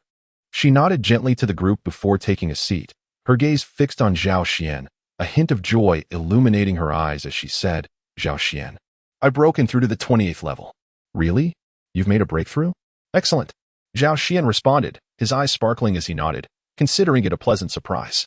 The others congratulated Hermione, genuinely happy for her achievement. With a smile, Hermione expressed her gratitude, thanking each of them. Noticing this, Zhao Xian wore a mischievous grin and remarked, "Everyone should strive to catch up. If you don't hurry, I'll soon reach the Soul King level." As his words echoed, an eerie silence enveloped the room.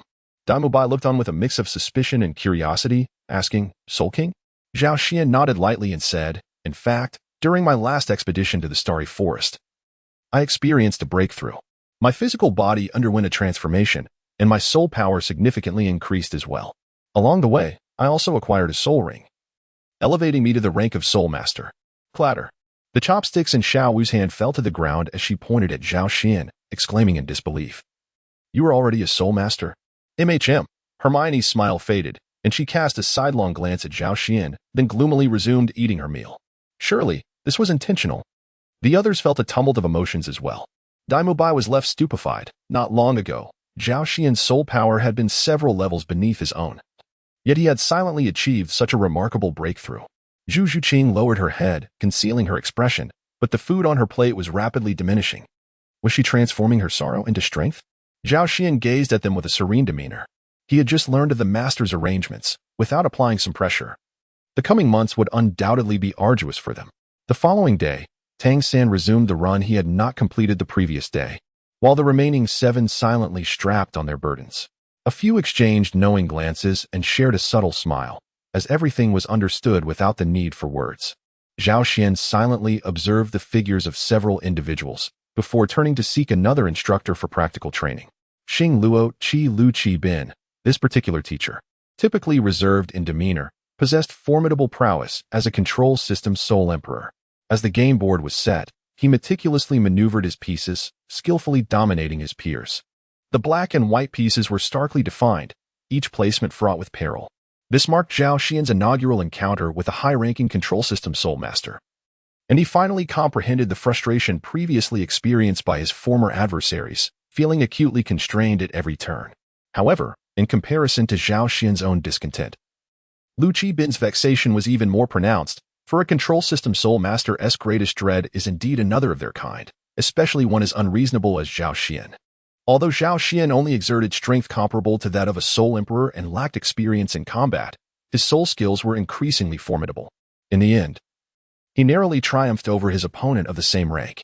Lu Qibin departed in silence, while Li Yusong approached with a cheerful demeanor, patting Zhao Xian on the shoulder, and remarked with a smile, what he values most is his pride. Losing to a mere 12-year-old must weigh heavily on his heart. Zhao Xian curiously inquired. Do you not feel anything? Li Yusong's smile gradually faded, a pang of heartache evident in his expression. Do you understand? Over the ensuing months, the Shrek little monsters engaged in relentless battles, 1-on-1, 1-on-2, 2-on-2, constantly honing their skills. Zhao Xian was no exception. He, along with Li Yusong, Lu Qibin, Zhao Wujia, and Flander, all participated in combat. Even Li Qing occasionally joined in. Yet when faced with the formidable level 90 Li Qing, Zhao Xian found himself at a disadvantage.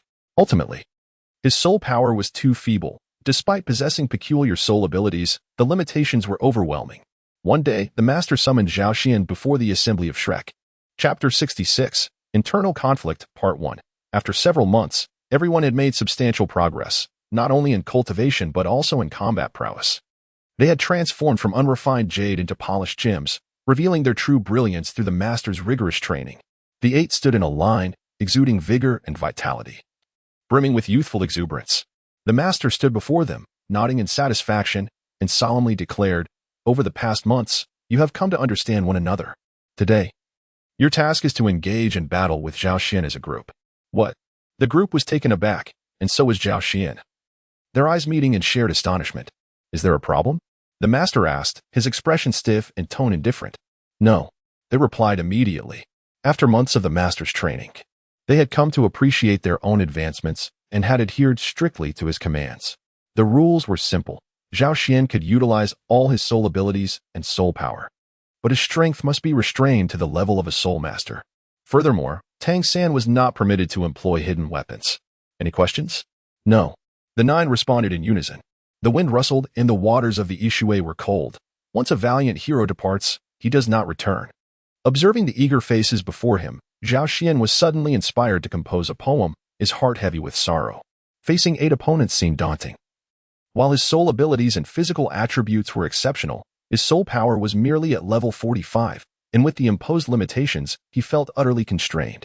In contrast, the 8 opponents had significantly improved during their intense training. Dai Bai at level 36, Tang San at 32, Xiao Wu at 32, Oscar at 31, Ning Rongrong at 28. Zhu Zhuqing at 29, Ma Hongjun at 29, and Hermione at 28. Their combined strength, bolstered by breakthroughs during training, made victory seem elusive, despite Zhao Xian's pessimism. His opponents remained focused, huddling together to strategize, feeling equally challenged. Although Zhao Xian's strength was curtailed, his physical prowess remained unchanged, meaning many of their soul abilities would not harm him, and Zhao Xian's close combat skills were formidable, rendering Xiao Wu's agility less effective. After much deliberation, Tang San concluded, "Thus, this round depends solely on Ma Hongjuan's flames for victory. Dai Mubai would take the lead in containment, while Zhu Zhuqing and Xiao Wu would provide support.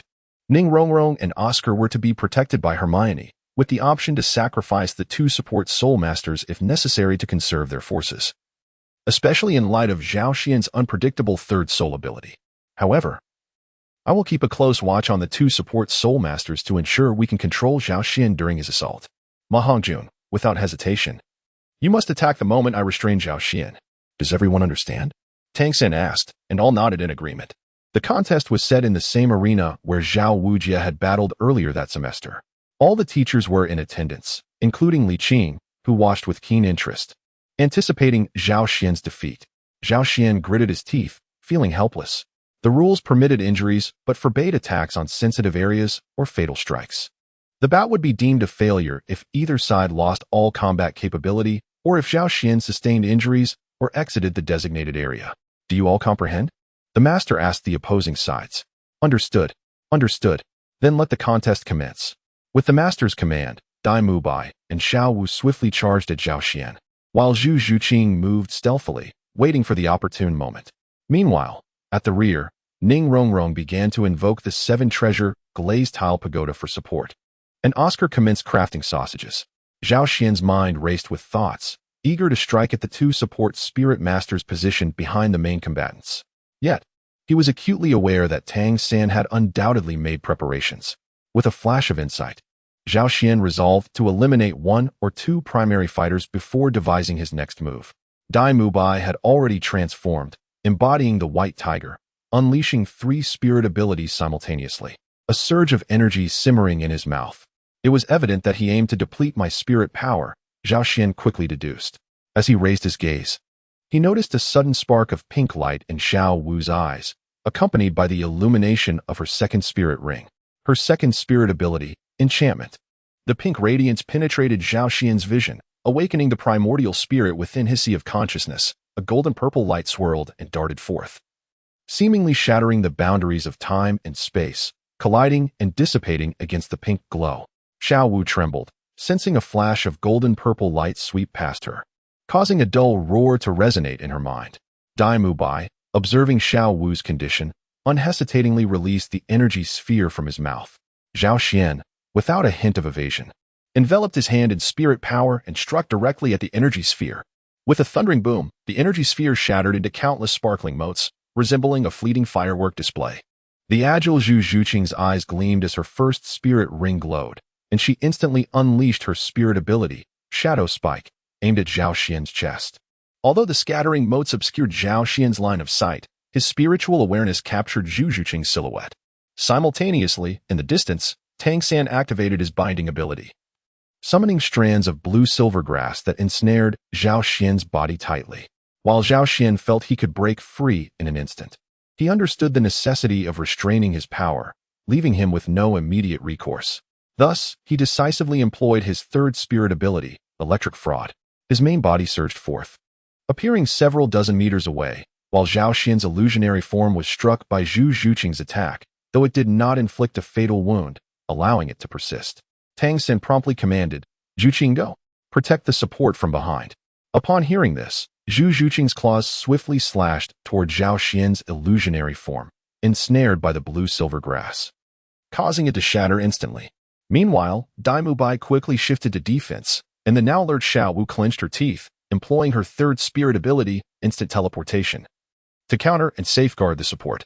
As Zhao Xian found himself bound, he decisively abandoned his previous intentions and seized the opportunity to eliminate the support before executing his third soul skill. However, he was taken aback by the swiftness of Xiao Wu's reaction. Fixating his gaze upon her, Zhao Xian activated his second soul skill, immobilizing her. With that, He charged towards the flustered Oscar. Phoenix Fire Arrow. Hermione, guardian of the two auxiliary soul masters, promptly unleashed her second soul skill. Utilizing his acute perception, Zhao Xian deftly evaded the hastily released arrows, narrowly escaping their trajectory. I'm sorry, Xiao Oscar, he thought, observing the panicked and defenseless Oscar. A wry smile graced Zhao Xian's lips as he unhesitatingly delivered a kick, sending Oscar flying. Bewilderment filled Oscar's eyes as he soared through the air, his hands tightly clutching a substantial handful of sausages. My sausages haven't even had a chance to take effect. Am I being eliminated just like this? Chapter 67. Internal Strife, Part 2. Oscar's face was etched with reluctance as, in a final desperate moment, he bit down and hurled the sausages from his grasp. Then, Zhao Xian furrowed his brow, contemplating seizing the sausages left by Oscar. Should Tang San and his companions acquire these sausages, the battle would undoubtedly become significantly more arduous. Conversely, should he obtain them, his burden would lighten considerably. At that moment, Tang San's second spirit ring suddenly illuminated, and countless blue-silver grasses emerged from every corner, ensnaring Zhao Xian completely. This was Tang San's second spirit ability, Parasite. Seizing the opportunity, Xiao Wu, who had returned in a flash, took possession of the sausages left by Oscar. As Zhao Xian lacked poison-type spirit abilities, he had only managed to create large sausages and mushroom sausages. By the time he was eliminated, he had produced a total of 3 large sausages and 2 mushroom sausages. Meanwhile, Tang San bellowed, "Fatty." Understood. Ma Hongjuan's martial soul had long since manifested, and upon seeing Zhao Xian bound, a triumphant smile spread across his face.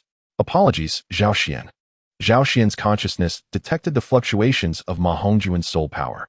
As he turned his head, he immediately beheld the brilliance of Ma Hongjuan's first soul ring illuminating. Did he truly believe he had me at a disadvantage? Gritting his teeth, Zhao Xian resolutely unleashed his second soul skill, Unconnected. Ma Hongjuan's first soul skill, which he had been charging, was abruptly disrupted, causing a backlash of soul power that made his body tremble slightly. Unable to suppress it, Ma Hongjun involuntarily exhaled a wisp of azure smoke, his complexion paling instantaneously. Despite the flaws in Ma Hongjuan's martial spirit, it remained an undeniably formidable beast martial spirit. The Phoenix evil fire clung to him like a parasite. If it ensnared him and combined with the ignited blue-silver grass, defeat would be inevitable. Thus, Zhao Xian wasted no time in releasing his second soul skill to interrupt the first soul skill of the rotund opponent. With a slight exertion, the blue-silver grass surrounding him began to fracture, granting Zhao Xian his much-needed liberation. Simultaneously, Hermione's wand gently tapped to activate her first soul skill, Gushing Spring, which cascaded upon Ma Hongjun, while Xiao Wu hurled all her sausages towards him. Ma Hongjun hastily caught the sausages thrown by Xiao Wu, promptly consuming a large one to regain his strength. The arriving Dai Mubai swiftly engaged Zhao Xian, his tiger claws striking with ferocity, each swipe following without the slightest hesitation. The air filled with the fierce sound of claws slicing through. Zhu Zhiqing hovered nearby, eager to join the fray, while Ma Hongjun surrendered the remaining sausages to Tang San. Xiao Wu's figure darted over with remarkable speed, and Hermione vigilantly shielded Ning Rongrong. The situation for Zhao Xian suddenly grew increasingly dire. Zhao Xian exhaled a deep sigh, his gaze sharpening with intensity. Suddenly, tiny purple-golden runes flickered across his body, delicate as flies, their radiance faint yet strikingly captivating. They emanated an aura of sanctity, each resembling a star in the firmament, evoking a sense of unattainable splendor. Tang San and the others exchanged glances, their expressions shifting to one of bewilderment. In Zhao Xian's hand, a violet golden thunderbolt flickered with brilliance, gradually transforming into a spear of lightning, which he then hurled towards Dai Mubai.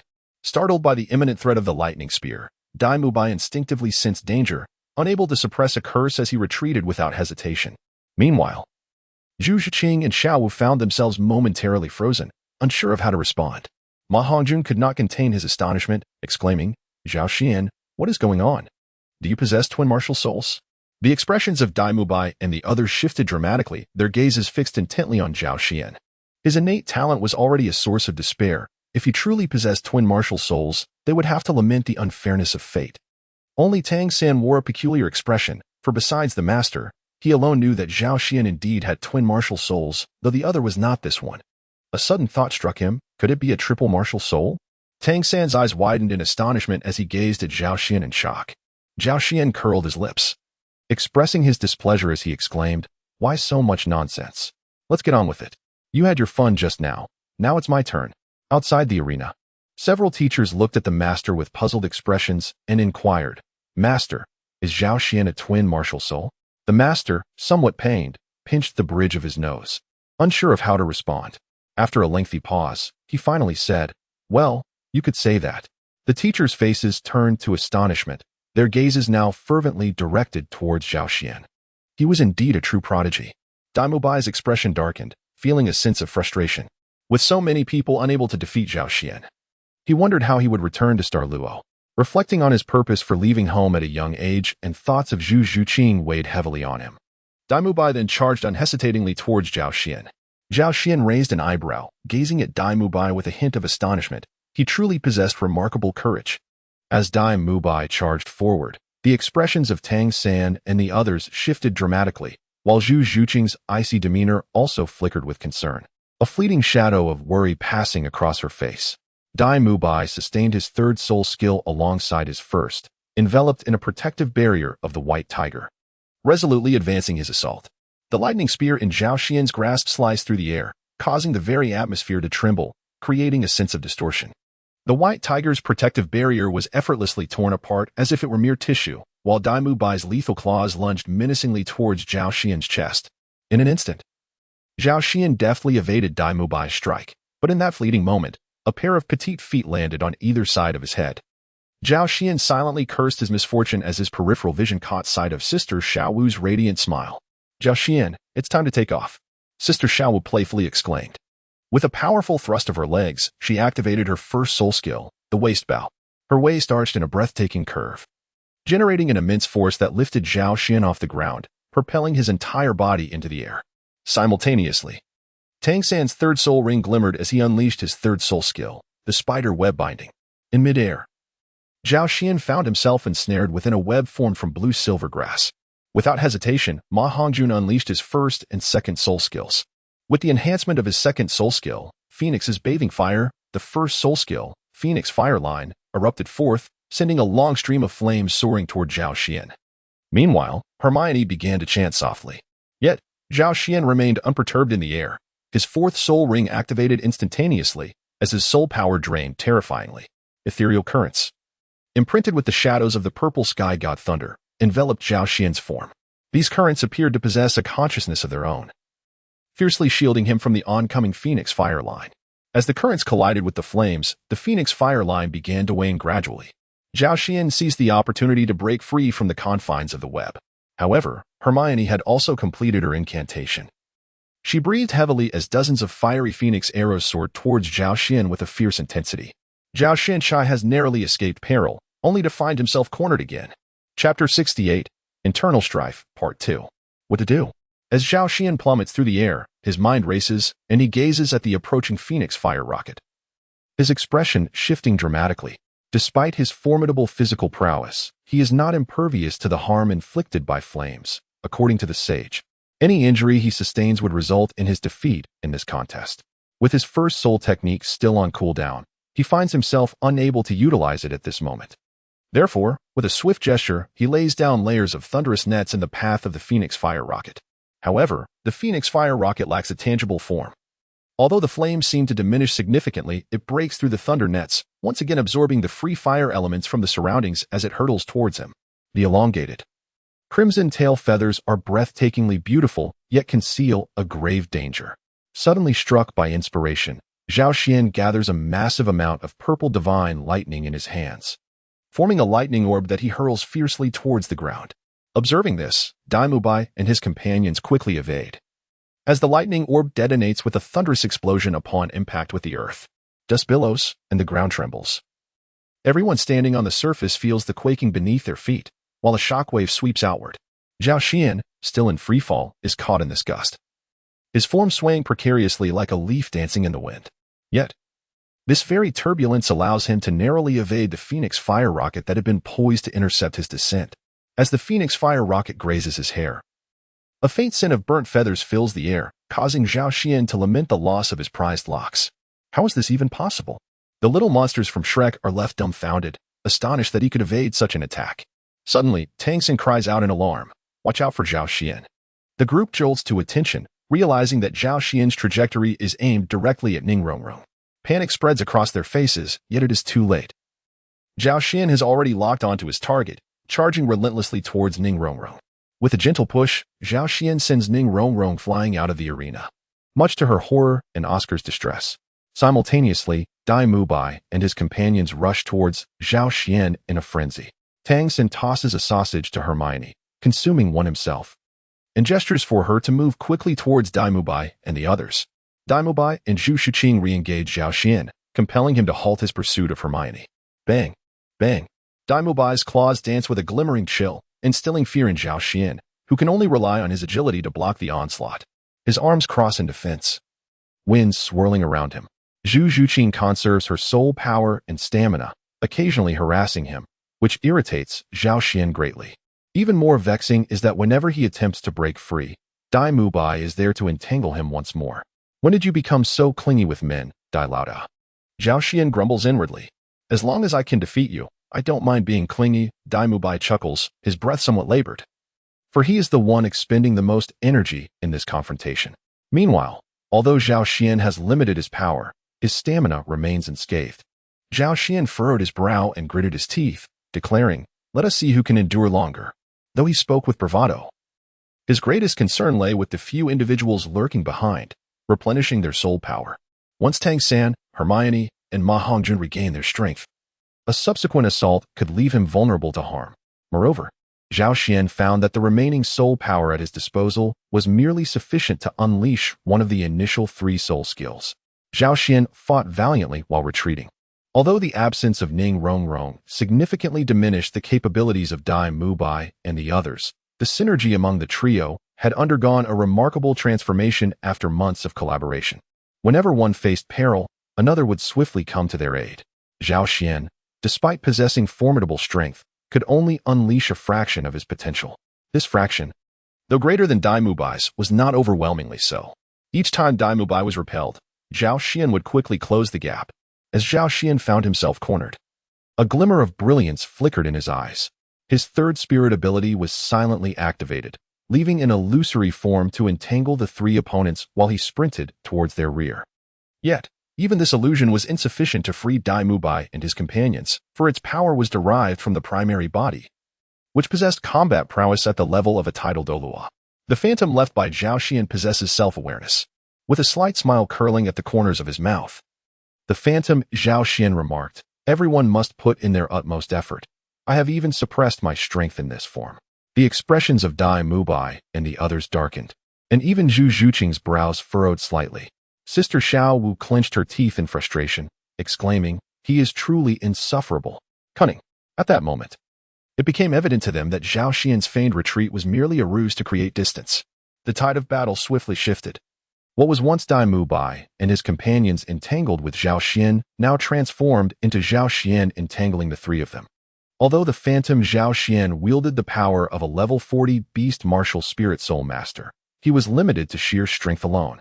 Lacking the offensive capabilities of a true beast martial spirit, relying solely on his own combat skills. Therefore, while the phantom Zhao Xian could ensnare the 3, he could only achieve that level of entanglement. Meanwhile, Zhao Xian's true form darted to the rear, prompting Tang San to change his expression and warn, "Everyone, be cautious." At that moment, the 1st soul skill activated instantly, ensnaring Zhao Xian. The thunderous power coursing through Zhao Xian flickered, severing the blue-silver grass that clung to him. Hermione and Ma Hongjuan's faces turned grave as they instinctively braced themselves, yet Zhao Xian's target this time was unexpectedly Tang San. Zhao Xian moved with such swiftness that Tang San had no time to react, instantly struck by a devastating elbow blow. His body staggered, and before he could regain his footing, Zhao Xian unleashed a follow-up attack, a whip kick that struck Tang San squarely in the chest. Tang San's expression shifted, and he prepared to deploy his ghost shadow mirage to stabilize himself. However, after years of camaraderie, Zhao Xian had long since grasped Tang San's capabilities. He swiftly executed a downward kick aimed at Tang San's legs, followed by a forceful push that sent Tang San hurtling backward. A fleeting look of helplessness crossed Tang San's face, yet he quickly employed the dragon capture and crane control technique. launching the remaining 2 mushroom sausages to Hermione and Ma Hongjun. The duo caught the sausages and hastily consumed them, thin, luminous wings sprouting from their backs as they ascended into the air. What the heck? Zhao Xian couldn't help but exclaim, vexed by the unexpected turn of events. Chapter 69. The curtain falls. Zhao Xian glanced back and noticed that Dai Mubai and the others were still engaged in a fierce struggle with his phantom. As the phantom refrained from employing any soul skills, it could endure for a while longer. However, the others, learning from one another, were gradually converging towards this location. Once they gathered, it was likely they would launch an assault on Zhao Xian's true form, rendering him defenseless against an onslaught from all sides. Xiao contemplated teleporting back. Yet if she were to abandon this position, it was certain that Dai Mubai and Zhu Qi would swiftly succumb to Zhao Xian's phantom. Thus, she gritted her teeth, resolutely choosing to remain. A flash of brilliance emanated from Zhao Xian's hand, and a purple-golden lightning spear materialized within his grasp. This divine thunderbolt, known as the Purple Cloud Divine Lightning, stemmed from his own innate power, eliminating the need for soul energy. However, its usage invariably drained a significant amount of his physical stamina. With a soul power level of only in the 40s, he found himself at a disadvantage compared to Tang San and the others, thus he had always regarded his abundant physical strength as his trump card, skillfully capitalizing on his strengths while avoiding his weaknesses. Now, the time had come for a final desperate gamble. Simultaneously, he resolved to further explore the potential of the divine lightning, for apart from his physical prowess, his offensive capabilities were lamentably limited. In the skies above, Ma Hongjun caught sight of the lightning spear in Zhao Xian's hand, and a glance at the gaping crater created by the earlier lightning ball struck him with dread. His complexion turning ashen. Hermione, too, wore a troubled expression. After a fierce battle, fatigue began to weigh upon her, beads of perspiration glistening on her brow. Fatty, just hold on a little longer. Boss Dai and the others will be here to support us soon, Hermione urged through gritted teeth. Ma Hongjun swallowed hard, casting a forlorn glance at Zhao Xian below, his face a mask of despair. It's not that I don't want to hold on, but Zhao Xian has been fixated on me this whole time. Indeed, Zhao Xian gazed at Ma Hongjun with ill intent, thinking to himself, weren't you quite pleased at the beginning? As the lightning spear solidified, Zhao Xian hurled it fiercely towards Ma Hongjun. The spear crackled ominously as it surged forward, its trajectory erratic and serpentine, transforming into a bolt of lightning as it departed from Zhao Xian's hand. The speed of the lightning was astonishing, leaving no time for reaction before it struck with a thunderous bang. The radiance of the lightning illuminated Ma Hongjun's face, which had drained of color, sending chills down his spine. With a resounding crack, the sound jolted the stunned Ma Hongjun awake. He trembled violently, fear etched across his features, as his body began to plummet towards the ground. Zhao Xian's lightning spear was not aimed at him, but rather at the wings behind him. Upon striking the wings, the spear erupted with a thunderous explosion, and both were instantly obliterated. Zhao Xian moved with the grace of a dragonfly skimming the water, swiftly reaching the spot where the hefty figure had fallen. With a deft grasp, he seized the man by the collar and effortlessly flung him out of the arena. Outside, Tang San caught the bewildered Ma Hongjun and patted him on the shoulder. Ma Hongjun, startled, turned to Tang San with a woeful expression. Tang San, that was terrifying, he lamented. Tang San, wearing a smile tinged with resignation, shook his head. In the arena, Zhao Xian's gaze shifted to the sky where Hermione hovered, a slight smirk gracing his lips.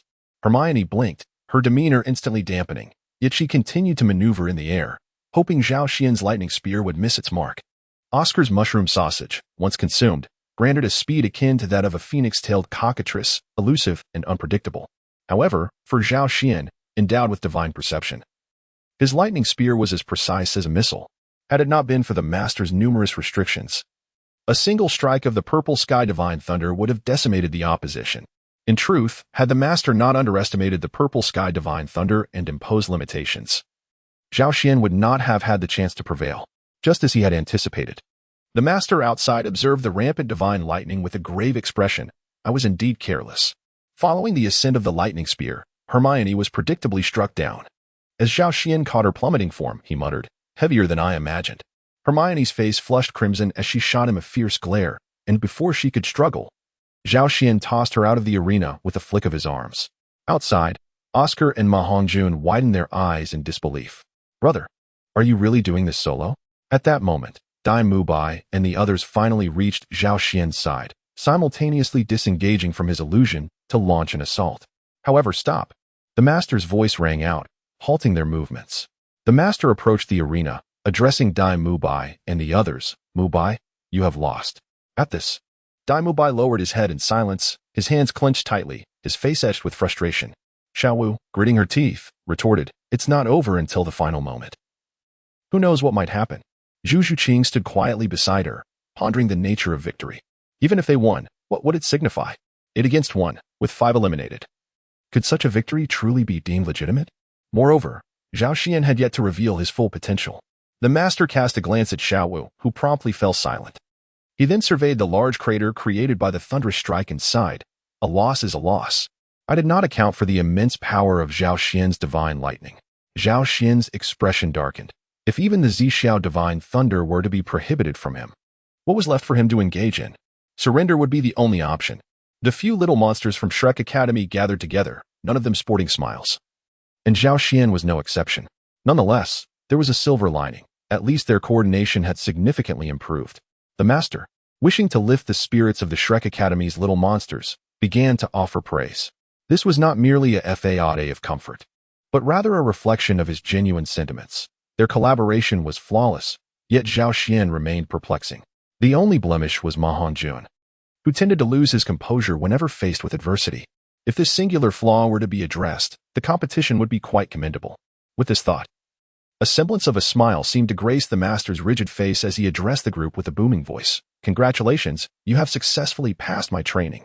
Whether it was an illusion or not, Zhao Xian sensed that each person across from him let out a sigh of relief. Chapter 70. The thunderous longbow. The master's grueling training had reached a temporary conclusion, granting everyone a much-needed 7 days of respite. The relentless training over the past 3 months had undoubtedly resulted in substantial progress for all, yet they were simultaneously exhausted in body and spirit. Upon the master's announcement of a week-long break, the little monsters of Shrek Academy collectively exhaled in relief, then reclined on their beds to relish this long-awaited leisure. Zhao Xian, brimming with vitality, continued to challenge the formidable Yujun Douluo, Li Qing, relentlessly familiarizing himself with his burgeoning power. The clamor of their fierce battles reverberated through the air, each clash transforming vast stretches of earth into desolate ruins. This destruction was a mere consequence of their controlled strength. Otherwise, the entire Shrek Academy and even the surrounding village would have been laid to waste. The villagers, terrified by the turmoil, found themselves sleepless for days on end, ultimately beseeching the two combatants to cease their hostilities. Thus, after a somewhat awkward confrontation, a temporary truce was established. Li Qing, with a hint of nostalgia in his voice, remarked that Zhao Xian had undoubtedly attained the battle prowess of a level 91 beast spirit Douluo, perhaps even surpassing that threshold. This declaration sent shockwaves through the assembly.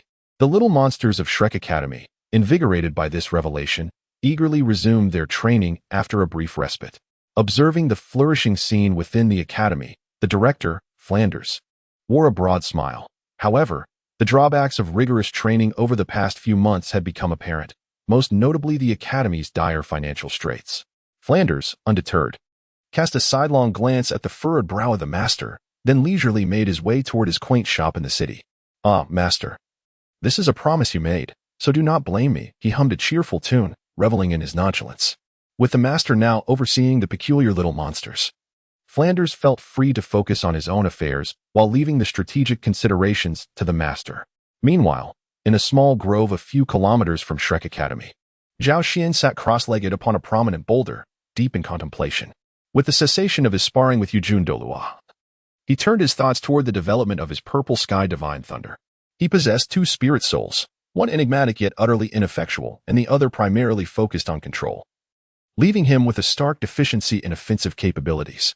His only reliable assets were his formidable physical constitution and the purple sky divine thunder. Perhaps his spiritual awareness could also be of assistance. Zhao Xian stroked his chin, his eyes glinting with thought. Not only did his physical form embody the essence of the purple sky divine thunder, but his spiritual awareness resonated with its power as well. If he could harness his spiritual awareness for an offensive strike, it would undoubtedly serve as a potent weapon. Yet, he found himself vexed by the slow growth of his spiritual awareness, which made it challenging to formulate effective strategies. Therefore, his focus must remain on the purple sky divine thunder, leveraging his ample physical stamina to provide the necessary energy for its full expression.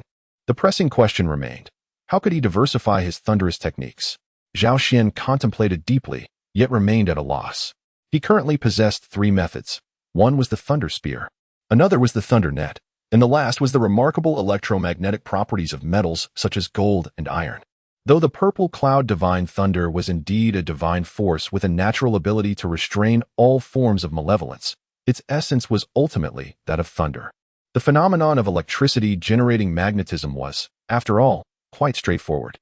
Should I perhaps prepare some steel balls in my bag, using an electromagnetic cannon upon encountering adversaries? After some reflection, Zhao Xian dismissed this notion. While the force generated by electromagnetic interaction could grant the steel balls extraordinary velocity, the friction with the air during flight would lead to significant wear and tear. Unless he could procure an exceptionally hard metal, the steel balls would be utterly consumed upon being launched. Zhao Xian extended his hand. Within his fair palm a sphere of purple-golden lightning flickered, seemingly harboring a force capable of annihilating the very heavens.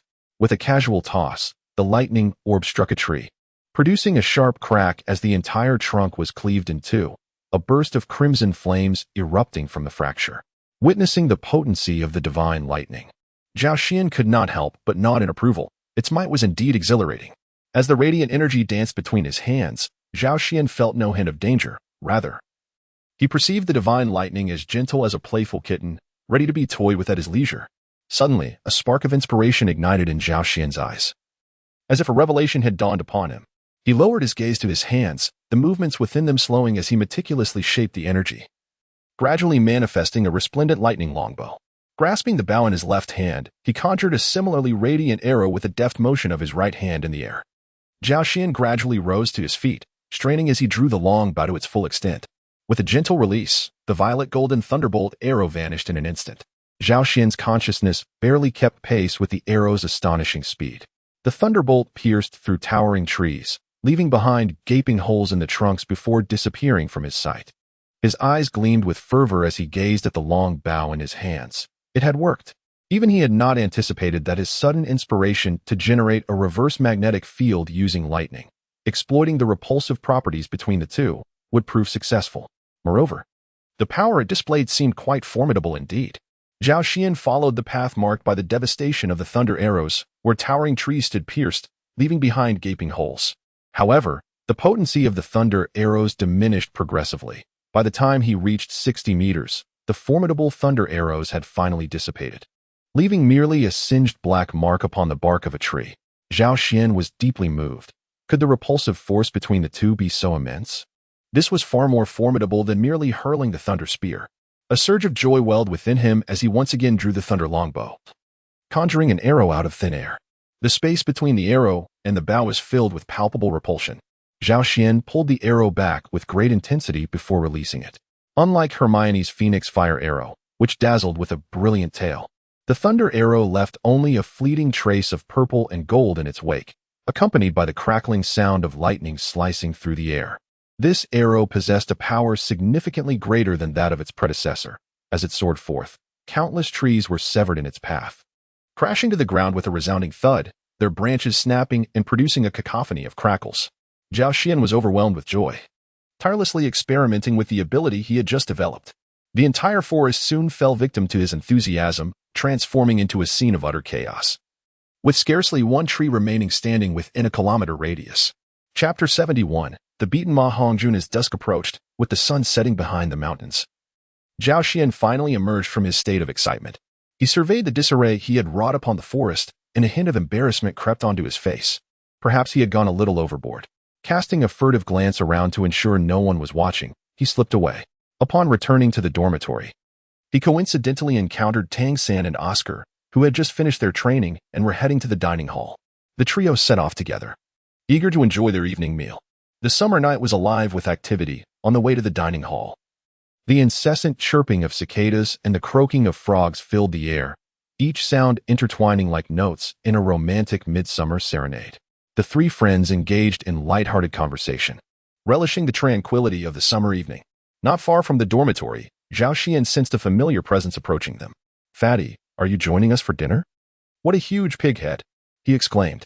The familiar aura belonged to Ma Hongjun, and as Zhao Xian greeted him, the chubby figure drew near. Upon seeing him, Zhao Xian couldn't help but gasp in shock. Tang San and Oscar were equally taken aback, their faces paling as they asked, "Fatty, Have you been beaten? Ma Hongjuan's condition was alarming. His face was swollen, adorned with bruises of various shades, and his eyes were squinted into mere slits, overjoyed to see his friends. He lunged forward, throwing himself at Zhao Xian and Tang San's feet, clutching one of their legs. With tear-filled eyes, he implored, "You must help me, great ones." Oscar crouched beside Ma Hongjun, poking at his swollen face. Ma Hongjun winced in pain, swatting Oscar's teasing hand away and shooting him a fierce glare. Oscar stood up, looking down at the pitiable sight of Ma Hongjuan's face, shaking his head as he sighed, "Truly a disaster. This is just tragic." Tang San spoke earnestly, "Fatty, get up and tell us what happened." Zhao Xian nodded slightly, lowering his gaze to the figure clinging to his leg, Ma Hongjun. He raised an eyebrow and remarked, "Indeed. If you have something to say, do so while standing. Should you smear your tears, snot, or saliva on my trousers, I assure you, I will make your situation far more dire." Ma Hongjuan's expression changed instantly, and he swiftly scrambled to his feet. A sheepish grin plastered across his face as he looked at Zhao Xian. "Boss, I'm up, he stammered, catching sight of Oscar chuckling nearby. Zhao Xian sighed and rubbed his temples. Oscar quickly handed him a couple of sausages. Ma Hongjun eagerly accepted Oscar's generous sausages, and the four of them made their way towards the cafeteria. After devouring Oscar's sausages, the color in the plump boy's face improved considerably, though the swelling would not subside immediately. Upon arriving at the cafeteria, they found only Dai Mubai dining alone.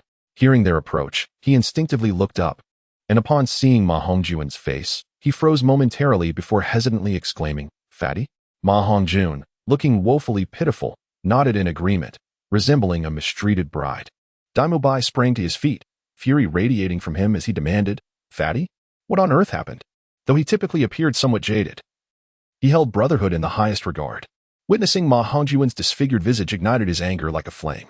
Zhao Xian pressed down on Dai Mubai's shoulder, urging him to listen attentively to the plump man's tale. As the group gathered for dinner, they ate, while the rotund fellow recounted the events with embellishments. Oscar, leaning with a disgruntled expression, remarked with an air of inevitability, as expected. Dai Mubai remained unfazed, while Zhao Xian and Tang San wore expressions of astonishment. "So, you ended up getting beaten for being jealous during that incident?" Zhao Xian pondered how he ought to respond. "No. I was the one who first took a liking to that girl. He merely snatched her away," Ma Hongjun insisted emphatically. "Fine, let us just say he snatched her away. But have you actually outdone him?" Zhao Xian shot a look of disdain at the plump man. Ma Hongjun muttered in protest, "Not everyone is as twisted as you. I am a great soul master, after all, while he belongs to the soul sect." Ultimately, there was no clear right or wrong in this matter. But the beaten Ma Hongjun felt compelled to reclaim their honor, lest it tarnish the reputation of Shrek Academy. Dai Mubai stated solemnly, "Well, that is true. Oscar, prepare the sausages. Let's fly over. I fear that fellow, Douluo, might escape." Zhao Xian nodded in agreement with Dai Mubai's assessment. "All right." Oscar quickly finished his dinner and conjured 5 mushroom sausages. Outside the cafeteria, Zhao Xian and his companions held Oscar's mushroom sausages awkwardly, and Zhao Xian felt a twinge of regret. Meanwhile, Oscar wore a mischievous grin. Zhao Xian could not help but cast a glare at him, causing him to hastily turn his head away, eyes fixed straight ahead, avoiding any sidelong glances. "Perhaps we should just run over," proposed Dai Mubai. Unexpectedly, Ma Hongjun immediately objected, his face a mask of sorrow. "Boss Dai, what if that person escapes?" Dai Mubai looked at Tang San and Zhao Xian with a troubled expression. Tang San, with a resigned nod, and Zhao Xian shrugged in agreement. "Well, let's do it then." Ma Hongjun was overjoyed. After consuming the mushroom sausages, wings sprouted from their backs, and with a flap, they soared into the sky towards Soto City. The luminous wings were particularly striking against the night. Passing by the academy, Xiao Wu had just emerged from her training room and exclaimed, "Where are you going, Zhao Xian?" "Taking little San to explore the brothel." Zhao Xian laughed heartily. "What? How dare you?" Xiao Wu was taken aback, her face flushing with anger. Watching the group vanish into the sky, the recently emerged Hermione grabbed the furious Xiao Wu, saying helplessly, "You really believe them? They're just joking. Do you not trust Zhao Xian, or even Tang San?" Xiao Wu paused, then calmed down, realizing the absurdity. How could the pure-hearted Tang San possibly visit such places? That insufferable Zhao Xian. "Just wait until you return," she muttered through gritted teeth. Just then, Ning Rongrong stepped out of the building, instinctively remarking, "Are you sure? He possesses the strength of a tidal Douluo." Xiao Wu's expression faltered, and she stiffly turned to Ning Rongrong. Come on, can you not be so heartless? Chapter 72. Unhappiness. One cannot deny the remarkable utility of Oscar's third spirit skill. In the Douluo Continent, spirit masters with the ability to fly are exceedingly rare, yet Oscar's third spirit skill grants flight, albeit for only a few fleeting minutes. However, when utilized correctly, this ability can be a lifeline, a veritable divine skill. After flying a few hundred meters outside Soto City, the group gently descended into a grove. Mindful that landing at the city gates or within the city itself would attract undue attention. Eager for vengeance, Ma Hongjun hurriedly led the others into the city. Typically, the group frequented the bustling commercial district, with the Soto Great Spirit Arena located deep within it. However, this time, Ma Hongjun guided them toward the commoner district of Soto City. Observing the lowly dwellings and winding alleys, Oscar could not help but comment. Finding the brothel in such a place is truly impressive. Ma Hongjun, as if in his element, boasted, "I'm not bragging. There is no brothel in Soto City that I, Ma Hongjun, cannot find." "You are indeed remarkable," the others replied with a glance. After wandering around the commoner district for a while, Ma Hongjun halted, pointing toward a location adorned with 2 pink lanterns. "That's the place." Curiously, the group peered ahead, and Zhao Xian's eyelids twitched. "Ma Hongjun, you frequent such places?" "Of course." "What's wrong with that?" The group fell silent, as beneath the pink lanterns, several heavily made-up women were luring customers, with men entering and exiting frequently. However, were these women not a bit too aged? Sensing the group's thoughts, Ma Hongjun pouted. "I can't help it. My monthly allowance is limited. I still have to eat and pay tuition. By the end of the month, there's hardly anything left. Plus, when my desires peak, I have no choice but to come here. The quality may be lacking, but the prices are reasonable, and sometimes a diamond can emerge from the rough. I found such a gem this time, but..." Ma Hongjun's voice faltered, turning into a growl. "Enough, enough. Is the person who hit you still around?" Dai Mubai shot Ma Hongjun an exasperated glance. "I'll go ask." Concerned for himself, Ma Hongjun hurriedly dashed toward the brothel entrance. Seemingly irregular, he approached a few women standing at the door, engaging them in familiar conversation before returning with excitement. "They said he hasn't left yet." The group nodded. The women had noticed Zhao Xian and the others, their eyes lighting up as they flirted with Zhao Xian, Dai Mubai, and Oscar. The 3 men stiffened, feeling their stomachs churn, as if the dinner they had just consumed might come back up. They quickly retreated into a dark alley to hide. Ma Hongjun, filled with envy and jealousy, muttered, "Having a good appearance is truly advantageous. If I had such a visage, I wouldn't need to come here. Then I would have to deal with you," Zhao Xian retorted coldly. Ma Hongjun shivered, promptly falling silent. The 5 of them crouched in the dim alley, surrounded by unpleasant odors, with a faint whiff of urine lingering in the air. Dai Mubai could not help but wrinkle his nose, glaring at Ma Hongjun. "What are you planning to do to repay us?" Ma Hongjun shrank back, tentatively suggesting, "How about I treat you all to a meal?" Before he could finish, the others' faces turned as dark as coal. Ma Hongjun quickly exclaimed, "I mean, treat you to dinner at a high-end restaurant in Soto City." The group smiled, while Ma Hongjun secretly lamented over his wallet. Having made up their minds, the primary concern for the group became how to deal with Douluo once the time came. Tang San proposed, "When the time comes, Zhao Xian will hold down the fort while I, Boss Dai, and Fatty engage him together. It will serve as good training. What do you think?" "Absolutely. I will make that guy rue the day." Ma Hongjun clenched his teeth in determination. Dai Mubai was on board, even eager for the challenge, his eyes brimming with combat spirit. After waiting for about 10 minutes, as impatience began to mount, Ma Hongjun suddenly brightened, pointing ahead. "He is coming out, that is him." The group turned to see a lecherous-looking man ambling out of the brothel, hands shoved in his pockets, grinning lewdly as he bid farewell to the women at the door. "Fatty, just call him over. If he doesn't come, we'll chase him down," Zhao Xian instructed. "All right." Ma Hongjun steeled himself, striding out with an air of righteous indignation. The others watched quietly as Ma Hongjun approached Douluo, scolding him before pointing toward the alley in a brazen manner. "Are you brave enough to take a stroll?" Ma Hongjun challenged fiercely. Douluo scoffed, sneering, "Just a bunch of little brats. Do you think I'm scared?" Ma Hongjun returned, brimming with excitement, and Douluo surveyed the group with disdain. "A bunch of kids think they can take revenge? Today, I'll make you regret it." Zhao Xian remained silent. He could easily dispatch such a foe with a mere kick. Oscar, feeling intimidated, cowered behind Zhao Xian, for he was merely a support-type soul master. And when it came to fighting, His role was to be as cunning as possible. Daunting boasts were of no concern. Dai Mubai stretched his limbs, producing a cacophony of cracking sounds.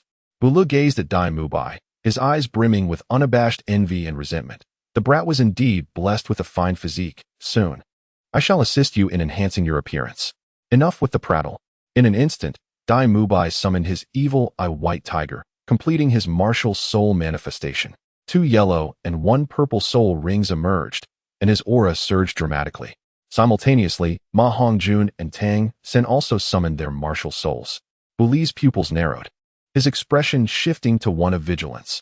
They truly came prepared, but today, no matter how talented you may be, Douluo shall demand you to submit. In a heartbeat. For soul rings, 1 white, 2 yellow, and 1 purple, rose beneath his feet, while the ethereal silhouette of his martial soul gradually ascended above him. Heavenly dual shields. At the back of the group, Zhao Xian and Oscar could no longer contain themselves and burst into laughter. Chapter 73, Heavenly Dual Shields. Haha, fatty. I finally comprehend why you cannot compete with them. Their martial souls possess an inherent advantage, Oscar exclaimed from behind Zhao Xian, laughing uncontrollably. Unable to close his mouth for a moment, Zhao Xian could not help but burst into laughter, primarily due to the absurdity of Buli's martial soul. The name Heavenly Luo Double Shield sounded rather solemn and impressive, provided one had not witnessed the martial soul itself. The 3 individuals standing before him were equally dumbfounded. Tang San, typically reserved, even felt his cheeks flush, while Ma Hongjun gazed at the martial soul, which bore an uncanny resemblance to a chicken, muttering, I concede defeat. I am utterly outmatched. Close enough to hear. Buli's voice ignited Ma Hongjun's fury. You dare mock me with such a pathetic martial soul? Ma Hongjun snapped back, his eyes wide with anger. Pathetic? Who are you calling pathetic? You are the one who is pathetic. My soul is a phoenix. Do you understand what a phoenix is? Douluo scrutinized the rotund figure before him with a lewd gaze and retorted, that hardly qualifies as a phoenix. Even my hen is more exquisite than you. How dare you? Ma Hongjun exclaimed, his frustration boiling over.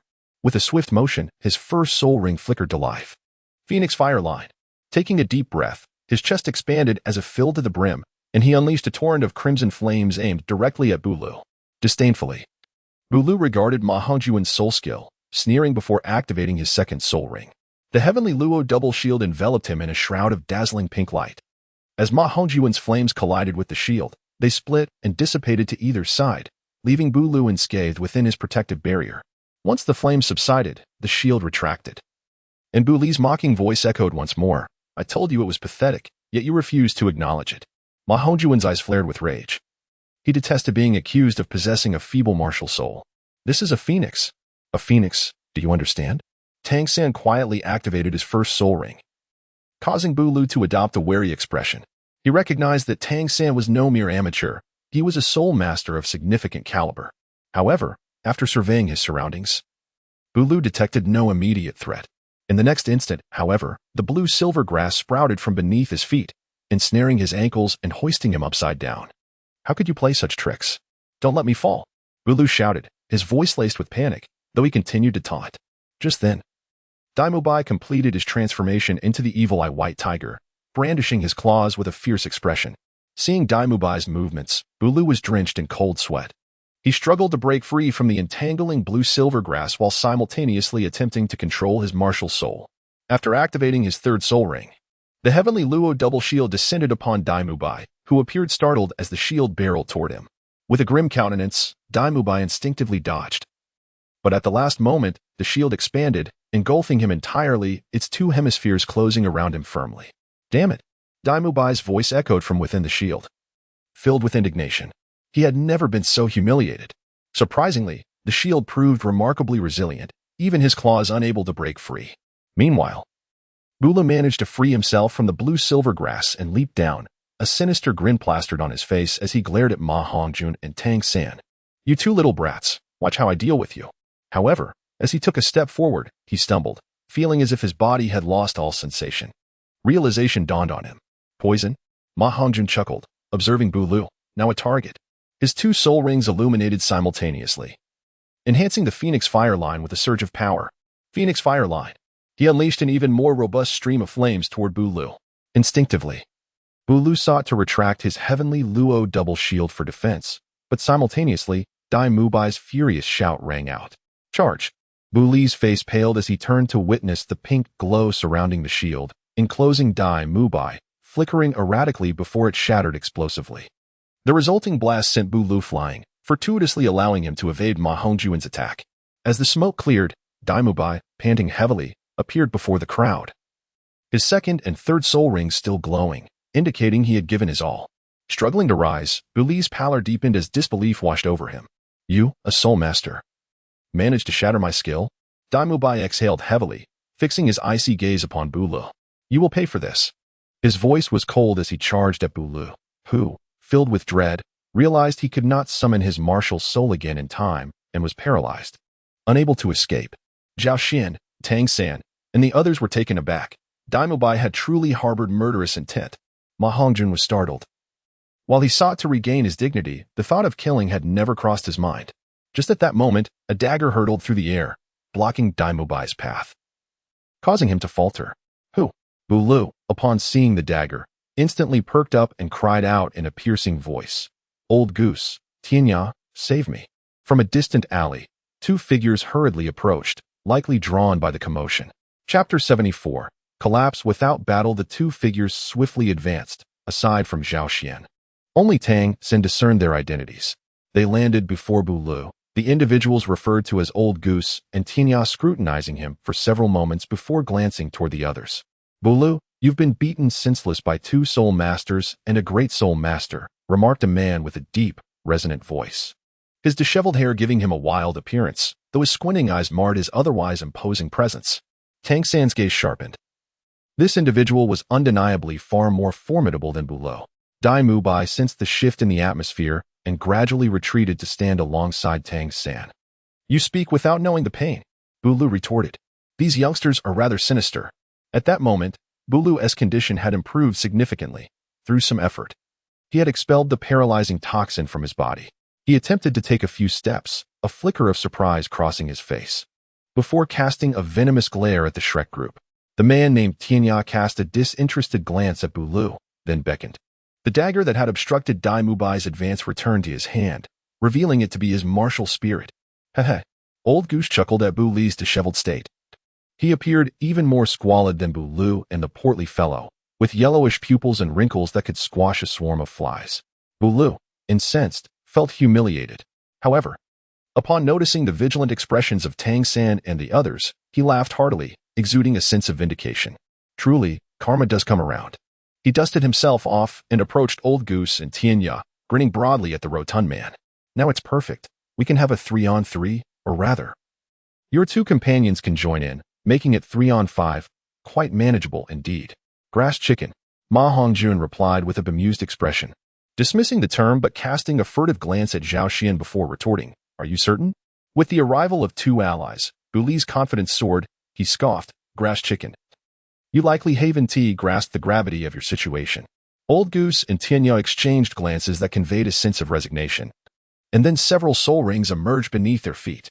Old Goose possessed a beast martial spirit, manifesting as a large white goose, which granted him white feathers. His 4 soul rings, colored white, yellow, and purple, glimmered. He was indeed a soul master.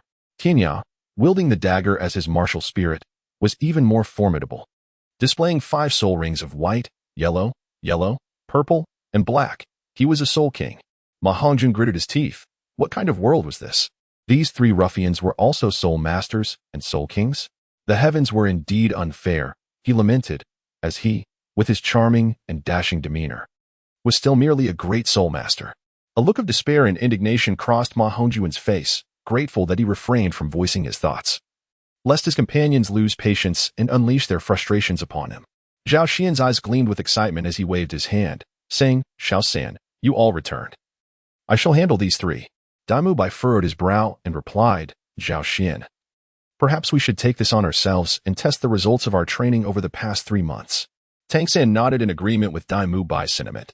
However, to their surprise, Zhao Xian dismissed their suggestion with a wave of his hand, insisting, no. The second round of Master Esh training begins tomorrow. If anything goes awry and we cannot proceed, it would be a grave loss for a minor gain. Damubai paused, taken aback by Zhao Xian's words. He glanced at Tang San, who, after a moment of contemplation, nodded in agreement. Faced with 2 soul ancestors and a soul king, the prospect of victory without employing hidden weapons seemed bleak, and sustaining injuries would complicate matters further. Reluctantly, Tang San conceded, very well.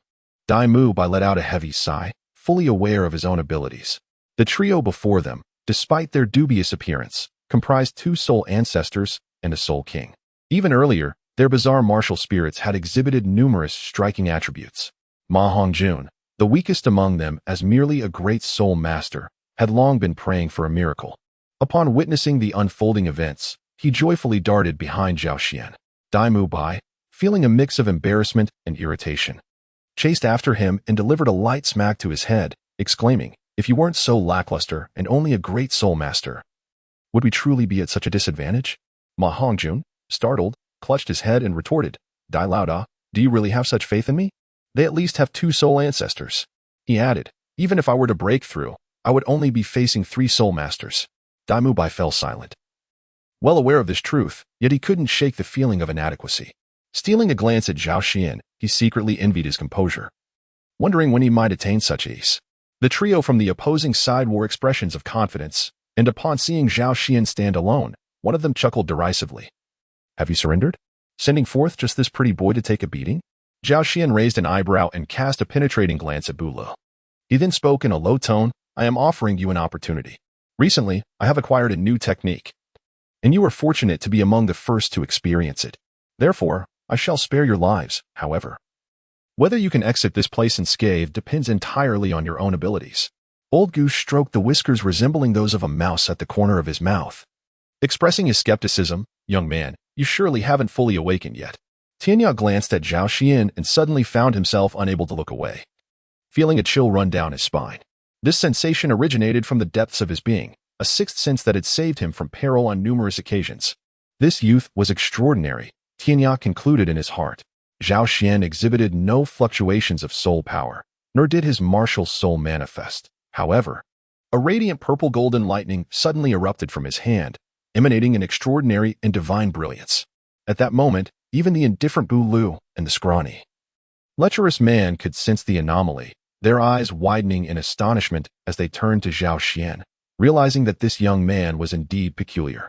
Tianya, seizing the moment, shouted with urgency, "This is bad. We must flee." The short blade in his grasp trembled slightly, a signal that resonated only in the face of dire peril. Both Douluo and the old goose, well acquainted with Tianya, understood the warning characteristic of the martial soul he wielded. Upon witnessing this, the two were struck with alarm. Swiftly obeying Tianya's command without hesitation, the 3 displayed their astuteness by dispersing and fleeing in different directions. Zhao Xian drew his thunder longbow into a perfect arc, 3 shimmering arrows poised upon its string.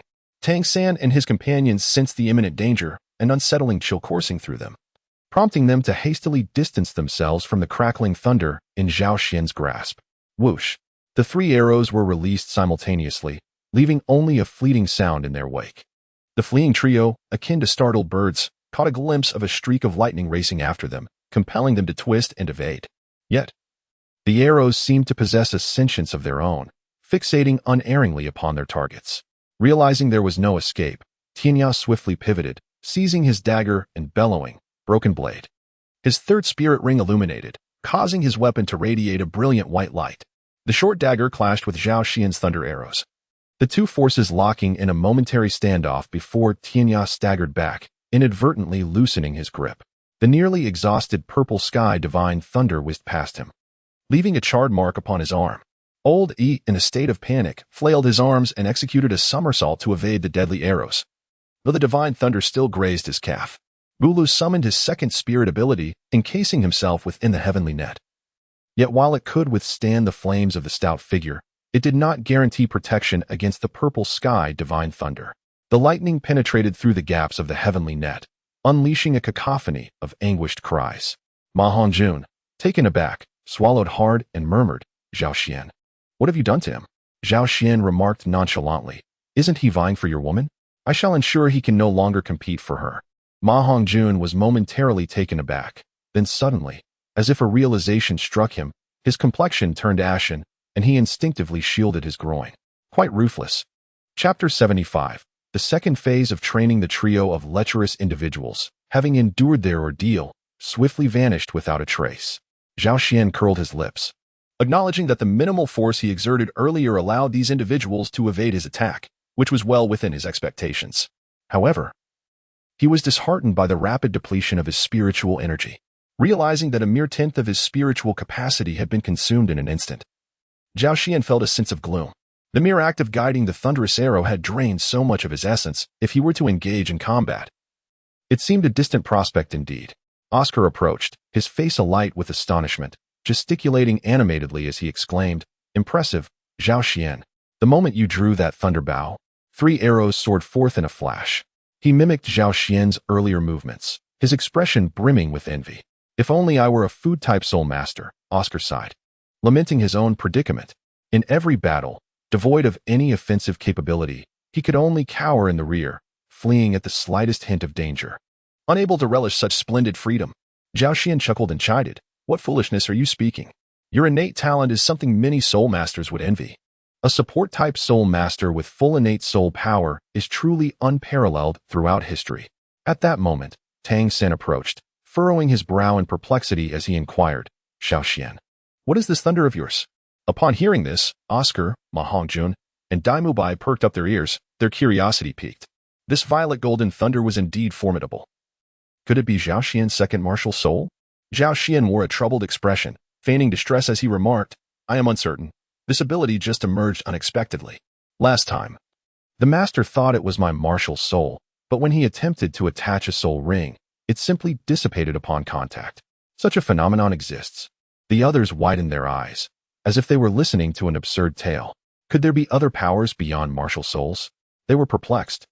Yet it seemed that Zhao Xian's fortune was remarkably fortunate to encounter such an occurrence.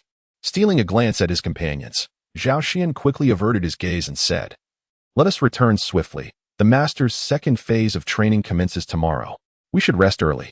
"All right, I have a mushroom sausage ready." Oscar nodded, hastily conjuring a mushroom sausage. After moving a distance from the city, they consumed the mushroom sausage and swiftly flew back to Shrek Academy. The following day, as the familiar bell rang, the group hurried from the cafeteria to the training grounds. The 7-day span felt neither excessively long nor short. Everyone had rested sufficiently. And while they had not entirely relaxed their training, it was far less strenuous compared to the torturous 3 months prior. Despite the hardships endured during those months, they had also tasted the sweetness of progress, each making strides in their abilities. Consequently, anticipation for the master's second phase of training was palpable among them. In the early morning, at the dawn of a new day, the sun had just begun to rise above the horizon, already casting a warm glow. On the training grounds, the little monsters of Shrek gathered, with the master and Dean Flanders standing before them. After summarizing the previous phase of training, the master unveiled the destination of their current training. "The Soul Arena? We must obtain the Silver Soul Badge?" The group looked on in shock. "Indeed," the master affirmed with a nod, indicating that they had not misheard. Not only individual points, but also the 7-person team battle points must secure the Silver Soul Badge. "Do Ning Rongrong and I also need to acquire individual Silver Soul Badges?" Oscar suddenly interjected. While team battle badges could be managed, what about individual battles for him and Ning Rongrong? "Certainly. However, considering that you two are support-type soul masters, you may choose to pair with others for the 2-on-2 contests. Engaging in 2-on-2 battles also allows for the acquisition of individual points. Others seeking to expedite their attainment of the individual Silver Soul Badge may likewise participate in the 2-on-2 matches." Ning Rongrong's eyes suddenly sparkled with excitement. She dashed to Zhao Xian's side, batting her eyelashes and beaming with a pure, delicate smile as she sweetly proposed, "Fourth brother, what do you think? Let us form a team." Zhao Xian trembled slightly, a look of terror crossing his face as he glanced at Ning Rongrong. "Must you be so coy?" The master immediately intervened, casting a cold gaze at Ning Rongrong, stating, "You are not permitted to form a team with Zhao Xian. He cannot freely participate in team battles. While there are no requirements for Zhao Xian's team battle points, he must earn at least a gold soul badge for his personal points." "Why is it like this?" Ning Rongrong pouted as she returned to her place, contemplating how effortless it would have been to team up with Zhao Xian. "Hey, Rongrong, why not team up with me?" Ma Hongjun remarked with a sly grin, casting a glance at Oscar, who was watching him with gritted teeth. "Haha, little Oscar, feeling glum?" Brother is about to steal your corner. Absolutely not. To his surprise, Ning Rongrong bluntly rejected him and hurried back to the girls' team. Ma Hongjuan's expression froze, and he instinctively looked at Oscar, who wore a bright smile on his fair face. He shot a glance at Ma Hongjun, his smile taking on a mocking quality. Fool, do you even look at yourself? You think you can steal my corner? Back with the girls, Ning Rongrong noticed Hermione's gaze, which seemed to be devouring her. She chuckled softly and wrapped her arms around Hermione. What's this? Still jealous? How about we team up? Absolutely not. Ning Rongrong received the same treatment as she had from Ma Hongjun. Why is it like this? You can't be seriously angry, right? Ning Rongrong secretly assessed Hermione. Hermione shot a disdainful glance at Ning Rongrong. Idiot, together we only have 4 soul skills, 3 of which are support skills. How do we fight? Ning Rongrong chuckled foolishly and turned to the aloof Zhu Shiqing. Zhiqing, how about we team up? Zhu Shiqing glanced at Dai Mubai, who was looking their way, and nodded lightly. At that moment, the master, who had been silent for a while, spoke again. Due to the unpredictability of this training phase, everyone must reside in Soto City until they obtain the Silver Soul Badge. Pack your belongings. We will head to Soto City at noon, and training will commence tomorrow. One thing to note, during training, everyone must cover their own accommodation and meal expenses. Any questions? No problem. The prospect of self-financed accommodations was hardly an issue. Everyone present, except Zhao Xian, received monthly subsidies of 10 or even hundreds of gold soul coins. This was mere trifles. Then, dismissed. With the master's voice echoing, the crowd dispersed instantly. Once the crowd had scattered, Flinder glanced at the master. Is this the plan you devised? Is it not feasible? If these little monsters manage everything themselves, we can stay in your shop, significantly reducing the academy's burden and saving money in the process, the master replied nonchalantly. Suit yourself, ah. This group of little monsters is now your responsibility. Their future depends on your guidance, Flinder chuckled, then sighed skyward. I truly look forward to witnessing their futures. Chapter 76, Wangsheng? In the afternoon, the group reconvened on the playground and set off towards Soto City, accompanied by Dean Flinder, the master, and Zhao Wujing. While the other 3 teachers remained at the academy for supervision. The distance from the academy to Soto City was short, and soon they arrived at the city gates. Soto City remained lively and vibrant. Near the Soto Great Soul Arena, they found a hotel to stay in, though it was considerably pricier than other establishments. Its proximity to the arena was its main advantage. Are the teachers not joining us? Tang San inquired. No, we will head to Flinder's shop, which is not far from here. You all should rest well tonight. The master shook his head, and Flinder led him and Zhao Wujing to his shop. For some reason, the sight of the 3 departing figures stirred a sense of melancholy among the group. Their silhouettes seemed out of place in this world. Yet they shone brightly like stars in the darkness. After a brief pause, Zhao Xian spoke solemnly, let us first rest. The little monsters nodded and entered their hotel. After organizing their belongings, Ma Hongjun hurriedly dashed outside, his lecherous grin indicating trouble was brewing. With ample free time ahead, the group found little motivation to train. The girls, unable to resist the urge to explore, voiced their desire to go shopping, while several boys unwillingly joined as their protectors. It must be noted that the 8-person ensemble was particularly eye-catching. Each of the 4 girls was a stunning beauty, and aside from Tang San, the boys were all handsome as well. Their presence on the street garnered many admiring glances. Should I not be walking with you? Tang San, feeling a bit self-conscious under the scrutinizing gazes, rubbed his forehead in resignation. To me, Brother San is the most handsome, Shao Wu said, wrapping her arms around his. Instantly, Tang San's face flushed crimson, leaving him speechless.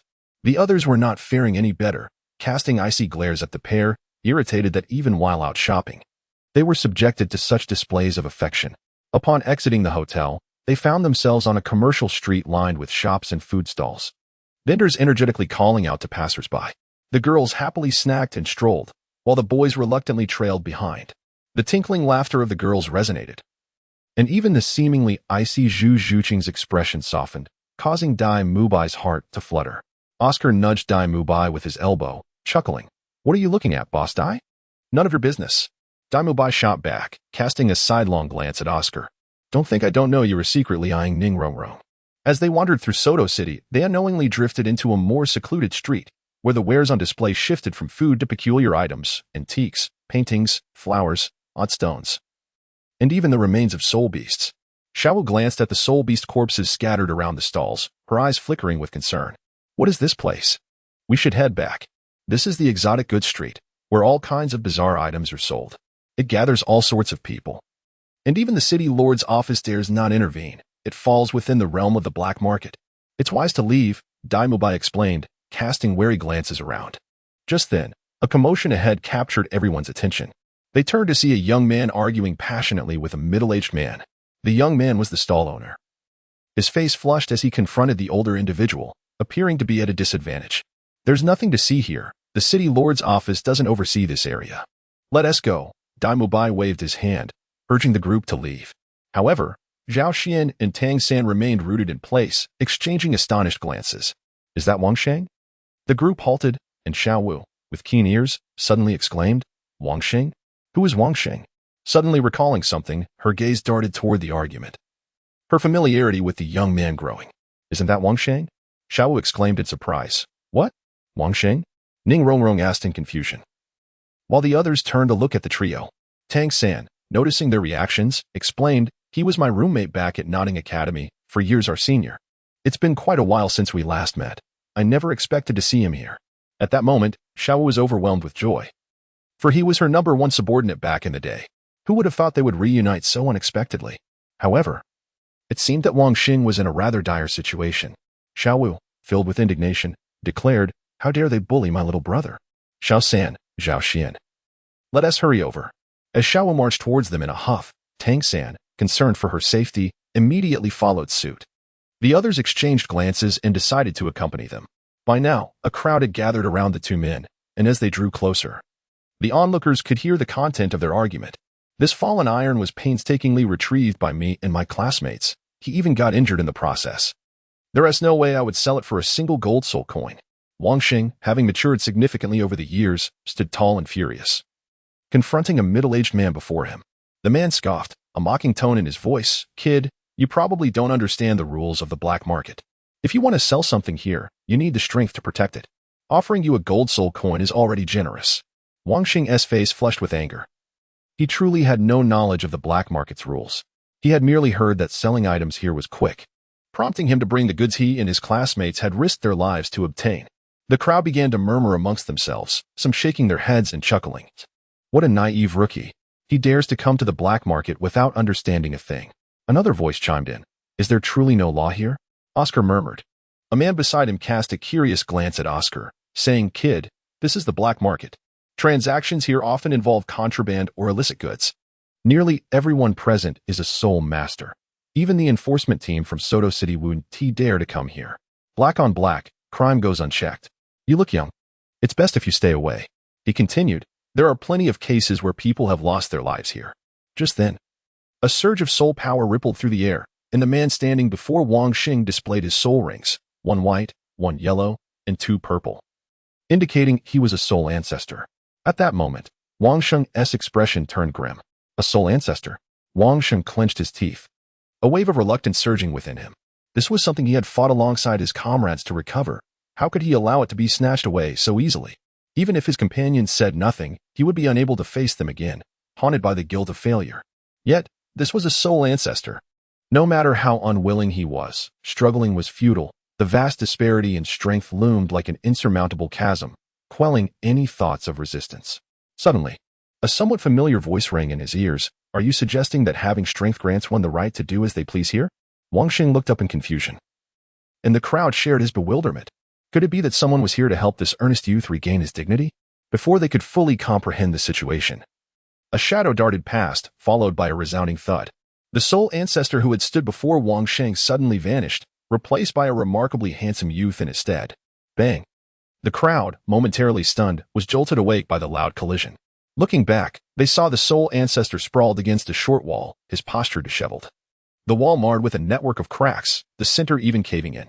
Wang Xing snapped to attention, recognizing the familiar figure, and exclaimed in delight, Zhao Laoda.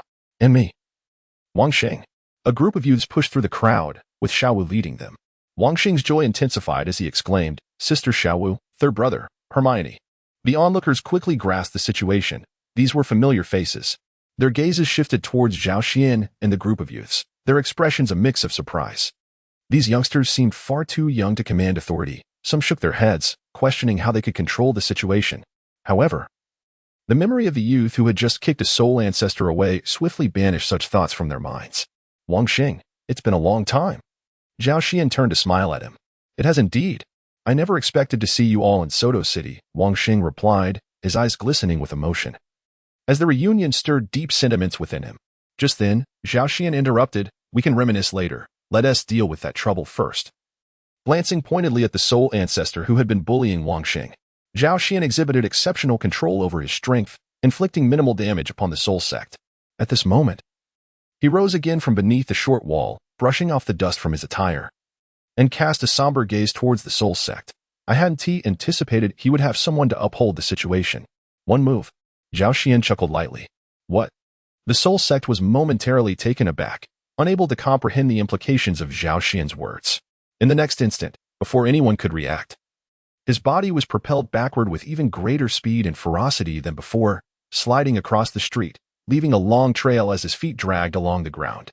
Passers-by hurriedly dodged out of the way, though a few unfortunate souls were caught off guard and were knocked to the ground. After flying over 30 meters, the soul sect collapsed onto the ground, his chest appearing significantly concaved. With a violent cough, he spat out a mouthful of blood, his vitality severely diminished. He attempted to rise but, after several futile efforts, succumbed to the ground once more in despair. Those pedestrians who had been inadvertently involved quickly stood up, brushing off the dust without a second glance, pretending as if nothing had transpired. Among the onlookers, someone swallowed hard, while Wang Xing stood dumbfounded. Recognizing that this was indeed a soul sect member who had been dispatched with such swiftness that he hadn't even had time to react. From this display, it seemed Zhao Xian had indeed held back earlier, merely allowing the soul sect to comprehend who had bested him. Such a wicked sense of humor, someone murmured. Observing the boy as he slowly retracted his foot, his companion hastily tugged at his sleeve, signaling him to exercise caution. For this was a character whose temperament belied his youth. Zhao Xian, with his keen perception, caught the murmurs but paid them no mind. Nevertheless, his intent was precisely as he had stated. The first kick was merely to grant the soul sect a moment to react, while the second was the genuine strike. He wished for his adversary to be fully aware of the identity of his vanquisher. Casting a glance at the dark stones on Wang Xing's stall, Zhao Xian said, Wang Sheng, gather your belongings, let us depart. Agreed. Wang Sheng replied cheerfully, his demeanor reminiscent of his simpler days. Inside a tea house on the commercial street, a group of 9 had arranged 2 tables together. The members from the Nodding Junior Academy were seated closely, casually ordering pastries and tea. Wang Sheng was currently recounting his experiences since graduating from Nodding Academy. 4 years ago, after his graduation, Wang Sheng received an invitation from the Soto Intermediate Soul Master Academy, which led him to leave home for Soto City, situated over 1,000 kilometers from Nodding City. The chance encounter with Zhao Xian and the others was indeed fortuitous. Boss Zhao, have you also come to the Soto Intermediate Soul Master Academy? Wang Xing inquired with excitement, his familiarity with the group evident despite the years apart. No. We are from Shrek Academy, Zhao Xian replied, shaking his head. Are there other intermediate academies in Soto City? Wang Xing asked, somewhat astonished. His own academy was a closely guarded secret, and even he found it difficult to discuss its dire circumstances with fellow insiders. Thus, Tang San steered the conversation to a more intriguing topic, gesturing toward the bundle Wang Xing had set aside. Wang Xing, where did you acquire this meteorite iron? Tang San had been glancing at Wang Xing's bundle since earlier, for what could be more alluring to a competent blacksmith than an array of rare minerals? Wang Xing paused, recalling that Tang San had once worked as a blacksmith during their time at Nodding Academy. He then placed the bundle on the table and opened a corner to reveal the minerals inside. The ore was a pure black, its surface glimmering with crystalline particles. While ordinary blacksmiths were often overlooked in Douluo Continent, those capable of forging divine weapons were an exception. Similarly, while common ores might hold little value, rare minerals could fetch a handsome price. The meteorite iron certainly belonged to the category of precious ores. This mineral appeared to have endured intense heat, boasting a hardness far superior to that of refined iron. Upon seeing the exposed corner of the meteorite iron, even Zhao Xian, seated opposite Tang San, could feel the intensity of his gaze. Zhao Xian could not help but curl his lips. This fellow, truly the son of a blacksmith, possessed an innate passion for such artifacts. This is Starfall Iron, murmured Tang San, his gaze ablaze with fervor. Chapter 78 begins Starfall Iron? What is that? Wang Xing inquired with a hint of curiosity. This meteorite iron was something he and his companions had stumbled upon during an adventure. initially believing it to be merely a common meteorite. Now, however, it appeared that this iron was far more precious than they had anticipated. Tang San, well-versed in this subject, caressed the rough surface of the meteorite and exclaimed with delight, "Starfall iron is quite similar to ordinary meteorite iron, yet it contains some unburned extraterrestrial substances. Just like these crystalline particles adorning the surface, they serve as a unique catalyst. If extracted and added to particularly challenging ores during smelting, it allows for a much simpler process. Interestingly, the true value of starfall iron lies not in the iron itself, but rather in these extraordinary extraterrestrial materials." "Is that so?" Wang Xing nodded, though he remained indifferent, as he was neither a blacksmith nor a wielder of weapons. Thus, starfall iron held no allure for him. At that moment, Tang San suddenly lifted his head, a serious expression gracing his features. "Wang Xing, how much are you selling that starfall iron for? I wish to purchase it." Wang Xing was momentarily taken aback, then hesitated. "Originally, my companions and I planned to price it at 300 gold soul coins, but since it's you, Brother San, let us make it 200. Tang San chuckled. "Let it be 300. I am not lacking in a few gold soul coins." Wang Sheng looked at Tang San with astonishment, wondering if he had truly become so wealthy. Zhao Xian explained, "Little San has already attained the rank of Soul Master, and now receives a monthly stipend of 100 gold soul coins. He is certainly not lacking in finances." Upon hearing this, Wang Xing was taken aback, causing the pastry in his hand to tumble onto the table. "Has Sangha truly reached the rank of Soul Master?" he exclaimed in astonishment. A hint of bitterness crept onto his face. Being 4 years older than Tang San, he was still only at the 19th level, hoping to break through to Great Soul Master this year. It was disheartening to realize that Tang San had already surpassed the 30th level. Such comparisons could be truly vexing. Tang San sighed and shook his head, a trace of bitterness reflecting on his countenance. "This is nothing extraordinary, considering that Xiao Xian has already reached the rank of Soul Sect." Wang Xing felt as though a sharp blade had pierced his heart. Tang San's words struck another blow to his fragile spirit. Though he had always sensed that Zhao Xian was profoundly skilled, he had not anticipated that he had already become a Soul Sect. No, perhaps I should have foreseen this, given that the previous Soul Sect was not merely a trivial opponent for Zhao Xian. However, the combat prowess seems exceedingly formidable, even among peers. He could effortlessly vanquish them with a single kick. If memory serves, Zhao Xian hasn't even turned 13 yet, has he? Truly, Zhao Laoda is impressive. Wang Xing remarked with a bitter smile. Zhao Xian smiled gently. "Oh, it's just ordinary." His deskmate remained silent, and the others, including Dai Mubai, also fell into a hushed melancholy, feeling an inexplicable sorrow. "Brother, please, spare us. If this is merely ordinary for you, what are we to do?" After reminiscing, the group finally parted ways. By now, evening was approaching, and having spent the afternoon sipping tea and nibbling on pastries, they were not particularly hungry. They returned to the hotel and ventured out for dinner in the middle of the night, but Ma Hongjun had yet to return. Oscar, with a mischievous grin, remarked, "I wonder if this guy will wake up tomorrow as a timid shrimp." Observing the girl's shifting expressions, Dai Mubai scolded. Oscar refrained from such comments. Oscar nodded sheepishly, feeling a sudden urge to weep under Ning Rongrong's disdainful gaze, wishing he could slap himself for uttering such nonsense. How could he have jeopardized his carefully crafted image like this? Zhao Xian shook his head in disbelief, embodying the adage that one should avoid unnecessary risks to evade dire consequences. After finishing dinner, everyone retreated to their respective chambers to rest, preparing to face the second phase of training with renewed vigor. Although this upcoming training promised to be considerably less strenuous, it also bore greater peril. After all, this was a contest. A moment's inattention could lead to injury. If one failed to maintain an optimal state, a fleeting distraction could result in being knocked out by an opponent. The following day, the competitions, consisting of 1-on-1, 2-on-2, and team battles, were scheduled for the evening. These formats lent themselves well to strategic gameplay, making them ideal for spectators. Those engaged in daytime occupations could only participate in the evening, prompting the Soto Great Spirit Arena to maximize its profits by hosting the majority of these contests at night. In contrast to the indiscriminate competitions that Zhao Xian had previously experienced, often marked by their danger and bloodshed, these events attracted a clientele of wealthy merchants, nobles, and spirit masters, who had ample time to spare throughout the day. As dusk fell, the Shrek team entered the Soto Great Spirit Arena, their presence commanding attention, particularly since 9 of the 12 members wore masks.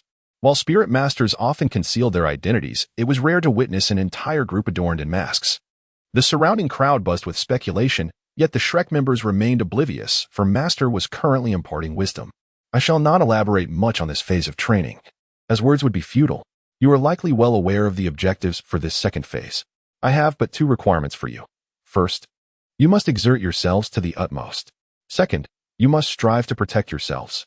Master declared gravely. Understood. The group responded in unison, their eyes ablaze with determination. As the one-on-one competitions were about to commence, the young prodigies proceeded to register under new titles, concealing their true identities. Observing this, Zhao Xian made his way directly to the underground arena of the Soto Great Spirit Arena.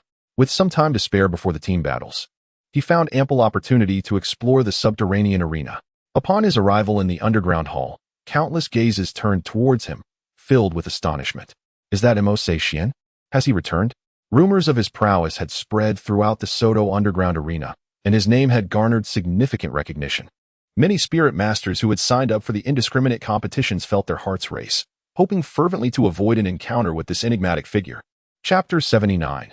The Queen of Flowers. Zhao Xian wore an expression of indifference, completely disregarding the chatter of the surrounding soul masters. Indiscriminate competition. Zhao Xian approached the counter and addressed the attendant. Certainly, esteemed soul master, the attendant replied in a flurry, hastily accepting Zhao Xian's soul badge and handling it with utmost care. Her cheeks flushed slightly, betraying a hint of excitement. After all, he was the formidable soul master known as Mose Xianji, who had effortlessly triumphed in consecutive higher-tier battles. She had never anticipated that she would be the one to assist him today. Having heard whispers of the enigmatic master, young yet immensely powerful, shrouded in mystery, she couldn't help but wonder about the visage concealed beneath his mask. Stealing a furtive glance at Zhao Xian, she was met with his curious gaze, prompting her to blush and quickly return to her work. Zhao Xian was somewhat taken aback, reaching out to touch her cheek, only to encounter the cold, hard surface of a mask. Her face was concealed. What could possibly be the matter? Zhao Xian gazed in confusion at the strikingly beautiful attendant at the counter, completely oblivious to the romantic musings of a budding young woman. "Ah, you have already become a soul master?" the attendant exclaimed, her eyes dropping to the information displayed on the soul master badge, her voice suddenly rising in surprise, drawing the attention of countless onlookers. A soul master? The dark ink mystery has ascended to the rank of soul master? It has only been a few months since we last met. How could she have achieved such a status? Wasn't she just at level 34? The soul masters in the hall were all keenly perceptive individuals, and given the attendant's already loud exclamation, they all turned their attention toward her, realizing that her involuntary outburst had attracted so many curious gazes. The flustered attendant quickly apologized to Zhao Xian. "I sincerely apologize." "It is quite all right," Zhao Xian replied. Zhao Xian nonchalantly waved his hand. When Tang San and the others were altering their titles, he took the opportunity to reassess his soul power level, which astonishingly revealed that he had reached an impressive 44. The benefits from his physical transformation had not yet concluded, and his soul power continued to grow rapidly. However, to avoid excessive surprise, he had concealed part of the results during the testing, resulting in an official assessment of only 41. Nevertheless, this still evoked astonishment, especially considering that not long ago, Zhao Xian's soul power was merely 34. "Have you truly ascended to the rank of soul master?" the attendant at the counter inquired softly. With a flicker of insight, Zhao Xian's eyes gleamed. "Ah, I had concealed my soul power. In truth, I have already reached level 39. I have been making breakthroughs over the past few months." Many soul masters eavesdropping sighed in relief, their eyes reflecting newfound clarity. So that was the reason. No wonder his soul power had surged so rapidly. Little did they expect that the enigmatic Mose had a rather cunning side. However, in previous battles, he had only faced soul sect members and had not resorted to trickery. At that time, he was merely a soul venerable, yet he astonishingly triumphed over 2 soul sections. This time, it seemed the soul rings were impossible to conceal, leading to his exposure. The crowd buzzed with conversation, yet no one accused Zhao Xian of violating the rules, as he had participated solely in indiscriminate competitions. Even in a fair one-on-one match, his opponents were merely fellow soul venerables. "Ah, your opponent has been determined. She is the Flower Queen." The name Flower Queen struck Zhao Xian as somewhat peculiar. However, the others fell silent, the atmosphere thick with anticipation. After a prolonged moment, the hall erupted in a cacophony of discussion. The Flower Queen. This is one of the 3 Soul King level powerhouses in the Soto arena. Mose has just broken through to the Soul Sect and now faces a formidable opponent of a higher rank? One cannot help but ponder whether this is a stroke of luck or misfortune. Some spectators looked at Zhao Xian with schadenfreude, while others expressed sympathy, as though encountering the Flower Queen meant certain doom for him. Indeed, it is the Flower Queen, murmured the attendant at the counter before Zhao Xian, her complexion pale. As a fan of Mose, she never anticipated that she would draw a match that seemed destined for failure. Zhao Xian remained unfazed, to be candid. He did not regard a Soul King-level powerhouse with much concern. However, it appeared that this Queen of Flowers was indeed quite remarkable. A queen? Could she possibly be a female soul master? Observing the somewhat dazed attendant at the counter, Zhao Xian inquired, "Is this Queen of Flowers well known?" The attendant instinctively responded, "Of course, she is one of the most prominent figures in the Soto arena. Her martial soul is known as the Emperor Flower, and she once single-handedly subdued a Soul King along with 3 Soul Sects and 5 Soul Masters in a peak-level indiscriminate 10-man battle." Oh, Zhao Xian's interest was piqued. It seemed that this individual possessed an extraordinary plant-type martial soul. How intriguing, Zhao Xian instinctively murmured. Was this not precisely what he had longed for? To witness more soul skills and martial souls, to encounter individuals both powerful and intriguing. The attendant at the counter, noticing his reaction, hurriedly exclaimed in caution, "Do not take this lightly. This is a Soul King-level powerhouse." Amused, he glanced at the attendant, finding her concern quite amusing. "How interesting. You seem more anxious than I." The person involved. The attendant's face flushed a deep crimson as she softly confessed, "I am indeed your admirer." Zhao Xian was taken aback for a moment, then burst into hearty laughter, surprised to discover that he actually had female fans. Just then, the announcement echoed through the speakers, calling for Mose Xianji to proceed to Arena 12, marked in yellow. Upon hearing this, Zhao Xian resolutely proceeded towards the passage marked with the yellow sign bearing the number 12. Behind him, the receptionist wore a look of concern and lamented, "How troublesome. Why must I be on duty now? I wish to witness the competition of ink-colored mysteries." A middle-aged woman behind the counter gently tapped the receptionist on the back of her head, saying, "If you don't work, who will pay your salary? Stay alert." Pouting slightly, the receptionist replied in a soft voice, "Understood, supervisor." In the arena numbered 12, as Zhao Xian emerged, his gaze was immediately captivated by a figure across the way. It was a graceful young woman, adorned in an exquisite red gown, exuding elegance and radiance. She stood there, poised like a blooming red lotus, gazing indifferently at Zhao Xian as he approached. Zhao Xian was somewhat astonished. Was this not the same young woman he had encountered during his previous visit to the Soto Underground Soul Arena? Chapter 80. The Empress Flower. It seemed that every opponent he faced possessed an extraordinary level of popularity, or rather, every Soul Master who managed to survive in the arena enjoyed considerable acclaim. As the sole female Soul King among the 3 in the Soto Great Soul Arena, the Queen of Flowers naturally commanded an overwhelming presence. The stands surrounding the arena were filled to capacity, with even the aisles crowded with spectators, all bustling and cheering. "Queen, Queen, I adore you, Queen." Zhao Xian's expression was peculiar. These individuals resembled fervent fans from a bygone era, and the Flower Queen stood as their idol. The atmosphere felt less like an arena for competition and more akin to a fan meeting for the Flower Queen. Countless spectators gazed with excitement at the composed figure of the Flower Queen, including a significant number of women. "Welcome, everyone, to the Soto Great Spirit Arena for this no-holds-barred competition. Today, our undefeated champion, the Flower Queen, will face off against the rising star, Mose Xianji." The announcer's voice resonated, momentarily suppressing the crowd's cheers. The Flower Queen has achieved an astounding 56 consecutive victories, making her the most successful competitor in the Soto arena. In contrast, Mose Xianji has claimed 2 consecutive victories, triumphing over formidable opponents from the Soul Sect while still at the rank of Soul Master. Now that he has advanced to the Soul King realm, will he be able to execute another stunning reversal? Let us wait and see. As the announcer concluded, many in the audience scoffed. While it was indeed challenging for a Soul Master to defeat a Soul King, it was not impossible. However, to overcome a Soul King while being a newly promoted Soul Master was nearly inconceivable. The stands were filled not only with fans of the Flower Queen. Zhao Xian also boasted a considerable following. Prior to each competition, the arena would announce the participants, drawing countless fans eager to support their favorite Soul Masters. When news spread of Mose Xianji's return after months of absence, excitement surged among the audience. This was a Soul Master known for turning the tables against formidable foes, every soul master he had defeated was renowned within the arena. Yet, they had all fallen before him, effortlessly and with undeniable flair, which had garnered Zhao Xian a significant fanbase. However, upon entering the arena, many fans were disheartened to discover that Mo Se Xianji's opponent was none other than the Flower Queen, leading to a palpable sense of despair, even causing them to forget their initial cheers. In this atmosphere of contrasting emotions among the fans, the duel between the Soul Master and the Soul King commenced. The Flower Queen's expression remained unchanged, serene and composed, but as the competition began, she unhesitatingly unleashed her martial spirit. Standing at a distance, 5 soul rings, 2 yellow, 2 purple, and 1 black, rose beneath her. Behind her bloomed a magnificent golden flower, reminiscent of a spider lily but with broader petals, radiating a resplendent golden hue and cascading down like a curtain of pearls from a royal crown. At her feet, regal flowers blossomed in breathtaking splendor. Quite intriguing. Zhao Xian mused silently, sensing that the Flower Queen was far from a novice in the realm of Soul Kings. She undoubtedly possessed soul power exceeding level 55.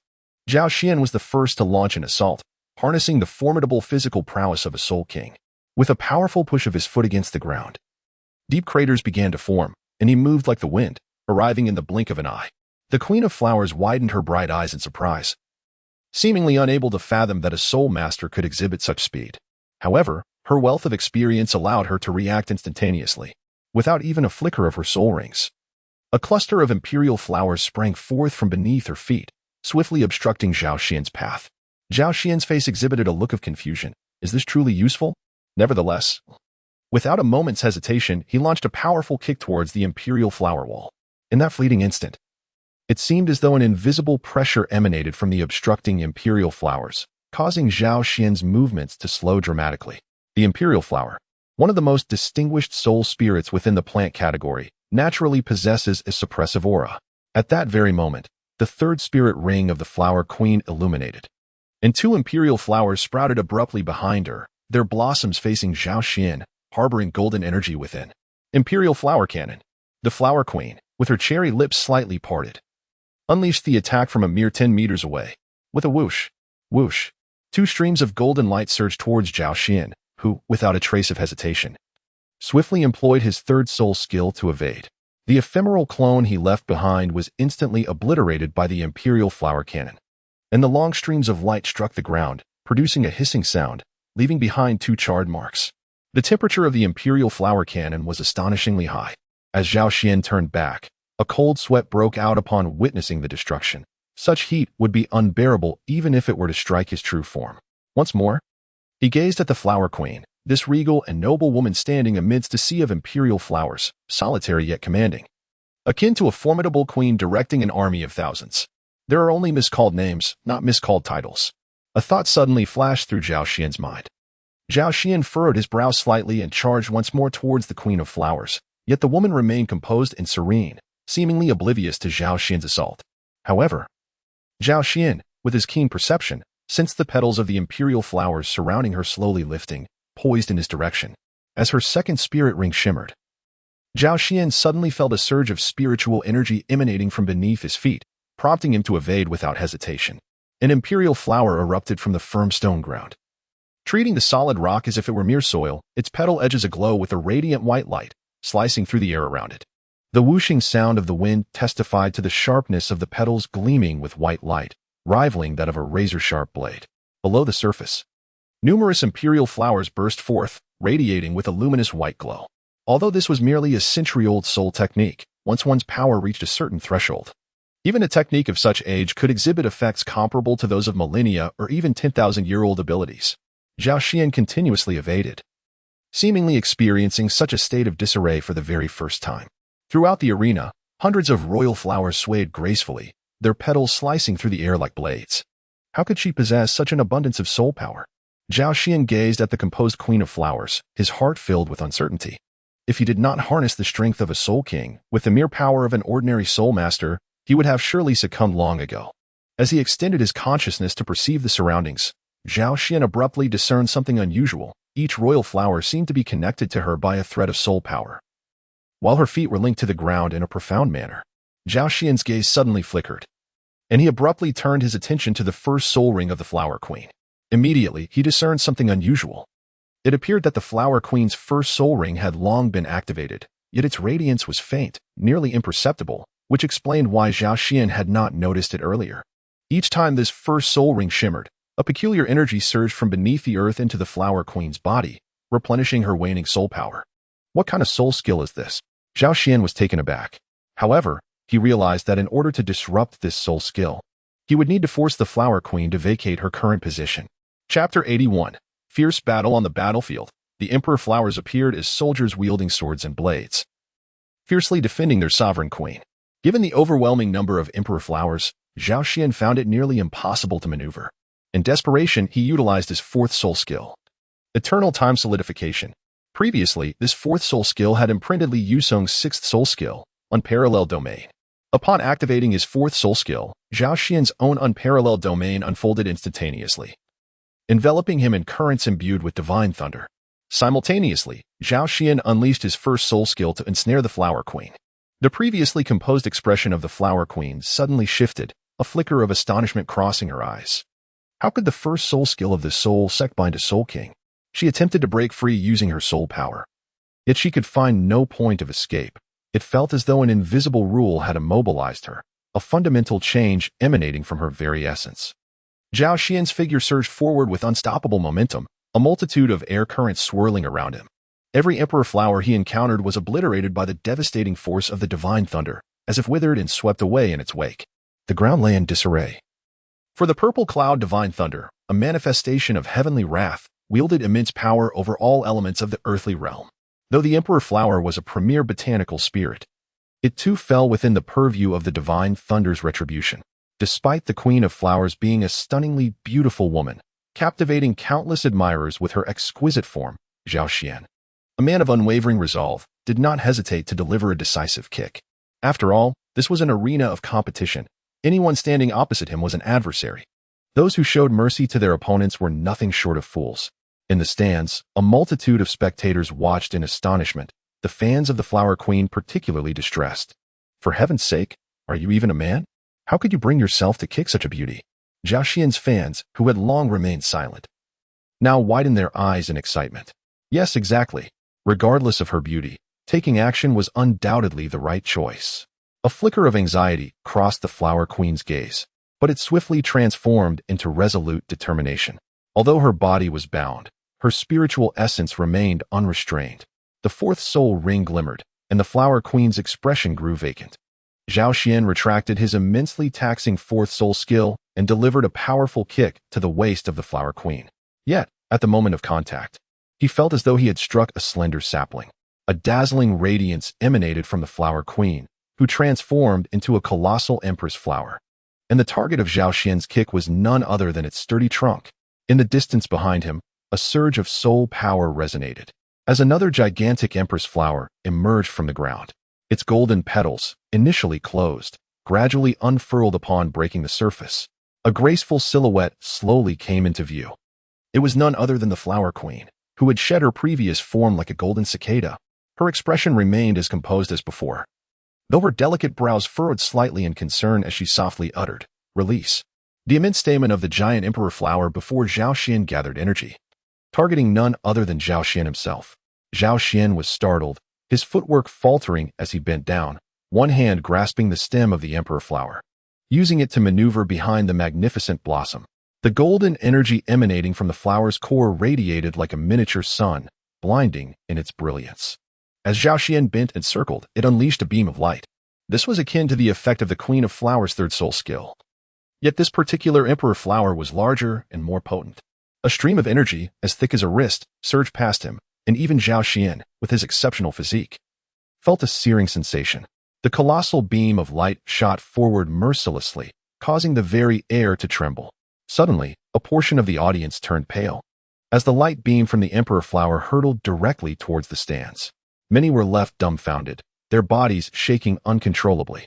They had witnessed the power of the earlier beam, which was merely thumb-sized. This one was wrist-thick, and if struck, it would surely leave nothing but remnants. However, just as it neared the edge of the battlefield, a transparent, arched shield materialized. The beam collided with the barrier, creating ripples akin to water, yet it failed to penetrate. Moments later, the light dissipated, and tranquility returned. as if the prior peril had never occurred. Yet the ashen faces of the audience attested to the reality of the event. At that moment, the dazed host received a prompt and quickly addressed the audience. Dear spectators, please do not worry. Each match is overseen by specialized soul masters to ensure your safety. What you just witnessed was the intervention of our soul masters. In the corners of the arena, several figures cloaked in black robes exchanged weary glances, their expressions revealing faint smiles. Who could have anticipated that a battle between a soul king and a soul sect could escalate to such intensity? Observing Zhao Xian's ease, one murmured, could it be that this soul sect is truly on the verge of defeat? This thought echoed among many in the audience. Some displayed anxious expressions, urging, "Come on, Queen. You are a soul king. How could you be vanquished by a soul sect?" Conversely, others expressed elation, shouting, "Emo say Xian, go for it." This roar was akin to a drop of water splashing into a pot of hot oil, instantly igniting the atmosphere. "Queen, go. Xian, go." The fans of both sides fervently rallied for their respective soul masters, and although Zhao Xian had fewer supporters, the momentum was surprisingly balanced. Zhao Xian, who was diligently uprooting the massive emperor flower, looked around in bewilderment. Did he truly have so many fans? The battlefield was in utter disarray, far more chaotic than in any of his previous two encounters. Beyond the remnants of the emperor flowers, there were scars etched by the white radiance emperor flower. A closer inspection revealed that not a single part of the arena remained unscathed. 30 meters away, the Queen of Flowers wore a grave expression, her breath slightly labored. Zhao Xian suddenly noticed that the emperor flower, which had previously escaped the destructive grasp of the divine lightning currents due to its distance, was now drooping down, its radiant white glow gradually fading away. Moreover, the first soul ring of the Flower Queen had truly ceased to shimmer. Zhao Xian narrowed his eyes. Indeed, the first soul skill of the Flower Queen may lack offensive power, yet once she remains stationary, she can draw energy from beneath the earth to replenish herself. Much like ordinary plants, which, in addition to sunlight, can also extract energy from the soil to facilitate their growth. Observing the Flower Queen, who has lost her support, a sly smile crept upon Zhao Xian's lips, signaling his intent to conclude this battle.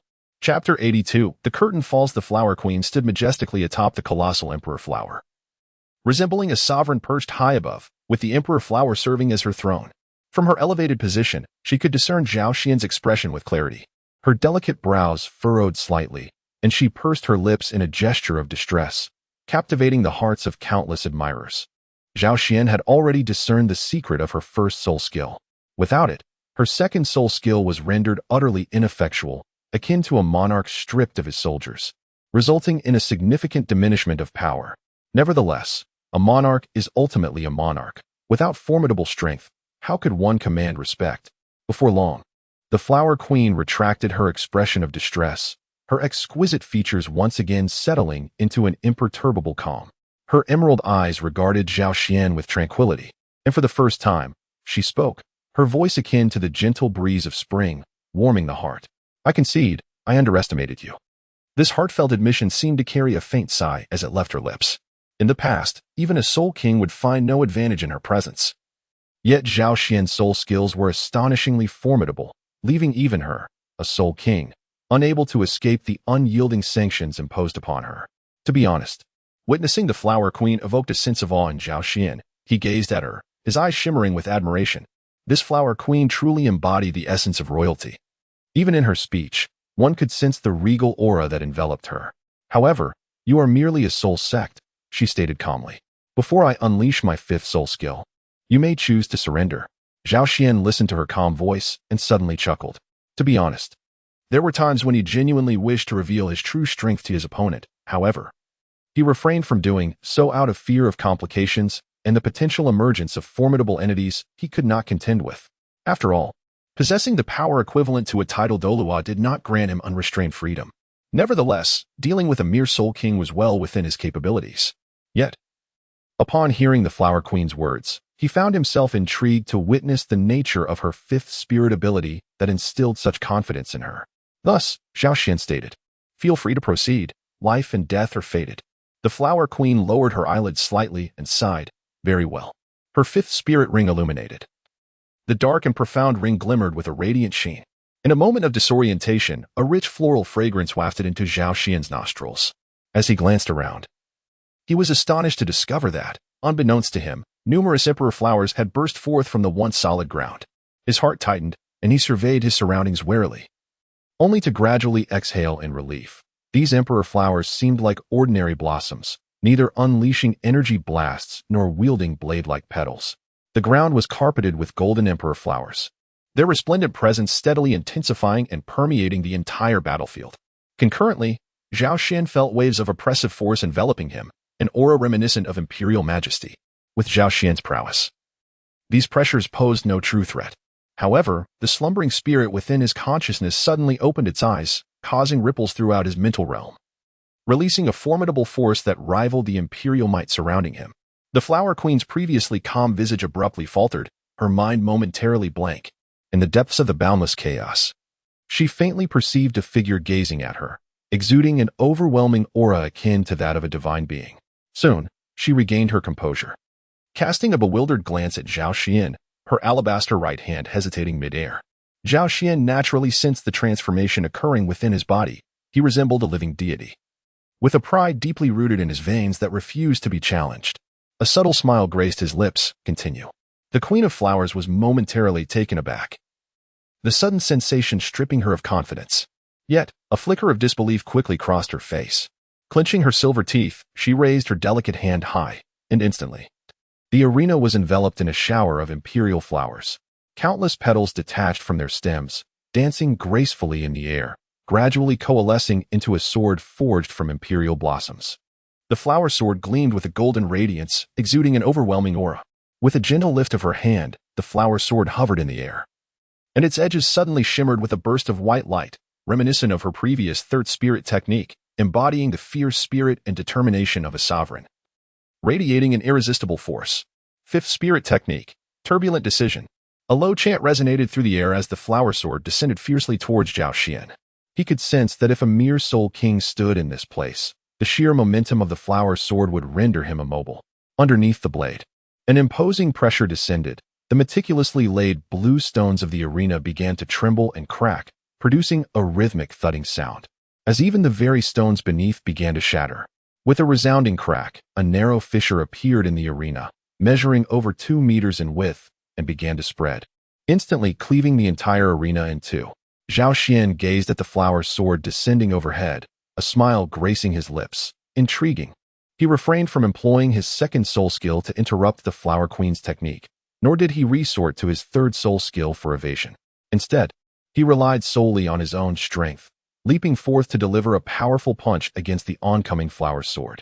As the sword met Zhao Xian's fist, a barely perceptible flash of lightning erupted at their point of contact, extinguishing the sharp white radiance of the blade, transforming their confrontation into a clash of pure power. The force of a soul king. Zhao Xian was nearly driven to the ground in an instant, his waist bending as his feet struck the earth, creating 2 deep craters as debris embedded itself into his calves. The might of a soul emperor. In a heartbeat, Zhao Xian straightened his posture, his aura surging dramatically. The colossal flower sword could not exert the slightest pressure upon him. Approaching the strength of a soul saint, the flower sword shattered instantaneously, its regal petals scattering like confetti, transforming the arena into a golden sea. A gust of wind swept past, and the Flower Queen tumbled from the immense regal bloom. As she fell, the magnificent flower disintegrated into shimmering motes of light. Yet, the Flower Queen remained oblivious, her red gown swirling, her long hair dancing in the fragrant breeze, her emerald eyes vacant and dazed. How could this be? She muttered in a trance. The audience mirrored her disbelief, many rendered speechless, unable to comprehend the spectacle before them. The undefeated flower of the Soto Great Soul Arena had, on this day, met her defeat. Zhao Xian cast a glance at the Queen of Flowers, a wave of admiration washing over him. Were he merely an ordinary soul master, he would have succumbed long ago. The Queen's formidable prowess was such that even lower-ranked soul emperors would likely falter before her. It was only through the near-soul sage level of power that he managed to conquer her. However, this did not imply that the Queen possessed abilities akin to a near-soul sage, for he had solely relied on sheer strength to counter her 5th soul skill. Had he employed conventional methods, even a soul emperor of level 63 or 64 could have triumphed over the Queen of Flowers. After a prolonged moment, the Queen finally regained her composure. She glanced at Zhao Xian, who awaited her words, and with a bitter expression, admitted, "I have been defeated." As her voice echoed in the arena, a profound silence enveloped the crowd. Not only did the supporters of the queen find it hard to believe, but even those who cheered for Zhao Xian were taken aback. Today, had a soul master truly surpassed a soul king? Suddenly, the queen lifted her gaze to Zhao Xian, suppressing the glimmer of disappointment in her eyes, and inquired, "Are you truly a soul master?" Zhao Xian smiled, gesturing towards his 4 soul rings. Absolutely authentic. As a portion of the audience gasped in shock while another segment erupted in excitement, this battle of souls drew to a close. In Chapter 83, titled Grandma Flower, the conclusion of this battle, marked by a stark disparity in strength, left onlookers astounded. It was astonishing that Mo Se Xian, a newly initiated soul master within the soul sect, had managed to vanquish a formidable soul king. As news of this unexpected outcome began to circulate among the departing audience, countless individuals found themselves momentarily speechless. While many ordinary spectators expressed their astonishment, the soul masters were left utterly flabbergasted. The soul sect defeated a soul king? Surely you jest. One declared emphatically. Some were convinced, yet a greater number scoffed at the notion of foul play, if there had indeed been any cheating. Amidst such a vast assembly of spectators and soul masters, including the soul kings of the Soto Great Spirit Arena, it would not have gone unnoticed.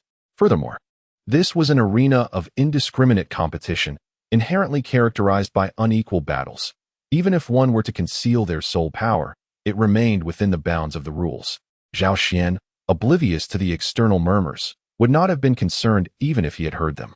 He settled his earnings from the competition at the counter, and the rewards left him elated. A staggering 300 gold soul coins had been garnered from this event, which had attracted considerable attention. The supervisor of the underground arena, beaming with delight, personally approached him to present a rather hefty pouch of coins, then warmly advised him, "You must make it a point to visit our Soto Great Spirit Arena more often. The money is but a trivial matter." Zhao Xian remained noncommittal, casting a subtle glare before choosing silence, taking the money pouch and leaving. In truth, he did not lack for funds. With these 300 golden soul coins, he would be free from financial worries for quite some time. Just as he was about to step into the passageway leading to the ground, Zhao Xian felt a familiar aura and turned to glance behind him. There stood the Flower Queen, accompanied by an elderly woman with silver hair. Having recently battled the Flower Queen, Zhao Xian would not easily forget her presence. At this moment, the Flower Queen approached him, her demeanor complex as she observed him with a subtle tightening of her red lips, her eyes reflecting a mix of reluctance and resignation upon realizing that the enigmatic figure of the ink mystique was but a youthful boy. Zhao Xian had removed his mask, revealing a face that was both youthful and handsome. To be defeated by such an opponent felt more disheartening than succumbing to someone of his own age. The elderly woman, stooped and approximately 5 feet tall, wore garments adorned with intricate floral patterns and leaned on a staff seemingly crafted from entwined tree roots. Her silver hair cascaded to her shoulders, with 2 delicate braids framing her face, each adorned with tiny pink 5-petaled flowers. The Flower Queen gently assisted her to Zhao Xian's side, where the old woman smiled benevolently, her eyes mere slits. "Greetings, young friend," the elderly woman said, slightly bending at the waist in a gesture of respect towards Zhao Xian. Zhao Xian felt a bewildering mixture of confusion and unexpected delight as he hurriedly returned the gesture, saying, "I have the honor of meeting you, dear mother-in-law." Zhao Xian felt a sense of astonishment within, yet he instinctively returned the greeting. After acknowledging their presence, he cast a puzzled glance at the two and inquired, "May I ask what brings you here, esteemed elder?" Although the Queen of Flowers appeared more captivating than the elder, it was evident to any discerning observer who held the reins of authority between them. The old woman maintained her gentle smile, her amiable expression unwavering. Upon hearing his question, she replied, "I beg your pardon for my intrusion, dear young friend. I have come to request your assistance with a matter." Zhao Xian, perplexed, inquired, "Assistance?" He found it curious. Having just utilized his spiritual sense for a thorough investigation, he discerned that although the old woman's aura was ethereal, he had a general understanding of her strength. She was undoubtedly a formidable soul saint. Thus, he was left bewildered. While he had previously exhibited strength perhaps at the level of a soul emperor, it certainly did not reach the heights of a soul saint. What could this soul saint possibly require his help with? The old woman smiled and said, "If I am not mistaken, dear friend, you must possess a martial soul related to thunder." Zhao Xian's heart tightened, his brows slightly furrowing as he cast a piercing gaze towards the two individuals. The Queen of Flowers instantly positioned herself in front of the elderly woman, her demeanor radiating vigilance. Observing this, the old woman tugged at the hem of the queen's attire, signaling her to step back. The Queen of Flowers appeared somewhat reluctant, casting a fierce glare at Zhao Xian before taking her place beside the elderly woman, remaining in close proximity as if to shield her from any potential harm. Please, young friend, do not misunderstand. The old woman poses no threat, and given your prowess, you should have no concerns regarding our intentions, the elder spoke in a leisurely manner. The coldness in Zhao Xian's eyes softened as he expressed his intrigue. You possess quite an impressive discernment, esteemed elder. The old woman replied with a gentle smile. Oh, I have long been beset by the fog of age. Now, I perceive the world with great intention. With her smile, the lines etched on her face began to dance like the delicate grooves of a well-worn tapestry. After engaging in conversation, Zhao Xian found the elder to be rather intriguing, seemingly devoid of malice. A flicker of curiosity ignited within him, prompting him to inquire, if there is something you wish to discuss, please do so freely. I shall endeavor to assist if I am able. Upon hearing this, a glimmer of joy passed across the elder's face as she graciously expressed her gratitude, saying, In that case, I must thank you, young friend. Zhao Xian said helplessly, Elderly lady, I never promised you anything.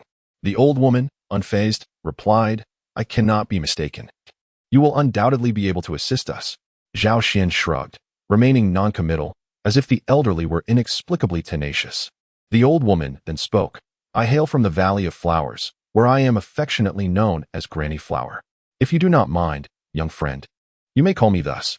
This girl beside me is the current leader of our valley. Yet she has grown weary of solitude and has stealthily slipped away for over a month. My purpose in coming forth this time is to escort her back. However, upon witnessing your remarkable abilities, we humbly request your assistance in a matter, and we assure you a generous reward in return. Zhao Xian exhibited little interest in the latter part of Granny Hua's words, yet the initial segment brought him a modicum of amusement. His gaze drifted towards the previously composed queen in the arena. He never anticipated that this regal figure had clandestinely slipped away for a bit of leisure. With Granny Hua's remark, the queen's image in Zhao Xian's mind underwent a dramatic transformation. The flower queen, her face tinged with a hint of crimson, retorted in irritation, Granny. Granny Hua chuckled softly. All right. I shall grant you a semblance of dignity in front of the younger generation. The flower queen rolled her eyes, thinking, Granny, when have you ever afforded me any semblance of respect? Zhao Xian chuckled inwardly, yet did not lose sight of the matter at hand. Madam Flower, please do enlighten me on how I may assist you. The smile on Madam Flower's face gradually faded, her demeanor shifting to one of seriousness for the first time. I kindly request that you accompany me to a more secluded area where we may converse. With a month's interval before the battle against the Imperial Duelist team, the frenzied battle team shall not be elaborated upon, as the author seeks to indulge in personal pursuits. Chapter 84. The Sorrow of the Sacred Tree within a lounge of the Soto Great Spirit Arena. This space serves as the resting quarters for the Queen of Flowers while she awaits her matches. It is her exclusive sanctuary.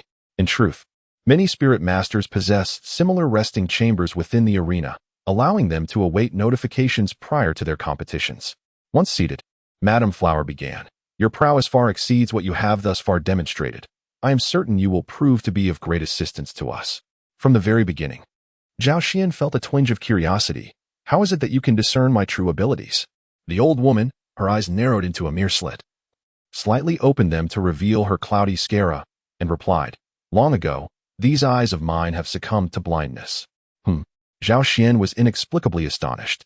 Throughout the journey just taken, it appeared that Granny Hua faced no obstacles at all. With a subtle smile, Granny Hua remarked, Though my eyes can no longer behold the world, I am still capable of perceiving it through my heart. With this perspective, I can glimpse realms invisible to ordinary beings.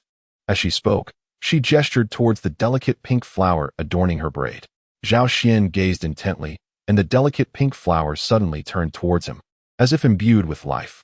It was then that Zhao Xian discerned that the flower's stamen bore a striking resemblance to an eye. An epiphany struck him. This was the martial spirit of the elder, the thousand-eyed heart flower. With it, the elder stated, I can perceive many things that ordinary people cannot, including the terrifying thunder that lies hidden deep within you, my young friend. For the first time, a peculiar expression flickered across the elder's face, an expression tinged with wariness, yet subtly laced with anticipation. Zhao Xian took a deep breath, marveling at the wonders of this vast world. Who would have thought that a martial soul could serve as an eye? Realizing that Granny Flower's intention was to obtain his purple sky divine thunder, Zhao Xian could not help but inquire, "Might I ask what you wish to do with my thunder?" Granny Flower replied earnestly, "To save the sacred tree of our flower valley." At that moment, the Flower Queen, who had been silent for a long time, exclaimed, "Granny, you cannot be serious. Our flower valley does not permit outsiders to enter." Granny Flower smiled kindly. "Rules are rigid, but people are adaptable." After a moment, she sighed and continued gravely, "Moreover, if we do not rescue our sacred tree soon, its demise will spell the end for Flower Valley." The Flower Queen pressed her lips together, her emerald eyes glimmering momentarily, and fell silent, choosing not to speak further. Zhao Xian listened in bewilderment, setting aside the mystery of what the sacred tree was. Why did the Flower Granny believe that his purple cloud divine thunder could save their sacred tree? Thunder is a harbinger of destruction. Once it strikes, all life is obliterated, and existence is extinguished. Fortunately, the Flower Granny continued to elucidate, "The sacred tree of our Valley of Flowers is a plant-type soul beast that has existed for 100,000 years. Zhao Xian's entire being trembled, and an expression of disbelief flickered in his eyes. "A soul beast that has existed for 100,000 years? Indeed, dear friend. You heard correctly. It is a soul beast of that very age, known as the Wisdom Tree, which, according to legend, was personally planted by the goddess of wisdom herself." "Grandmother, are you jesting? Is there truly a deity involved?" Zhao Xian could hardly believe it. "Of course there is," replied Grandma Hua, her demeanor suddenly grave. As she nodded with earnest conviction, Zhao Xian pressed his lips together, his gaze flickering. Granny Hua's expression seemed genuine. But could such entities as deities truly exist in this world?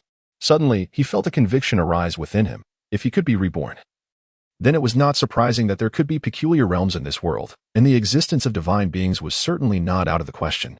Zhao Xian momentarily set aside the definitive notion of the existence or absence of deities, reflecting on the words of the flower matriarch. He inquired, "Matriarch, why is the sacred tree of your Valley of Flowers a soul beast that has existed for 100,000 years? Does it not harm others?" The Flower Queen could not help but respond, "Of course not. This is a sacred tree, possessing wisdom that rivals that of humanity." Zhao Xian remained silent, disregarding the Flower Valley master, who, despite his advanced age, still indulged in playful escapades. His gaze shifted to Grandma Flower. She replied, "Indeed. The sacred tree is a rare botanical spirit-type soul beast, possessing intelligence comparable to humans since ancient times. After 5 millennia, it could articulate human speech. And by the time it reached 10,000 years, its wisdom had become as unfathomable as the vast ocean. Is it truly so wondrous?" Zhao Xian could not help but inquire, for the situation was nothing short of astonishing. Setting aside the question of whether the wisdom tree truly possessed such formidable intelligence, the mere notion of a soul beast being capable of human speech was enough to leave him in awe. Certainly, Granny Huan nodded with conviction. Yet, why then did they require his assistance? Zhao Xian's gaze suddenly intensified. How could such a formidable soul beast still seek his help? Granny Huan took a deep breath, revealing this secret knowledge pertaining to humanity. Each soul beast with a cultivation of 100,000 years continues to evolve. Their abilities are not confined to their current state. Although the sacred tree has attained a cultivation of 100,000 years, its power is ever increasing. Furthermore, for soul beasts with over 100,000 years of cultivation, every increment of 100,000 years triggers a heavenly tribulation intended to thwart this seemingly defiant act. It is said that should a soul beast surpass the million-year threshold, it may ascend to divinity. Ascend to divinity? Zhao Xian appeared lost in thought. He realized that nothing in this world occurs without reason. Perhaps in his previous life, he had been a skeptic, but since his reincarnation, everything seemed to challenge his former perceptions, nudging him from the realm of science towards the enigmatic. The Flower Granny continued. When the sacred tree faced its tribulation, it was particularly extraordinary, and thus the heavenly punishment it received was even more formidable. Although the sacred tree's power is not inferior to that of any tidal Douluo in existence, the might of the heavens is truly terrifying. It remains uncertain whether the sacred tree has successfully weathered this thunderous tribulation. While the storm has dissipated, the remnants of the calamity linger upon the sacred tree. The presence of this lingering thunder has rendered its wounds incapable of healing. At this moment, Zhao Xian had gained some understanding of the overall sequence of events. Yet he remained perplexed by the intentions of Granny Hua. How could this possibly relate to his purple cloud divine thunder? Zhao Xian expressed his perplexity, to which Granny Hua replied, With the aid of my martial spirit, I can sense the formidable thunder residing within you. Although it seems astonishing, I perceive it to be even more terrifying than the thunder that lingers upon the sacred tree. In this world, there exists a distinction between high and low, much like the disparity between ordinary and supreme martial spirits. The thunder you possess transcends the calamity thunder, and thus, I wish to ascertain whether your thunder can dispel the calamity thunder that remains on the sacred tree. Upon finishing her words, Granny Hua rose and bowed deeply to Zhao Xian, then continued, I kindly implore you to assist us at the Valley of Flowers, regardless of the outcome. Our gratitude shall be immense. However, she paused, a hint of regret in her voice. If you are unwilling, we shall not press you. Zhao Xian sat in his seat, his brow slightly furrowed as he fell into deep contemplation. After a long while, he rose and addressed Granny Hua. All right. Instantly, Granny Hua's face lit up with joy. Chapter 85. The Valley of Flowers, Part 1. Having given his consent, communication between them naturally became much more seamless. Suddenly, Zhao Xian inquired, Granny, are you not afraid of my potential malice towards your sacred tree? The Flower Queen, seated nearby, stirred at his words, seemingly dismissive of Zhao Xian's concern. She thought to herself, this is a sacred tree. Even if it were to be injured, it would still remain a formidable entity. No matter how powerful one might be, there would be no opportunity to act against it. The Flower Queen felt a lingering resentment, still vexed by the fact that this youth had bested her. However, Granny Hua held a different perspective. She could sense the vigorous life force within Zhao Xian, which deepened her understanding that what is perceived by the eyes is not always the truth. It was inconceivable for an ordinary soul practitioner to possess such abundant vitality. This life force was many times more robust than her own, although it still paled in comparison to that of the sacred tree. It at least equated to the strength of a soul fighter. In response to Zhao Xian's question, Granny Hua smiled and replied, I possess the Thousand Eyes Heartflower martial soul, allowing me to perceive the world and its inhabitants with clarity from various angles. I can sense the kindness that resides within your heart. Kindness? Zhao Xian chuckled softly, pondering whether he still harbored the heart of a good person beneath his facade. If my young friend has no objections, shall we embark on a journey to the Valley of Flowers tomorrow morning? Inquired Grandma Hua. Zhao Xian pondered for a moment. Although he held a favorable impression of Granny Hua, one must remain vigilant against potential treachery. Her thoughts were as deep as the abyss, rendering them inscrutable. After all, this was merely her perspective. What if it were a trap? And what, indeed, was the true nature of the sacred tree? Was it benevolent or malevolent? There were many facets that Zhao Xian did not comprehend. While he had acquiesced to the proposal, he could not act impulsively. Thus, he inquired, Granny Hua, may I bring someone along? Granny Hua appeared taken aback, a look of hesitation gracing her features. Is this person present here? If I cannot ascertain their character, I cannot recklessly allow anyone into the Valley of Flowers. My domain is humble and weak. Should an evil individual gain entry, it could spell disaster. I hope for your understanding. The individual is not here at the moment, Zhao Xian replied, but he is not far from Soto City, merely a few kilometers away. Perhaps you have heard of him. He is known by the title Jade Monarch. Zhao Xian smiled.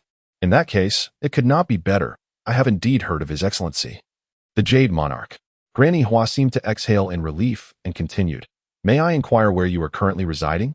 We shall set out to find you tomorrow morning. Zhao Xian conveyed the name of his hotel to the two individuals, and Granny Hua expressed her gratitude once more before departing with the support of the Queen of Flowers. Once they had left, Zhao Xian's gaze deepened once again. He was indeed eager to encounter the 100,000-year plant-type spiritual soul beast. Tomorrow, he would invite Senior Li Qing to join him. With their combined strength, even if the Flower Valley exhibited malice, they would be capable of handling it. It would be nearly impossible for two titled Douluo-level powerhouses to be captured, especially with a soul master like Zhao Xian, whose soul skills were notoriously formidable. After a moment of contemplation, Zhao Xian made his way to the ground-level soul fighting arena to seek out the master. At that moment, a 7 versus 17 battle was underway, and Oscar was not participating. He and the master, along with two others, were observing from the sidelines. Zhao Xian approached the master and whispered, Master, please follow me for a moment. The master cast a curious glance at Zhao Xian, noticing the gravity reflected in his eyes. With a focused expression, he refrained from further inquiry, stowing away his notebook and accompanying Zhao Xian to a secluded spot. Flandra exchanged a puzzled look with Zhao Wujia, who murmured, what is this kid up to, acting all mysterious? Upon reaching the quiet location, Zhao Xian recounted the earlier events to the master in their entirety. The master's eyes sparkled with intrigue, and it took him a considerable time to regain his composure. The soul beast wisdom tree of the Valley of Flowers. Over 100,000 years old, he pondered, stroking his chin thoughtfully. What Zhao Xian had just revealed was truly astonishing. He had never before been aware of such secrets existing in this world.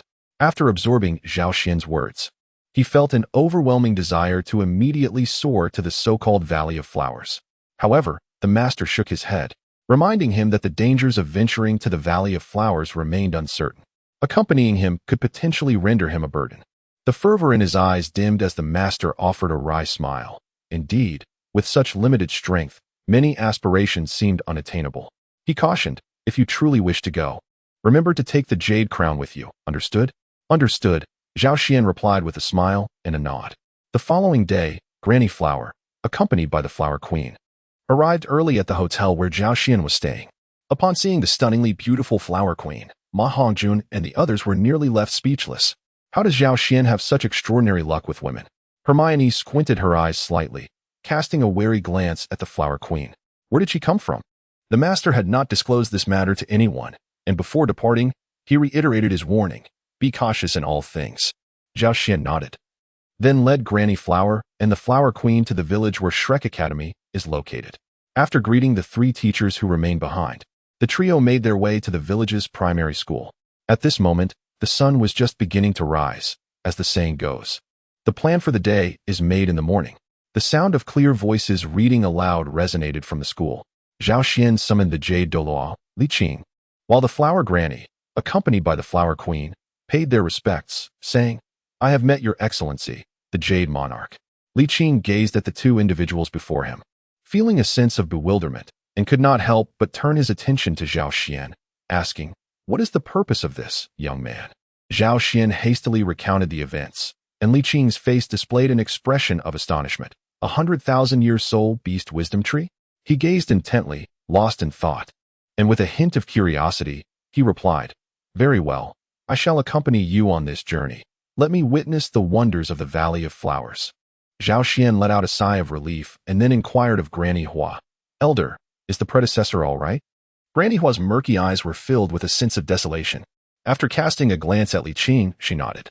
I have often heard of the gallant and altruistic deeds of the Jade Lord Douluo, and today's encounter indeed lives up to its reputation. With Granny Hua's approval, the 4 of them hastily embarked on their journey to the Valley of Flowers. Upon further inquiry, they discovered that the valley was not too distant, merely 300 kilometers away, a distance they could traverse swiftly given their capabilities. Along the way, the previously unconvinced Flower Queen was left in astonishment. For Zhao Xian's speed was astonishingly swift, nearly leaving her and Granny Hua behind with sheer physical prowess. Upon reaching their destination, Zhao Xian maintained a nonchalant demeanor, seemingly unfazed, which thoroughly impressed the breathless Flower Queen. She regarded him with a strange expression, pondering internally that he truly was a remarkable being. The destination was a meadow, flanked by forests on 3 sides. Is this truly the Valley of Flowers? Just as Zhao Xian was taken aback, Granny Hua deeply bowed and said, I beseech the sacred tree to open the door. Suddenly, the air before them rippled as if disturbed by water, and a swirling portal slowly emerged. In an instant, Zhao Xian's eyes widened, and he turned to look at Li Qing. Li Qing gazed at the portal, uncertain, and asked, is this a secret realm? Granny Hua nodded, leaning on her staff, and remarked with a hint of nostalgia, indeed. This is the blessing of the goddess of wisdom, as well as the protection of the sacred tree. Is this secret realm also connected to the goddess of wisdom and the sacred tree? Zhao Xian instinctively questioned. Of course, Granny Hua replied with a smile, then turned her gaze back to the swirling portal and began recounting the ancient legend. It is said that long, long ago, the goddess of wisdom descended to the mortal realm and established this secret realm, personally planting the sacred tree. Many years later, upon her return to the divine realm, she left the sacred tree behind. However, as the realm began to collapse without the goddess's power, the sacred tree extended its roots throughout the realm, maintaining its existence on the brink of destruction. Yet, with the sacred tree facing tribulations, the residual calamities began to afflict its being, and it started to struggle to sustain the realm. Should the support of the sacred tree be lost, the Valley of Flowers would inevitably face ruin. Zhao Xian and Li Qing exchanged a glance. This matter bore an air of mythological intrigue, yet they could not dispute its authenticity. Regarding the enigmatic existence of the secret realm, no one could elucidate its emergence. Perhaps it was indeed a domain crafted by the divine? At that moment, Zhao Xian's brow furrowed as if a thought had struck him, and he curiously inquired, Flower Granny, if this is a secret realm, then why do humans reside within it? Logically, humans should be oblivious to its existence. A look of gratitude blossomed on Flower Granny's face as she slowly replied, This is where we must express our thanks to the protection of the sacred tree. Long ago, during the tumultuous wars of Douluo Continent, our ancestors sought refuge here and were discovered by the sacred tree.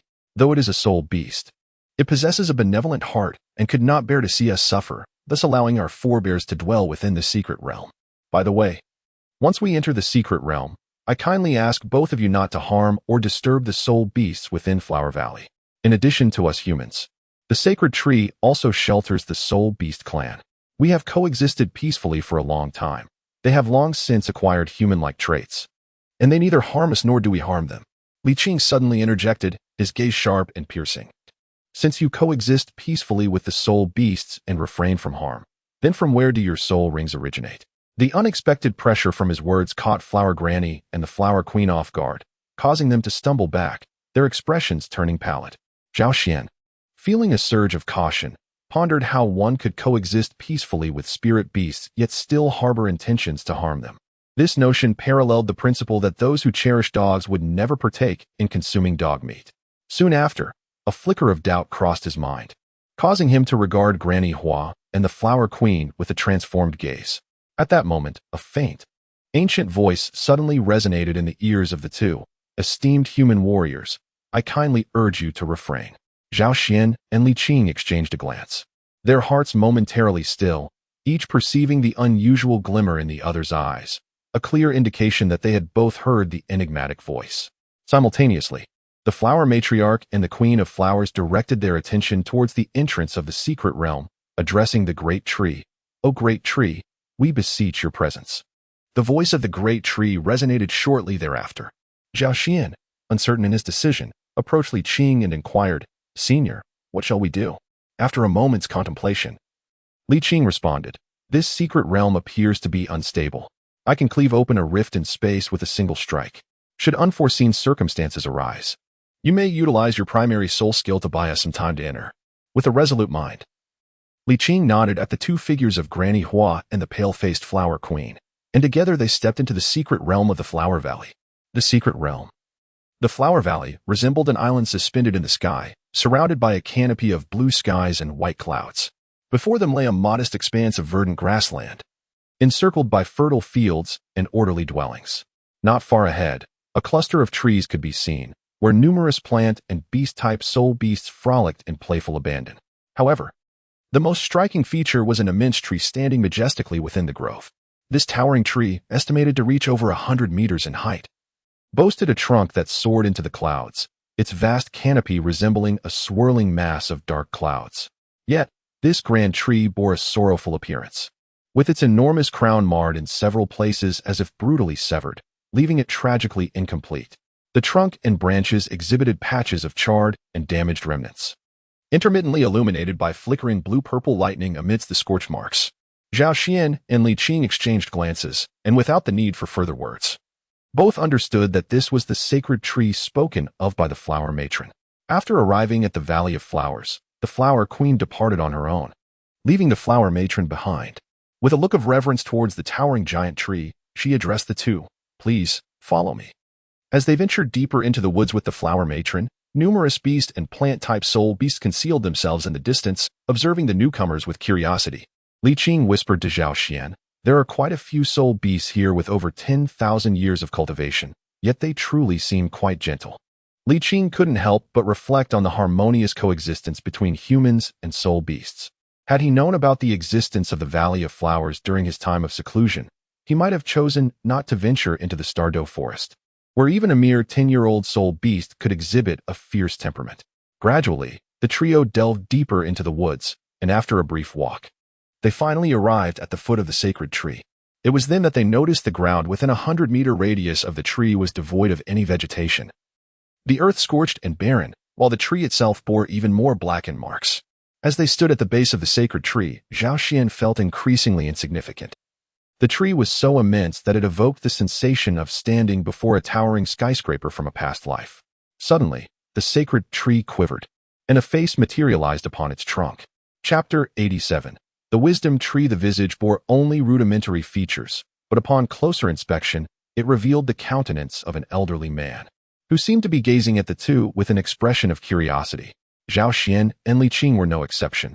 They were both curious and cautious. For before them stood a soul beast with nearly 200,000 years of cultivation. Granny Hua bowed respectfully, addressing the sacred tree. "Oh, esteemed Lord Sacred Tree." The expression on the trunk of the sacred tree subtly shifted, as if revealing a hint of perplexity. "Huali, for what purpose have these two human warriors come?"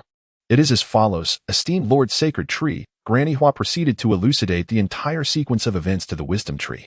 The branches of the Wisdom Tree swayed slightly, seemingly stirred by the matter at hand. Its withered visage, formed upon the trunk, turned towards Zhao Xian, scrutinizing him for a moment before exclaiming in surprise, "What a peculiar human warrior! Despite possessing such low soul power, he wields such formidable physical strength." After a brief pause, it continued, "Human warrior, may I have the honor of observing the thunder you possess?"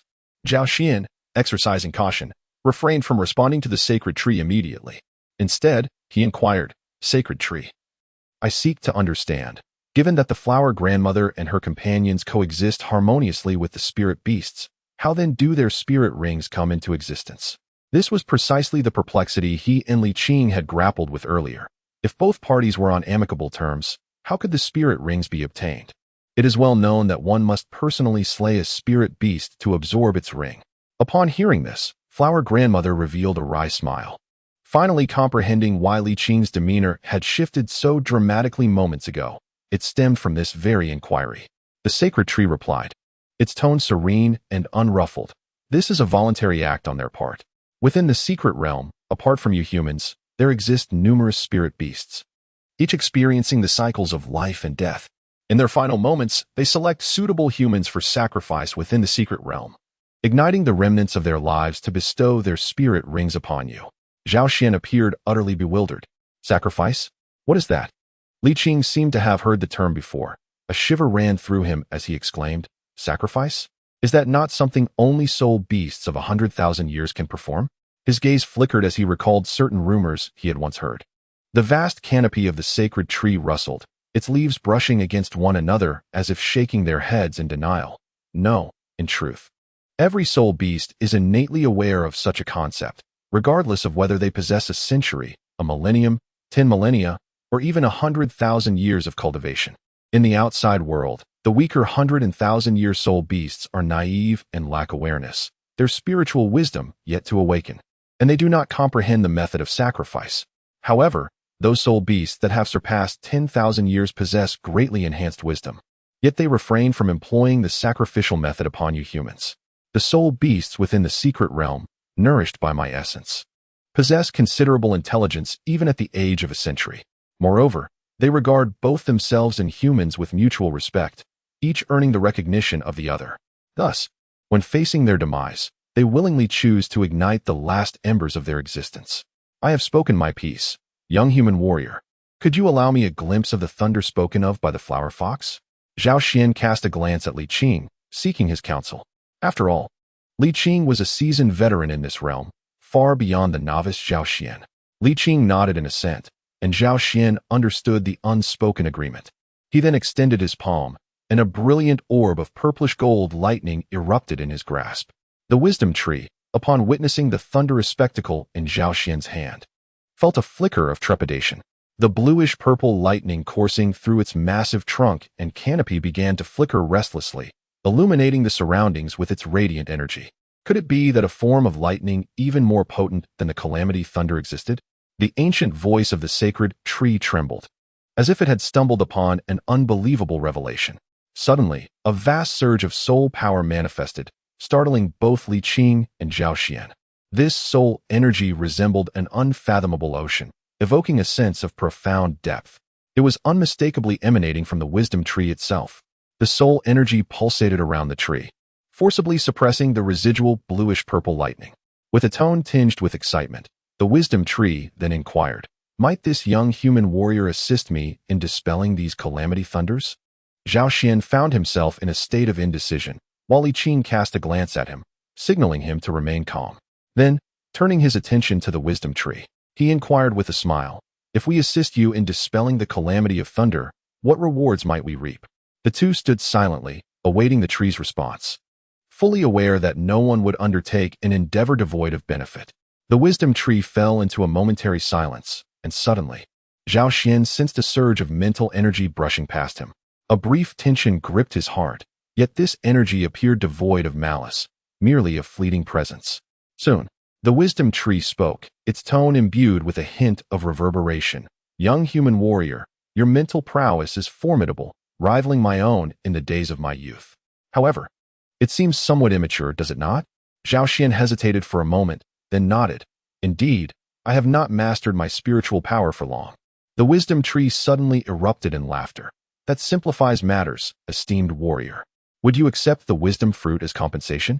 As it spoke, its branches began to sway, as if each limb possessed a will of its own, parting to reveal a singular fruit nestled deep within its crown. The fruit emanated a hazy silver hue, no larger than a fist, yet strikingly prominent. "This is a fruit that only I can bear, known as the wisdom fruit. You must be aware that although I am a plant-type soul beast, I am among the rare few that are spiritually inclined. And the effects of this wisdom fruit are closely tied to the mind. It can nourish your spiritual power, leading to a significant enhancement of your abilities. Over the years, I have only managed to cultivate 2 of these fruits, one of which was unfortunately destroyed during its tribulation," the wisdom tree lamented. "Enhance my spiritual power?" Zhao Xian's eyes sparkled with excitement. Was this not precisely what he had longed for? Li Qing inquired softly, "Do you truly need this?" Zhao Xian inquired, "Is such an elder truly reliable?" Li Qing pondered for a moment and replied, "Soul beasts of the plant variety seldom bear fruit, like ordinary flora. However, they are not entirely devoid of such capability. The fruits they produce indeed possess remarkable utility, as the wisdom tree has stated." Consequently, both parties reached an agreement. "On the comical tree, comical fruits abound. Beneath the comical tree, you and I gather. In front of the comical tree, we engage in playful games, filled with abundant joy. P.S. I stayed up late last night, and today I lack the energy for class. This afternoon, as I attempted to compose, all I desired was to sleep. I am not entirely satisfied with this chapter." Chapter 88, Devouring Thunder. "Given this, how may I assist you in dispelling the calamity thunder that resides within you?" Zhao Xian cast a few glances at the shimmering blue-purple calamity thunder emanating from the wisdom tree. These bolts of thunder contained an awe-inspiring power, yet he felt no sense of peril. Beside him, Granny Hua spoke. "The thunder shares a common origin. You might attempt to absorb them." Zhao Xian nodded, yet he did not dare to let his guard down.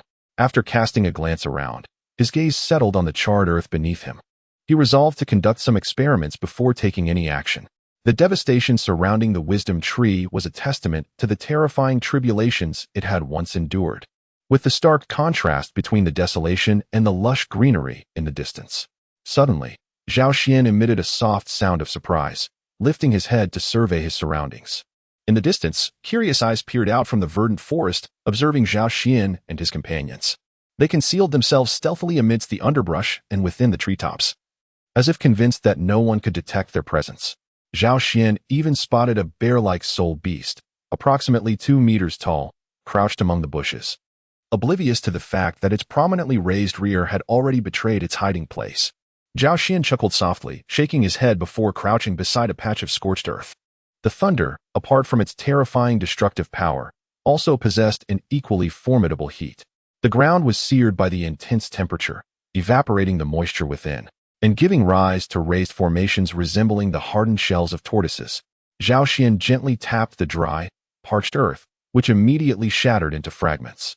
A streak of blue-purple lightning, resembling a startled grasshopper, began to flee at an astonishing speed, leaving only a fleeting glow in its wake. It moved swiftly, yet Zhao Xian was swifter still. Tiny golden-purple runes shimmered upon his form, and in an instant, the divine purple lightning surged forth, swiftly overtaking the blue-purple lightning and devouring it whole.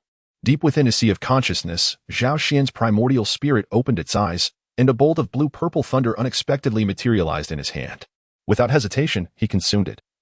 and it seemed as though his primordial spirit had experienced a subtle growth. Zhao Xian was taken aback. Could this tribulation lightning truly aid in the growth of his primordial spirit? He felt a tinge of uncertainty, however, upon absorbing another bolt of blue-purple lightning. Zhao Xian distinctly sensed the enhancement of his spirit. In an instant, joy overwhelmed him, and he began to fervently search for traces of the lightning using his divine sense. One after another, bolts of lightning were discovered and devoured by a Zishu divine thunder. While the wisdom tree observed helplessly as the tormenting lightning was effortlessly eradicated by Zhao Xian. After a prolonged silence, it emitted a somewhat bittersweet sigh, reflecting, "The spirits of all things grow. Indeed, humanity is the most unfathomable of beings." Li Qing stood at the foot of the wisdom tree and chuckled lightly in response. "There is not so much profundity. I have traversed the continent for many years. Such trivial creatures are but a rarity in my experience."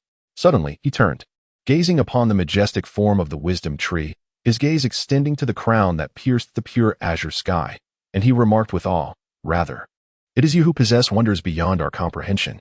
Everything we possess is but a fixed reality, while your existence is shrouded in the unknown. We are ensnared by the constraints of the world. All we have is what has been. You may have heard of the extinct spirit beast races throughout the millennia. But have you ever encountered new spirit beast races? And what of humanity's martial souls? I have lived countless years, and in the beginning, humanity's martial souls were merely the lion, tiger, leopard, grass, wood, and flowers, elements that already existed in nature. Yet as humanity progressed, they forged weapons, and thus their martial souls encompassed these tools of war. With the advancement of mankind, the more they understand, the more their future expands. The wisdom tree observed Zhao Xian, who was joyfully jumping about collecting the tribulation lightning, its gaze distant and somber, tinged with a hint of envy and longing. Li Qing, no longer speaking, felt a moment of clarity wash over him as he listened to the wisdom tree. As a human, he might not fully grasp the totality of his existence. But from another perspective, how remarkably the universe is attuned to humanity. Were it not for the reluctance to abandon this sacred land, I too would willingly sacrifice myself to become human. The wisdom tree murmured in a trance-like whisper. What did you say? Li Qing, momentarily dazed, returned to his senses. The wisdom tree replied nonchalantly, "Nothing of consequence. Perhaps you misheard, esteemed guest." Li Qing cast a suspicious glance at the wisdom tree, sensing that he had inadvertently overlooked something of great significance. After Zhao Xian had absorbed the lightning strikes from the surrounding land and obtained the consent of the wisdom tree, he climbed onto its colossal trunk to continue his pursuit of the lightning.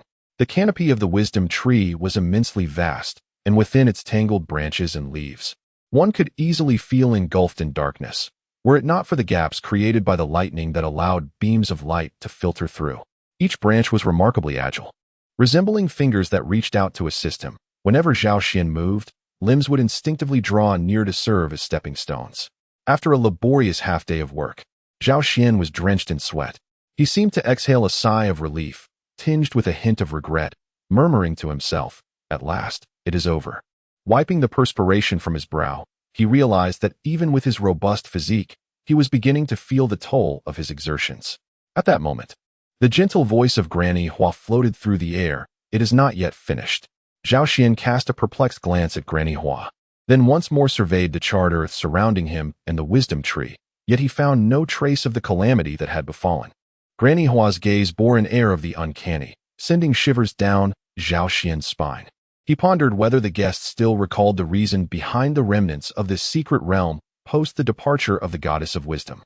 Not long ago, Granny Hua had elaborated on this matter, and Zhao Xian naturally remembered her words. She had explained that with the loss of the goddess's power, the secret realm began to collapse, prompting the sacred tree to extend its roots into the remnants of the realm to sustain it. Zhao Xian was suddenly taken aback, and his complexion swiftly turned ashen. He gazed around, contemplating the vastness of the secret realm. Good heavens! A flicker of hope lingered in his heart, prompting him to believe he might have misjudged the situation. His eyes shifted to Granny Hua, who, having observed Zhao Xian's earlier actions, understood that he had come to a realization. Under the weight of Zhao Xian's hopeful gaze, she felt a pang of reluctance. Yet, in matters concerning the sacred tree, she resolutely nodded her head. Zhao Xian's expression gradually deteriorated, pondering the vastness of the secret realm and wondering how long it would take to complete the task at hand. With a hint of resentment, he glanced towards the tree of wisdom and remarked, "You truly are remarkable." The sacred tree seemed to chuckle, its leaves rustling softly as it responded, "In truth, it is not as daunting as it appears. Your efforts are appreciated."